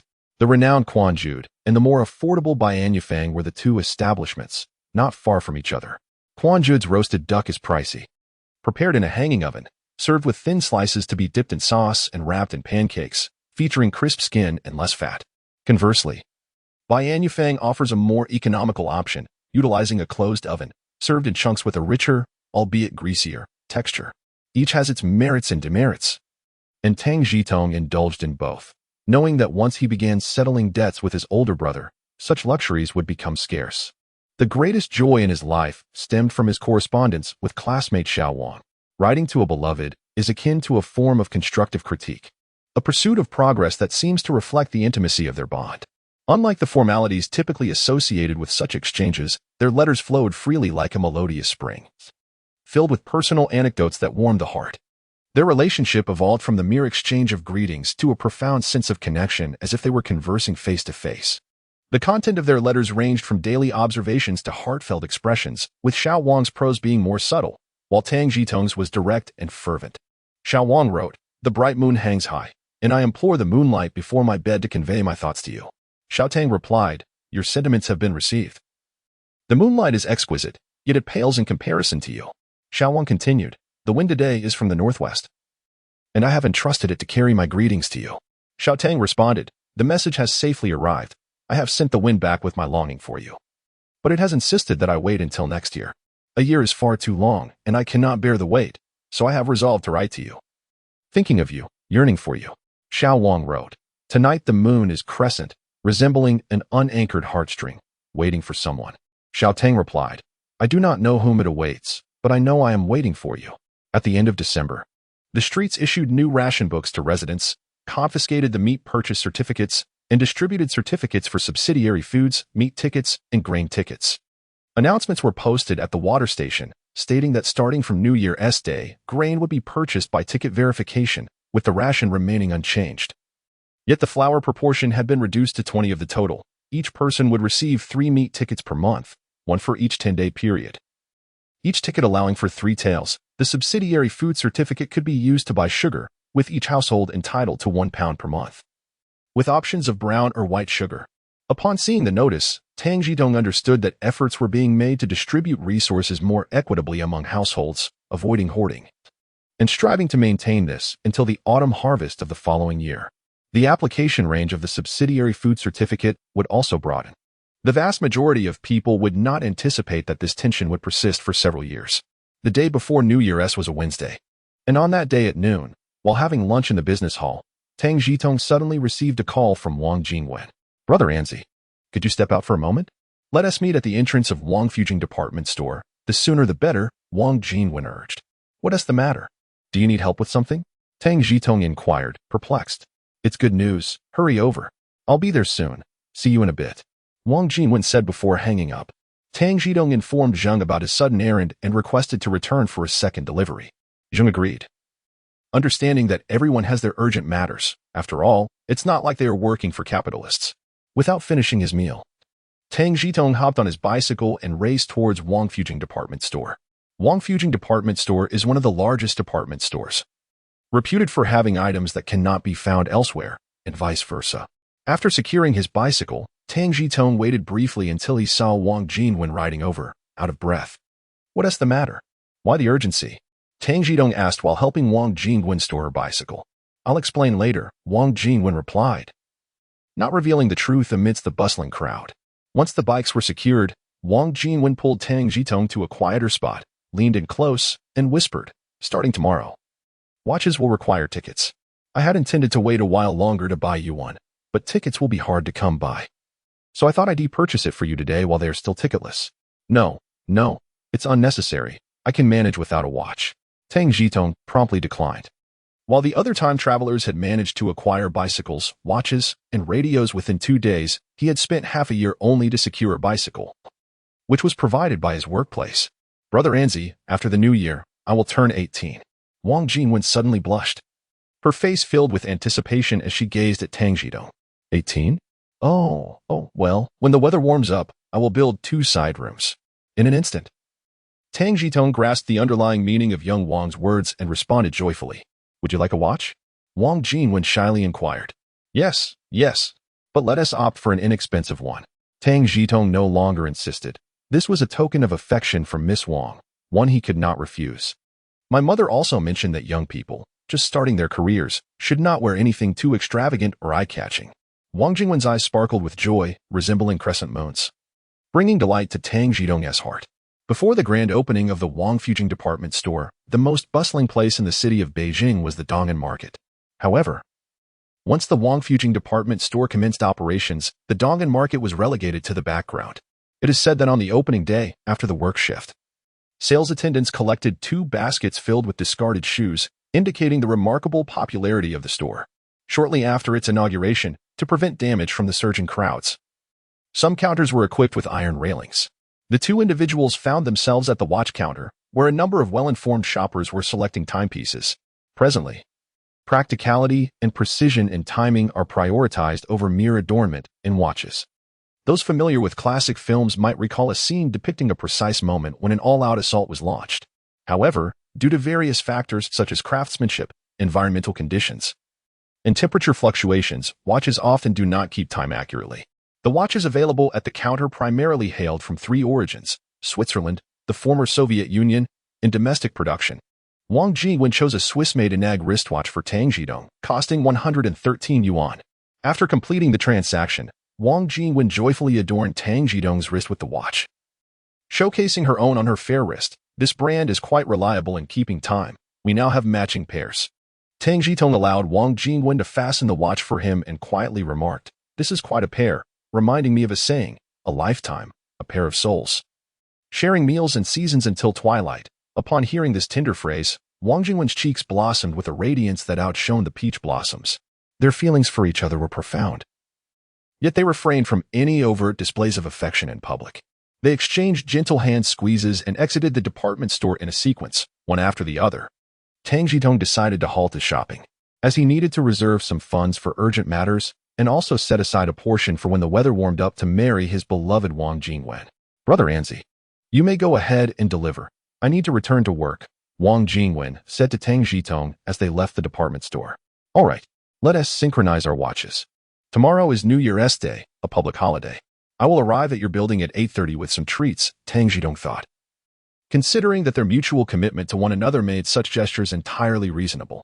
Upon returning to the sales hall, Zhang Zhongping, with keen eyes, immediately noticed the watch adorning Tang Zhitong's wrist. Wow, little Tang, you went out and returned with a watch? Unable to deflect the inquiry, Tang Zhitong had no choice but to accept it. Displaying the watch, he felt a sense of triumph, not only for the timepiece but also for having a significant other. While observing Zhang Yuan's envious gaze, which filled him with a sense of satisfaction akin to enjoying chilled watermelon after a grueling run in the summer heat. Since Tang Zhitong's promotion, Zhang Yuan had been persistently critical, making sarcastic remarks. Tang Zhitong had no intention of yielding to him. There was a certain pleasure in irritating him. Looks like you've struck gold. Suddenly buying a watch. Does this mean you're getting married? Zhang Zhongping inquired, playing along. Not so soon. I heard that starting tomorrow. Purchasing watches will require a ticket, so I thought I'd buy it in advance. After all, it will need to happen sooner or later. Tang Zhitong did not deny the prospect of marriage, acknowledging that most relationships nowadays are oriented towards matrimony. And abandoning a partner after starting a relationship often leads to unfortunate outcomes. Tomorrow, a ticket. Is that true? Qian Zhongping is adept at identifying key points. And she inquired with a hint of surprise. Perhaps it was merely hearsay from Xiao Wang. Who can discern the truth? Tomorrow will reveal all. Sister Qian, please carry on with your tasks. I shall proceed with the delivery. Tang Zhitong organized the letters and stepped out for her second delivery of the day. Eager to finish early and return home, especially with a day off tomorrow. No adjustments. Qian Zhongping, filled with doubt, hesitated but ultimately picked up the phone to call her husband. Was he keen on purchasing a watch? Seize the moment. Take leave now to buy it. Upon returning home from work, Tang Zhitong prepared a pan of roasted pumpkin seeds. The method of roasting pumpkin seeds is as simple as it is indulgent, using a straightforward approach. She placed the cleaned and dried seeds into a cast iron pan, added fine salt, and gently stirred them over low heat until they turned a golden hue. Ready to be served, the flavor is particularly delightful once cooled. The purpose of roasting the seeds extends beyond mere satisfaction for her two younger sisters. Pumpkin seeds possess a significant benefit. They help expel worms. In the absence of traditional remedies, children rely on folk wisdom for deworming. For instance, in the Ma family, pomegranate trees flourish, yielding sweet and tangy fruit. The seeds are consumed whole, aiding digestion and also possessing deworming properties, though one cannot overly rely on such remedies. Since her grandmother's time, the cultivation of pumpkins and the consumption of their seeds have been commonplace, not only for propagation but also for their deworming benefits. Roasted pumpkin seeds are a favorite among children. Consuming 1 or 2 daily will yield results within 3 days, and they can be enjoyed year-round. Given the limited sanitary conditions, these traditional methods are vital for ensuring the children's health. After preparing the pumpkin seeds, Tang Zhitong reserved some for her sisters and packed a portion for Xiao Wang, providing both a treat and a remedy for her siblings. Due to constraints in agricultural production, the winter menus of the citizens in Beijing predominantly feature cabbage, potatoes, onions, radishes, and carrots. Those in slightly better circumstances might acquire tofu, bean sprouts, or vermicelli. Owing to well-known reasons, this winter has witnessed a shortage of various vegetables. Even cabbage stalks must be chopped and consumed. Perhaps by next year, the roots of cabbages will be too precious to discard, soaked in water to sprout before consumption. Thanks to timely feeding, the rabbit population at the Tang household has flourished considerably over the past 6 months, with Tang Zhitong gradually accumulating a fair number. Rabbits weighing 4 to 5 pounds are ideal. Those that grow slower on forage yield lower value. Presenting a rabbit of this weight as a wild one might elicit disbelief, while claiming a 7 or 8 pound rabbit as wild would surely invite skepticism. Early the next morning, Tang Zhitong prepared a male rabbit. The process of skinning a rabbit is straightforward. There is no need for bleeding. By grasping both hind legs and swinging them against a wall or tree trunk, the skin can be removed with a single motion.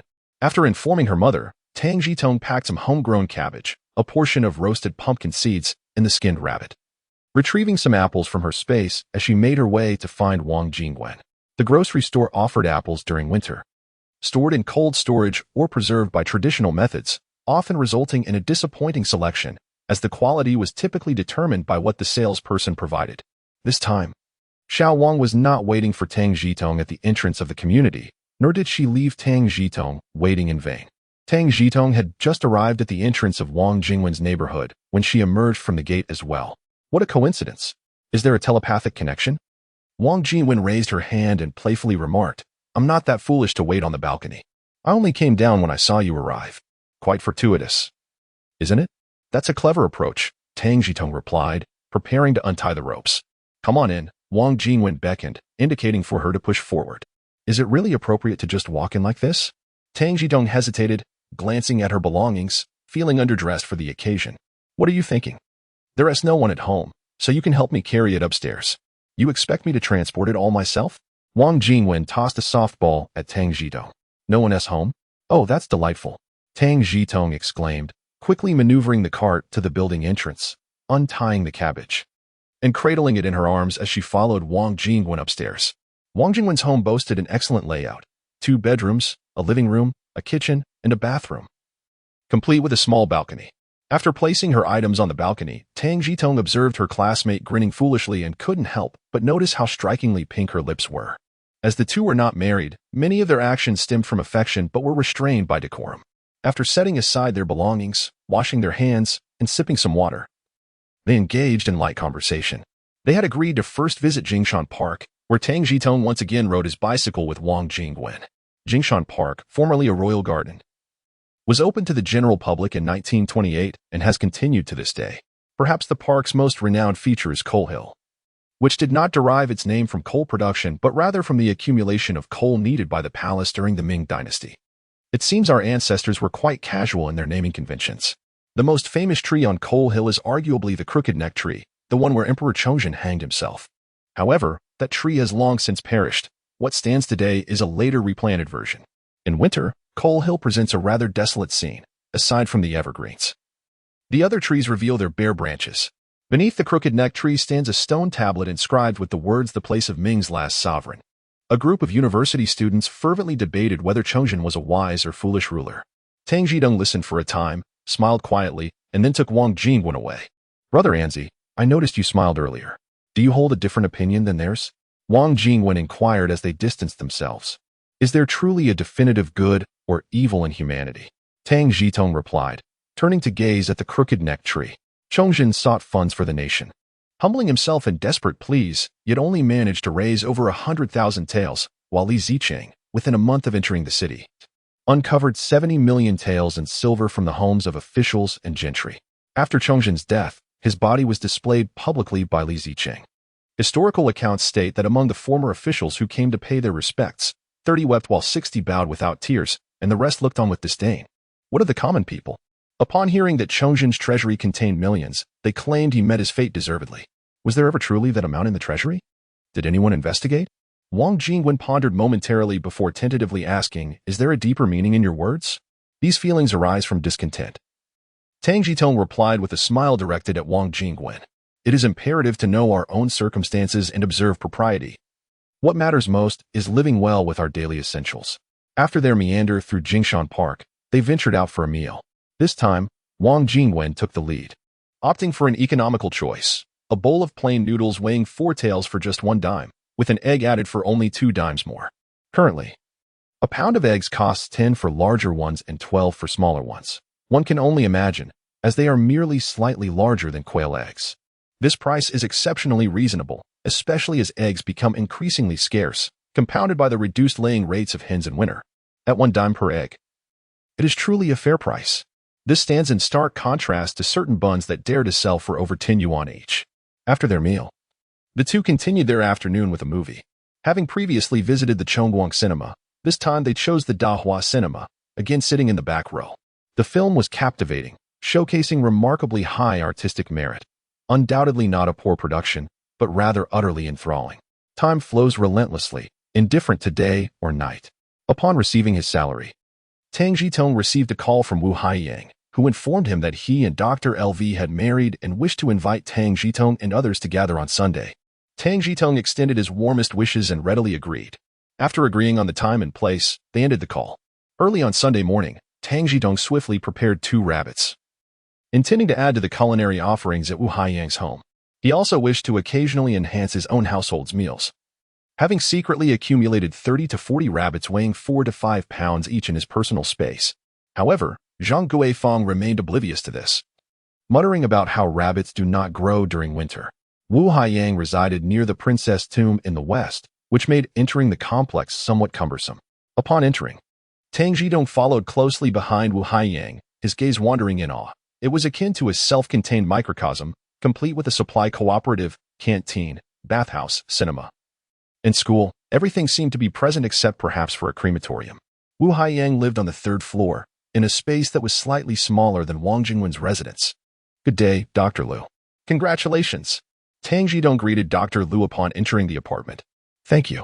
Lao Wu mentioned inviting you all over for a visit, which I wholeheartedly support. However, if you come bearing gifts, it might not please me, Dr. Liu replied. His short hair framing a face that wore a cheerful smile as he struggled with a knife, contemplating a bound rooster. I am simply here to enhance the meal, and I may need to borrow your pot for a while. You should sample my culinary skills later, Tang Zhitong joked, producing 2 yuan as a token of appreciation. I don't care about the amount they contribute. This is all I can offer. Please don't think it's insufficient, sister-in-law. Dr. Liu did not accept the money, glancing towards Wu Haiyang instead. It's the thought that counts. Just accept it, Wu Haiyang said, unpretentiously turning to Tang Zhitong. I heard from Xiaogu that you have started dating someone? Ah, I intended to share that news personally, but it appears he was quicker than I, Tang Zhitong replied, unperturbed and smiling. You are quite clever and fortunate. Make sure to treat the young lady well, Wu Haiyang remarked, patting Tang Zhitong on the shoulder with a knowing expression. Does one need your counsel to cherish their partner? Dr. Liu interjected, gripping the back of the knife and handing the cleaver to Wu Haiyang to proceed with the chicken. Understood, sir. Wu Haiyang replied playfully, accepting the cleaver and lifting the chicken, ready to head downstairs for the task. Sister-in-law, please rest. I will assist with the chicken preparation, Tang Zhitong said, setting down the rabbits while carrying a basin in one hand and a pot of boiling water in the other, following Wu Haiyang down the stairs. Although Lao Wu did not seem concerned, Tang Zhitong felt it prudent to avoid any unnecessary suspicion. Watching Wu Haiyang butcher the chicken was quite a sight. With a swift motion, the chicken's neck was nearly severed. Once the chicken lay still, it was tossed into the basin for a thorough scalding with the hot water, preparing it for a refined culinary treatment. Plucking the feathers needed to be done while the chicken was still warm, as they would not come off easily once cooled. Just as Tang Zhitong and Wu Haiyang were engrossed in their task, Gu Yong and Mark Jin approached, chatting and laughing, each carrying an enameled basin adorned with red double happiness motifs, though the designs varied. Hello, Sengu. Hello, Yonggu. How did you two manage to get in? Tang Zhitong inquired, puzzled. Facial recognition, my friend. I've got a big face, Gu Yong joked in response. I had previously informed the doorman. So you simply need to provide your names for registration to gain entry. Wu Haiyang was squatting down, plucking feathers from the chicken, undermining Gu Yong. Ah. My face is indeed quite large. I appreciate your effort to come and fetch me, Tang Zhitong said, somewhat sheepishly. It's your first visit. I must show you around. They received the same treatment on their inaugural visit. Wu Haiyang shrugged off the comment, handing the plucked chicken to Tang Zhitong while he collected the feathers into a basin. Subsequently, he carried the basin and poured the contents, along with some water, into the garbage heap, where there were individuals designated for cleaning. The four ascended the stairs. And upon seeing the wedding gifts from Gu Yong and Mark, Dr. LV joyfully accepted them, exclaiming that he was just thinking of purchasing 2 more basins, thus saving himself some trouble. Tang Zhitong instantly understood. Women, indeed, never complain about having too few basins, each designated for its specific purpose, distinctly recognized. In a lively discussion, a true chef and an amateur chef were present, leaving Dr. L without the opportunity to take charge of the kitchen, relegating him instead to the role of a mere server. Chef Mark Jian, specializing in stir-frying and stewing, was accompanied by Tang Zhitong, who assisted while covertly learning the craft. Tang prepared a dish of spicy rabbit meat, moderately flavored with heat, which proved disastrous for Wu Haiyang's supply of cooking oil. Due to the nature of his work, Wu's oil consumption was significantly higher than that of an average person, reaching 2 kilograms a month, while ordinary residents managed with only 10 taels, a mere fraction of the standard 16. Looking back a decade or forward another, both Wu and the average resident of Beijing found this oil ration to be the pinnacle of abundance.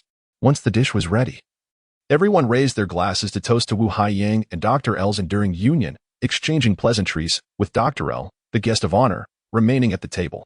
The tasting commenced, and the dish's bold flavors captivated the guests, rendering them unable to set down their chopsticks. "Little Tang, your skills are impressive," remarked Dr. L, discreetly savoring the dish while trying to maintain decorum, yet unable to resist another morsel of rabbit meat. "It is indeed delightful," Wu Haiyang, who had a higher tolerance for spice, agreed with his wife's assessment. "I must borrow this recipe. I have an examination in a couple of days, and it will surely astonish the judges."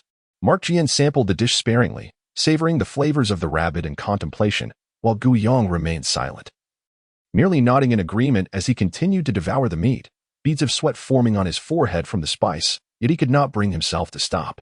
"This dish requires a lot of oil. To spare you from scolding me for the excess once I leave, I made sure to leave a bowl for you in the kitchen." Tang Zhitong humbly accepted the praise, his vanity thoroughly satisfied, while also well aware of who held the reins in the household. "You're using my resources to showcase your talents, and then you silence me with your words. A toast for that." Wu Haiyang playfully chastised Tang Zhitong. "I accept the penalty. I shall drink," Tang Zhitong declared, raising his glass and downing it in one go. Wu Haiyang, having made progress thanks to the insights and assistance of those present, genuinely regarded them as friends. The couple's hospitality was commendable, offering both meat and vegetables, with two varieties of liquor, Matai and Fingio. Fingio, a true banquet spirit, is currently renowned and highly regarded among the populace. Matai, while not as famous, has garnered a following among the elite, gradually gaining popularity in high society over the past few years. It is worth noting that Matai now boasts an alcohol content of 55 degrees, with a 540 milliliters bottle retailing at 297 yuan, equivalent to 1/10 of an average worker's monthly wage. Most young people cannot tolerate the distinct flavor of Matai, so despite its affordability, it has not reached a level of overwhelming demand. This majority includes Gu Yong and Mark Jian, both of whom opted for Fingio, while Tang Zhitong chose to drink Matai with Wu Haiyang. Tang Zhitong's appreciation for the fragrant sauce is largely attributed to his prior exposure to it. The essence of the flavors, particularly that of the sorghum, can only be fully appreciated with the passage of time. Ocean Brothers' lack of loyalty is evident. While young Tang busies himself, he still faces the prospect of a penalty drink. "I shall accompany him for a toast." Gu Yong, with a raspy voice, raised his glass and downed his drink, his face contorting into a dumpling-like expression. "You are both a gourmand and a connoisseur. Indulging in spicy food followed by white liquor must be quite the experience, right?" He laughed heartily.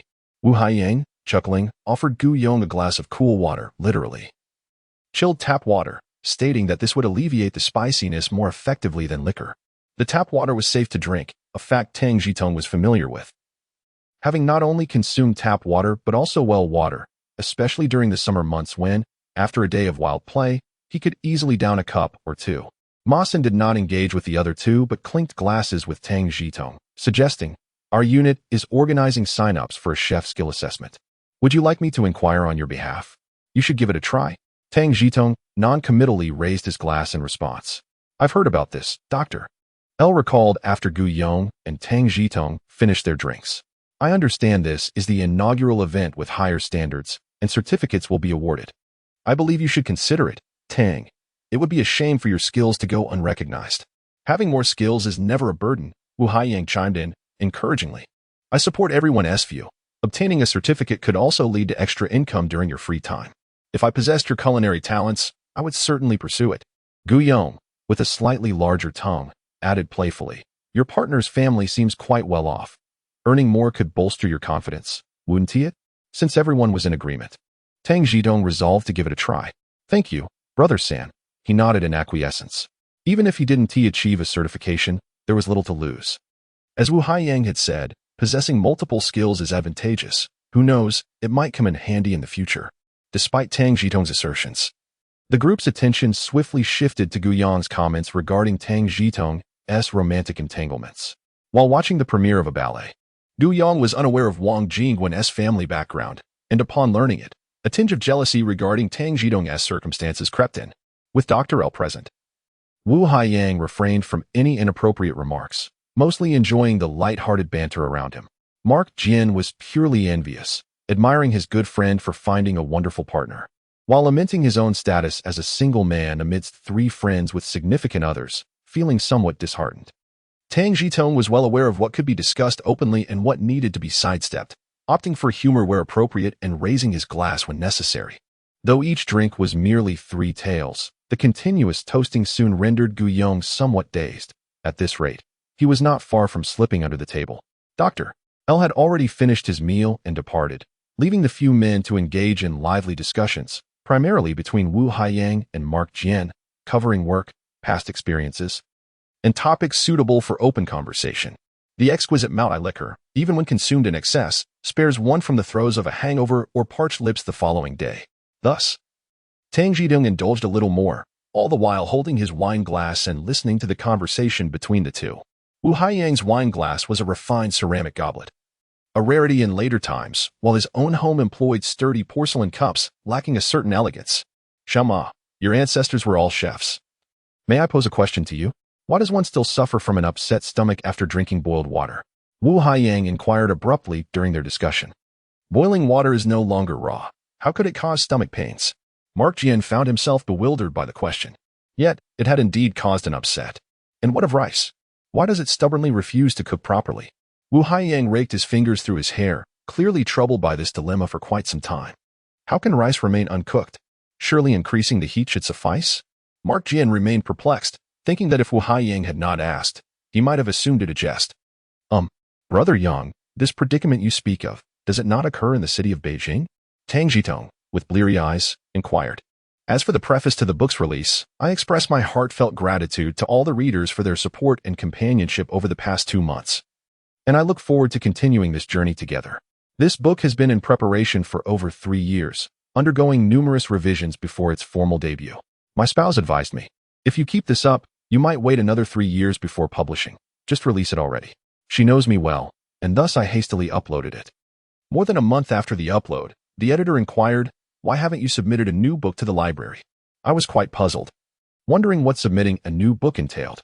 I later learned that the rules had changed.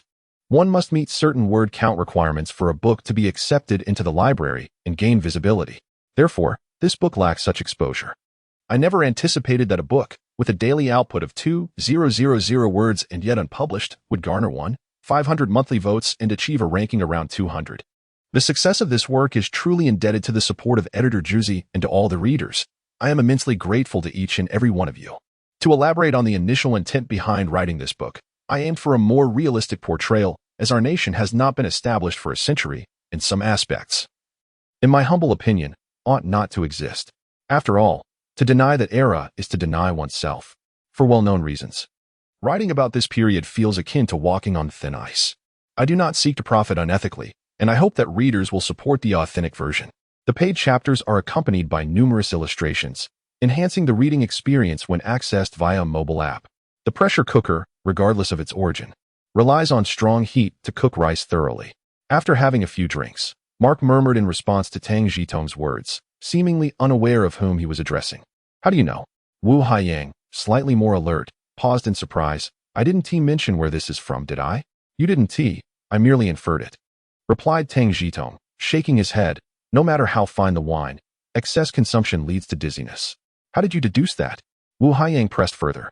Recently, I enrolled in an adult vocational program and occasionally audit various courses there, which has broadened my horizons and taught me quite a bit, Tang Zhitong explained. Belching slightly from the alcohol, he instinctively redirected the conversation. The 2 scenarios you mentioned, I suspect both occur in high-altitude regions. There's a physical principle known as atmospheric pressure. The higher the altitude, the lower the boiling point of water. It may appear to be boiling, but the temperature is actually below 100 degrees, meaning it hasn't reached the traditional boiling point we understand. This is why rice remains uncooked. Hearing this, Wu Haiyang was already half convinced and asked with anticipation, since you've deduced it, do you have a solution? None. Tang Zhitong shook his head. The concept of a pressure cooker exists abroad, but not domestically. If one can immediately provide a solution without contemplating the issue, that's not intelligence, it's folly. Think it over, and let me know if you come up with anything. Wu Haiyang responded without disappointment. All right, I will ponder it, Tang Zhitong agreed readily. Wu Haiyang, the eldest among those present, exhibited a more composed demeanor compared to Tang Zhitong and the others. Observing Gu Yong and Mark's state, he refrained from mentioning alcohol further. This festive gathering was intended to deepen bonds rather than to see anyone intoxicated. After the meal, Dr. L served tea, ostensibly to accompany Wu Haiyang and the others in conversation, but in reality, it was to ensure they consumed enough tea to sober up quickly. Once the group regained some clarity, they each returned home. Tang Zhitong took Wu Haiyang's concerns to heart. The fact that such issues arose from Wu Haiyang indicated they were not local matters. His trouble suggested that not only were the adverse effects of atmospheric pressure unresolved, but also there was a lack of clean water facilities. In this era, Tang Zhitong was keen to contribute, however modestly, to his country. Both issues were related to atmospheric pressure, yet a pressure cooker was not the only solution. Clever alternatives existed.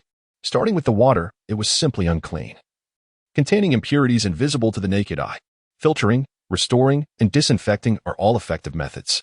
Filtration typically employs physical properties to remove harmful impurities while retaining water molecules, thus preventing secondary contamination.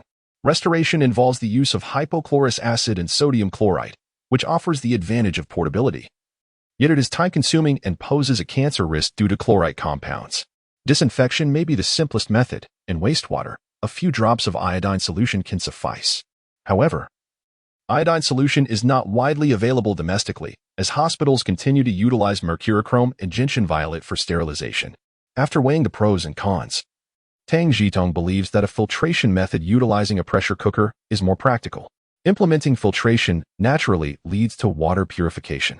In fact, the concept of water purification has existed abroad for nearly 2 decades, but due to subpar materials, the size of purifiers has become cumbersome and impractical. Tang Zhitong plans to create a compact version. Although its filtration efficacy may not be as high, when paired with a pressure cooker, it should effectively eliminate 99% of diarrhea and abdominal pain arising from water quality issues. Originality is challenging, yet imitation and replication are relatively easier.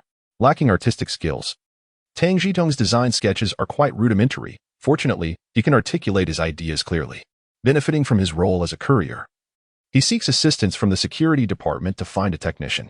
He first approaches a factory to produce the pot body, following the necessary procedures, acquiring approval from management, and submitting funds to the finance department, with the remaining details handled by the technician, of course, with a couple of cigarette packs as a token of appreciation. Tang Zhitong opts for an aluminum pressure cooker, which is rust-resistant and lightweight, though not inexpensive, as the price of processed aluminum exceeds $1 per pound.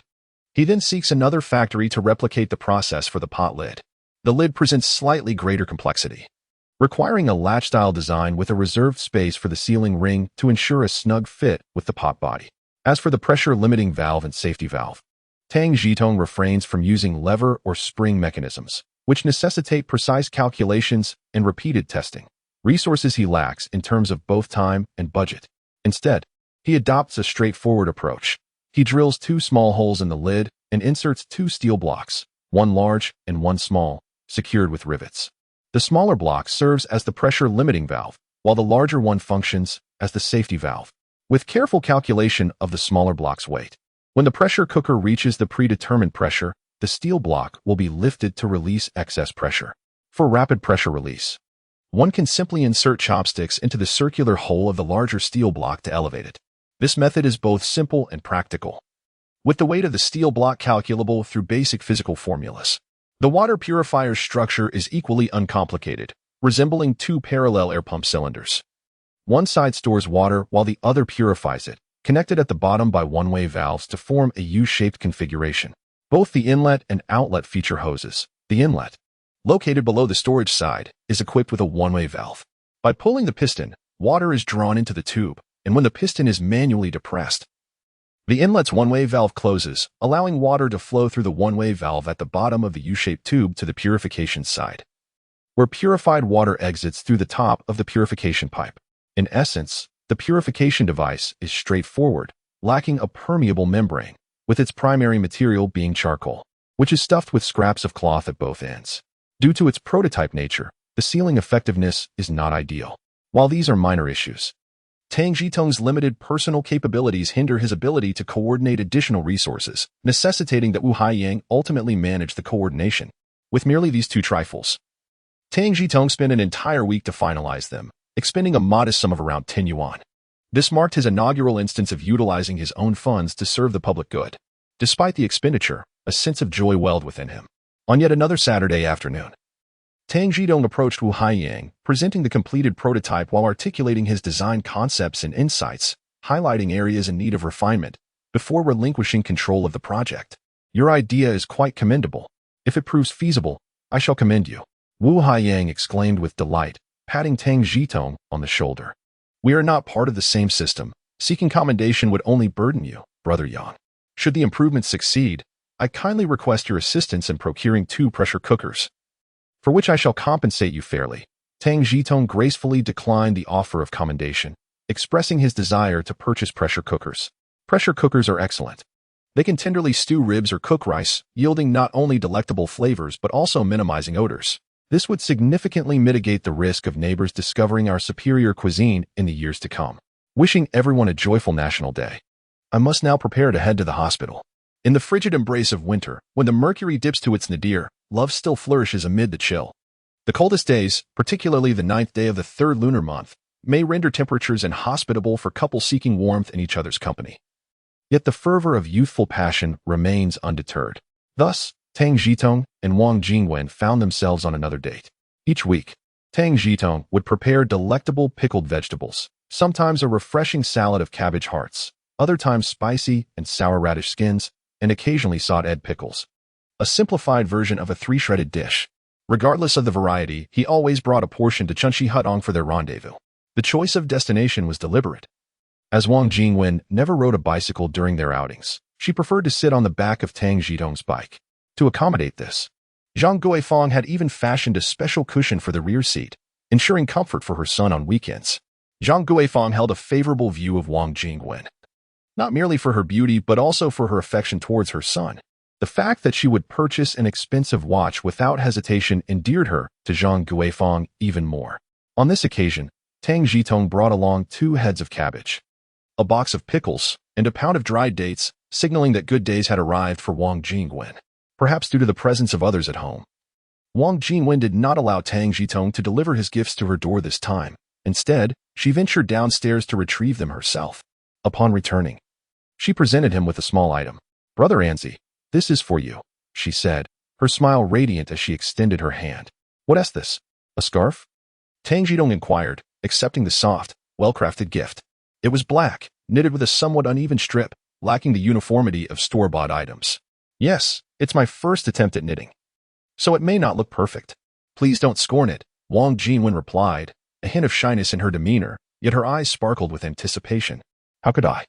I shall cherish it for a lifetime, Tang Zhitong declared, wrapping it around his neck and tying it in front. The fashionable layering of a towel might be more suited to the cosmopolitan atmosphere of Shanghai, which emphasizes grace over warmth. I knitted it so you can wear it every day. It's cold now, so don't catch a chill. Wang Jingwen adjusted the scarf's angle, admiring her handiwork. Shall we go watch a movie?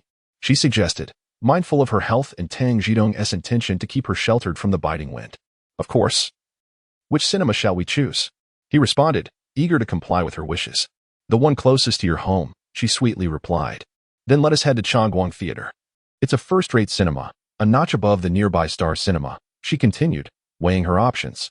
Although the price difference between first and second-tier cinemas was negligible, the quality of facilities made a significant impact on comfort. Very well, guide me, and I will take you there. Tang Zhitong gestured to the cushion on his bike's rear seat, inviting her to hop on. All right, she agreed. In the vicinity of Longfu Temple Street, the Changguang Cinema is situated a mere 2 li from Chunchu Hutong.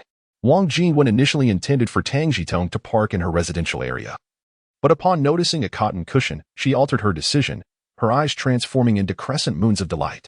Due to the limitations of contemporary technology, women typically rely on menstrual belts, often crafted from fabric by their own hands.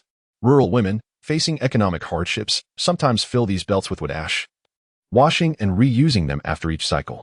In contrast, women in better-off urban areas tend to use sanitary paper, which comes in 2 varieties. One, a coarse, unprocessed roll, typically utilized for larger needs. The other, a finer, disinfected, and bleached type, primarily reserved for menstruation.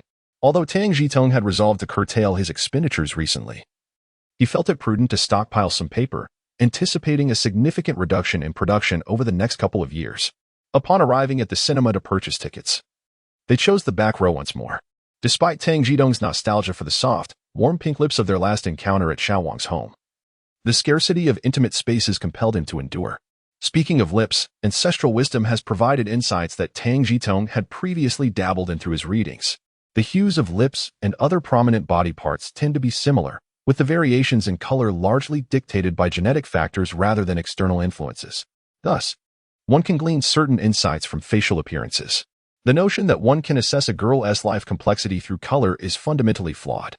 The most straightforward approach to ensure one's health is to undergo a medical examination, taking responsibility for oneself and for others. One such examination is known as cervical columnar epithelium ectopia. While not infallibly accurate, it is certainly more reliable than mere color observation. Tang Zhitong harbored no concerns about this. In the current climate, most individuals seeking partners are remarkably clean, often committing to a single person for life. Once again seated in the back row, their hands and feet remained respectful as they engaged in hushed conversation, dreaming of the appearance of their future home after marriage. I plan to build 2 rooms once the weather warms up and acquire some furniture. Do you have any ideas on the layout? Tang Zhitong whispered to Xiaowang. We need a slightly longer double bed. Otherwise, you won't have enough room to stretch your legs, Wang Jingwen replied, tilting her head as she envisioned her ideal home. We also need a desk and a bookshelf for easy access to our books. The curtain should be blue, allowing sunlight to pour in when drawn aside. That sounds lovely. Is there anything else? Tang Zhitong nodded in agreement, reasoning that since they were embarking on this journey of marriage, they should not settle for anything less than comfort. Preferring custom-made furniture. We also need a wardrobe.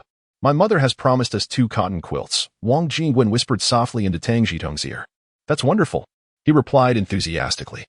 I'll prepare a dressing table, a basin stand, a round table, chairs, and perhaps a sofa and coffee table. Let us just go with the basin stand. A desk is sufficient for me. We shouldn't overindulge, as building a house requires considerable funds. By the way, I've saved a bit of money over the past couple of years.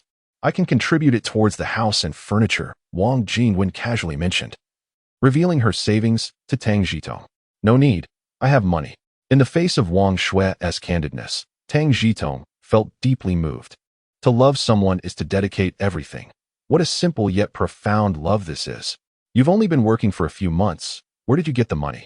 Wang Jingwen inquired, puzzled. My father passed away, didn't he? The mine provided a relief fund, Tang Zhitong stammered, finding it difficult to explain the source of his funds and resorting to mentioning his father's aid. That money is meant for your aunt and your 2 younger sisters. You cannot use it to build a house or marry, she admonished. Brother Anzi, you must listen to me on this matter.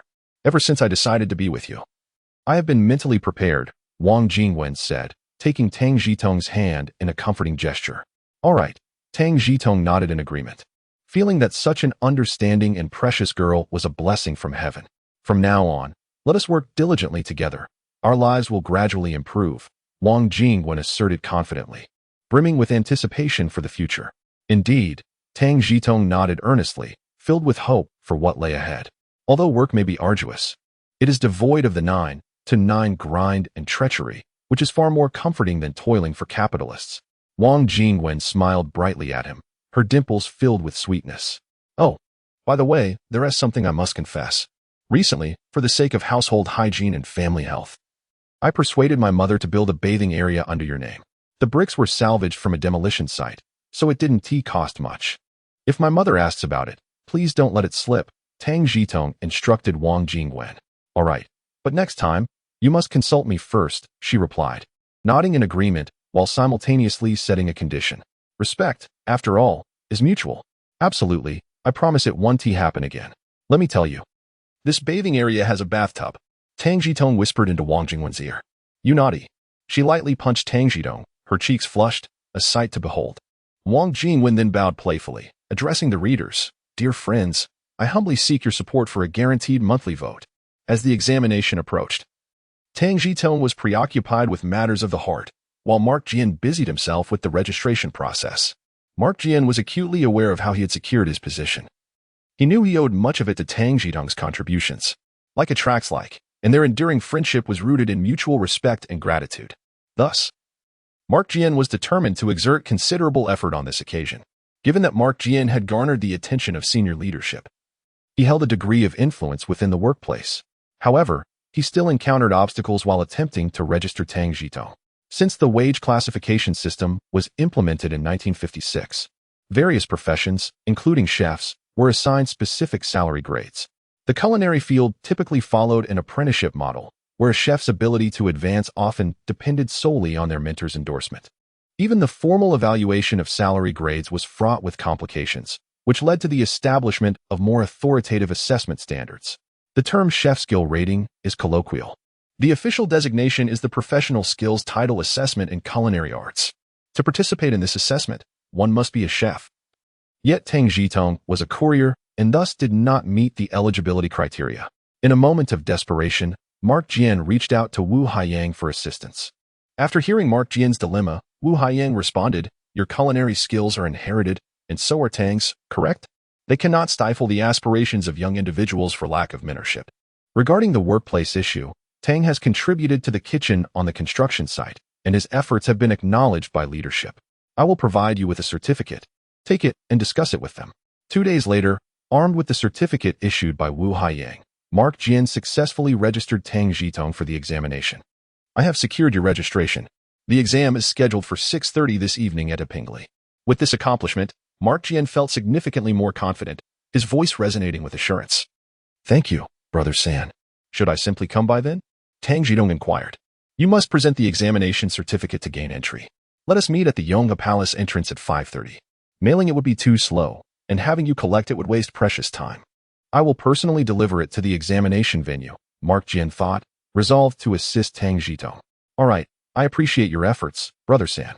We shall meet without fail," Tang Zhitong replied joyfully. Before 6 in the afternoon, the two met at the entrance of Yonghe Palace. "I did not expect you to be so efficient, Brother San." "I am utterly unprepared," Tang Zhitong greeted Mark Jian, taking the examination certificate, which bore his name and the exam details, along with an official seal. "The exams are conducted in batches, and after much persuasion, I managed to secure you the earliest slot. I am aware of your capabilities. There is no need for preparation." "You will surely succeed," Mark Jian said, rubbing his frost-bitten cheeks, having not mentioned the registration fee to Tang Zhitong. "Thank you for your kind words. I hope to emerge with a certificate," Tang Zhitong replied as he tucked the certificate away. Noticing Mark Jian's discomfort from the cold, he added, "Thank you, Brother San. It is chilly. You should return home. I am concerned about you being alone in such desolate surroundings at night." "I will accompany you," Mark Jian insisted. Mark insisted on pushing the bicycle, leaving no room for Tang Zhitong to decline, and proceeded to stride away. With no alternative, Tang Zhitong had no choice but to follow. The examination venue was located in Epingli. As Dr. L had indicated, the standards were quite high. The stoves were all equipped with liquefied gas, indicative of the unit's elevated status. Without the examination admission ticket, Tang Zhitong doubted he would have been granted entry.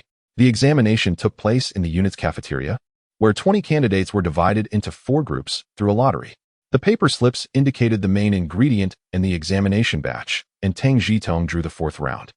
With the main ingredient being grass carp, the seasonings and accompaniments were left to the candidate's discretion, allowing for creative expression. At that time, liquefied gas was still a rarity, and many had little experience with it.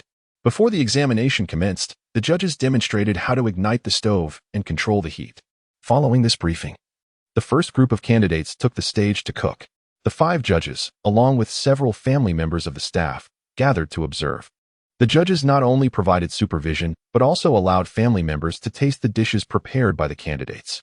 This approachable manner of the judges garnered public approval in their scoring and grading.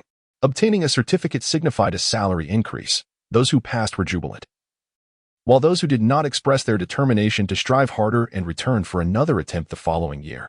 The salary increase was modest, perhaps just a few yuan a month, not enough to amass wealth, and without the risk of reduction, the pressure was not overwhelming, allowing everyone to take it in stride. Due to the unfamiliarity with liquefied gas, some of the earlier candidates performed slightly below par, yet Tang Zhitong was not among them. By the time it was Tang Zhitong's turn, it was already past 8 in the evening, and among the observing family members, children had begun to yawn. Nonetheless, no one wished to leave, as they were eager for the opportunity to enjoy a free meal. The utensils used by the previous chef had been washed, and Tang Zhitong leaned down to sniff them, finding them acceptable, with no unpleasant odors to worry about. The grass carp, weighing approximately 1.5 chain, were all quite fresh.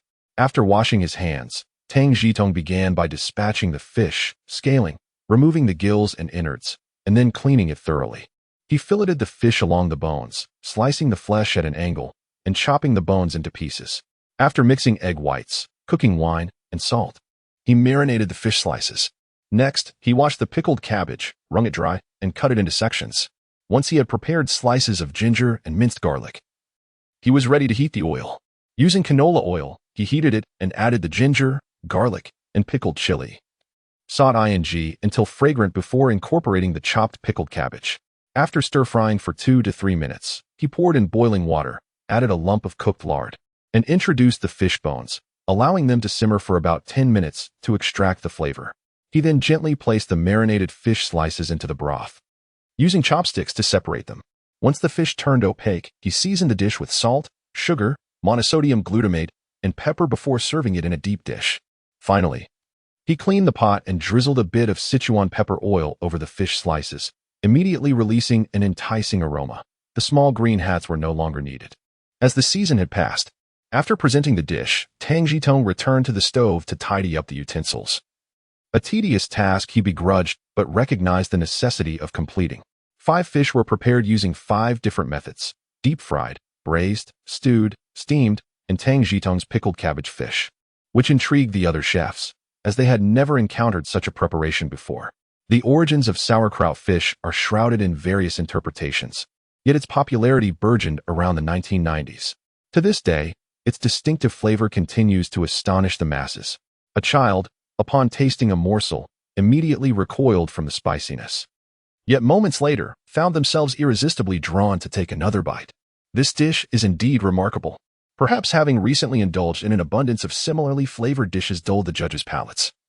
One judge, after sampling the sauerkraut fish, eagerly consumed 2 more spoonfuls of the soup, the tangy and spicy essence captivating his taste buds entirely. "Young man, would you be interested in switching employers?" Another judge, recognizing talent, attempted to lure him away on the spot. "I appreciate your kind offer, but I am quite satisfied with my current position," Tang Zhitong replied with a polite bow, declining the proposal. The judge, unfazed, began scoring after tasting all the dishes. To Tang Zhitong's surprise, he received the highest score and was awarded a level 2 rating. He was somewhat astonished, as he was well aware of his own capabilities and felt he merely benefited from the exposure. His foundational skills paled in comparison to those of the other candidates present. "Well done, my friend. You've truly made me proud," Mark Jin exclaimed, joyfully patting Tang Zhitong on the shoulder. "With this certificate, you can easily find a chef position anywhere, and your salary will not be below 40. Tang Zhitong expressed his gratitude for the opportunity afforded by Sang Gu. "No need for thanks, my friend." Mark Jian waved his hand dismissively, showing no desire for credit. He himself was also a level 2, having practiced since childhood. While his childhood friend simply had good fortune.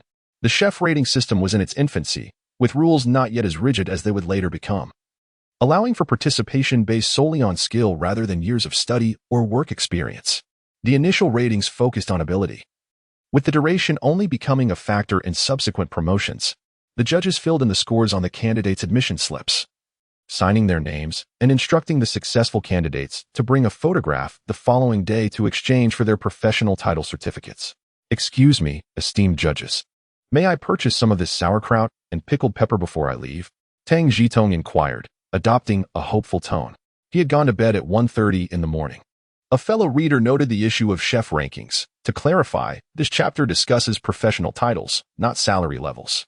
At that time, chef titles were divided into 5 levels, with special grade being the highest and level 3 the lowest, while level 2 was just above the bottom tier.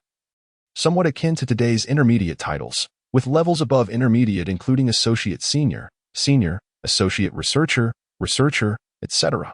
067 Sauerkraut. "Ah, are you here to stock up or to take an exam?" The amiable judge jested, seemingly unfazed by the potential competitor.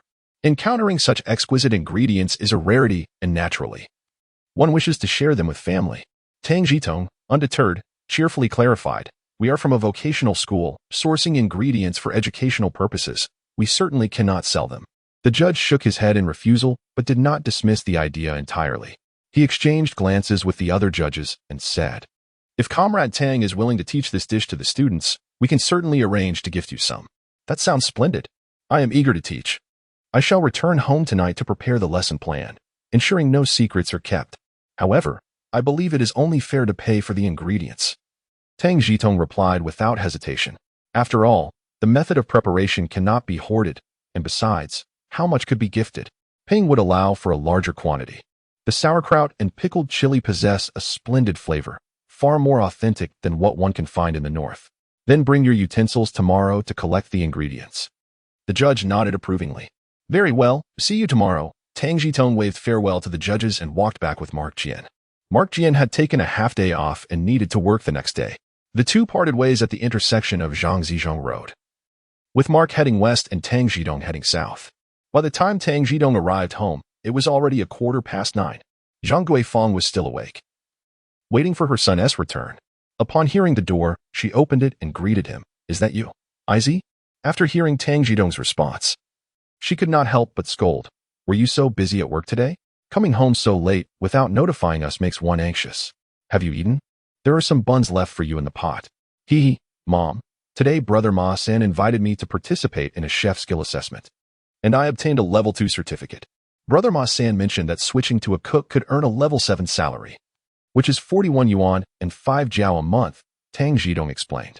When his mother inquired, he realized he was rather hungry. But he first shared the good news before washing his hands and eating, nibbling on buns with pickles. That is wonderful. Being a delivery person is preferable to being a cook, but possessing a cook's certificate allows one to earn a decent sum by preparing meals for others. Zhang Guifang responded, pleased, while calculating his prospects and pouring water for him. Take your time eating. Don't choke. Cooking shouldn't be rushed. This time, I was fortunate to obtain a certificate, but I must practice at home to avoid damaging my reputation. I know my own skills. Many still opt for traditional dishes like the 8 great bowls and the 4 tops and 6 tops, with which I am not familiar, Tang Zhitong admitted. All right. I merely meant to say that as long as you have a delivery job, I am content, Zhang Guifang said. Her eyes filled with affection as she watched her son devour his food. Well, it's getting late. You should go to bed first. I will wash the dishes myself once I finish eating, Tang Zhitong urged. Make sure to sleep early after you eat. Leave the dishes here. I will tidy up tomorrow. Zhang Guifang yawned, reminding Tang Zhitong before getting up. All right, tomorrow, you should find time to borrow a jar of pickles from Uncle Ma. I will need it for a day. Tang Zhitong reminisced about the pickled vegetables and conveyed his thoughts to his mother. After a night of silence the following day, he hastened to complete his rounds of deliveries, returning home to secure 2 jars of pickles for his journey to the Pingli, one belonging to his household and the other borrowed from Zhang Guifang and the Ma family. It seems you genuinely came to stock up? The judge named Wang, upon seeing the substantial items Tang Zhitong had brought, expressed surprise, questioning the propriety of providing only a modest serving for such an abundant spread. Good day, Teacher Wang. I'm merely purchasing some provisions. With a large family and limited vegetables in winter, I thought it prudent to seize the opportunity to treat my younger siblings, Tang Zhitong replied with candid openness. Very well. Park the vehicle and proceed to obtain the necessary documentation at the 3rd office on the left side of the 1st floor of the adjacent building. I shall summon a few teachers, and we will convene in the 1st classroom on the right side of the 2nd floor shortly. With a wry smile, Teacher Wang meticulously outlined Tang Zhitong's itinerary. Understood. See you soon, he replied, securing his vehicle and leaving the jars strapped atop. Reassured by the presence of a guard at the entrance, the examination permit bore the judge's scores and signatures, and the staff efficiently transcribed personal information, affixed a photograph, and stamped the card with a steel seal, completing the process. Holding the certificate, Tang Zhitong beamed with joy. The steel seal seemed more prestigious than his own work ID. Upon arriving at the classroom mentioned by Teacher Wang, he found both teachers and students awaiting him. Undaunted, he retrieved the lesson plan crafted during his delivery breaks and ascended the podium, preparing to commence. Greetings to all esteemed teachers and students. Today, we shall learn together about a dish known as pickled fish. Pickled fish is versatile, accommodating various types of fish such as grass carp, black fish, or even carp. The combination of pickled vegetables, pickled peppers, cooking wine, and ginger slices effectively neutralizes the earthy fishy odor. Teacher Wang had prepared thoroughly. In the culinary class of the technical school, not only was there a blackboard, but also the requisite ingredients on the podium. As Tang Zhitong demonstrated, the lesson swiftly unfolded. The aroma of the dish captivated the audience, eliciting enthusiastic applause from both the teachers and students. After bowing in gratitude, Tang Zhitong exited the classroom with Teacher Wang, allowing others to savor the prepared pickled fish. Tang, please share your address so we may correspond in the future, Teacher Wang proposed earnestly. I work as a delivery person at the Hujiala post office. Just address it to Hujiala post office. Tang Zhitong extended his hand for a handshake with Teacher Wang. Ah, you are a delivery person? No wonder you are reluctant to change professions. I had thought to assist you in finding a position as a chef and attaining a level 7 certification. The benefits are not vastly different. Teacher Wang expressed his astonishment at Tang Zhitong's occupation. I appreciate your kindness, but I am aware of my own capabilities. Achieving a level 2 certification is already a fortunate result of the innovative dishes I prepare. My skills do not merit a level 7 designation. It is best for me to remain a diligent delivery person, Tang Zhitong insisted, waving his hands dismissively. The art of cooking for him was merely a means to indulge his palate. Transforming a passion into a profession could lead to undue suffering, much like the arduous process of writing, where the demands of readers often clash with the creative spirit. Very well, I shall not press you further, Teacher Wang conceded. Regrettably, you possess a culinary certificate. While many chefs toil as cooks yet fail to obtain such a qualification, you, however, have succeeded in your examination yet choose not to pursue the chef's path. Chuckled Teacher Wang. To love one's profession is essential. In any field, we serve the people, remarked Tang Zhitong with unwavering conviction. You. Teacher Wang playfully gestured towards Tang Zhitong, leaving his sentence unfinished, and then said, Come, let us fetch the pickled vegetables. Tang Zhitong, pleased by the suggestion, readily complied. In a generous spirit, Teacher Wang brought forth 2 jars of pickled vegetables, one containing sauerkraut and the other pickled peppers. Before Tang Zhitong, he verified the weight and purchase price with the storekeeper. Each took a jar and transported them to Tang Zhitong's bicycle, pouring the pickled vegetables along with their brine into the container he had brought. You heard the price earlier. These 2 jars amount to $3.50. Teacher Wang stated. Once they were settled, he extended his hand towards Tang Zhitong, requesting payment. Selling you pickled vegetables is against protocol. Kindly hand me the money, and I will later settle with the supplier to ensure we procure more next time. Ah, thank you. Tang Zhitong promptly retrieved $5 and handed it to Teacher Wang. You, being so young, are quite worldly, Teacher Wang remarked, not accepting the bill but instead pointing towards Tang Zhitong's pocket, urging him to produce exact change, $3.50, neither more nor less. Very well, as you wish. Noticing Teacher Wang's resolute attitude, Tang Zhitong complied, extracting the precise amount and receiving $2 in return. Your method for preparing sauerkraut fish is indeed innovative. I intend to compile it for submission. Should it be accepted, you will receive the corresponding remuneration, Teacher Wang indicated after verifying the funds. Teacher Wang, I do not require any payment. Simply credit my name, Tang Zhitong quickly protested. I do not engage in such matters. On a smaller scale, we ought to express our gratitude. You have introduced a new dish to our vocational school. And on a grander scale, you have enriched the material lives of the people. Let us not defer. This is settled, Teacher Wang declared, not waiting for Tang Zhitong's response, and turned away, each carrying a jar of pickles. Watching Teacher Wang's retreating figure, Tang Zhitong felt a stir within him, struck by the man's admirable principles and integrity. There are many like Teacher Wang, principled individuals who remain unyielding against superficial temptations. It is precisely due to the presence of such individuals that a relatively just environment can flourish. As he watched Teacher Wang depart, Tang Zhitong mounted his bicycle and began his journey home. Many developments in life do not bend to individual will, as a humble person. Tang Zhitong clearly understood his place. The pursuit of daily sustenance and seasonal ingredients was his rightful endeavor. With the sauerkraut and pickled peppers acquired without any moral ambiguity, he mused that his classmate, Xiao Wang, would surely enjoy sauerkraut fish. Now, all that remained was to procure the fish. This fish can be both purchased and caught. Presently, fishing is not prohibited in parks or moats, and even along the Jinshui River, local residents can be seen casting their lines. Perhaps due to the inconvenience of communication, people exhibit a higher tolerance for delays in information, generally lacking the anxiety that arises from not receiving a response to a call or message within half an hour.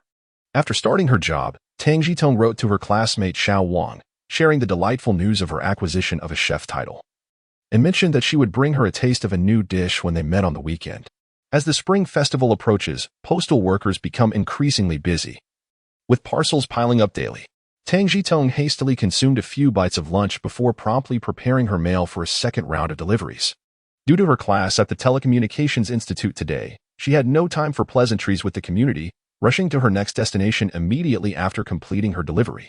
In the bitter cold of January, beads of sweat constantly formed on her forehead as she pedaled furiously, wishing she could be like Neza, riding on the windfire wheels with 3 heads and 6 arms.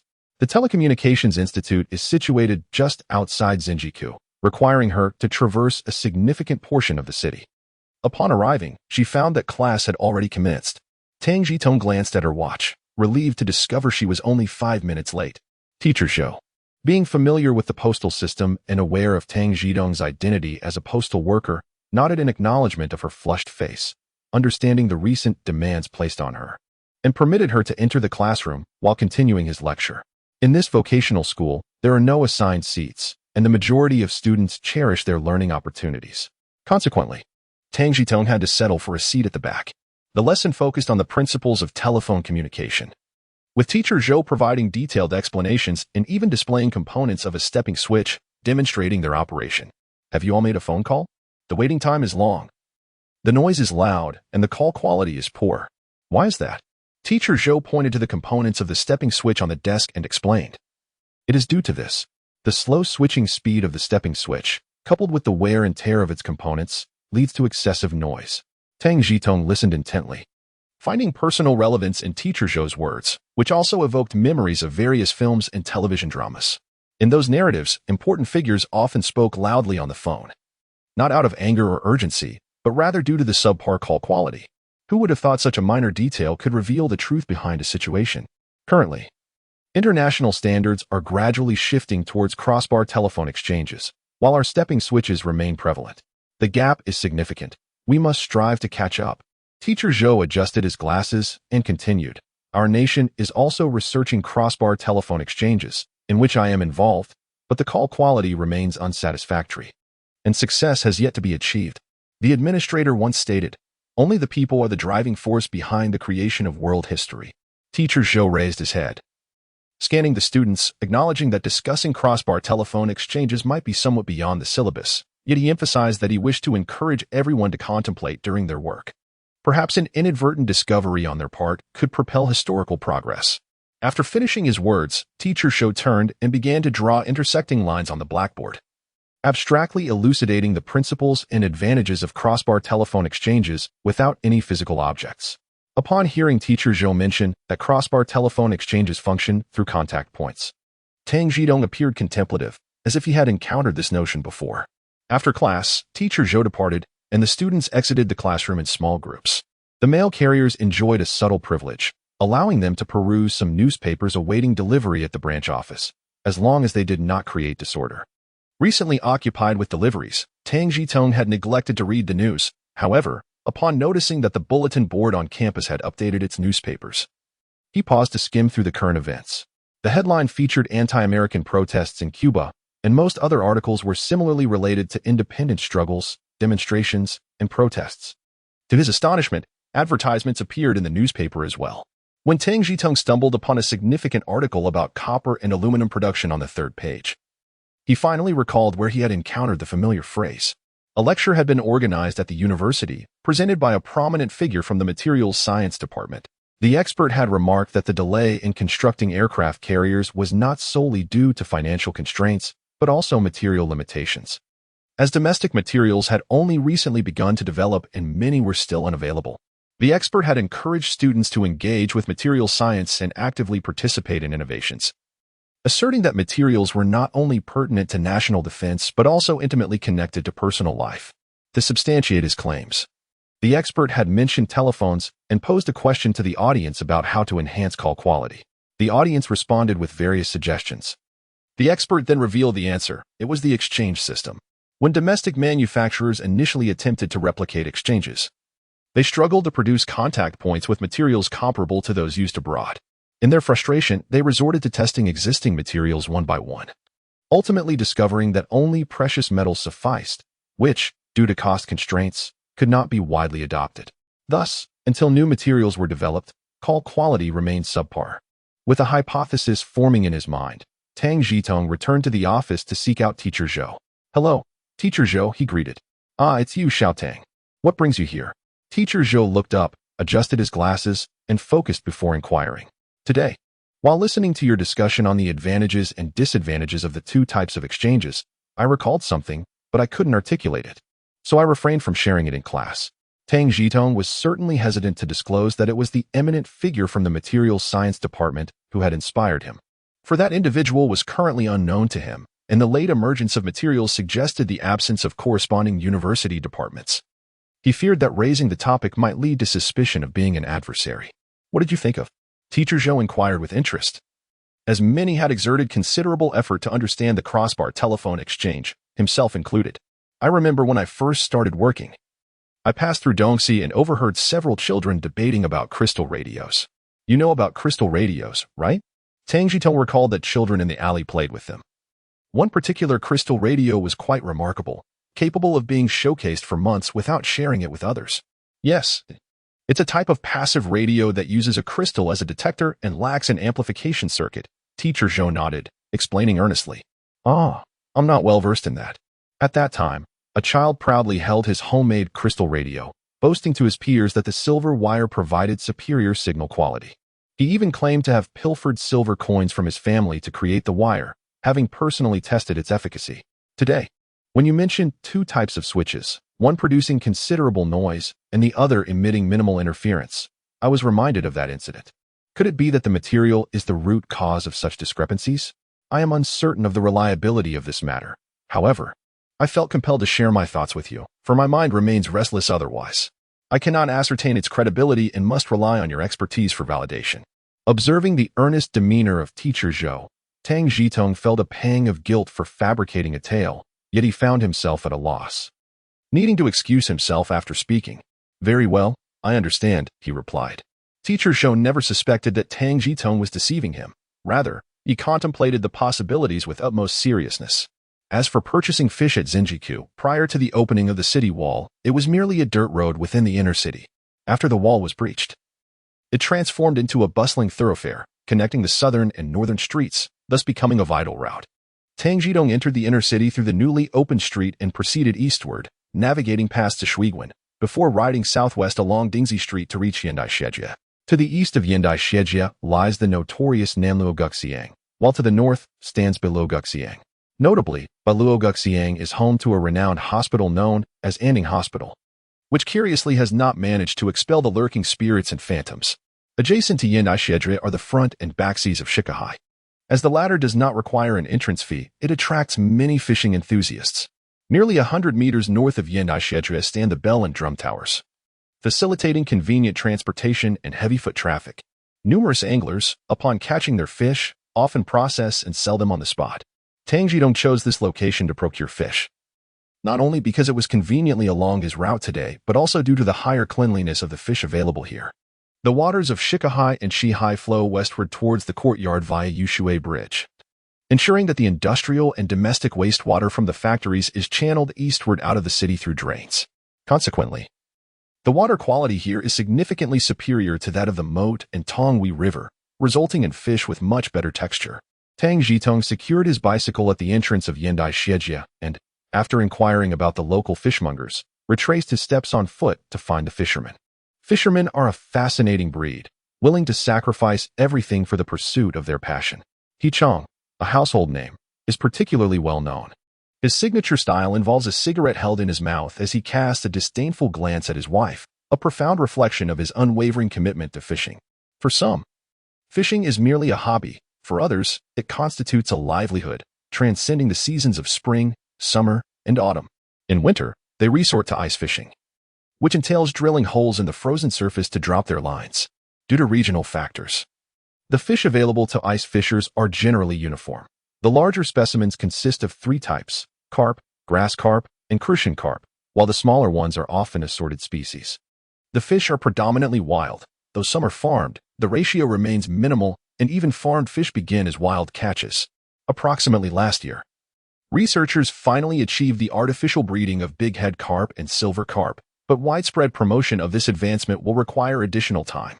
In the wild, river fish typically exhibit a pronounced fishy odor, resulting in their prices being considerably lower than those of sea fish. It is precisely due to this strong fishiness that Mr. Wang from the technical school values Tang Zhitong's innovative dish so highly. The method of preparing sauerkraut fish effectively mitigates the river fish's pungency. Recently, it seems that the local government has taken note of public complaints regarding the rationing of grain and insufficient vegetable supplies, leading to an increase in the availability of sea fish in the market. Premium yellow croaker is priced at 0 for yuan per jean, exquisite ribbon fish at 0.38 yuan per jean. The cheapest ribbon fish, barely wider than a belt, is available for just 0.15 yuan per jean. The average ribbon fish, colloquially known as Bainerdai, is priced at 0.25 yuan per jean. Salted fish costs 0.5 yuan per jean. No tickets or receipts are required, and sales are open. Tang Zhitong purchased 2 salted fish, a remarkable accompaniment to rice. The 49 City Daily has been diligently reporting various methods of preparing sea fish, ensuring that the public is well informed on how to enjoy it. This coverage is indeed necessary, as it has only been in recent years that inland residents have been able to indulge in Shanghai fish. Previously, how many people could claim to have tasted sea fish? Tang Zhitong recalls hearing from Grandpa Zhu that a few winters ago, a neighbor bought sea fish but, unaware of how to cook it, ended up stewing it with radishes at home. Due to the cancellation of the market, local ice fishermen are also hesitant to sell openly. Lacking scales, prices are determined by estimation based on size. After discreetly exchanging a few cigarettes and engaging in quiet conversation, Tang Zhitong gleaned the approximate prices for river fish: carp at about 1.5 jiao per jean, grass carp and crucian carp around 1.9 jiao per jean, and small miscellaneous fish at 0.8 jiao per jean. As night fell, there were not many people around, and Tang Zhitong chose 4 lively grass carp, each weighing about 1.5 jean, and 4 small crucians, each weighing less than half a jean. Cautiously, Tang Zhitong purchased these from 3 different ice fishermen and, after walking a distance, stored them in his space. Riding his bicycle home, he felt a sense of satisfaction, appreciating the utility of his space, which could accommodate anything water, fish, and with its unparalleled freshness-preserving capabilities. The ability to store water and fish is advantageous. As for crops and grain, they cannot be pilfered. But is it truly theft to catch a few fish from the rivers? Well, it's never too late to turn around. This little matter of 5 mao is inconsequential. Once the weather warms up, perhaps a swim in the lake will yield some fish for future meals. In winter, darkness falls early. Although it was pitch black by the time Tang Zhitong arrived home, it was only just past 6 o'clock. Are you cooking? The 2 little ancestors claim my cooking lacks flavor, Zhang Guifang remarked, pointing at the pre-cut winter melon upon Tang Zhitong's return. Having endured the hardships of gender bias herself, she strives for fairness in her treatment of her children. Coincidentally, as the old saying goes, winter crucian, summer catfish. Today after school, she purchased 2 crucian carp to stew with winter melon. Tang Zhitong gazed at the winter melon on the cutting board, grown in his own garden. As long as it remained unblemished, it could last through winter without issue. Good. Tang Fingzhen and Tang Fingxi, the 2 sisters, have begun their winter vacation. Today, they heard from their mother that their brother has successfully obtained his chef's certification, boasting a skill level comparable to that of the neighboring Ma Sang. They are filled with pride and eagerly anticipate the evening meal, bubbling with excitement. Oh, how forgetful I am. I left the crucian carp hanging on the bicycle. Completely overlooked it. After saying this, Tang Zhitong patted her head and stepped out of the main room, pretending to fetch the fish, but instead retrieved 2 crucian carp from her space. Crucian carp, also known as crucian seeds, are said to have a slow growth rate, resulting in small sizes even after several years. Thus, although these fish weigh less than half a pound, they are considered mature. Since they have reached maturity, it is time to indulge. Crucian carp is a fine ingredient. Despite its small size and numerous bones, it possesses significant benefits, including promoting lactation. The preparation of crucian carp typically involves stewing, and the secret to crafting a delicious crucian carp soup lies in first pan-frying the fish, then adding boiling water to simmer. This method yields a milky white broth with an exceptionally delightful flavor. It promises to be a feast, and observing her younger sister's gradually darkening hair, Tang Zhitong feels a sense of contentment, knowing that life is slowly improving and all sacrifices are worthwhile. The following day, Saturday afternoon, Tang Zhitong received a phone call from Wang Jingwen. To be precise, it was Qian Zhangping who answered the call intended for Tang Zhitong from Wang Jingwen. Recently, due to the purchase of a watch, Qian Zhangping had saved several dozen yuan, though the retail price of the watch remained unchanged after buying it with a coupon. The value of the ticket had risen, and the second-hand watch prices had also soared. Now, even if she sold the watch, she would still make a tidy profit. Xiao Tang, your friend Xiao Wang called you. Qian Zhongping informed Tang Zhitong, who expressed her gratitude, thereby strengthening their bond. Thank you, Sister Qian. Tang Zhitong removed her hat and waited for Qian Zhongping to open the phone box to call Wang Jingwen. After hanging up, Tang Zhitong felt a bit flustered. Wang Jingwen mentioned that her mother had invited her to visit the next day. Upon returning home, Tang Zhitong shared the news of Wang Jingwen's invitation with her mother. Zhang Guifang, who was quite excited. This is wonderful. I will go buy a gift for you right away. It is your first visit. And we must not be lacking in courtesy. With that, she hurriedly took the food stamp and some money from the drawer before rushing out. During a dinner gathering at Wu Haiyang's house, he shared with his 3 younger brothers the story of his courtship with Dr. L and their marriage. There was no extravagant fanfare, no formal wedding attire or elaborate photographs, and no matchmaking or bridal dowry involved. Wu Haiyang recounted the simplicity of their wedding process. In the morning, he took a leave of absence to obtain their marriage certificate with the documentation provided by their respective workplaces, and in the afternoon, he returned to work as usual. After work, he rode his bicycle to fetch his bride. They returned home to share their romantic history with a few close friends and family, sang a few revolutionary songs, bowed before their portrait, and celebrated with some dishes purchased from the cafeteria and a bit of wine, thus completing their wedding ceremony. In this new era, with fresh customs, simplicity prevails, saving everyone time and money. Wu Haiyang and his wife wholeheartedly embraced this approach, though he did not disclose whether there had been any visits prior to their marriage. In response to the summons from his future mother-in-law, Tang Zhitong felt a deep understanding. She may have gained some insight about him through others' accounts, yet lacked a direct impression. Given the significance of her daughter's lifelong happiness, it was not unreasonable for her to conduct a personal assessment.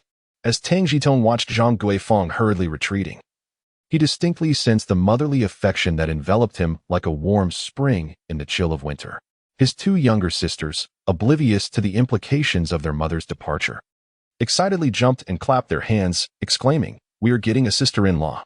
Wiping his eyes with the back of his hand, Tang Zhitong instructed his eldest sister, Famine, "Please add some coal to the stove and stoke the fire. Once it is alight, I shall prepare a feast for you." The 2 sisters had been raising rabbits for half a year, but their mother had always prevented them from consuming them. Today, however, Tang Zhitong was determined to break that unwritten rule. He planned to make braised rabbit meat as a special treat for the family. It seemed absurd to raise rabbits without ever tasting their meat.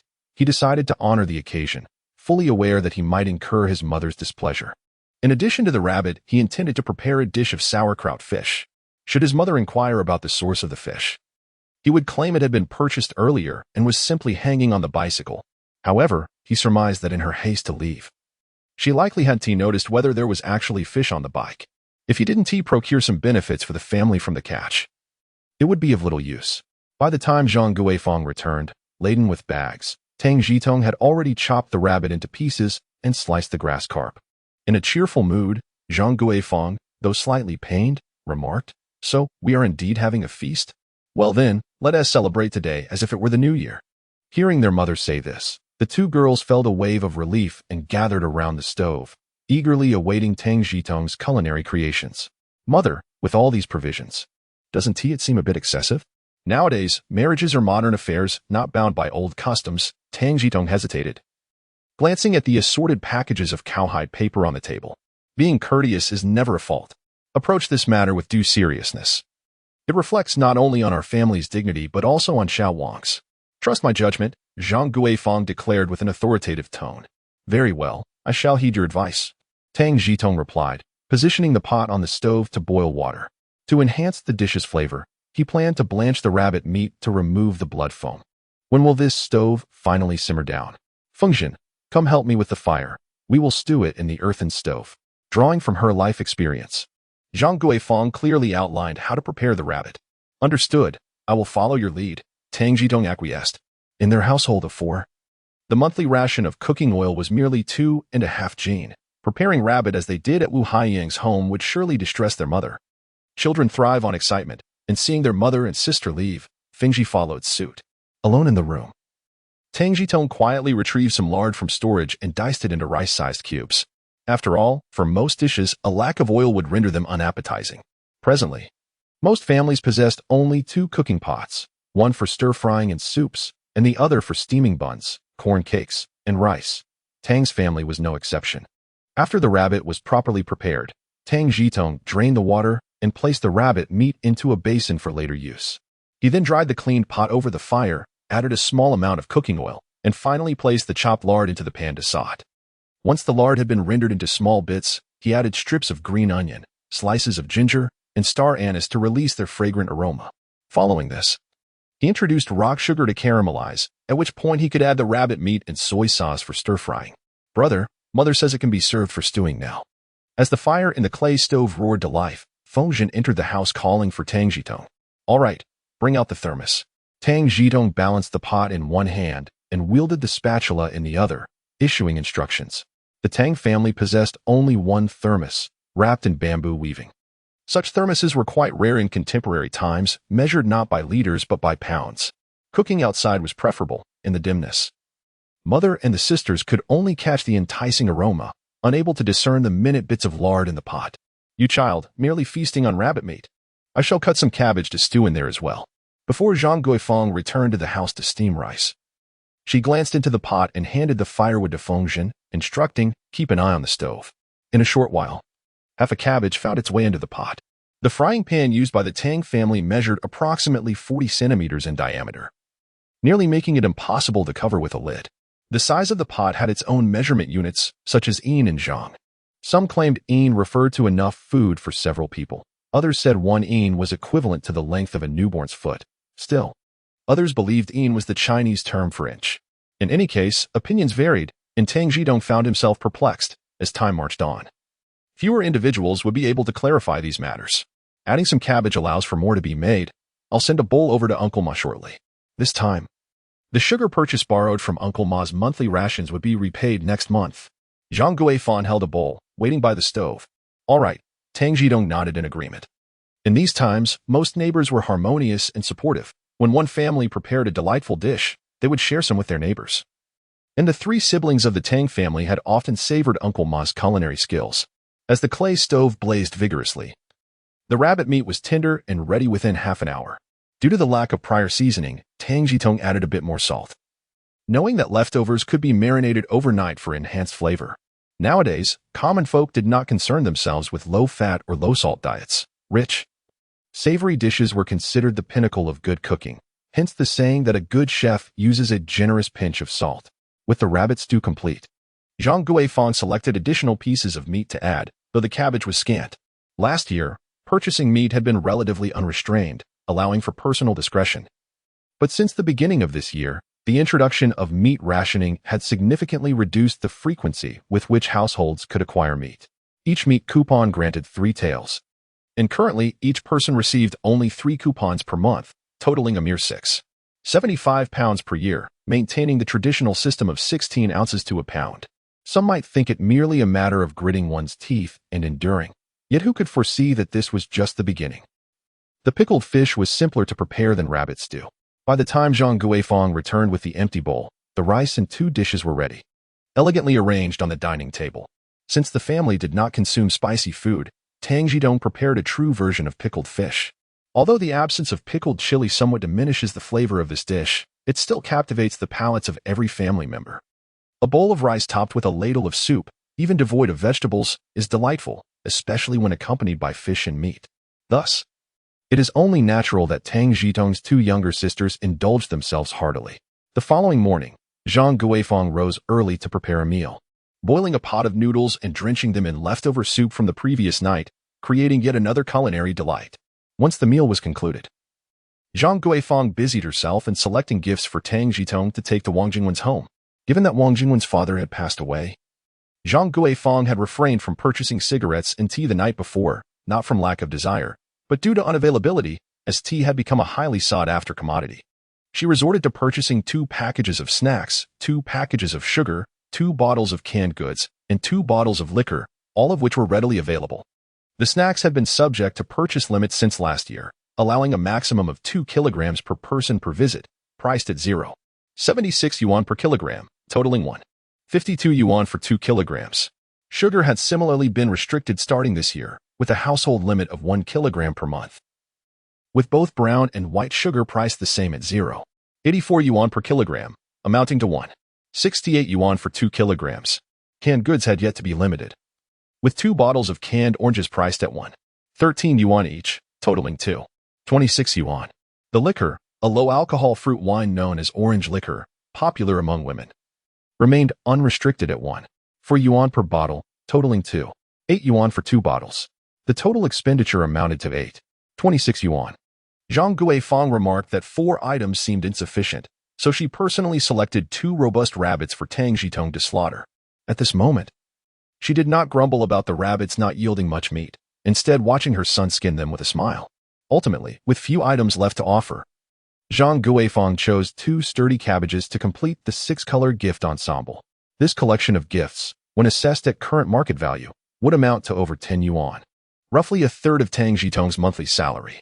While the money was spent, Zhang Guifang's face radiated joy without a hint of regret. In contrast, Tang Zhitong felt a weight in his heart as he held the money.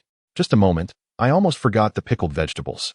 As Tang Zhitong secured the items to his bicycle, he was halted by Zhang Guifang's call. In a hurry, she emerged from the house with 2 lunchboxes, one filled with pickled cabbage and the other with pickled chili. We don't eat spicy food at home. This is for Xiao Wang, right? Our supplies are insufficient, so take a little now and bring the rest later when she visits. Mom, do we really need to take more? We have enough. The pickled vegetables may not hold much value. Yet Tang Zhitong felt as if he were raiding a village during wartime, leaving his home thoroughly stripped bare, which unsettled him. Take it with you. You can buy a couple of fish on the way, which would be perfect for cooking there, and allow Xiao Wang's family to taste your culinary skills. Remember, if you perform well, they will feel assured in entrusting their daughter to you. Zhang Guifang placed the lunchboxes into a net bag and hung it on the bicycle handlebars, earnestly advising Tang Zhitong. All right, you can rest assured. Perhaps by spring, you will have a daughter-in-law. Tang Zhitong nodded solemnly in agreement, simultaneously hinting at Wang Jingwen's recent sentiments to his mother. Good, good, good. I am looking forward to it. Zhang Guifang beamed with delight. It was a weekend close to the Little New Year, and the streets bustled with people. It wasn't until he reached Chunchu Hutong that Tang Zhitong found the opportunity to pull out 2 crucian carp and 2 grass carps. The fish were tied with a grass rope by the ice fisher, allowing him to hang them directly on his bicycle handlebar. As Tang Zhitong rode into Chunchu Hutong and halted at the entrance of Wang Jingwen's residential complex, he handed a cigarette to the kindly security guard. Are you heading to Director Ye's home? I recall that last time, that girl Jingwen took you in, the guard remarked amiably. Yes, yes. She mentioned that her youngest brother has been coming down several times, Tang Zhitong replied, pushing his bicycle forward. However, he had barely taken a few steps when Wang Jingwen jogged over. She looked truly enchanting while running, yet Tang Zhitong wished she wouldn't, fearing it would draw envious glances from others. Why are you only just arriving? I've been waiting for ages. Wang Jingwen pouted, tugging at Tang Zhitong's sleeve. Upon noticing the security guard peeking out, her face flushed with embarrassment. The guard chuckled, retracting his head. It's all your fault for making me look foolish, Wang Jingwen teased, pulling Tang Zhitong toward her apartment entrance. Blame me, he conceded. You are beautiful, so whatever you say is right. Brother Izzy, I'm so nervous. If my mother says something unpleasant, could you please bear with it? Wang Jingwen said, biting her lower lip, her eyes sparkling like a spring well. Gazing intently at Tang Zhitong. I assure you I will accomplish the task. Don't worry, Annie will not make it difficult for me, Tang Zhitong replied, looking at the enticing young Wang with a longing wish that he owned a house of his own. Brother-in-law, just as the two were lost in each other's gaze, a little boy burst out from the apartment, his words instantly bringing a smile to Tang Zhitong's face. Oh, what a sweet tongue you have, he responded, quickly retrieving some candies from his pocket and offering them. Here, have some candy. Called brother-in-law by her little brother, Wang Jingwen blushed even more, yet did not stop him, instead watching the interaction with amusement. When are you taking my sister away? She bullies me all day at home. The little boy, unperturbed, accepted the candy and stuffed a piece into his mouth. Your sweet tooth can't stop your chatter, Wang Jingwen retorted, unable to maintain her composure, as she pinched her brother's ear, ready to drag him back inside. Hey, wait until I leave before you deal with him. He should help out a bit. Tang Zhitong called after Wang Jingwen, waving at the little boy. What is your name, young man? Come on, take these fish upstairs. My name is Wang Jimin. The boy, accustomed to hardiness, escaped from his sister's grasp, gripping 2 fish in each hand and holding them up to Tang Zhitong, as if presenting them. Of course, freshly caught fish are still alive. Hurry up, we're having fish for dinner today, Tang Zhitong encouraged, ruffling Wang Jingmin's hair. My mother only invited you to sit for a while. Why did you bring so many things? It was only then that Wang Jingwen realized how much Tang Zhitong had brought along. In the past, this was known as a formal proposal. And one must not skimp on the etiquette, as your mother-in-law would say. As Tang Zhitong spoke while untying the ropes, Wang Jingwen, though indifferent to such matters, felt a warm glow in her heart. Mom, my brother-in-law is here. The enthusiastic voice of Wang Jimin echoed through the hallway, which Tang Zhitong and Wang Jingwen both heard clearly, indicating the poor soundproofing of the building. Observing that Wang Jingwen's cheeks flushed a deep crimson, Tang Zhitong quickly attempted to lighten the mood, remarking on the impish nature of the child. Wang Jingwen willingly extended her hand to assist Tang Zhitong with some of the items. They were at that age where they were both loved and loathed, but in time, they would mature. After securing the bicycle, Tang Zhitong, holding a cabbage and carrying rabbit meat, ascended the stairs alongside Wang Jingwen. The door was opened by a fair-skinned young girl, who appeared to be of a similar age to Fengshen. Hello, brother, she greeted Tang Zhitong with a gentle smile, demonstrating far more poise than Wang Jingmen. And hello to you too. Have some candy. Upon entering, Tang Zhitong placed the cabbage on the floor and retrieved a handful of hard candies from his pocket to offer her. Xiao Tang has arrived. Hearing the commotion, Yi Zhijuan emerged from the bedroom, greeting Tang Zhitong with a smile. Mom, this is Tang Zhitong, Wang Jingwen announced as she closed the door. Introducing Tang Zhitong to her mother, Yu Zhijuan, and highlighting her younger sister, Wang Jingying. Hello, Auntie, Tang Zhitong said with a slight bow, acknowledging Yi Zhijuan. Bringing so many things, how thoughtful of you, Yi Zhijuan remarked, nodding at Tang Zhitong as she took the rabbit meat from him and handed it to Jingying to be placed in the kitchen. I didn't think it through. It was my mother's idea, insisting that we must adhere to proper etiquette. Tang Zhitong credited his mother, subtly indicating her favorable opinion of Wang Jingwen. How considerate. Come, let us sit and talk, Yi Zhijuan invited as she gestured for Tang Zhitong to take a seat on the sofa. Wang Jingwen poured 3 cups of tea, leaving her siblings absent, while Wang Jingmin sat beside them, grinning cheerfully. Wen has always been sensible, but when it comes to matters of marriage, I must ensure everything is in order, Yu Zhijuan stated directly from her seat. I understand, Tang Zhitong replied, bracing himself for Yi Zhijuan's scrutinizing gaze. Mom, why do you make it feel like I'm on trial? Wang Jingwen interjected, stepping behind her mother to massage her shoulders, her tone laced with playful affection. Am I being too serious? Surely, we can engage in casual conversation? Yi Zhijuan patted Wang Jingwen's hand, her words a blend of tenderness and resignation. What followed was indeed a casual chat, leaving Tang Zhitong perspiring profusely, not from anxiety, but from the warmth of the room. Wang Jingwen's home was heated, a detail Tang Zhitong had overlooked during his previous hurried visit. Wenwen, go fetch one of your father's sweaters for Xiao Tang to change into. After some conversation, Tang Zhitong found that his words aligned closely with his prior knowledge. He was a genuine individual. Observing Tang Zhitong's discomfort from the heat, Yu Zhijuan finally spoke up. Oh. Wang Jingwen listened with rapt attention, many of the tales being her first acquaintance, oblivious to Tang Zhitong's situation. Upon hearing Yi Zhijuan's instruction, Wang Jingwen cast a glance at Tang Zhitong and promptly rose to fetch some clothing. Auntie, this is rather inappropriate. I only need to unbutton a few. Tang Zhitong attempted to interject as she stood. There is nothing inappropriate about it. You are about the same height as Wenwen's father. Besides, inviting you over for a visit and then letting you feel cold would be remiss of me, Yu Zhijuan replied with a sense of ease, acknowledging that clothing was merely a fleeting thought. If she did not speak up, her daughter would eventually notice and seek it out herself. As Wang Jingwen retrieved the garments, Yi Zhijuan observed her daughter, her eyes twitching with surprise at how extroverted she was, clearly willing to part with so much. It seemed she would not be able to hold on to her for long. Watching the clothing that Wang Jingwen cradled, Tang Zhitong shook her head resolutely, unwilling to change. The outfit she was wearing, from top to bottom, was likely complete except for her undergarments. Little Wang truly cares for herself. But this is simply not fitting for me. She insisted. You should change. After all, utilizing what one has is wise, and I am sure Wenwen's father would be pleased. Yu Zhijuan urged, glancing at a photo hanging on the wall. Wang Jingwen, more assertive, tugged on Tang Zhitong's sleeve, leading her into her bedroom. Seeing Tang Zhitong drenched in sweat stirred her sympathy.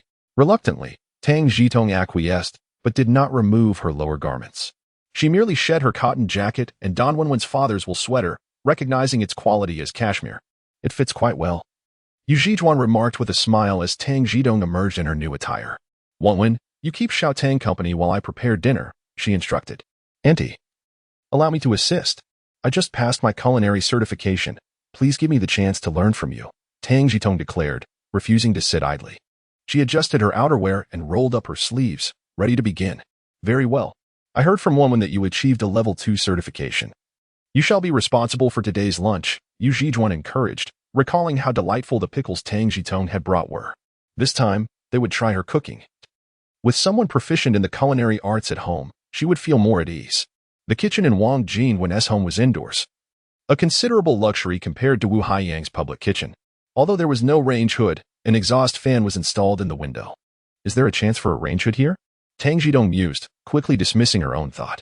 Given the current housing scarcity in the country, the market for range hoods was virtually non-existent unless abroad, and she was uncertain about the situation there. As she surveyed the kitchen's provisions of meat, tofu, bean sprouts, vermicelli, cabbage, radishes, potatoes, and onions, she realized they were likely preparing to save some food. Noticing the dried chili peppers, Tang Zhitong confirmed with Wang Jingwen that the family could handle spicy food before commencing her culinary endeavors. Utilizing the household's gas canister and the two-burner stove, and with ample kitchenware at her disposal, Tang Zhitong worked efficiently. In just over an hour, she prepared 4 dishes: spicy braised rabbit, sauerkraut fish, Christian carp with tofu soup, and spicy stir-fried bean sprouts. The portion sizes for the Wang family were no different from those of the average household, prompting Tang Zhitong to be judicious with her oil usage, even discreetly employing a bit of the spice's seasonings. Every time Tang Zhitong prepares a meat dish, he meticulously serves a small portion in a delicate bowl and then calls Wang Jingwen over, instructing him to place it on the small cabinet beneath the photograph. Totaling 3 small bowls, the room is rather confined, and Yu Zhijuan observes the actions of Tang Zhitong and Wang Jingwen, feeling a sense of satisfaction. Though they possess their beliefs, they are, after all, ordinary individuals with emotions and desires, and Yu Zhijuan also engages in rituals during festivals. Once the dishes are ready and everyone is seated, Yu Zhijuan expresses her gratitude.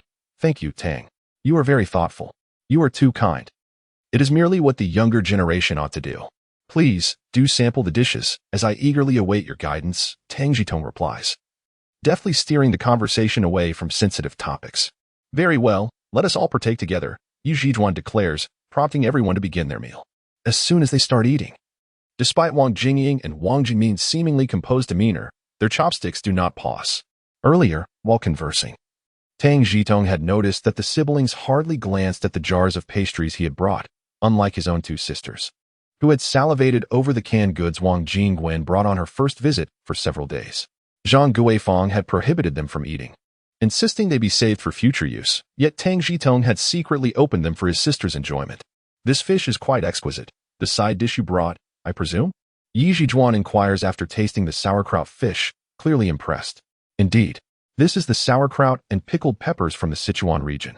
I recently attended a culinary certification exam at a vocational school where they had these ingredients available.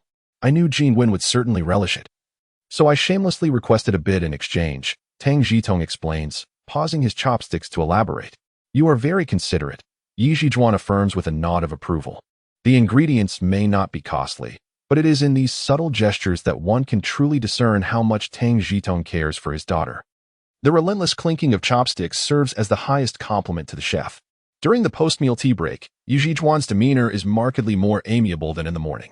As Tang Zhitong prepares to leave, she insists on giving him 20 yuan, saying, earning money is not easy, especially with a large family to support. I appreciate both the gifts and the thought behind them, but you must accept this money. Auntie, I cannot accept this. According to custom, when the male side visits for the first time, accepting money is akin to severing ties. Tang Zhitong firmly declines, looking towards Wang Jingwen for support. Is there such a custom? Yu Zhijuan asks, half skeptical, as Wang Jingwen retrieves the 20 yuan from her hand. I heard from Wanwen that you wish to build 2 rooms come spring. I support this endeavor. If you require funds, simply speak to Wanwen directly. All right, Auntie. I shall remember that. Tang Zhitong nods in agreement, feeling a surge of joy. Could this signify her approval of their union? My daughter seems destined to leave. Having waited on the balcony for you all morning, Yu Zhijuan remarks with a hint of seriousness interwoven with jest. Rest assured, Auntie, we will undoubtedly support and cherish one another. As long as I am here, Jingwen and everyone else shall not go hungry, Tang Zhitong assures her. Tang Zhitong understood that Yi Zhijuan was genuinely concerned for Wang Jingwen, so he solemnly uttered the most resolute words he had spoken in the past 6 months, providing Yu Zhijuan with reassurance. Yu Zhijuan, knowing a bit more, fixed her gaze on Tang Zhitong for 3 seconds before nodding and saying, "All right, I shall remember your words. Brother-in-law, when will you marry my sister? I've had my eye on her bedroom for quite some time." Wang Jingmin, oblivious to the implications of his mother-s and Tang Zhitong's conversation, eagerly inquired as he saw Tang Zhitong about to leave. "You needn't concern yourself with that. Mom has said that once the eldest sister gets married, I will move in, and you will still be sleeping on the sofa," Wang Jingying chimed in, teasing her younger brother. Tang Zhitong couldn't help but smile at this. Indeed, Wang Jingmin held a significant position in the family. "I shall deal with you later," Yu Zhijuan said, pulling her son closer and instructing Wang Jingwen, "Wenwen, please see Xiao Tang off." As Tang Zhitong bid farewell to Wang Jingwen's family and descended the stairs, he remarked to Wang Jingwen, "Your brother is quite amusing. Brother Anzi, when will the weather warm up?" Wang Jingwen did not respond to Tang Zhitong's comment, but instead lowered her head, twirling a strand of hair around her finger. At that moment, as they stood between the first and second floors, Tang Zhitong discerned the hidden meaning in Wang Jingwen's words. Seeing no one around, he couldn't resist pulling Wang Jingwen into his embrace. With both families in agreement, what was there to fear? In the warmth of his embrace, after a long pause, their lips parted. Gazing at the enchanting beauty before him, Tang Zhitong spoke, "In just 2 weeks, it will be the Spring Festival. After the festival, when the frost melts, we will be able to build our home. Rest assured, I too look forward to that day." Wang Jingwen's head nearly sank into his chest, her heart racing uncontrollably. It was too thrilling, too exhilarating. "Why don't we visit the Summer Palace next week? I've heard it's less crowded there." As the minor festival approached, the atmosphere of celebration grew increasingly vibrant in the streets. Small firecrackers, sold for a mere dime, were the source of immense joy for boys during the Spring Festival, and they saved them to enjoy over several days. Some children from affluent families, unable to contain their excitement, had already begun setting off firecrackers. During this time, Tang Zhitong often heard the sharp crackle of small firecrackers in the distance. Of course, there were also less fortunate children who could only watch enviously from the sidelines, too afraid to ask their parents for some, knowing they would face punishment. Tang Zhitong had 2 younger sisters, and his classmate Xiao Wang had 1 sister and 1 brother. He decided to prepare some gifts that the children would cherish. He planned to buy a few packs of small firecrackers for Wang Jingmin, which were low in power and high in safety.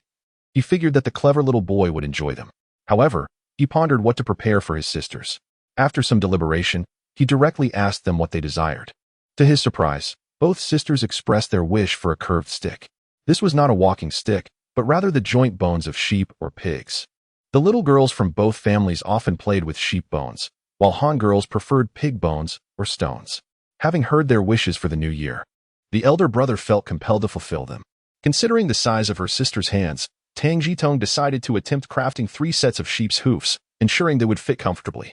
Fortunately, due to her daily work and delivery, she was able to run around and purchase sheep's hind hooves from the local mutton stalls in her delivery area for 3 consecutive days. It is said that only the hind hooves of lambs contain the necessary joints. Each set requires 4 hind hooves, thus for 3 sets, she needed 12 in total. Thankfully, there was no need for tickets to acquire the hooves. Otherwise, gathering them would have been quite a challenge. Each time she bought the hooves, Tang Zhitong requested the butcher to assist in disassembling them before stowing them away in her storage. Once she had collected all 12, she set about crafting the sheep's hoofs. Displeased with the lack of meat on the hooves, she refrained from taking them out of storage, concerned about her mother's potential complaints upon her return. She decided instead to hold onto them until next year, intending to sell them for profit. The process of crafting the hoofs was not particularly difficult, albeit somewhat labor-intensive. Excluding any spices, it was akin to simmering bones. After thoroughly cooking them, she would remove the connective tissues and allow them to dry, transforming them into toys. For those who wished to be more meticulous, coloring the hoofs in various hues was an option, but Tang Zhitong chose not to expend the effort, believing that chemical dyes were far less healthy than the natural coloration. On the day of the Little New Year, the streets distributed meat tickets for the Spring Festival, allocating half a pound per household regardless of the number of residents. Although tickets were issued, the number of people purchasing meat was relatively low, as many were saving their allocations for closer to the new year. Thankfully, dumplings would be made on New Year's Eve, and meat would be reserved for guests after the holiday, since the management of fresh meat had been transferred to the Supply and Marketing Cooperative. Long queues often formed outside butcher shops from the 26th of December until New Year's Eve. Tang Zhitong was not overly concerned about this. By the year's end, it was common for everyone, young and old, to line up for various essentials. With two younger sisters old enough to join the queues, the traditions continued. On the 23rd, they would have candied fruits. On the 24th, they would clean the house. On the 25th, they would prepare frozen tofu. On the 26th, they would buy meat. On the 27th, they would slaughter the rooster. On the 28th, they would prepare dough. On the 29th, they would steam buns. On New Year's Eve, they would stay awake all night. And on the first and second days of the new year, they would stroll through the streets. Children on the streets chanted rhymes, laughing and playing. Hearing this brought a wave of nostalgia to Tang Zhitong. It had been many years since she had experienced this joy. As life improved and the pace quickened, the festive atmosphere seemed to diminish. Even the sale and use of fireworks had been banned. This year, the little New Year coincided with a Saturday, since she had arranged to visit the old summer palace with Wang Jingwen the following day. Tang Zhitong completed her deliveries more swiftly today to save time for cleaning at home. By the time she returned in the afternoon, Zhang Guifan had already tidied the house and was preparing to boil water for a bath. Ever since they had installed a shower, Tang Zhitong's family no longer frequented public baths. While the cost was one factor, the main concern was the overcrowding, especially during the year-end rush, where one could barely avoid the grime. Due to the cold winter temperatures, Tang Zhitong had not managed to bathe weekly, and each time required a bit of cleverness on her part. This time was no different, with the chill of winter making it inconvenient to heat water. After tending to her mother and sisters, Tang Zhitong lay in the bathtub, contemplating whether it might be reasonable to invest in a boiler. Such a luxury seemed extravagant. Perhaps it was best to defer that thought for another time. On a bright Sunday morning, Tang Zhitong, brimming with anticipation, hastily consumed a modest breakfast, tidied himself up, and stepped out the door. This time, he had learned to be clever. Slinging a bag over his shoulder, the one modified from Wang Jingwen's postal satchel, which had almost become a testament to their burgeoning romance. Utilizing the bag as a disguise, Tang Zhitong occasionally slipped his hand inside, retrieving apples, grapes, and hawthorn from the hidden compartment. These fruits were readily available at the local supply cooperative. Some were kept fresh in cold storage while others were preserved in earthen pits, yet the ones Tang Zhitong produced appeared more appealing. Upon reaching the entrance of Wang Jingwen's residential complex, Tang Zhitong refrained from approaching directly. He offered a cigarette to the gatekeeper, and before he could take a few puffs, Wang Jingwen emerged. Brother-in-law, my sister's words mean nothing. She told me to watch for your arrival from the balcony and promised to buy me picture cards. But now she's gone back on her word. Wang Jingwen clutched Tang Zhitong's sleeve, seeking redress from his sister. Picture cards?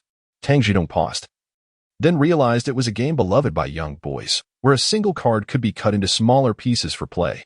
How much for each? 1. 2 dimes. Wang Jingwen started, only to quickly amend his statement. That is, just 1 dime. Go ahead and buy it. Tang Zhitong produced a dime, ruffled Wang Jingwen's hair, and granted him permission. Wang Jingwen's first encounter with Tang Zhitong had earned him a bounty of picture cards. Yet Tang Zhitong was determined not to indulge him. Spoiling a child is akin to harming them. He could not assist his mother-in-law in nurturing such habits. Good day, Uncle Gao. In no time, Wang Jingwen descended, greeting the gatekeeper with newfound poise. Previously, Wang Jingwen's loud declaration of brother-in-law in the corridor had spread swiftly throughout the family compound, revealing that Wang Jingwen was indeed courting and nearing marriage. Now that the matter was laid bare, she no longer felt the need to be coy. All right then. You young folks go have fun, Uncle Gao remarked, nodding in approval and cheerfully waving them off. Wang Jingwen took her place on the rear seat of Tang Zhitong's bicycle, embarking on a journey from Chunshu Hutong to the Summer Palace, a distance of about 20 kilometers. Thankfully, Tang Zhitong had developed great stamina from his daily cycling. Otherwise, carrying a young lady would have proven quite the challenge. To gain something, one must be prepared to pay a price. Much like how Tang Zhitong desired rabbit meat, and thus had to first raise rabbits. The old Summer Palace, once a royal garden of grand proportions and exquisite beauty, had been tragically reduced to ashes by the Anglo-French Allied forces. Following liberation, higher authorities decreed that this garden should remain intact, which spared it from being converted into farmland. However, due to limited funding, it remained in a state of neglect for decades to come. Several universities were situated nearby, and with the academic term now over, The area boasted few wild mandarin ducks. You go ahead, I'll take care of things here. Upon reaching the outskirts of the garden, where entry was no longer feasible, Tang Zhitong directed Wang Jingwen to proceed inside, while he discreetly stowed the bicycle within a concealed space, mindful that losing it would leave them with a long walk before they could catch a bus. As they entered the garden, they were greeted by fields of withered grass brushing against their calves. Wang Jingwen understood that there might be a hint of intimate contact ahead. Although they were alone, she felt a mix of nervousness and anticipation. With so much grass, how many rabbits can be sustained? Tang Zhitong led the way, attempting to choose a more navigable path to spare Wang Jingwen from the prick of sour juju branches. Wang Jingwen shot a bewildered glance at Tang Zhitong, pondering why he would mention rabbits at such a moment. After walking several hundred meters, they discovered a sheltered slope where stones lay beneath, perfect for resting.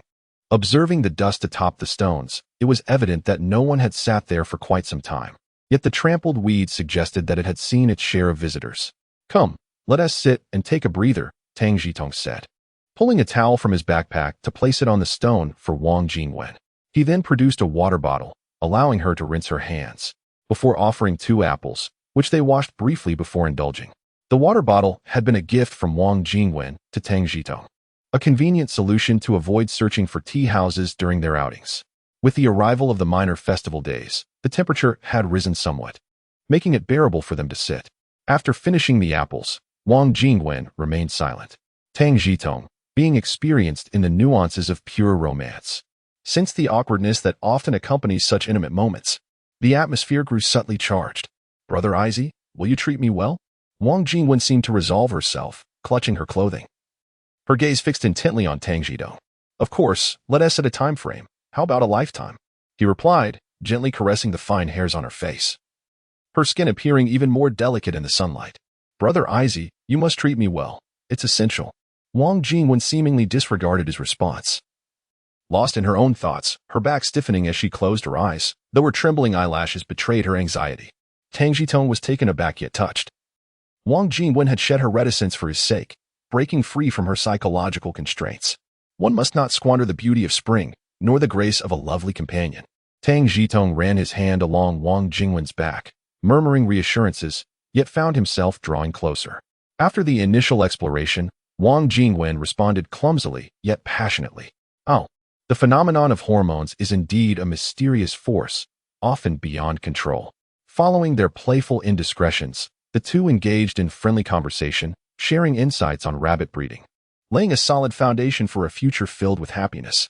Wang Jingwen, affluent and generous, reiterated her willingness to fund the construction of a house, even offering to cover the cost of furniture, urging Tang Zhitong to expedite the building process. Faced with such a beautiful and understanding young woman, Tang Zhitong felt at a loss for how to reciprocate, choosing instead to temper his desires. The societal norms were not so liberal. Crossing boundaries would tarnish the beauty of their burgeoning affection, steering the reins of their emotions. The matters of driving with long hair must be reserved for the sanctity of marriage. From the beginning of the little new year, the common folk have entered a state of bustling preparation for the upcoming festivities. This period, referred to by some as the New Year Pass, signifies a challenging time to navigate. The term pass implies a difficult phase that one must endure, as the new year is often fraught with tribulations, debts that remain unpaid, a lack of funds to procure meat and vegetables, or the inability to buy new clothes for children. Despite the hardships of this year, it remains one of the more manageable years in the near future. At home, Zhang Guifang is busy managing affairs with the help of her 2 younger sisters, while Tang Zhitong is preoccupied with his own matters. In the days leading up to the Spring Festival, Tang Zhitong, amidst his deliveries, busies himself with presenting New Year gifts. His recipe for sauerkraut fish, thanks to the efforts of teacher Wang from the technical school, has been published in a widely circulated second-tier newspaper. The newspaper sent him a sample copy along with a payment slip, amounting to over 10 yuan, a source of pride for Tang Zhitong. Zhang Guifang displayed the newspaper clipping prominently on the wall of their main room, and Tang Zhitong purchased several additional copies to store away as keepsakes. This new year is not just about Tang Zhitong. It also marks a critical juncture for the gray rabbits raised at home, as he must put down several well-fed rabbits. Grateful for teacher Wang's loyalty, he gives him 2 prepared rabbits. Aside from teacher Wang, Tang Zhitong also prepares several rabbits for Ma Sangu, Wu Haiyang, Gu Yong, and Wan Xiangyang. According to current customs, it is unnecessary for friends to exchange New Year gifts, yet Tang Zhitong chooses to do so. Understanding that maintaining friendships requires more than just sharing a meal, it necessitates reciprocal gestures of goodwill. The gifts for Ma Sang-gu are delivered directly to the home of Mr. Ma next door, while those for Wu Haiyang, Gu Yong, and Wan Xiangyang are also brought to their residences. Everything proceeds smoothly, and Wu Haiyang shares some news with Tang Zhitong. The water purification device you created is quite impressive. The higher-ups are pleased, and I will try to advocate for a reward for you. The high-pressure cooker, however, faces challenges due to its higher costs, and there are ongoing debates about its handling. Brother Yang, please don't push for anything. I seek no rewards. I simply wish to contribute to our country, Tang Zhitong responds, genuinely uninterested in any personal gain this time around. Rest assured, it's not monetary. It's more about certificates and the like, something to keep at home for you to showcase to your grandchildren, boasting about your contributions in your youth, Wu Haiyang jests. Oh, that sounds splendid. Tang Zhitong smiles, realizing that honor holds more value than rewards. Being recognized as an outstanding worker, with a certificate to display on the wall, is immensely gratifying. Recently, he received such an accolade, being the only exemplary worker from the Hujiala substation, despite his short tenure. Zhang Yuan, filled with envy, grumbles about the lack of financial rewards, uttering sour remarks about stinginess and the absence of tangible benefits. Tang Zhitong chose to ignore him. The award certificate was taken home and promptly displayed by Zhang Guifeng on the wall, visible to anyone who entered, bringing a sense of pride to the whole family. If the pressure cooker couldn't be managed, then so be it. It was somewhat regrettable. Although the cost was substantial, this item was rare, and its price could be multiplied several times over the cost, allowing for a substantial profit. The elder brother had money, however. It remained uncertain whether there was a demand on his side. Tang Zhitong smacked his lips, stating such things outwardly while inwardly yearning to make an effort. Otherwise, how could he stew ribs in a year of calamity? You do have a point. I will investigate further. Upon hearing this, Wu Haiyang's eyes lit up. Currently, all industrial products, whether finished or semi-finished, were imported from the elder brother, and exports of industrial products were exceedingly scarce, even if the elder brother had no need. Might there be a demand elsewhere? Presently, foreign exchange was tight. This was not merely a pot, but rather a green treasure of foreign currency, a mark of achievement. The afternoon following his farewell to Wu Haiyang, Tang Zhitong visited his classmate Wang with 4 well-prepared rabbits, a bag of fruit, a set of sheep bones, and 2 small whips. Ever since their return from the old summer palace, their relationship had blossomed, with their correspondence becoming increasingly candid. 2 days in advance, Tang Zhitong had written to Wang Jingwen, informing her of his intention to bring her some gifts and requesting that she accompany him to the Hao family home after dark. Thank you, brother-in-law. The sheep bones were meticulously selected by Tang Zhitong, hand-picked from the butcher, of a standard size, and without any blemishes, making them exquisite. Wang Jingying was delighted and even changed her manner of address. I'm glad you like it. Tang Zhitong grinned broadly, his happiness evident. Brother-in-law, what about mine? Wang Jimin was not envious of the sheep bones but rather intrigued by the gifts. Yu Zhijuan was strict, and while there was no lack of food and books, toys were almost non-existent. Otherwise, in a family like his, he would not be able to exchange a mere dime for a Western painting. Do you like the small whip? Tang Zhitong pulled out the small whip from his pocket and waved it in front of Wang Jingmin. I love it. I love it. Wang Jingmin exclaimed as he took it, jumping with joy, but he did not forget to ask Yu Zhijuan, Mom, can I keep this gift from brother-in-law? Of course. Just be careful, Yu Zhijuan said, waving her hand in agreement. Oh, it's time to set off firecrackers. It's New Year's, Wang Jingmin exclaimed, bounding out of the door after receiving his mother's approval. You child, bringing rabbits again.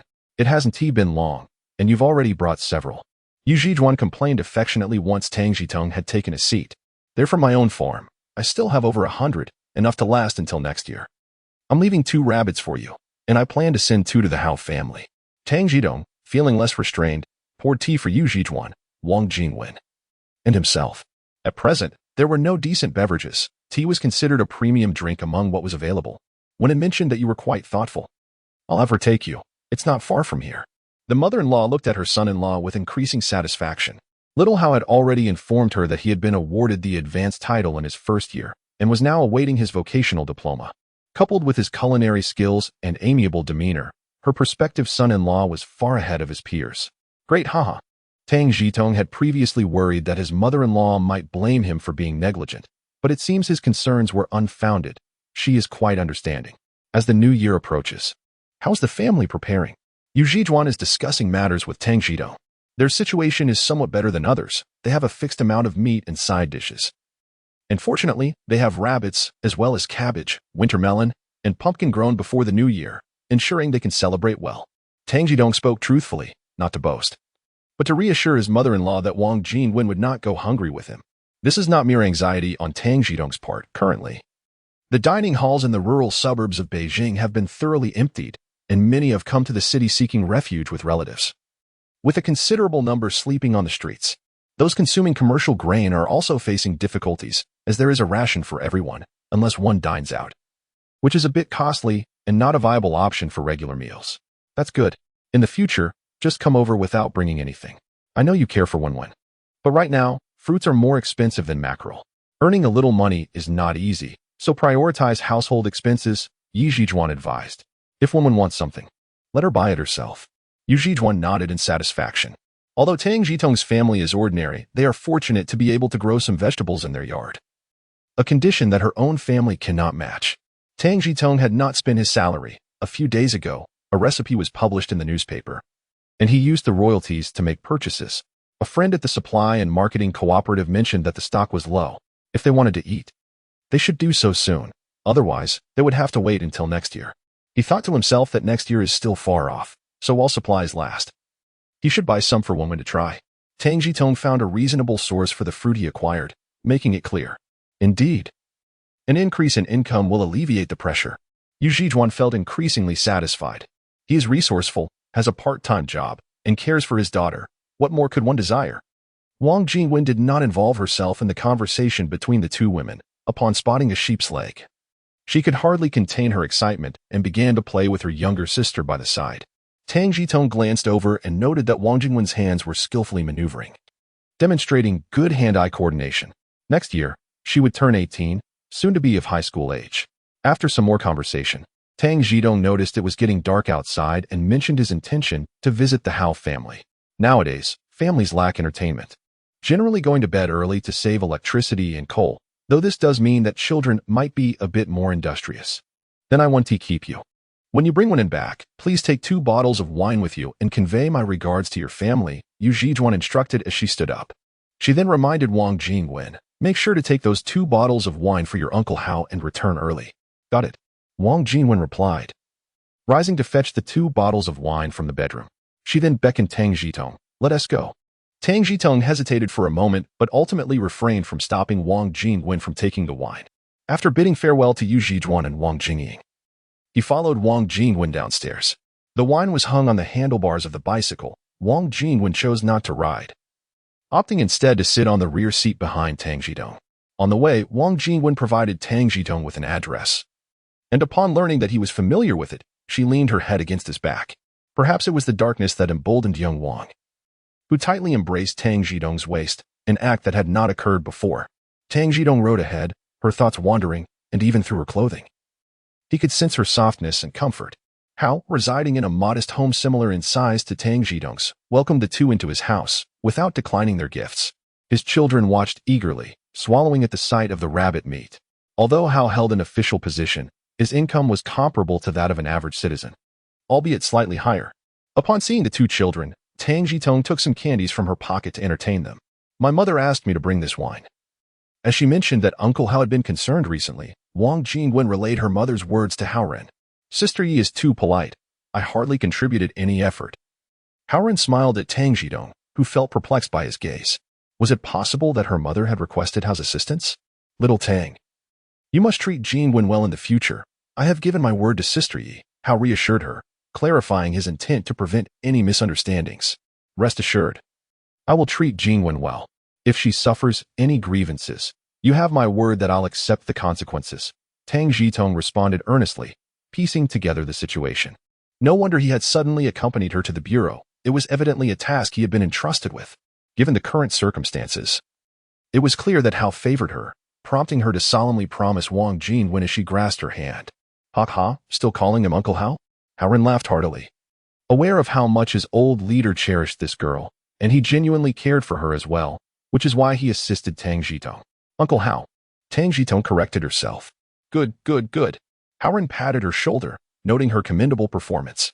I have been paying attention. The suggestions you made last time were excellent. And they have garnered significant attention from above. Perhaps after the new year, they will increase your responsibilities, so be prepared. I will follow the organization's arrangements. Tang Zhitong assured him. Uncle Hao, we plan to obtain our marriage certificate after the new year, Wang Jingwen interjected suddenly. Rest assured. I want to let little Tang wander off, Howren quickly replied, understanding her implication. After Howren spoke, Tang Zhitong finally grasped the meaning behind Wang Jingwen's words. Realizing that she was indeed fortunate. After some more light conversation, as they were about to leave, Howren specifically advised Tang Zhitong, little Tang, don't rush to graduate from your vocational program. The school might upgrade in the next couple of years. All right, I will heed your advice, she replied. As the spring festival approached, the night sky was devoid of the moon, the streetlights had been extinguished, and no pedestrians were in sight. While escorting Wang Jingwen home, Tang Zhitong and she found a secluded spot to share tender moments, a habit that had become quite addictive. It was difficult for young lovers in the throes of passion to restrain themselves. As for the instructions given by Yi Zhijuan to return early, they had long been cast aside. Does it hurt when you run? The current state of lingerie is rather rudimentary, merely a small tank top with little elasticity. As they ran together, Wang Jingwen found herself slightly out of breath, burying her head in Tang Zhitong's shoulder. This exchange was quite exhausting. Yet she yearned for another round once they parted ways. Then perhaps you should refrain from running in the future and wait until marriage. I shall design something exquisite for you to wear, which will surely complement your elegance when you stand tall, Tang Zhitong proposed, contemplating a new style of undergarment for her classmate. It was not that it couldn't be made, but how could one explain it? Knowing the measurements before marriage seemed rather peculiar. Nevertheless, with only a few days left, she urged Wang Jingwen to endure a little longer. All right, I will heed your advice. Wang Jingwen replied, her demeanor gentle and docile, her beauty captivating, inciting a desire within Tang Zhitong. After a considerable time, Wang Jingwen gently pushed Tang Zhitong away, her eyes sparkling with allure. Brother, it is getting late. We should return.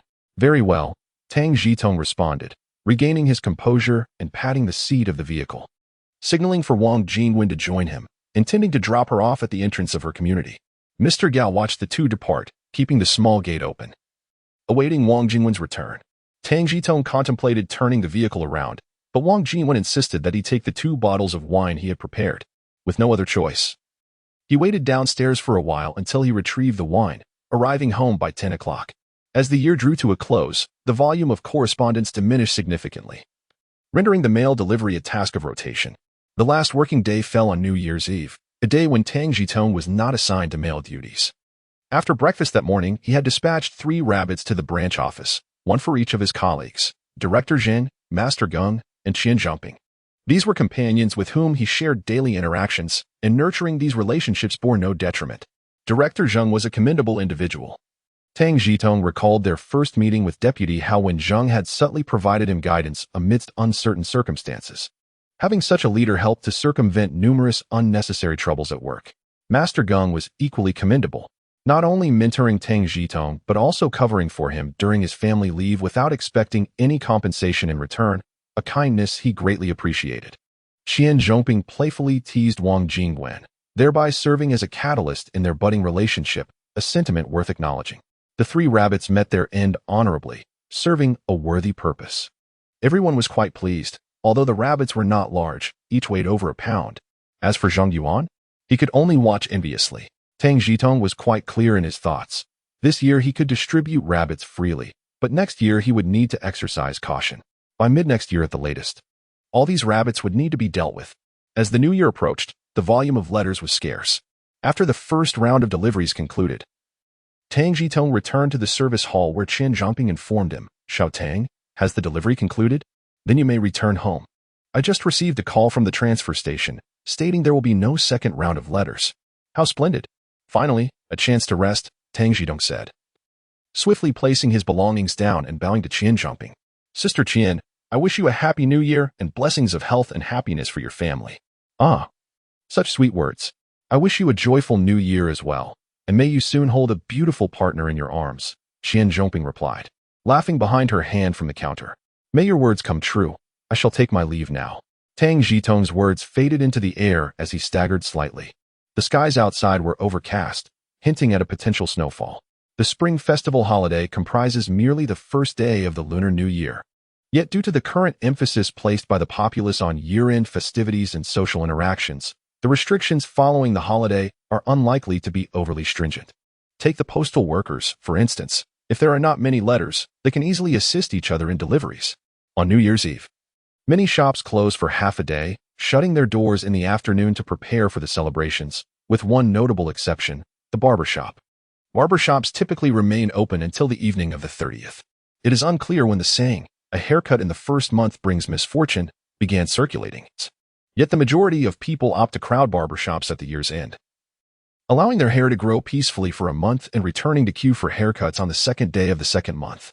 Tang Zhitong has never participated in this frenzy and has always preferred to have his hair cut during the first month, a choice that Zhang Guifang has never disapproved of nor commented upon. Upon reaching the entrance, Tang Zhitong retrieved 2 jean of pork belly and a hefty piece of lard from his space, bringing them inside and informing Zhang Guifang that these were provided by the construction site leadership, deducted from the 400 yuan payment. Zhang Guifang was delighted. This year, the festive season had not been particularly kind to anyone, with supplies being scarcer than usual. With a half-jean meat ration from the street, along with 4 family meat tickets, Zhang Guifang had managed to purchase less than 1.5 jean of meat in total. With the additional meat and lard brought back by Tang Zhitong, the family could enjoy a bountiful year.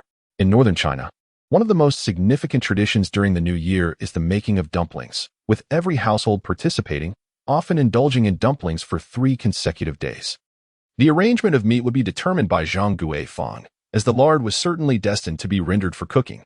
Tang Zhitong washed his hands, diced the lard, and prepared to render it. There are generally 2 methods for rendering lard. The northern approach involves using oil, while the southern method employs water. Tang Zhitong opted for peanut oil, pouring a small amount into the iron pot, allowing it to coat the bottom before adding the diced lard and stirring gently to prevent sticking. The 2 younger sisters, no longer engaged in play, stood by the pot, salivating in anticipation. Once the lard had rendered, the remaining bits created delicious cracklings, a beloved snack in the city of Beijing, previously sold by specialty shops frequented by eager customers. After rendering the fat, the cracklings were drained of excess oil and set aside. Tang Zhitong pinched off 2 pieces, one for each sister. They were crisp and fragrant, imbued with the savory essence of meat, utterly delectable. A sprinkle of salt would make them a perfect accompaniment to rice. However, he refrained from letting them indulge too much, as they still needed to be chopped and mixed into the dumpling filling. Zhang Guifang expertly sliced the meat, reserving part for the filling and seasoning the rest with heavy salt and soy sauce for later enjoyment. "Go, give a piece to our mother. To keep her quiet about us," Tang Zhitong suggested, encouraging Fingxin to take a piece to their mother, before treating himself to a piece as well. Zhang Guifang caught the morsel tossed by her eldest daughter, affectionately ruffling her hair, without further comment. During the new year, it is customary to refrain from discussing children. Especially as the siblings were all quite sensible, a little indulgence was permissible. The 3 siblings could not possibly consume all the cracklings. They each received 3 pieces to satisfy their cravings before the remainder was set aside to prepare couplets for the Spring Festival. The Spring Festival couplets, once known as peach talismans, are widely recognized. Nowadays, they are exclusively handwritten, devoid of any printed versions. This year, Tang Zhitong composed the couplets, however. Due to the passing of his father last year, the traditional practice of displaying blessings has been omitted. Only 2 sets of couplets are hung, one on the main door and another on the room door, both crafted from purple paper. In the past, officials adhered to strict mourning periods, while common folk had similar customs, albeit less prolonged. After all, sustenance takes precedence over rituals, and one cannot afford to be idle for too long. Typically, after 3 months, life resumes its course. People eat, drink, and even marry. Thus, Tang Zhitong felt at ease agreeing to obtain a marriage certificate with Wang Jing when after the new year. The couplets were affixed by his 2 younger sisters, who, despite their somewhat sluggish efficiency, found great joy in participating. In the afternoon, a neighbor approached Tang Zhitong, seeking his talent for writing couplets. Such small favors were not something Tang Zhitong would solicit payment for. The neighbor brought their own paper, while Tang Zhitong provided the ink and brush. They would chat for a while until the ink dried, following a customary routine. Zhang Guifang was delighted by the neighbor's request. as it signified their recognition of her son as a cultured individual, an affirmation far more valuable than mere trifles. In truth, writing couplets does not yield substantial earnings. Tang Zhitong recalled a cousin who, inspired one year on the 26th day of the 12th month, attempted to set up a stall at the market to sell couplets. After a frigid morning, he earned only a few coins and never broached the subject of entrepreneurship again. Tang Zhitong busied himself cheerfully, and as evening descended, snowflakes began to fall, enhancing the festive ambience. Zhang Guifang held her mother-in-law in the highest regard, often expressing that her mother-in-law treated her with greater affection than her own mother. Consequently, Zhang Guifang followed her mother-in-law's customs during the Spring Festival. On New Year's Eve, offerings were made to ancestors, followed by a meal of stir-fried dishes. After dinner, they stayed up until the early hours, preparing dumplings filled with cabbage and tofu for the ancestral rites and for the next morning's breakfast. Though labeled as cabbage and tofu dumplings, they were not entirely vegetarian. Tang Zhitong recalled that if available, his grandmother would finally chop some pork cracklings to mix in. The dinner consisted of 4 dishes, all prepared by Tang Zhitong, each containing shredded meat, an improvement in their standard of living. As each dish was completed, a small bowl was set on the 8 immortals' table, adorned with photographs of Tang's grandmother and father, alongside memorial tablets inscribed with the names of their ancestors, the latter becoming untraceable since the passing of Tang's grandfather. From childhood through adulthood, Tang Zhitong had followed this ritual for the Spring Festival and the Ghost Festival, unlike the practices in the 4-9 city, where such customs were reserved for Qingming, Memorial Days, or other significant occasions. Hence, at Wang Jingwen's home, there was a thought to have Wang Jingmin serve dishes for remembrance. After dinner, the family gathered around the hearth, engaging in conversation. With no television or radio, the only entertainment came from their mother recounting tales of the past. Eventually, the 2 younger sisters began to yawn, prompting Tang Zhitong to entertain them with a game involving a sheep's leg bone, his clumsy antics evoking laughter from the entire family, creating a warm and harmonious atmosphere. Perhaps it was the joyous spirit of the new year that kept the power from going out that night. At 10 o'clock, Tang Zhitong commenced chopping cabbage and pork cracklings, slicing tofu, and preparing the filling, while Zhang Guifang kneaded the dough. Next, they began to prepare dumplings, with the 2 sisters also participating. Fingzhen's dumplings were relatively well made, while Fingzhi's were a sight to behold, lopsided and poorly crafted, some even failing to seal properly, inevitably bursting open when boiled. Zhang Guifang, upon witnessing her younger daughter's lackluster efforts, couldn't help but voice her concerns, hoping to guide her to observe rather than waste food. "Mother, I must learn eventually. Grandma and Dad are watching. They would be pleased to see my progress," Tang Zhitong gently interjected, always encouraging the sisters to engage in such activities. Upon hearing Tang Zhitong's words, Zhang Guifang ceased her remarks. Tang's grandmother had once shared with her that the 5th watch, also known as guarding the year, marked the transition from the old year to the new, a significant and sacred moment, with the deceased relatives and ancestors observing. It was essential for the living to display their best selves, lest they cause worry for those who had passed. If Grandma Tang and Father Tang were present, they would surely wish for the well-being of this family. "Mother, I seem to have forgotten to mention something to you." While wrapping dumplings, Tang Zhitong suddenly recalled. "What is it?" Zhang Guifang continued her work, no longer opposing Fingzhen's involvement, as more dumplings made by her daughter meant fewer wasted. "Wang's mother mentioned that our yard is spacious and wants me to build 2 additional rooms, so we can choose a good day to get our marriage certificate after the new year." Tang Zhitong felt fatigued by the deceptive undertones surrounding the holiday, aware that building a house required a significant amount of money, which their family lacked. Zhang Guifang frowned at this news. "You need not worry about finances. Wang has the means, and her mother agrees. They can even cover the furniture costs."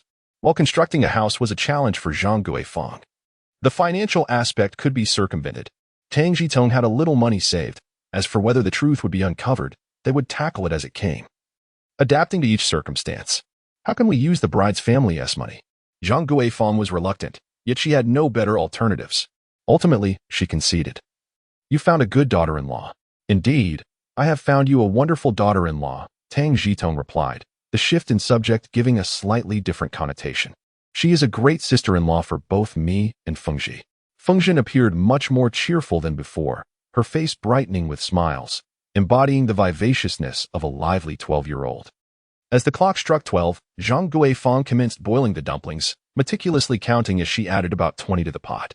Once cooked, she served 3 dumplings in each teacup, placing them on the 8 immortals' table as an offering. The remaining dumplings were sampled by the others before setting off firecrackers and retiring to bed. On the morning of the first day of the new year, Tang Zhitong rose to clear the snow. Although the snowfall had ceased, it had blanketed the ground with a thick layer overnight. Gazing at the snow before him, Tang Zhitong felt no sorrow. Rather, he was filled with nostalgia.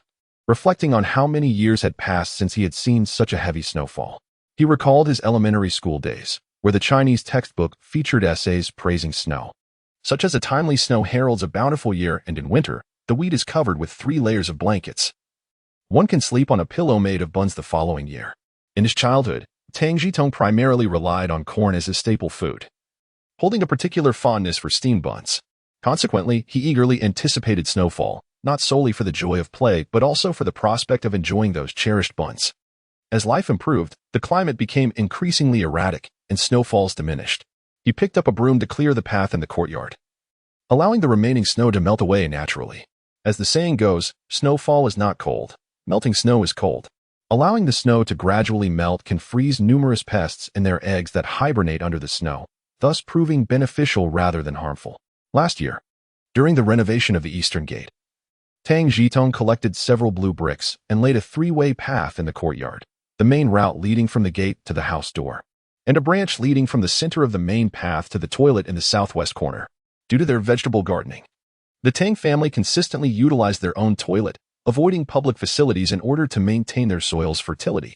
After sweeping the courtyard, Tang Zhitong proceeded to clear the main path at the gate, where he found an early rising neighbor already busy at work. "Happy New Year, Grandpa Ma. Have you eaten?" Tang Zhitong greeted as he saw Grandpa Ma clearing not only in front of his own door, but also sweeping in front of the Tang family's entrance. "Yes, I have." "You're up quite early, aren't you?" Grandpa Ma paused, straightened his back, and clenched his fist to ease his lower back. "I can't compare to you. You take a rest. I'll finish the rest."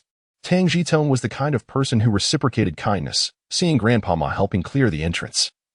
He felt compelled to take care of the remainder himself. "All right then, old friend, I can't manage much longer." Grandpa Ma was not one to stand on ceremony. Having been neighbors for over 20 years, they understood each other's temperaments and got along well. "If it were up to me, you should just enjoy your leisure at home. Sip tea and play with your grandchildren. How delightful that would be." While Tang Zhitong busied himself, he also engaged in conversation. "As long as I can still move, I can't afford to be idle. I heard from the third brother that you were looking for a partner." "Oh dear. I'm nearly driven to despair by your third brother, introducing one person after another, yet none meet his approval. Even the matchmaker has grown reluctant to assist. When will he settle down?" After finishing his back exercise, Grandpa Ma leaned on his broom and responded to Tang Zhitong. "Rest assured, my third brother need not worry about finding a partner. By next year at the latest, he will find someone of his choosing." Tang Zhitong continued to sweep while sharing his honest thoughts with Grandpa Ma. "Come now, if he could just find someone, I would be thoroughly content. I wouldn't dare to be picky." Grandpa Ma failed to grasp the underlying meaning behind Tang Zhitong's words. "That indicates that fate has yet to arrive. There is no need for you to rush. My third brother is just half a year older than me, still under 20. In his workplace, marrying before the legal age can hinder one's advancement." Tang Zhitong sincerely advised, expressing that he did not mind such matters for himself, as he pursued only limited progress. The higher one climbs, the greater the fall, and it was sufficient for him to care for his family. "Is that so?" Grandpa Ma inquired, though he was already convinced to a large extent. Now that Tang Zhitong had become a mail carrier, his social standing had risen, lending weight to his words. "Would I dare deceive you?" Tang Zhitong swept swiftly, pushing the snow from the narrow alley to the sides. "Then let us wait a while longer." Grandfather Ma cheerfully agreed, proud of the fact that only the third child in the family had a decent job, one that even allowed them access to places others could not. While the two conversed, a group of restless little boys, unable to contain their excitement, dashed past, setting off firecrackers and stuffing one into a mound of snow that Grandfather Ma had piled up. Unfortunately, it was buried too deeply. When ignited, it made a feeble sound, hardly louder than flatulence. "You little rascals, go play elsewhere and don't disturb the freshly shoveled snow," Grandfather Ma chided, though his hand affectionately ruffled his grandson's hair as he ushered him aside, showing no real anger. The children, undeterred, laughed and scampered off to play in the alley. The street had recently been hastily paved, with small stones and broken bricks mixed in, rendering it unsuitable for skating, thus depriving the children of one of their winter pastimes. However, their childhood joy remained undiminished. they found countless ways to entertain themselves. Some fashioned snowballs, inserting firecrackers within and waiting for them to explode, only to repeat the process with another. Others lit firecrackers by placing them in the grinding stone of a nearby mill, while some simply stomped on them. And others lit them and tossed them at the neighborhood dogs and cats, all while competing to see who could throw the farthest, without firecrackers. They entertained themselves with makeshift games using tiles, sticks, and a few bricks, reveling in the fun for hours, unable to withstand the cold any longer. Grandfather Ma exchanged a few more words with Tang Zhitong before retreating home for warmth.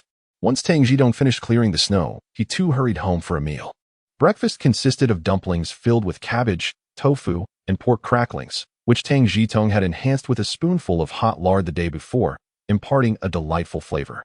Typically, after breakfast, the next tradition was to pay New Year's visits, not to neighbors, but to close relatives of the same surname. The Tang family, being newcomers and having a small population, found their front door rather quiet. "Shall we visit the temple fair?" Tang Zhitong suggested, feeling a bit bored and seeking some excitement. In his memory, temple fairs were quite common in both the inner and outer cities, with the Hugwa Temple Fair and the White Pagoda Temple Fair occurring throughout the year without interruption. The Hugwa Temple Fair took place in the 1st, 2nd, 7th, 8th, 9th, and 10th months, while the White Pagoda Temple Fair opened in the 3rd, 4th, 5th, and 6th months. One could say that after attending the Hugwa Temple Fair, one would then go to the White Pagoda Temple Fair, and vice versa. There were only 2 exceptions throughout the year. One was the nearby Pantao Palace Temple Fair, which commenced on the 1st day of the 3rd month and lasted 5 days, featuring horse racing, stilt walking, drama, and acrobatics, an essential spring outing for the citizens of the city. The other was the Factory Fair, held annually on the 1st day of the Lunar New Year. Naturally, when the 2 younger sisters heard this, they eagerly looked at Zhang Guifeng, anticipating the outing. "You go ahead. I find large crowds tiresome and will wait for you at home," Zhang Guifeng replied, unwilling to dampen the children's spirits. She took 2 coins from the drawer and handed them to Tang Zhitong. "Take care of them. Let us have lunch at the fair. I'll just relax at home." Since Zhang Guifeng was reluctant to join, Tang Zhitong did not insist, taking one sister by each hand as they set off to the temple fair. The 2 sisters were dressed neatly, albeit in clothes that were not new. Since the end of last year, the rationing of fabric had diminished, leaving the family with insufficient coupons to create new garments for the children. They could only wash and make do with their old clothes. Yet the sisters were understanding and did not complain. In the past few years, the city had hosted street performers, but some stingy citizens would take advantage of the situation, enjoying free entertainment for half the day. However, since the cooperative policies were implemented 2 years ago, such opportunities had significantly dwindled. Most performers had transitioned to the variety art venues, where one could enjoy singing, storytelling, and comedic dialogues. Entry required purchasing a ticket, which did not grant access to the entire performance. Instead, it operated on a time basis, incurring additional charges for exceeding the allotted time. In contrast, the temple fair offered a vibrant and bustling atmosphere, allowing visitors to enjoy themselves without spending a dime, provided they could endure the crowds. One should never underestimate the allure of free entertainment, which has historically been a surefire method for attracting crowds. Additionally, since last year, all temple fairs in the inner and outer city had been banned, leaving the Chang'an Temple Fair as the sole survivor. In the following years, it would become a sea of people, with throngs jostling for space. The Chang'an Temple Fair was replete with various snacks. Upon entering, one could find vendors selling candied hawthorn, also known as sugar-coated fruit, a simple treat with a thin layer of sugar. Tang Zhitong opted not to purchase it, preferring to save his money to explore the fair, as 2 yuan would suffice for the 3 siblings to sample an array of delicacies and fill their stomachs. The fair was teeming with visitors, rivaling the bustling scenes of the Nanyuan during the festival period, reminiscent of an army of celestial beings. Such lively scenes, however, could not last indefinitely. In a few years, the Chang'an Temple Fair would face closure. Tang Zhitong held his sister's hands tightly, ensuring they were not pushed around and remained together. The street food of the 4-9 city was known for its bold flavors, many of which could be found at the fair. Among these, the dish that terrified Tang Zhitong the most was doji, a fermented beverage with a slight green hue, quite different from soy milk. Although it was inexpensive and favored by some true locals, it paled in comparison to other snacks, which still proved overwhelming for some, such as luzhu, guanchang, chaogan, and baodu. Luzhu requires no further elaboration, as it is available in many establishments. Guanciang consists of clean pig intestines stuffed with a mixture of starch, meat, and spices, fried, sliced, and then served with a savory garlic sauce, yielding a delightful contrast of crispy exterior and tender interior. Said to have originated during the Ming Dynasty, Tang Zhitong remembered street vendors selling guanciang, a practice that has since faded as they have all moved into shops. Perhaps due to familial predisposition, the sisters, Fengzhen and Fengji, shared Tang Zhitong's appreciation for the taste of guanciang and relished every bite. The delectable nature of guanciang is intricately linked to its preparation, particularly the frying stage, which traditionally utilizes lard. Any shift to vegetable oils alters the flavor significantly. The array of snacks is abundant, making it impossible to indulge in just one. A serving of stuffed intestines, just 3 or 4 slices per person, suffices to savor the flavor. Then there's stir-fried liver, despite its name. The primary ingredient is pig intestines, with liver merely serving as an accompaniment. This dish needs no introduction, as it is well known that connoisseurs savor stir-fried liver alongside their buns. The term exploding belly encompasses various delicacies, including belly mushrooms, belly scatter, belly collar, and belly board, each requiring different cooking times and offering slightly varied flavors. Beyond these rich flavors, other snacks and treats have a more subdued essence, such as wontons, tofu pudding, fried dough twists, rice cakes, fried pastries, sliced cakes, and candied fruits. Tang Zhitong purchased an abundance of fried dough twists, along with small portions of each of the other snacks for his 2 younger sisters to sample. Fried dough twists are easy to store and become increasingly fragrant with each bite, making them a snack that is hard to resist. Candied fruits can also be preserved. Yet Tang Zhitong is aware of the selection and preparation involved. Quality fruits are seldom used for making candied treats, much like good fruits are not employed for juice. Candied fruits are crafted by slicing fruit, drying it, and soaking it in syrup. Their advantage lies in their long shelf life, while the downside is that any candied fruit tends to be overwhelmingly sweet, with a saccharine taste. Additionally, there are pastries made from poria cocos, donkey rolls, iwowas, and smallwawa. The first 2 are quite renowned, while the latter 2, though resembling traditional steamed buns, possess unique qualities. Iwowa is made from glutinous rice flour encasing sweet rice, adorned with hawthorn cakes and other small snacks. Smallwawa is primarily composed of fresh cornmeal, only as large as a jujube from the Lang family garden, with a tradition suggesting that this was how it was consumed in the Qing dynasty, lending it a degree of credibility. The trio of siblings strolled while munching along the right side in and out of the fair. By the time they completed their circuit and neared the entrance they had initially used, they were already satiated. However, Fengji halted at a stall displaying sugar figurines and paintings. "Do you want one?" Tang Zhitong asked, noticing Fengji's eyes glued to the stall. "Yes, the phoenix looks beautiful," she replied, pointing to a phoenix figurine displayed on a wheat straw. "All right, let us buy it then. I'll get you both a sugar painting to share." But no fighting over it. It was the first time his sister had proactively requested something, so he felt compelled to oblige. Tang Zhitong drew Fengji closer, procuring the necessary funds for the sugar painting. Both sugar figurines and paintings are crafted from melted sugar, a skillful endeavor, with the distinction that sugar paintings are slightly cleaner, as they do not require blowing air into them.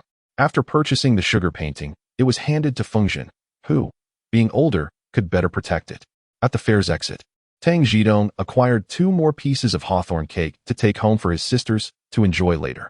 Retrieving his bicycle from the storage area, with one sister in front and the other behind, the siblings chatted merrily as they ambled home. Inside, a fire crackled in the stove, sending warm steam upward, causing the accumulated snow on the roof to begin melting, with droplets trickling rhythmically from the eaves.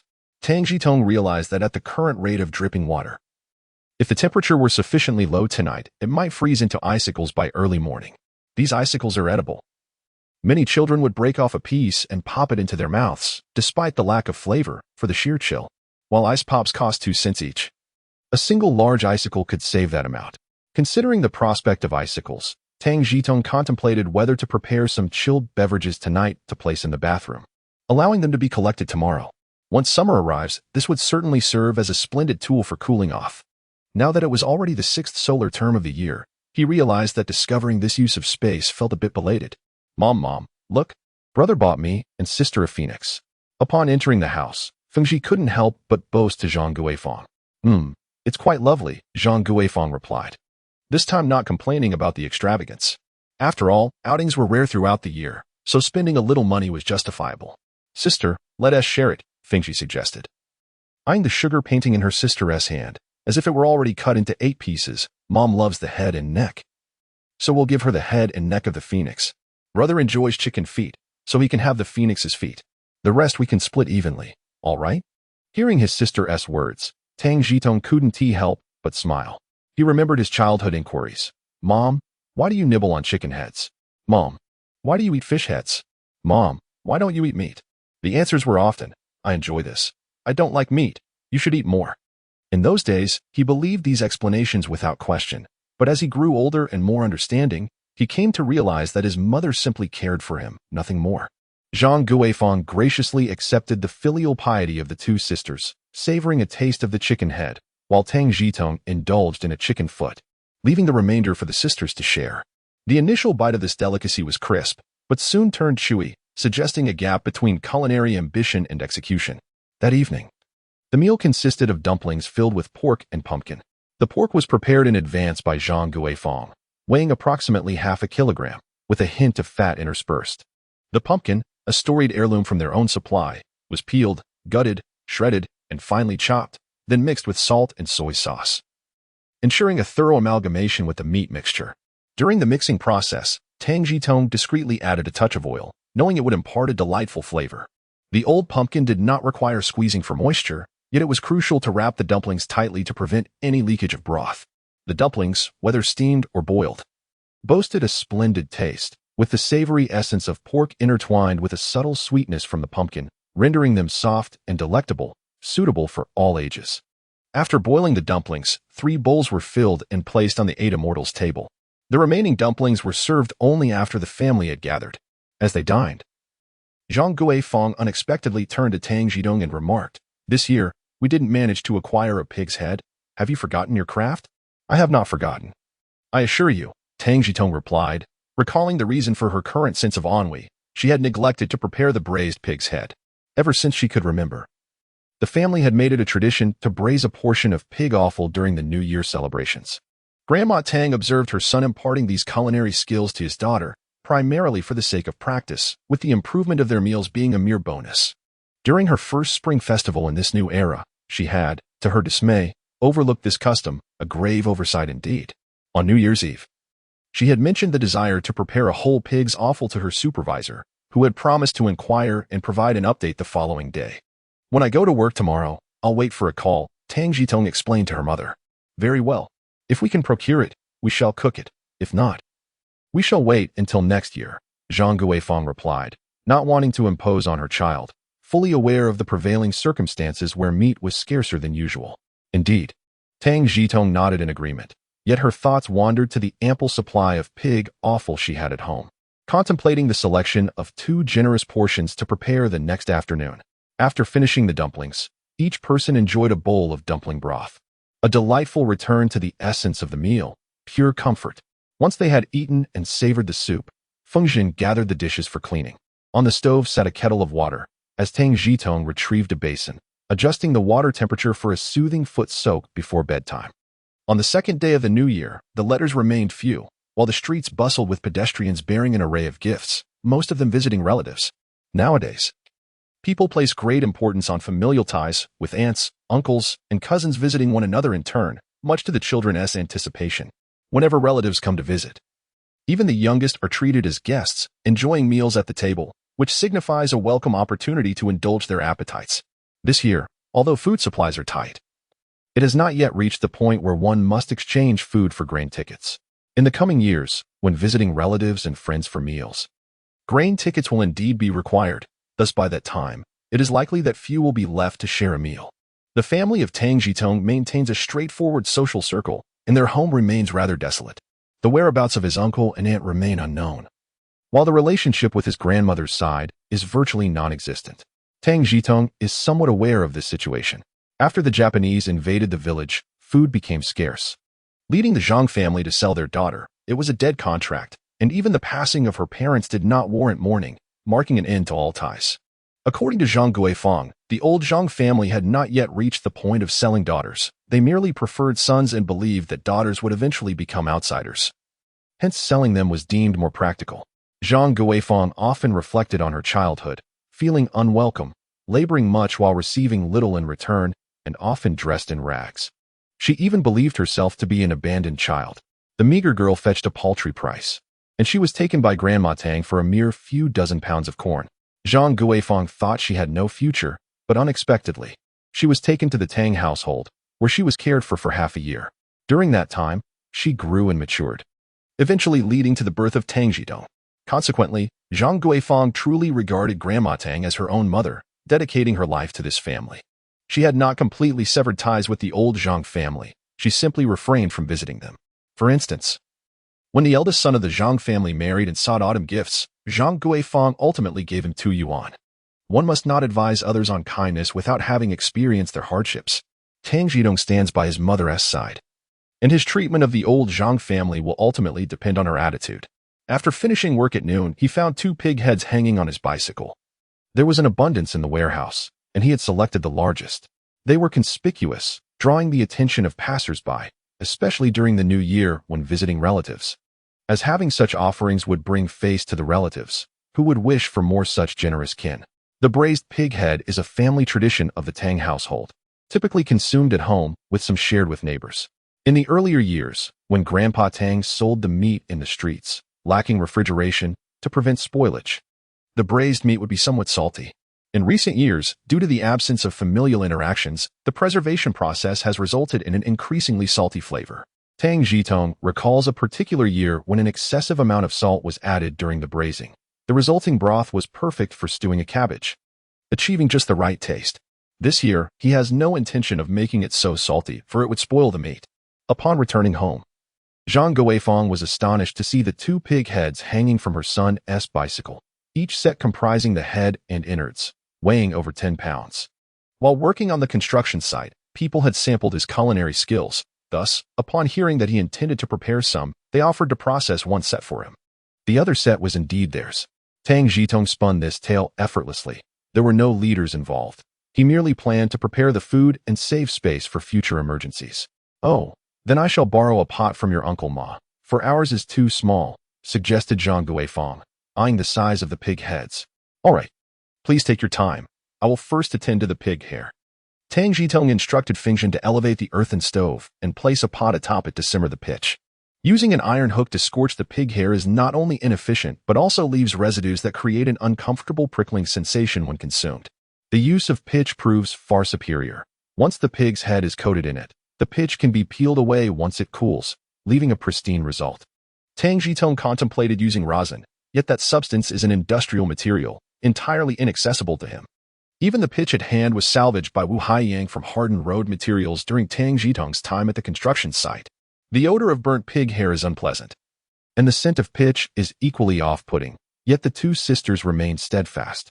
Tang Fengxian tended to the fire, utilizing weeds, wheat straw, and slender twigs, intending to later use the ash to cleanse the pig intestines of foreign matter and eliminate any foul odors. Upon Zhang Guifang's return, she dug a pit in the yard to which the wastewater from the pig intestines would be disposed of, along with the ash, thereby repurposing it as fertilizer in preparation for spring planting. The family toiled diligently, and by the time the dish was ready, the clock struck 10 in the evening. They first offered a plate on the 8 immortals' table and allowed the 2 sisters to sample the meat, leaving everyone content before retiring for the night. The art of crafting braised pork requires a certain finesse. While the recipe is one aspect, the true secrets are often closely guarded. After all, sometimes a small technique can support an entire family. Naturally, the ability to sustain a household is also influenced by the times. The Tang family's braised pork boasts its own secret formula, which includes a precise ratio of pigskin cooked alongside the meat. Who would have thought? Pigskin is rich in collagen, and the resulting broth can resemble gelatin at room temperature. If left to chill overnight in the refrigerator and later poured over the braised pork, the flavor becomes utterly delightful. This time, Tang Zhitong decided to process the pork under the pretense of delivering it to the leaders at the construction site, under the banner of the Wong family. The seasoning was just right, neither too salty nor too bland. The delivery was scheduled for the morning of the 3rd day of the Lunar New Year, with plans to send the pork in the afternoon. Lacking suitable containers at home, Tang Zhitong resorted to using a water bucket made of cast iron, capable of holding 25 gin of water, perfectly accommodating a portion of braised pig's head, topped off with broth. He reserved the majority for himself, while leaving a substantial portion for Wang Jingwen's family. Tang Zhitong had called his classmate Xiao Wang in advance to arrange the visit. Upon arrival, he was greeted by Wang Jingmin, who eagerly peered into the bucket, exclaiming, "Brother-in-law, my sister said you would be bringing braised pork today?" "Indeed, who is home?" Tang Zhitong inquired as he lifted the bucket off his bicycle. "Just the three of us siblings," Wang Jingmin replied, his anticipation palpable. Recalling the delicious meal Tang Zhitong had prepared previously. "Let us go home and fetch chopsticks. My hands are unclean," Tang Zhitong suggested, noticing his brother-in-law's excitement. "All right. I'll go get them," Wang Jingmin said, dashing upstairs without offering any assistance. "Are you ready?"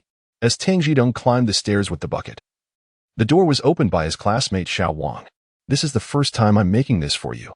You must try the meat shortly," he said. Captivated by her sweet smile and enchanting dimples, Tang Zhitong was tempted to lean in and discover whether her dimples held any allure of their own. Brother-in-law, let me taste the dish," Wang Jingmin interjected, thrusting his chopsticks forward, eager to delve into the bucket as contents. "First, let us get a bowl," Wang Jingwen, like a hen protecting her chick, seized her brother by the collar, pulling him back from the bucket. "It's not that I fear you, it's merely a courtesy, considering you've only been home a few days." Wang Jingmin, feeling meek in front of his sister, was reluctant to admit it, but still managed a few defiant remarks. Upon hearing her brother's words, Wang Jingwen shot him a disapproving glance, prompting Wang Jingmin to seek out a bowl without uttering another word. The bond of blood is not to be trifled with. It is a reality that exists. The two families shared a generous portion of the braised pig's head, filling a large bowl to the brim. Observing the two younger ones, Tang Zhitong took Wang Jingmin's chopsticks, brandished a knife, and sliced off several pieces from the pig's face. "Delicious," Wang Jingmin exclaimed, quickly snatching a piece and stuffing it into his mouth, nodding appreciatively as he chewed. Tang Zhitong offered a piece to Wang Jingwen, bringing it to her lips. Wang Jingying was more mindful of her demeanor than her younger brother. She took 2 pairs of chopsticks, one for herself and handed the other to her brother, not needing to provide one for their sister since someone was already offering food. The flavors were indeed delightful. Wang Jingwen was overjoyed, her eyes narrowing into slits. The food, served by Tang Zhitong, tasted even better. "Shall I cut some more?" Tang Zhitong offered a piece, but upon turning back, the dish had already been consumed. All right. Brother-in-law, I want to eat pig liver." Wang Jingmin, treating Tang Zhitong as one of the family, pointed at the pig liver with eager anticipation. "Sure. What would you like, Jingying?" Tang Zhitong asked as he skewered the liver, deftly slicing a piece for Wang Jingmin. "Pig heart." Wang Jingying hesitated briefly before selecting the most expensive item available at the market. "No problem." Tang Zhitong cut off a small portion, allowing the young girl to skewer it for herself. When preparing the pig heart, it was essential to pay attention to a detail. One must slice it open and clean out the blood clots.